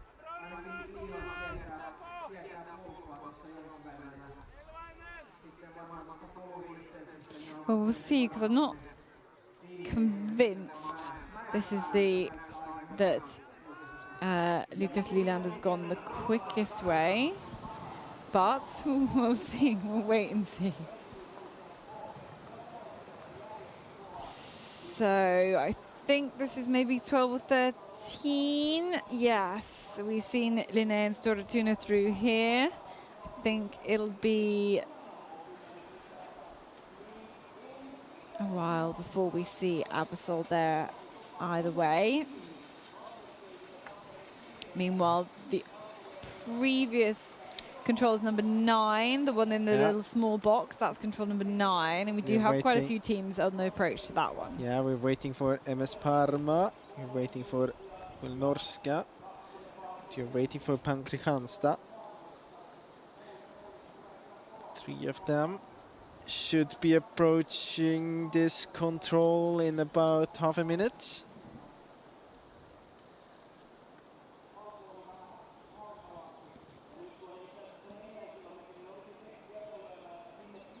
Just behind as well, Tyrving, Matthias Kiburz.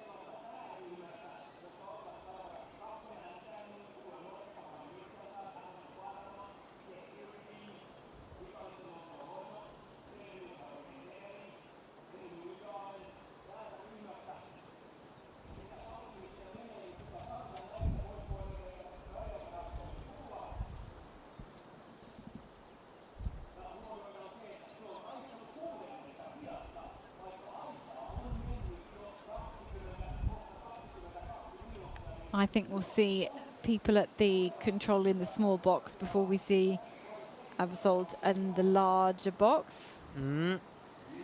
That's very much possible because he didn't go straight line to the 12th control. Yeah, there we go. Pan Kristianstad there Norska. and Norska. And that's MS Parma. Yes. And that's Tyrving. So 9 teams there. And will IFK Göteborg have been pulled from the relay? Yeah. Yeah, okay. I haven't seen them at least, and they should have been in between there. They're not in the results anymore. It was quite clear disqualification. I mean, if you can't upload the result from a runner, then what should you do? You have there's no room for discussions. No, absolutely not. We can't figure out if the previous leg runner actually went to all the controls.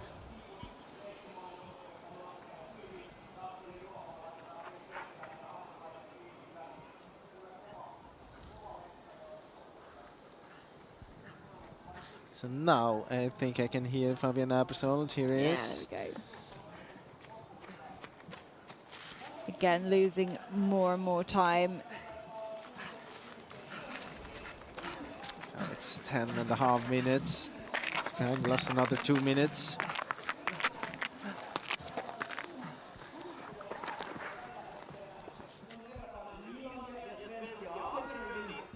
Let's go back then towards this long leg. See, it's only a minute now.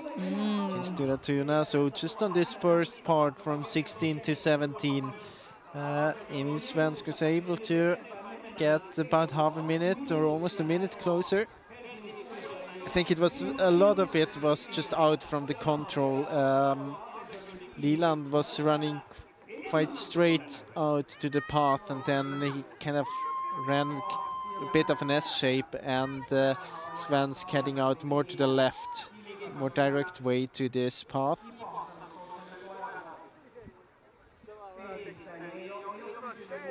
Of course, just temporarily lost the GPS tracker for Stora Tuna, but they were really, really close together. This is Olli Ojanaho.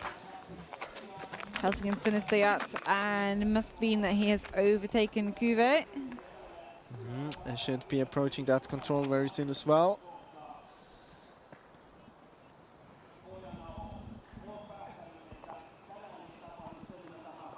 Yeah, you can see Kuve on the way with Kenny Kivikas.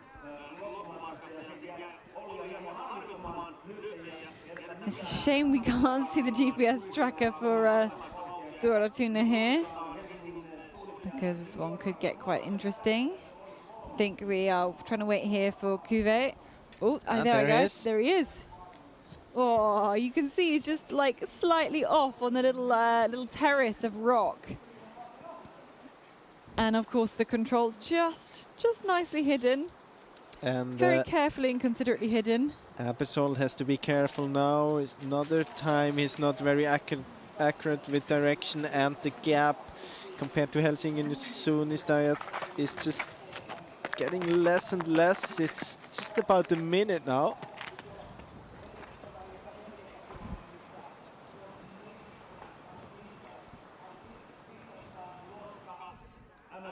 Can see it here. Another time he was a bit off direction. Of course, he noticed it, went back, but it's another 10-15 seconds there. Lost connection to Stura Tuna. That's why Emil Svensk is not in the picture, not in the graphics. And do you think, I'm just thinking about Fabian Abersold, do you think that, would you have expected the terrain at Tiomila to have suited him more than this type of terrain? Where he performed better, obviously, at Tiomila. Tough question. I don't... Yeah, I would have guessed that, because the visibility was very good, and he's a strong runner. He's a very... I mean, especially his strength is like in the physical ability, and it's much harder to play that card out when you have so many details, and when it's so hard to navigate. When you have good visibility and not as many features, it's much easier to build up speed. And also, if you think back, we had these passages through the industry area where you had like 2.5 kilometers just plain running, and of course those bits suit him very well. So we wait at the next control, and then we do. Now. Yeah. Well, let's see who comes. I think we will. Yeah, I mean, it's still Linnea through to this yeah, first, of course. But this is control 18, right? I think it must be 18. Oh, you can see the trees are moving.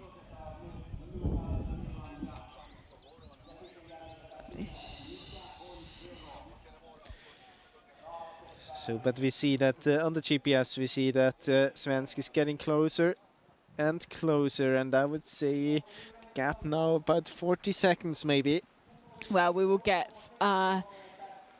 the exact word on that very, very soon, I think, because both runners are on the approach towards this control. Can we see? Oh, there we go. There's Lucas Leland, and punching the control number 18, and the clock starts ticking then. I want to see what the gap is between him and Stora Tuna. Let's have a look. Here's a replay of the leg then. Let's kind of see. You can see. Look at this. Yeah, the different ways of heading out to the Yeah, they were path. just to the left or the right side from this cliff. You can see that the speed is a bit higher as well. He's getting a bit closer. Then heading up there, and then he's using this entrance, this small track as an entrance towards the control. He's continuing to do a bit more distance. And look at this, 40 seconds. You said 40 seconds, there we go. Actually, I think it was more at the control before, and he was able to win back another 20 seconds from there. Oh, I almost wish we had a camera on them when they caught each other. That would be like... So you believe that the... Yeah. It's I really mean, the open. first chance... But here there's too many hills in the way, I think. Yeah, but the first chance would be out from control 19 when it's the downhill there. And you can see that the speed it's a difference in the speed here. Now it's not now it's like 30. This is going to be very... Did we have a running cam on this bend here before? I think we might have done, actually. Oh, come on, running cam gods. Let's stay with these two runners here. Let's see if we can... Yeah, we don't know if they have the same option. Do you remember what they had? I mean, at the forking, just there. The next forking. I can look it up. Linné and Stora Tuna, they've got the same forking. Whoa. They've both got the F option here. So they do have the same controls. And yeah, I think you're right. It's now more like 30 seconds. So 25 there. Still don't think that they see each other.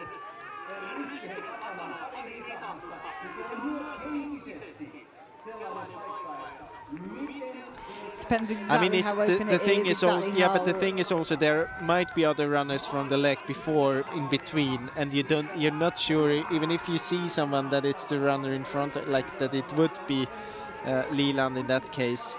And also, if he is really looking that far ahead for Leland, I mean, maybe he's not looking for Leland, but he's orienteering. looking for the features. Yeah. And here, for example, in the uphill, it might be that I think now he can spot him. Yeah. You can also see that the gap is like getting less and less with every second almost. This speed from Emil Svensk. Really incredible, even with some mistakes. Just trying to think about when we're next going to have a TV control, to be honest. It's 25. Ah, cool. You're right, it is 25. As they descend down to the hill and that little re-entrant by the track.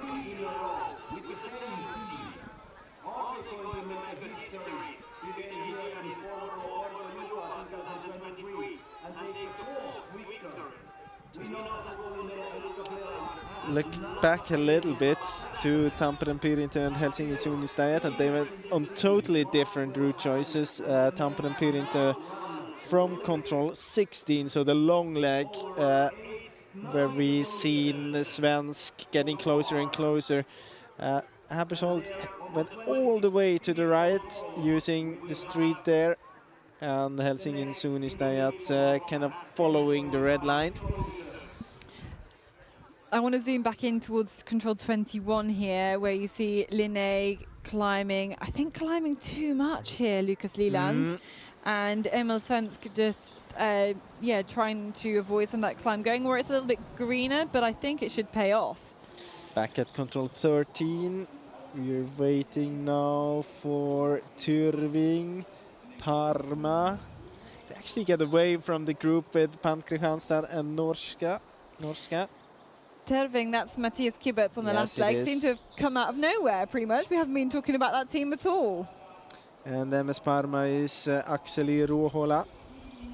And all Norska is Joey Haddon. But Haddon lost, compared to Kiburtz, about 1.5 minutes now from just maybe two, 3 controls. So here we should see very soon Ruohola and Kiburtz.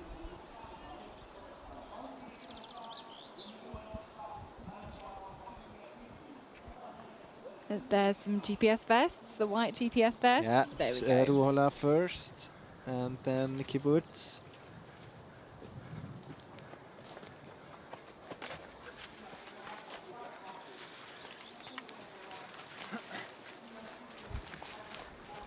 Absolutely is the two of them together. Yeah, and they have the fastest time so far.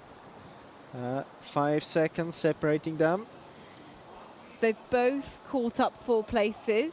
MS Palmer caught up from 10th to 6th. They went out together on this last leg. Good team. Let's have a look then at these different route choices then towards 17. And this he's is what you were like talking about just a few Aberson, minutes ago. extremely in an extreme angle heading down there, following the power line. Fortunately, we lost his GPS. And now we're live as well with these two runners. Obviously, we can predict what Abersold might be doing to head into control number 17. I mean, I can understand that he's doing it, but in my opinion, the runnability is too good down that area, right? Yeah, like in the middle where it's just how he exited control, that it was an extreme angle. He was almost doing a 90 degrees angle when he came down to the street. Could have cut the corner a little bit. It will be interesting to see if it's paying off. Of course, he tries to play out his strength, his physical strength here. This bit, I mean, it's... if he will lose time, then it won't be much.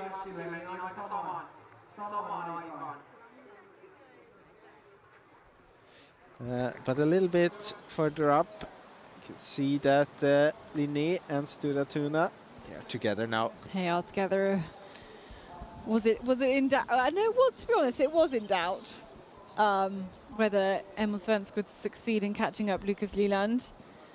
Because it seemed like he was maybe making too many mistakes, but now we have two teams neck and neck with...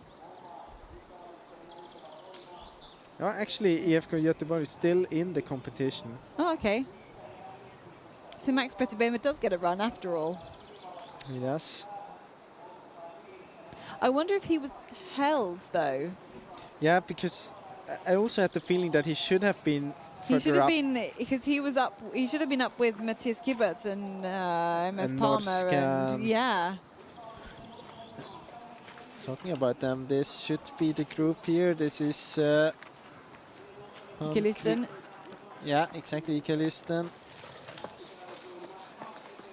Södertälje. Waiting for Norska.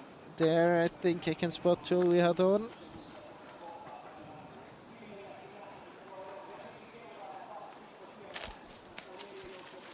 No, and Henry and Joey Haddon, yep. So, dropping places. In fact, both those two runners that we've just seen there dropping. Both struggled a bit. Erik Langedal Breivik and Joey Haddon. And here we go. This is proof they are indeed together. Lucas Leland and Emil Svensk, who we can see there. The running cam gods, they heard you. Yeah, they did hear me. Because we really want to see what it's like, I think, in this forest with these two guys together.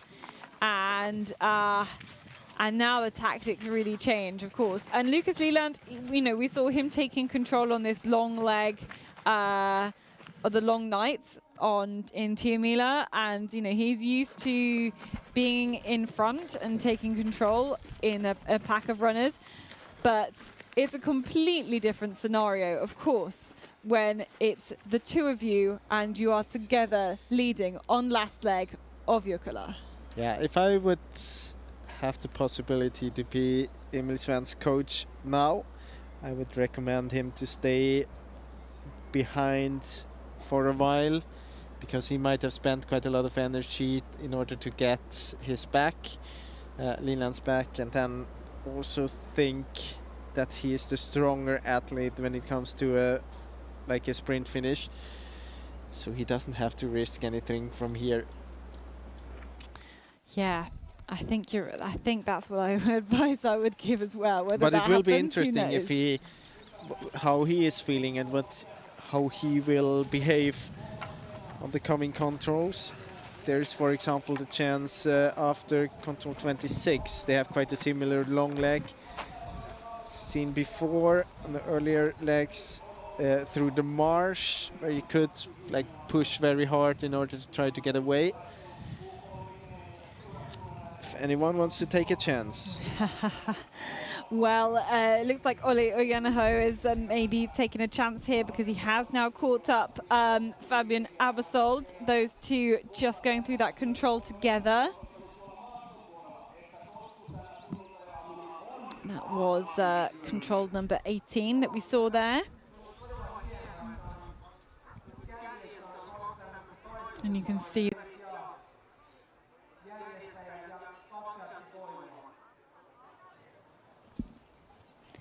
this is control 25 then. Yeah, and they should be here very, very soon. Yeah, really soon. There we go. We can see, I think, the two figures there. And it's still yep, Linné, then Stora Tuna.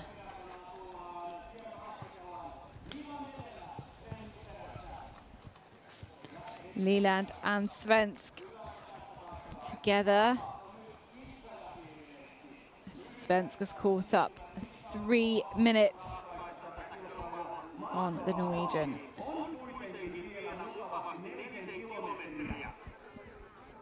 They've got a long leg, really quite a long leg to go, and then a few kind of medium size and a few really short ones as well, just on this last stage.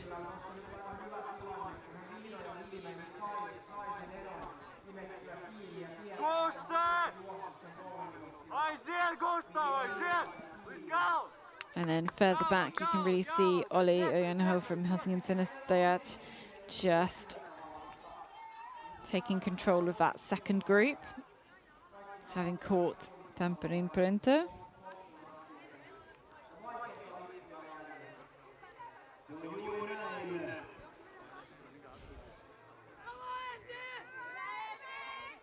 These are actually the course planners in the picture, even if you don't hear them.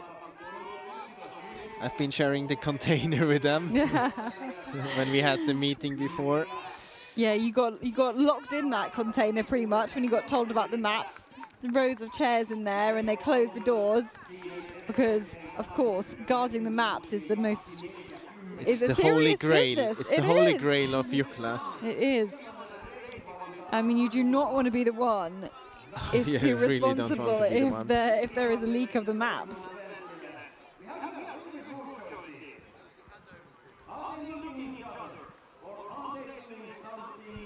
So this is the leg I was talking about. I mean, here you could, if you feel very strong, you could try to push extremely hard in order to get the other one very tired.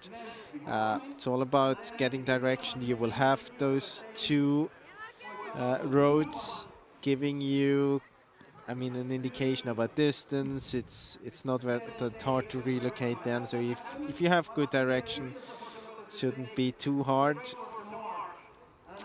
I mean, you can see, for example, the red route's very easy to execute to get to the control.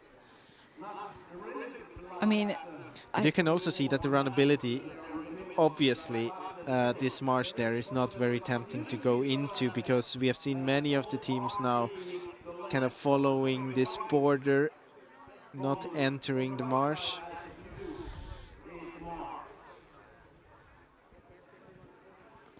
Well, there's all sorts of options. That's not one of them.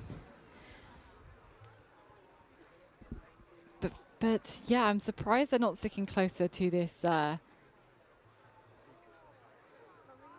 red line. Really trying to avoid the marshes.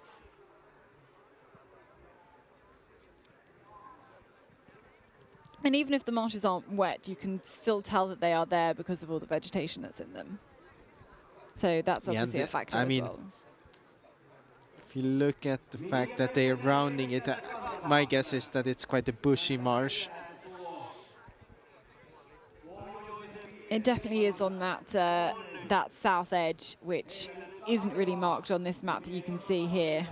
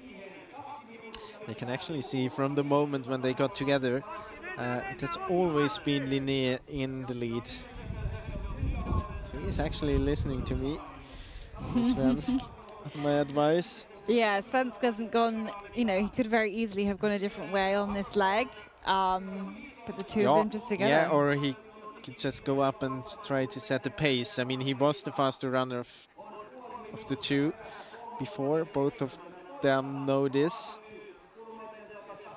But maybe now he's calculating where he really wants to put his foot down and how far out he wants to try and make that gap, where he thinks he can, you know, do solid orienteering and not go out in front just to mess it all up again and lose the lead.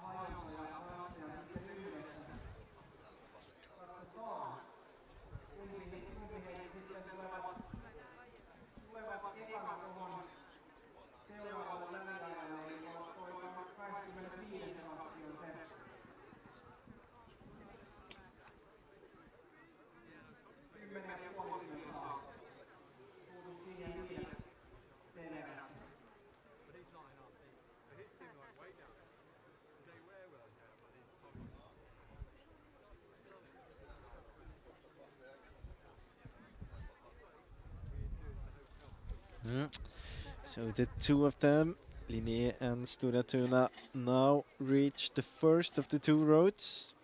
They headed out to the path and followed it towards this road. So now taking a few steps on this one.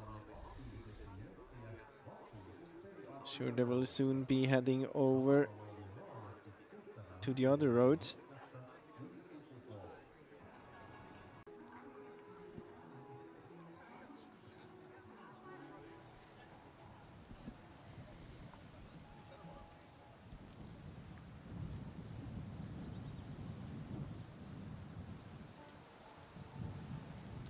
Back here at control 18, we're waiting for MS Parma and Tyrving. Two teams, position 6 and 7.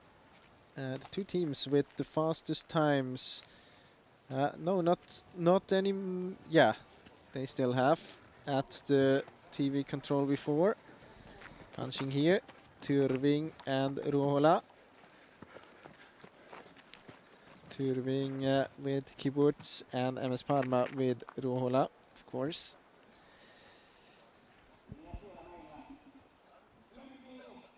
And here the two leaders, and you see that it's still Leland who has to set the pace. It's still Svensk just behind. He has not been leading any meter since they got together. Just staying behind.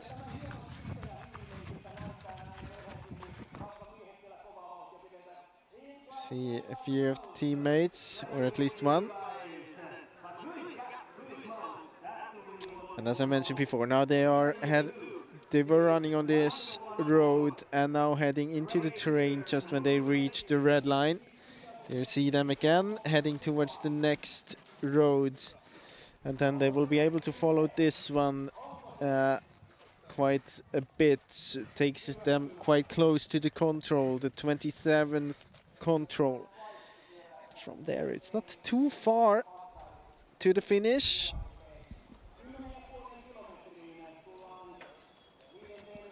So we are back at control 25, and here we have Olli Ojanaho, Helsingin Suunistajat in third position, 9 minutes and 54 seconds behind. And he got rid of Fabian Abersold in the forking system just before. So now all alone, he took the chance when he got it. And we are waiting for Abersold.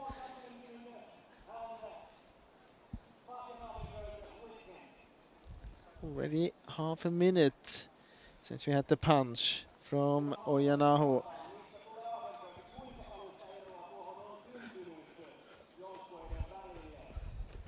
Oh, that wasn't the Abersold. We're back with the two leaders.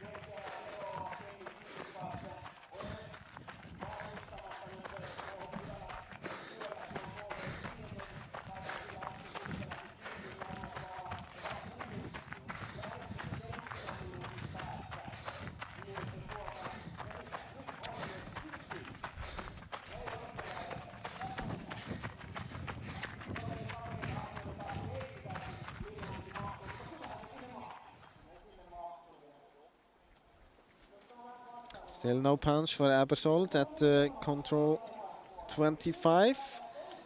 Here we are waiting for him.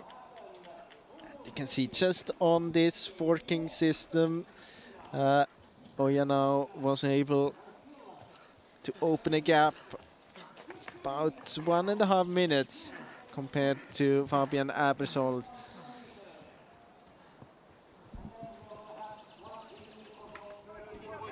And here we have the GPS, so you can see that they followed this road until the forbidden area, and now they're using this yellow bit in order to get control 27. Still, it is in Emil Svensk leading 1 single meter in this race. Well, if the GPS tracking is to be believed, yeah, but we saw them on the running cam as well. Did. Yeah, we did, exactly. And it feels like that's quite it's a very, very safe route that the two of them took there to that control. Yeah, I mean, like, they are aware of the fact that the other teams are far behind. I'm sure about that. You could see that already when they were heading out to this last leg. And they have not been doing any bigger mistakes. Of course, they had a few, like 2 or 3 times with this 30 seconds, but nothing that would change the relay in a bigger picture. And you can see here, still Leland and still Svensk, just a few meters behind. Yeah, the two of them so close together. And we had a little kind of look at the GPS tracking as well as we saw the last kind of few controls. They don't have much orienteering to go yet. It's a mixture of really short and kind of slightly further along controls. There are a few tricky controls left. Have to be careful at control 31, 32, just before the finish.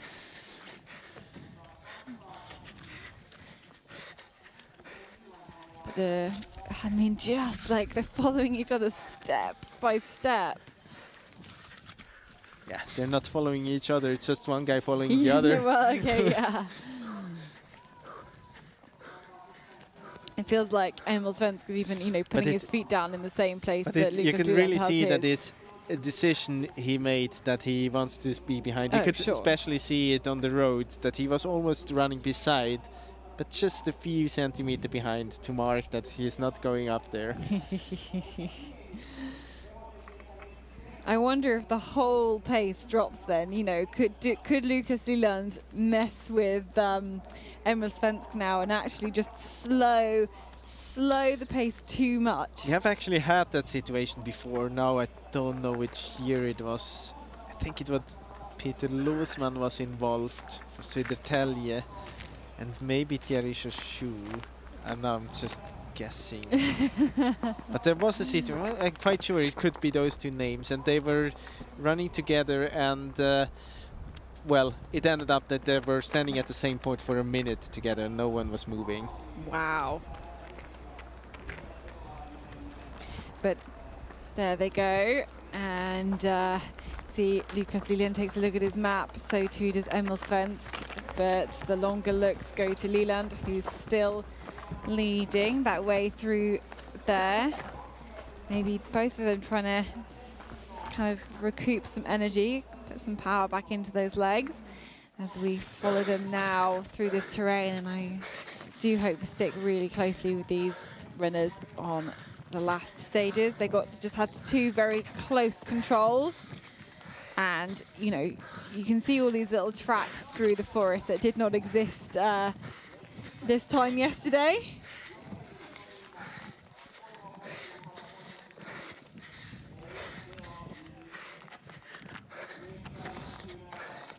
Of course, this is the area where we had Venla as well, so lots of tracking up. I wonder how many of these other Orienteers will be where these are the leading two teams on their way through at this point.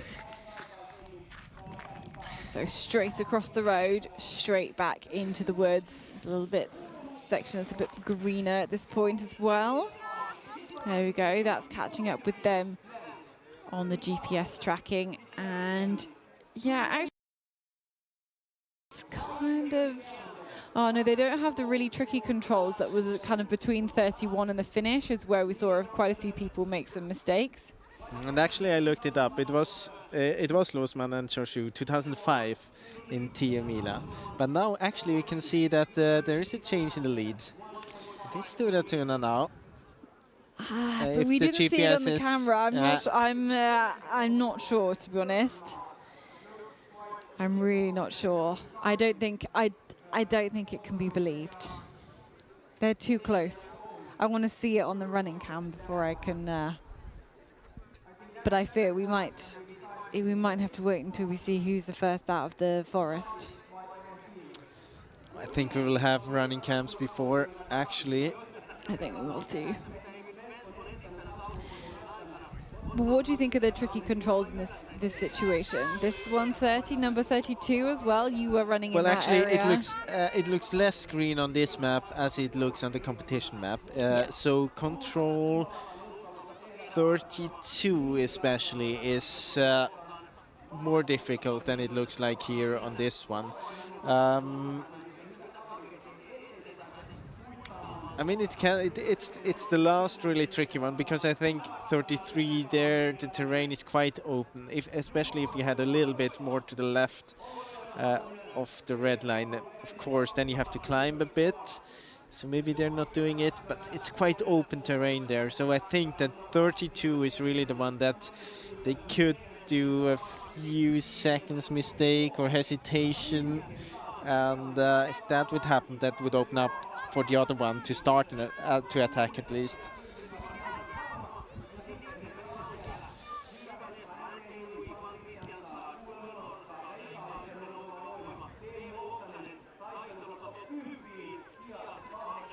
So 3 controls in the forest, then 1 in front of this arena crowd. Certainly more people starting to line the run-in so they can spot the winner of this Jukola relay. Here we are at control 31. Waiting for the two of them. After this one, there are only 3 controls left, and one of them, of course, is the last control, so it's not a very difficult one. No, that's where you can really open up. And let's see if the tracking's to be believed, because it looked like maybe Emil Svensk had just gone ahead. But now it looks on the tracking as Evelyn is ahead again. And that's none of them. Only too hasty. Yeah, but they should be here. Yep, there we go. You can see there we go. the speed is not very high at this point. Oh, it's like super slow. Now it's very tactical games. Yeah, look at that. Now they're playing games. Yeah. Oh, that would just stress me out so much being in this situation, but that's why I'm not an elite It would only athlete. stress me out if I would have the feeling that I'm the slower sprinter. Otherwise, I would feel very comfortable in that situation. Yeah. But if you feel that obviously, I mean, both of them must have the feeling that they could win a sprint. Otherwise, it's or Otherwise then you try and you make it. hope for a mistake from the other one. I think they will be heading towards the road now, not taking any risks at all.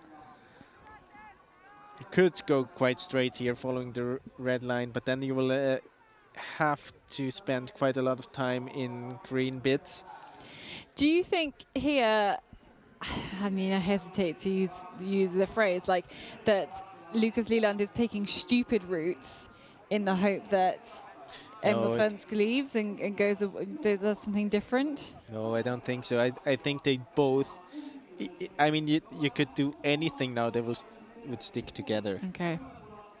That's my feeling, or at least I have the feeling that Leland could do whatever and Svensk would just stay behind. Yeah. Because I have the feeling that Svensk is very confident that he will win the sprint. I mean, otherwise, I mean, I mentioned that when they got together. If I would be his coach, I would exactly recommend that, because I as well have the feeling that it's very hard to beat Svensk in the shape he is in a long run-in. I honestly have to say I don't know anything about Leland's ability to handle this, like a sprint finish, but well, Emil Svensk, his I form just have is the more feeling known, that his isn't it? form You know. is very good. Yeah. But let's see. I mean, it's gonna be exciting for sure. And I mean, it's not only the sprint; it's also a bit how fast you are in the downhill. Yes, and you've got to pretty much throw yourself down this hill, to be honest, on the last few controls, because that's going to be really intense. So one thing you don't really see on the map here is it's much more green on the competition map. Just, I mean, basically along the red line. So with this, I kind of can understand that you save it up now. I mean, it doesn't matter for them anyway. There's no risk that anyone else will get into this fight. So no, the gap's huge.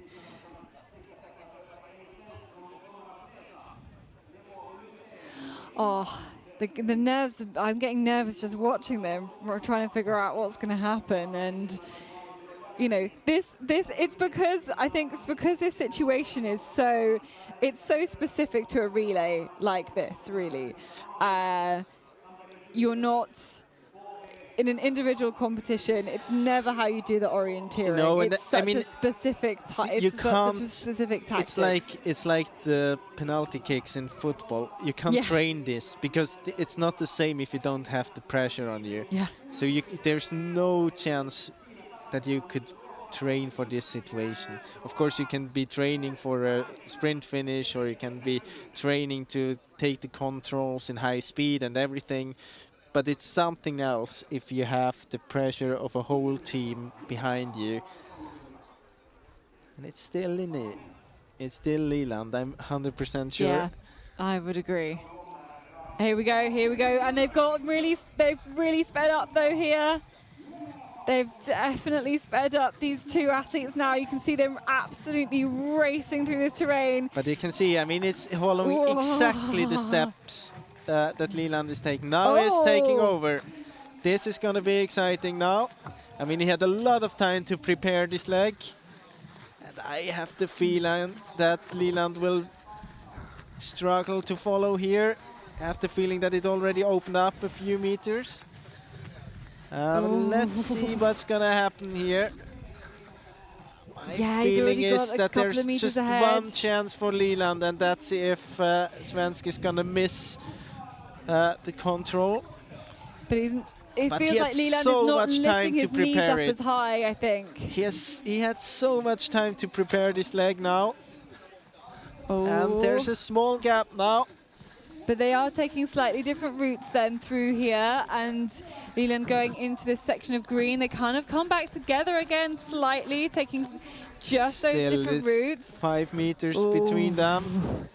And they're looking for this boulder in a re-entrant as well, and they're pretty much back together. Let's have a look. Here's the control. That's none of them. So where are it's they? Not a previous control. That's not no. Where are they? I don't think that's the control. That's a different control. Okay, well, we're looking to the forest then. Let's have a look. So very soon they will be here, and it will be decided on the last meters.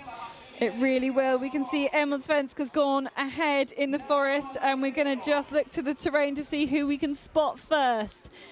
Why don't you look in the terrain, I'll look at the screen, and between us we might be able to see it, Jersey up there. I can see it too. And it is Sture Tuna, and you can see there's no chance for Lucas Leland to win this battle.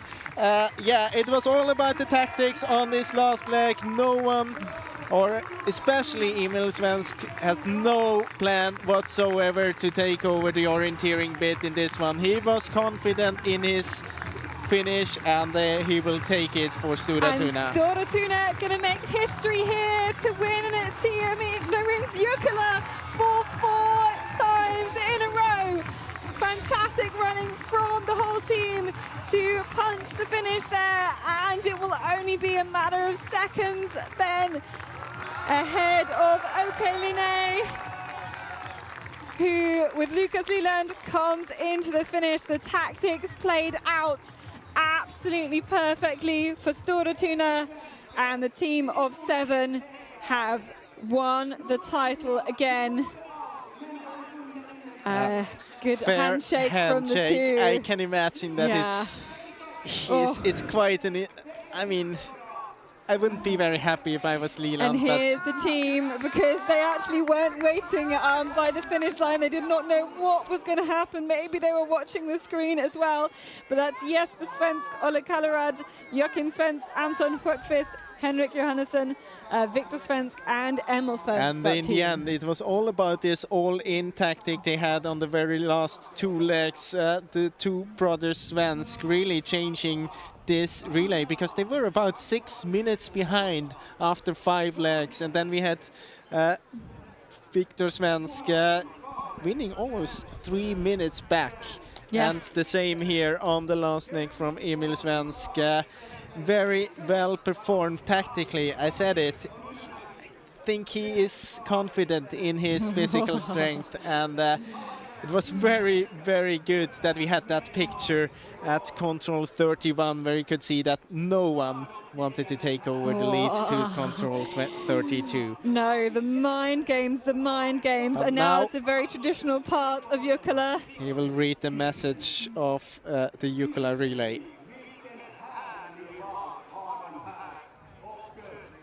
If he's got any breath left. No, actually, it was a very quick sprint out for the end, but you could see how much they dropped the pace. And the team of 7, they're used to this now. This is the 4th time in a row. This is a very iconic part of Jukola.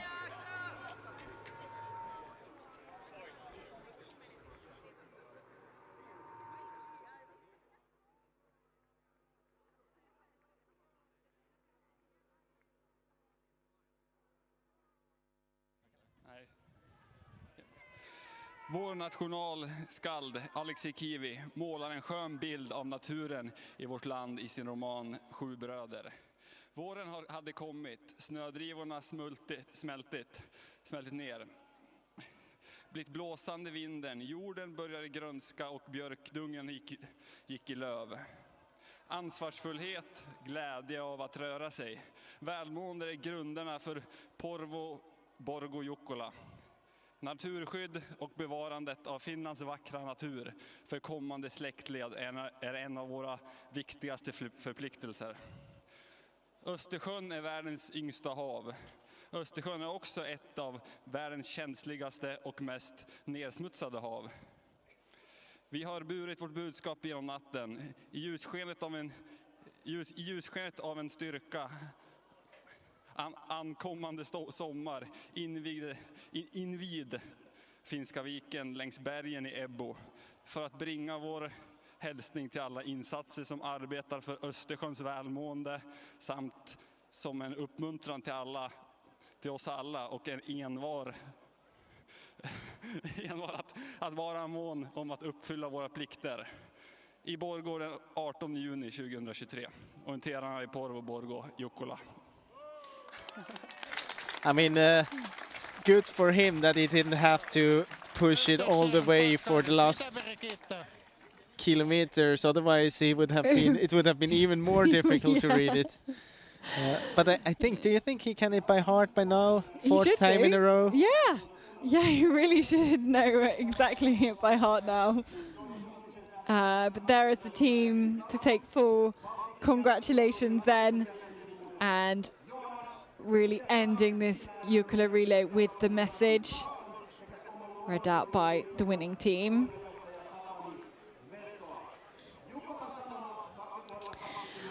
We've got some more teams though to finish. Stora Tuna, Linné. I do feel for Linné. They were, you know, like Stora Tuna, they were in contention like the whole way around, and you know, ahead of Stora Tuna they for were so much in of contention for the whole relay. Yeah. Stora Tuna wasn't. They were always in the top.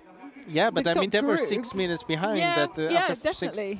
leg 6, and Linné was always in the top. So it's a tough one, but they took a lot of risk, Stora Tuna, and it paid off in the end. I mean, it was a high gamble there, but well, it was all or nothing for them, and today they were lucky.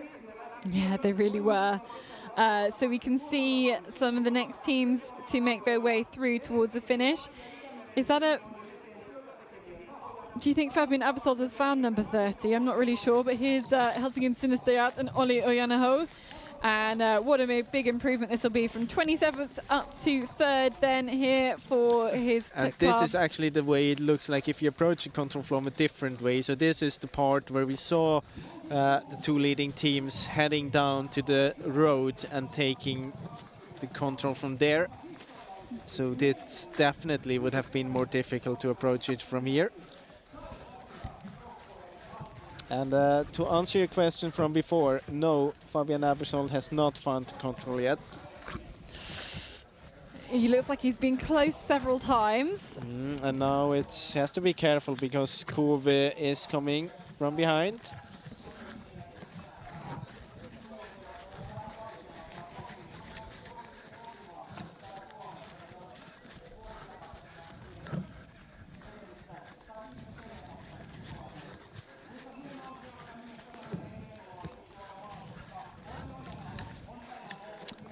I mean, Helsingin Sunisajat, they've always been up there, but never really in the top 3 throughout the whole competition. And if you look at the split times here, made a great race.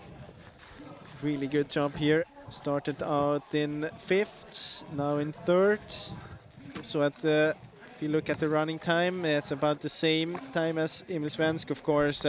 They slowed down quite a bit in the finish or towards the finish. Still.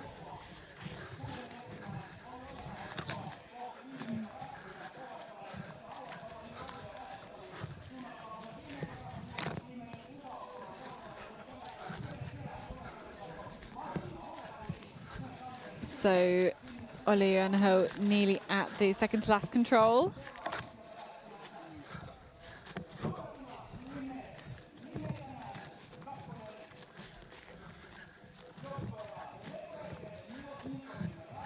Another example of just how the controls just hidden behind that boulder. And then now he can make his way back towards the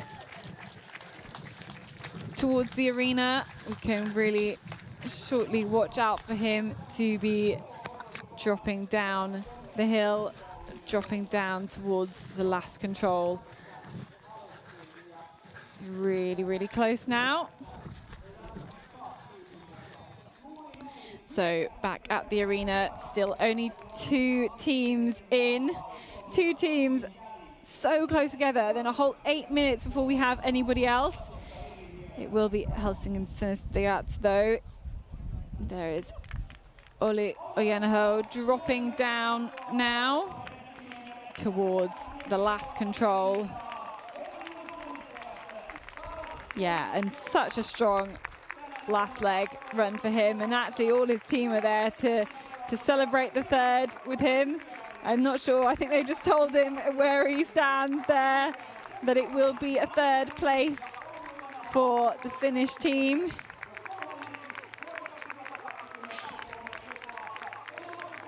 And really he's made a big difference there on this last leg for these 7 guys. Great performance throughout the whole team. They've been from the first to the last leg, always been in the top 10 at the changeover.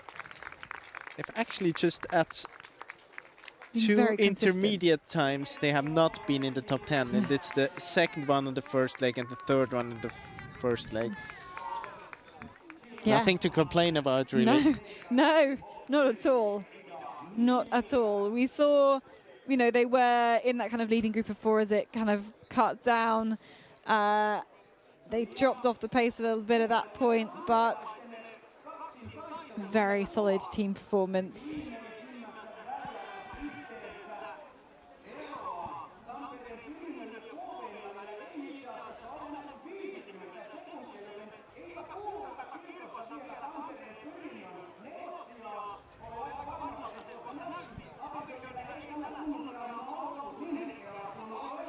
And at the finish, we will, in the next 2-3 minutes, start our lookout for Tampere Perinter and for Kuve as well.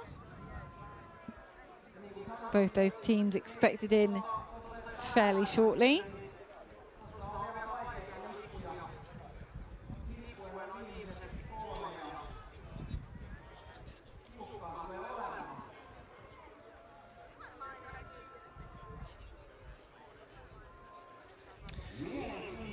So the gap between Tampere Perinter and Kove, I'd say, is about a minute. So if Abersol can manage to get control 32 in a good way, I think he should be quite safe here with his 4th position.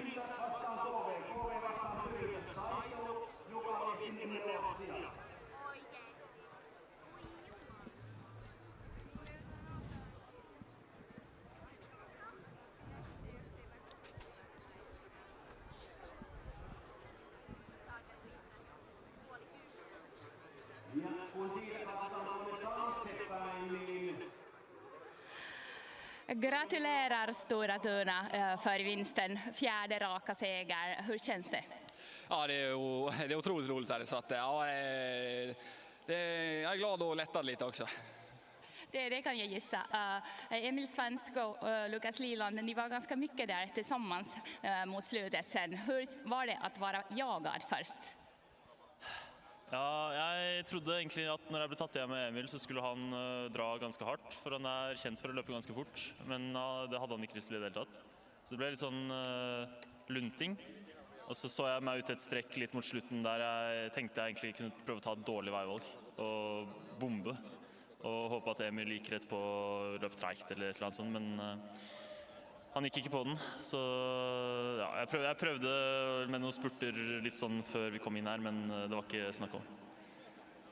Ja, det så riktigt spännande ut också för er del, för det verkade lite vara så att ni även gick lite och kikade varann. Var det så?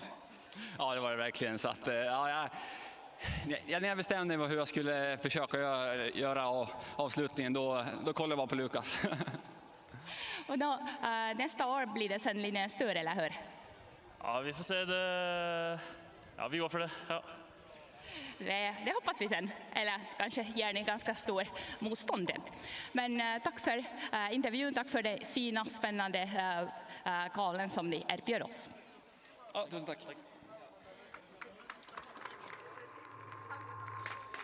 Yeah, especially interesting was the answer from Lucas Linan about how the dynamic was, and he said that he thought when Svensk would catch him that now he's gonna go up and push really hard in order to break away, but this was really not the case, he said. And then he also said actually credit to you, because he said that he tried to pretend to take a bad route choice there and even planned to pretend to make a mistake, but yeah, it didn't work because Svensk just followed every step and not doing anything until they had the control there. So yeah, he said he tried it, but it didn't work in the end, and well, what to do about it. And Svensk, he said, yeah, I just had decided to do it like this, and I kept to the plan, and well, what else should he say? He should be satisfied with the outcome. So yeah, I think of course he's going to be satisfied with the outcome, and I think Lucas Liland was a little bit more resigned. He certainly wasn't the happiest of the two guys there, but he sounds like he said that he really tried everything to try and disrupt Svensk, to try and make him do something different as well. So that was actually just quite exciting to see those tactics come through in the orienteering and just something completely different, I think. Okay, we need to watch out here. I can see him on the hill now. We can see Fabian Abersold coming down the hill now for Tampere. We can see, just going to see if I can see him on the picture.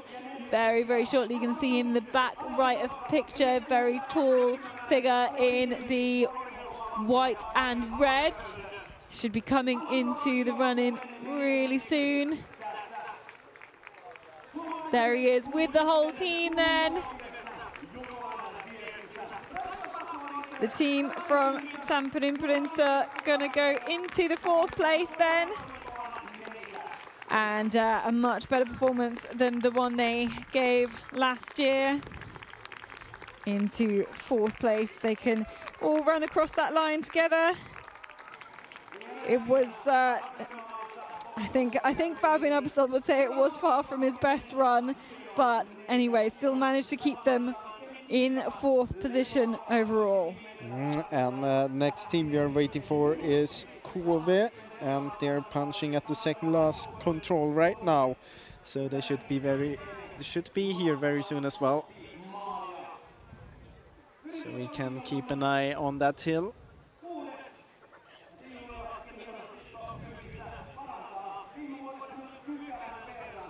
So we are looking for Kenny Kivikas, who will take KV into a 5th position. Yeah, we watch on the hill to see. And there he is. Spot him. Coming down the hill. Oh, yeah. They're really coming at a different, I mean, having this big hillside on here means people can drop down to these last couple of controls from very, very different angles. And we've seen that with all of the different kind of second to last controls. But the team of Cuvée are, you can see Kenny Kivikas just running into the finish now. And come up the route, the lane on the left again with the team celebrating that 5th spot. Again, solid runs from a lot of their team, especially on the later legs. I think it was all round solid performance again. And they are rewarded with a 5th. And next up here, there will be a sprint finish actually between the two guys who have been running the whole course together. MS Parma and Tyrving. So the fight for the 6th position between Akseli Ruohola and Matthias Kiburtz. And they're on the way to the second last control. Actually heading to the right to this forbidden area, which is taped. So can be a quite good attack point there to get the last meters. It seems as if there's a gap opening, if we can trust the GPS. Kiburtz seems to push hard here towards this second last control. Yeah, he does seem to be pulling a little bit ahead in the GPS, so we will stand up again. We will try and take a look over the heads of all of the spectators watching to see if we can see. So this will be for 6th and 7th places here. And now I can see Kiburtz coming down the hill. Yeah, no Ruohola there yet, so this will be a clear 6th position for Tyrving. Yeah, Ruohola is now there as well.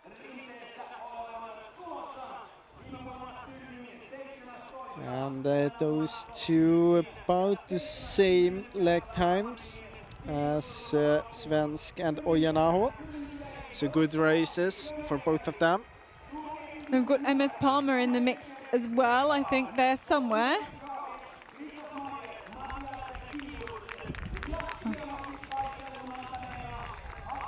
So here he punches to finish Matthias Kiburtz into 6th position for Tyrving. There we go. MS Palmer, Akseli Ruohola, and the two. Seems as if they had fun out there. They did have fun out there. They've seen a lot of each other, and the teams can go and congratulate them as well. Next up, they have a bit to go, but there is a group of. Yeah, it's hard to say if it's a group, but there are 5 teams coming, and they have been a group, and then every now and then they have been doing mistakes, and then there was another one exiting the group, and the other ones closed the gap again, so it's quite a dynamic group there. First out at the moment is, Norska with Joey Hadorn, and is chased by Pan Kristianstad and NTNUI. And I think could be Ikalisten, yes indeed. And a bit behind Ravinen, but they have a very bad direction towards the 3rd last control, so I don't think they will manage to get back. No, it's still going to be a couple of minutes before they go here in towards the finish.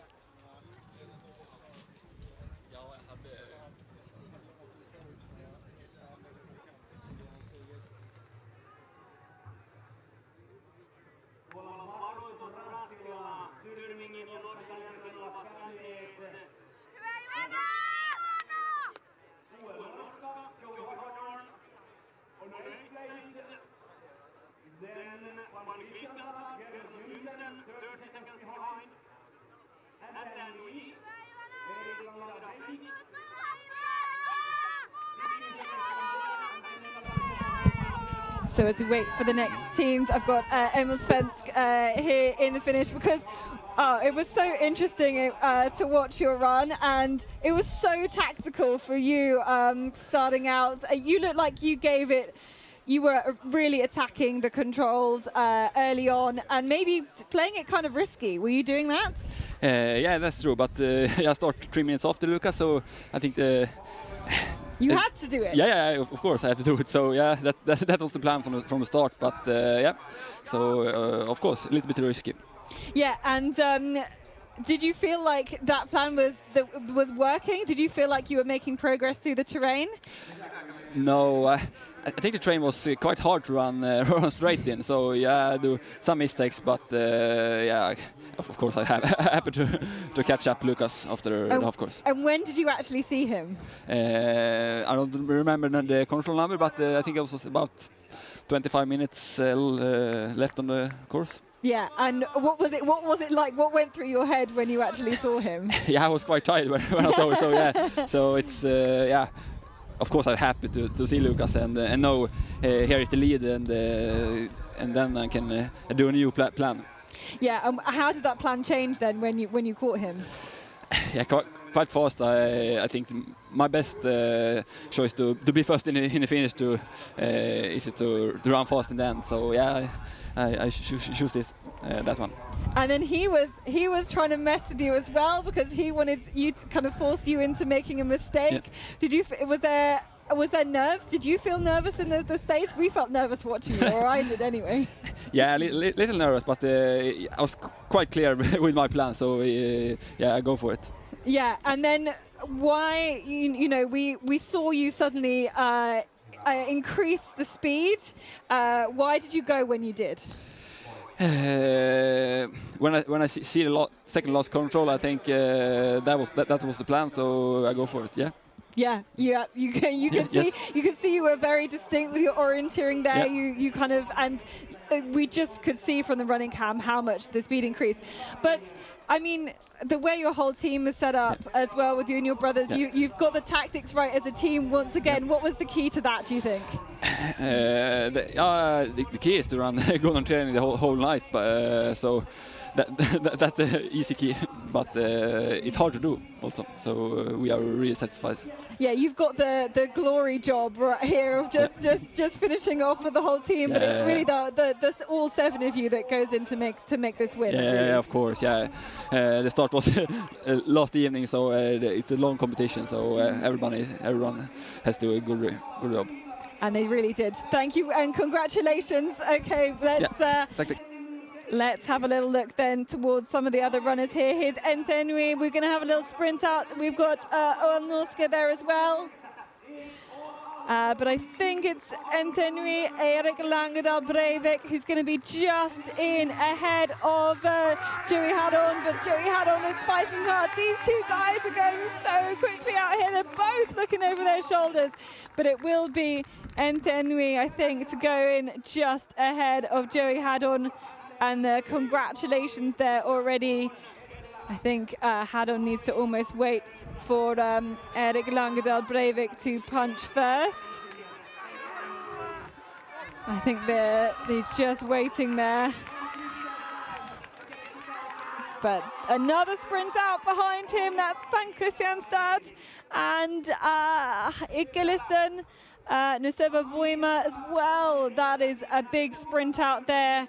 And I'm not quite sure who was given it. I feel like it might be Pan Kristianstad.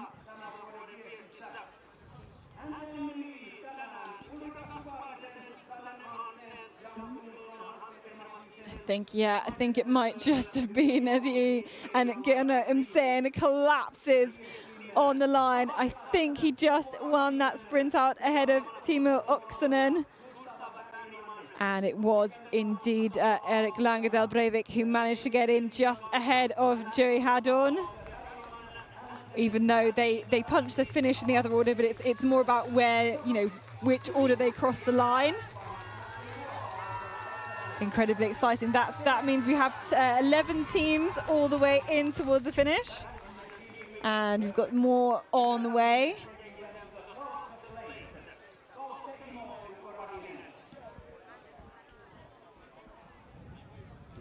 Next team towards second last control, Södertälje Nykvarn. And then behind, about 1.5 minutes behind, IFK Göteborg, but they are out of competition. So Nydalen about 2 minutes behind Södertälje. Those the next 2 teams coming. Where is Ravinen? Because Gustav Bergman looked to be in. Oh, he is in. We just missed him.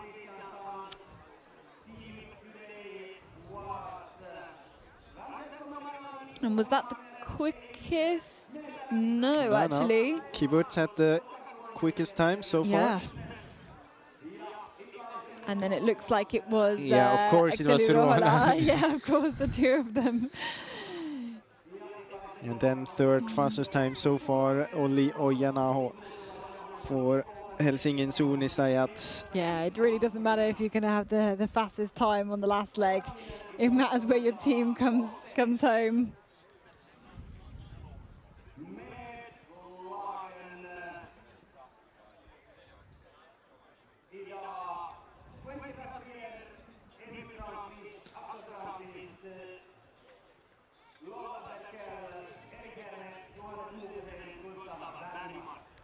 I mean, it looked like at, I don't know, 5, 6 legs, like all the teams were kind of spreading out on this relay, and a big amount of difference made on this last leg to bring things a lot closer. We've had a lot of sprint finishes here. That's been quite exciting.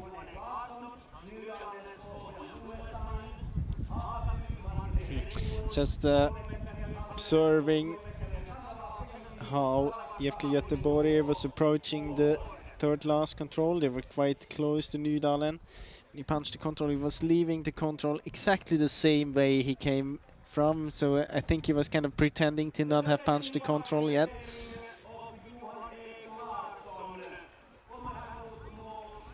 But over the last well over 8.5 hours, we've seen some great precise orienteering. We've seen teams go up, teams go down, mistakes, questionable route choices, trips, falls. And some waiting. And some a lot of waiting for people to come through to controls. Or wait at controls in order to let the other one do the job. Seen a lot of tactics. Oh, it's been a very tough day out in the pretty green forest. And for a long time it felt like Linné were maybe going to be the ones to do it. They were out in the lead for so long, but it was the all or nothing tactics of the Svensk brothers that pushed them ahead. And this was the final stages then, when Emil Svensk said he'd identified that 33rd control as one where he wanted to try. He felt it was kind of a fairly simple control. He just wanted to push it ahead. He managed to read a lot of that, and he really was able to get the gap.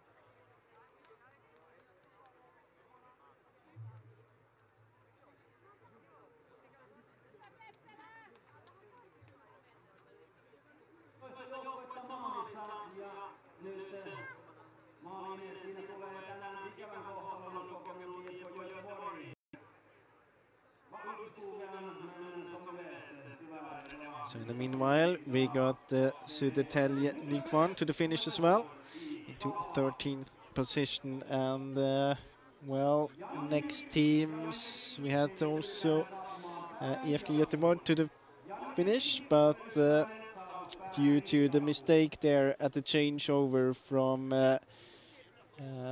Contamule to Kasper Fosser, they are out of competition due to this emit device and compass that got lost, stuck on.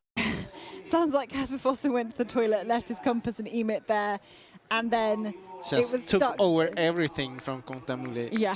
Yeah, and you're not allowed to run on that same emit brick Yeah, I mean, twice. Obviously they have to upload the result first before you can continue. It's okay to share, to leave the emit device to another one, but you have to jump over one leg, of course. Yeah. Nydalens just finishing there. Yeah, in 14th position. And now we have a group coming here. There's a sprint finish. Here we go. Who's going to take this one? This looks like Halden. And then we have Hagaby and Turumets and Caveat. So it's first Turumets and Caveat and then Hagaby to the finish. So Martin Rekborn for Hagaby.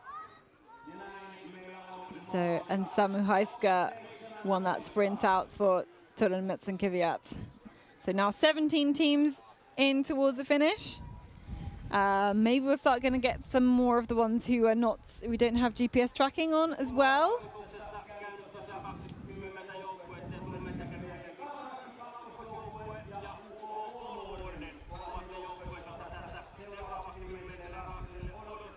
We've got Kolmården. Yeah, but they have well. a GPS actually. They are soon at control 32. We've got Calvin Rasti there as well. The second team. who do not have a tracker. We've got kind of an Rassi 1 though as well, but it will be the second team taking the spoils today.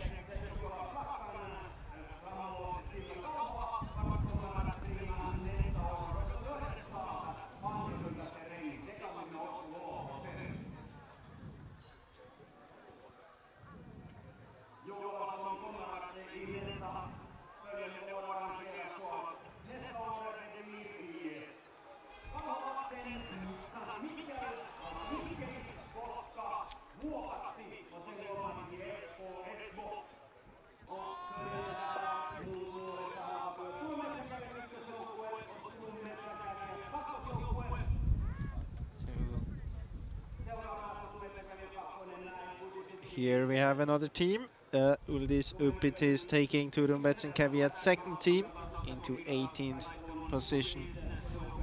And he was kind of having a sprint finish. I don't know if there was anyone else coming behind or if he just was sprinting for a good time. But how to sum up this this relay? My first Finland, my first Jukola. It's been very exciting to be here and to go through the night. And if you've managed to last all the way through the night watching the broadcast, then well done to you as well. Hope you managed to watch it in some comfort and see all the drama unfold.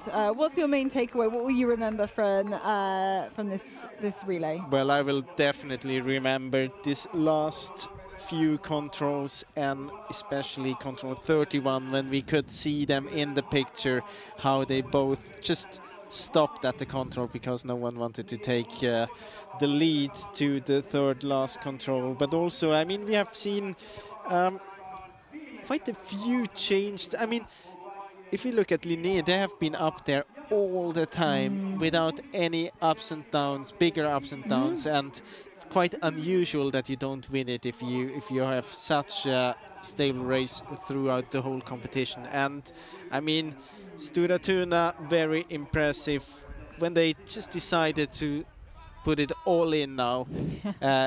I mean, fortunately for them, they had two brothers, Svensk, left, and they had a great physical shape to show up here. Both of them kind of, 3 minutes faster, picked 3 minutes on Linné, and in the end that made the difference. So I think those are the things I will remember from this Jukola relay. Yeah, the closing kind of dramatic stages that ended up choosing it, but it's the hours and hours of running, of taking all these controls, of taking these route choices, of finding the gaps in the green, of finding the more runnable bits of forest as well, that makes up the relay. And this relay will continue for hours and hours. We will leave the pictures up for a little bit. We will round up our commentary now though, because it's been a long old stint, not gonna lie. It's been a lot of fun, and it's been a privilege to be able to bring you all of the action live here from Porvoo. But we will wrap it up from here, and we'll hopefully be back next year. For myself and Jonas, next up will be those World Championships in Switzerland, which we are both very excited for, to be heading back into the Alps for those. But hopefully you can see some of your favourite runners, some of your club runners now as we leave the pictures going for a few more minutes. Bye-bye.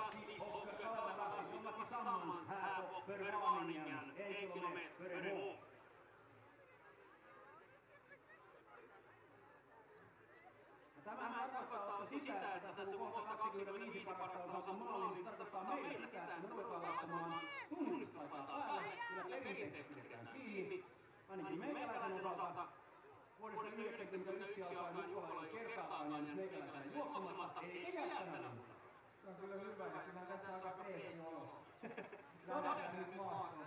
Todella freesi olo.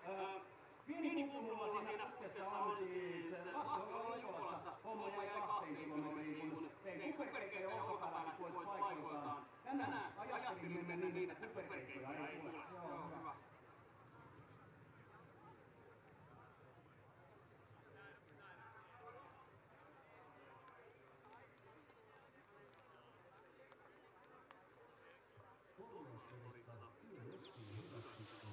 broadcast from Jukola 2023 is brought to you by Technicalities and Lumunai.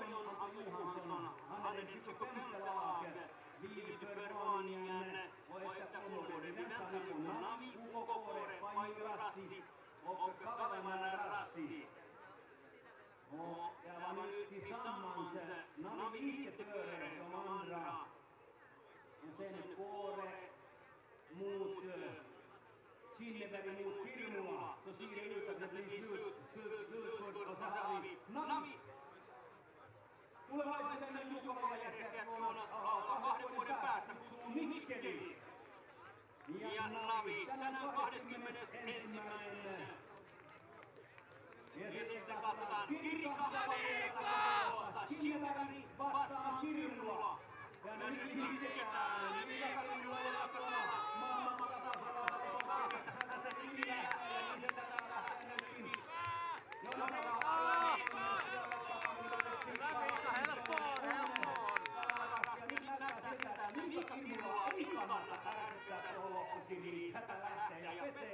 Pettymys on kyllä Kalevarakkille ilman muuta tämän vuoden sijoitus 22. Mutta loppukirjan kannattaa on aina loppukirjan kannattaa. Tänään tulee esiin Sinnevästä Porvoo-Borgå Jukola. Ja 2 paikkaa on vielä tarjolla top-palkintojen jakoon. Ja näyttää siltä, että Taimio Rasti olisi se luokkapään, joka leimaa nyt toiseksi viimeisellä rastilla. Seuraavana tulossa kohti maalia olisi se joukkue, joka palkinnoi pian itsensä kiilaamassa. Ja sitten UK Orion myös varoitusosalla käyneen UK Orion ja Göteborgin Harvard IKHV hyppajana. Göteborgin och IFK Göteborgs andra lag. Men de är nästan 2 minuter husvarna efter Orion där. Så att det ser ut att Anton Johansson kommer att vara här den 25 ankare på slutlakan när han har nu den 24. 24. Paimiolan Rasti ja Loikkapön tuo joukkueen nyt maaliin.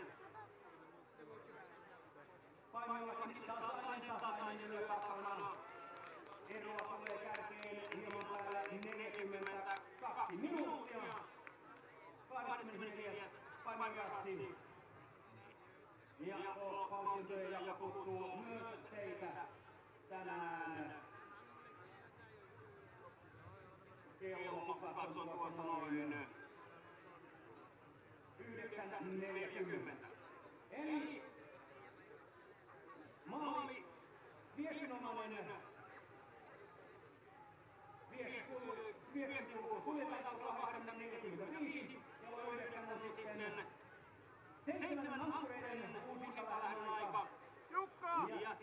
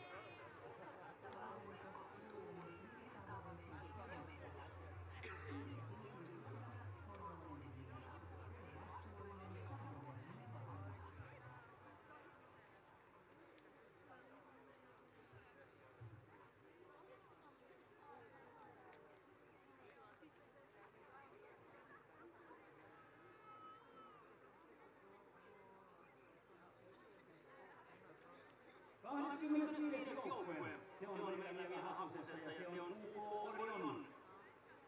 De är på väg till 25 plats mot prisutdelning och vi väntar på Anton Johansson. Han är där i näst sista kontroll och snart är i sista slutningen på väg ner mot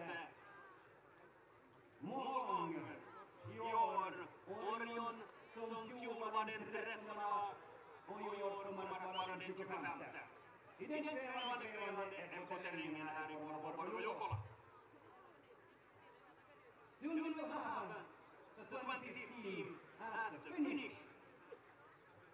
Uko Stora, Uko Linne, Helsingin Junistajat, Tampereen Yrittö, KV, Tyrvi, MS Parma, NTNY, UE Norska, Hans Kristianstad, Ikarisen Voima, Uko Raminen, Söderlin Orienteering, Halden SK, Nydalen SK, Halden SK, Turun Metsäkäviet, ensimmäinen joukkue, Haapaky, GUIF, Turun Metsäkäviet, kakkosjoukkue, Kalvaras kakkosjoukkue, Ukko-Kohonen, Navi, Kalvarasti, Ukko-Koore, Painurasti ja tuolta rinteeltä alas tuleva Ukko-Orion. Siinä meillä on 25 joukkuetta. There we have 25 teams, which will be awarded today in the prizing ceremony at the Jukola scene. Looking at there will be fight because Erik Larsson has come very strong in the last kilometer or so. And Iko Hopeusvarna is very difficult, but not enough is that. So Orion is today 25th, and Iko Hopeusvarna is out of the prizing ceremony on the 26th place. Tähän onkin kamppailuun otto meillä. Kiittää kumartaa, niin kuin minulla on 100 sanoa kiitos anteeksi tästä Jukolasta. Kakkokaveloot, minä toivotan teille oikein aurinkoista sunnuntaita ja nauttikaa Jukola-hommasta. Meitä on monia lähdössä siellä metsään. Otto lähtee Juttikselle, Kuutososuudelle, Pullaa vielä Ankkuriosuus edessä. Pitäkää minusta huolta, hyvät tuolta Ankkurit, kun tuolla metsässä tapataan. Sovitaanko näin? Ja viimeinen saakka ottuu, mutta taas teille otsuyhdistyskuuden ottopaketten ja kundestrekkan. Se riittää efter ottuu. Han sannan behöver jättää skuun. Tack för detta. Njut av tävlingen, njut av sommaren. Vi ses igen i nästa evenemang. Tack och hej då. Tack och hej.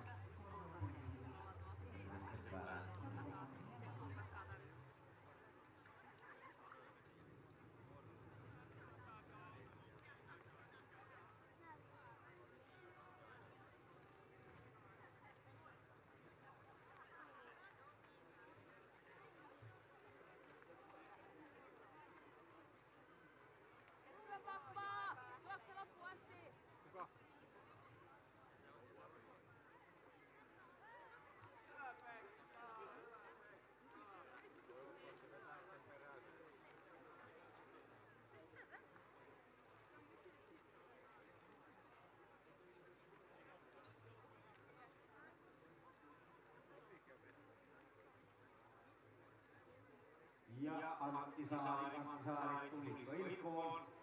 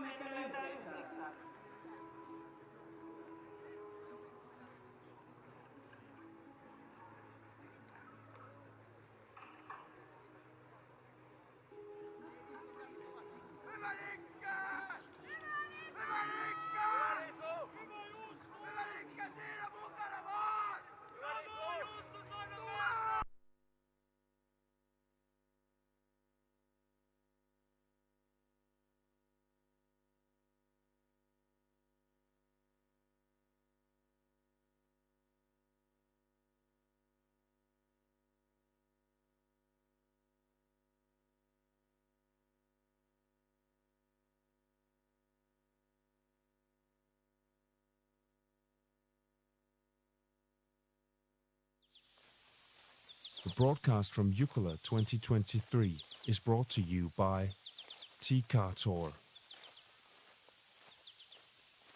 and Lumonite.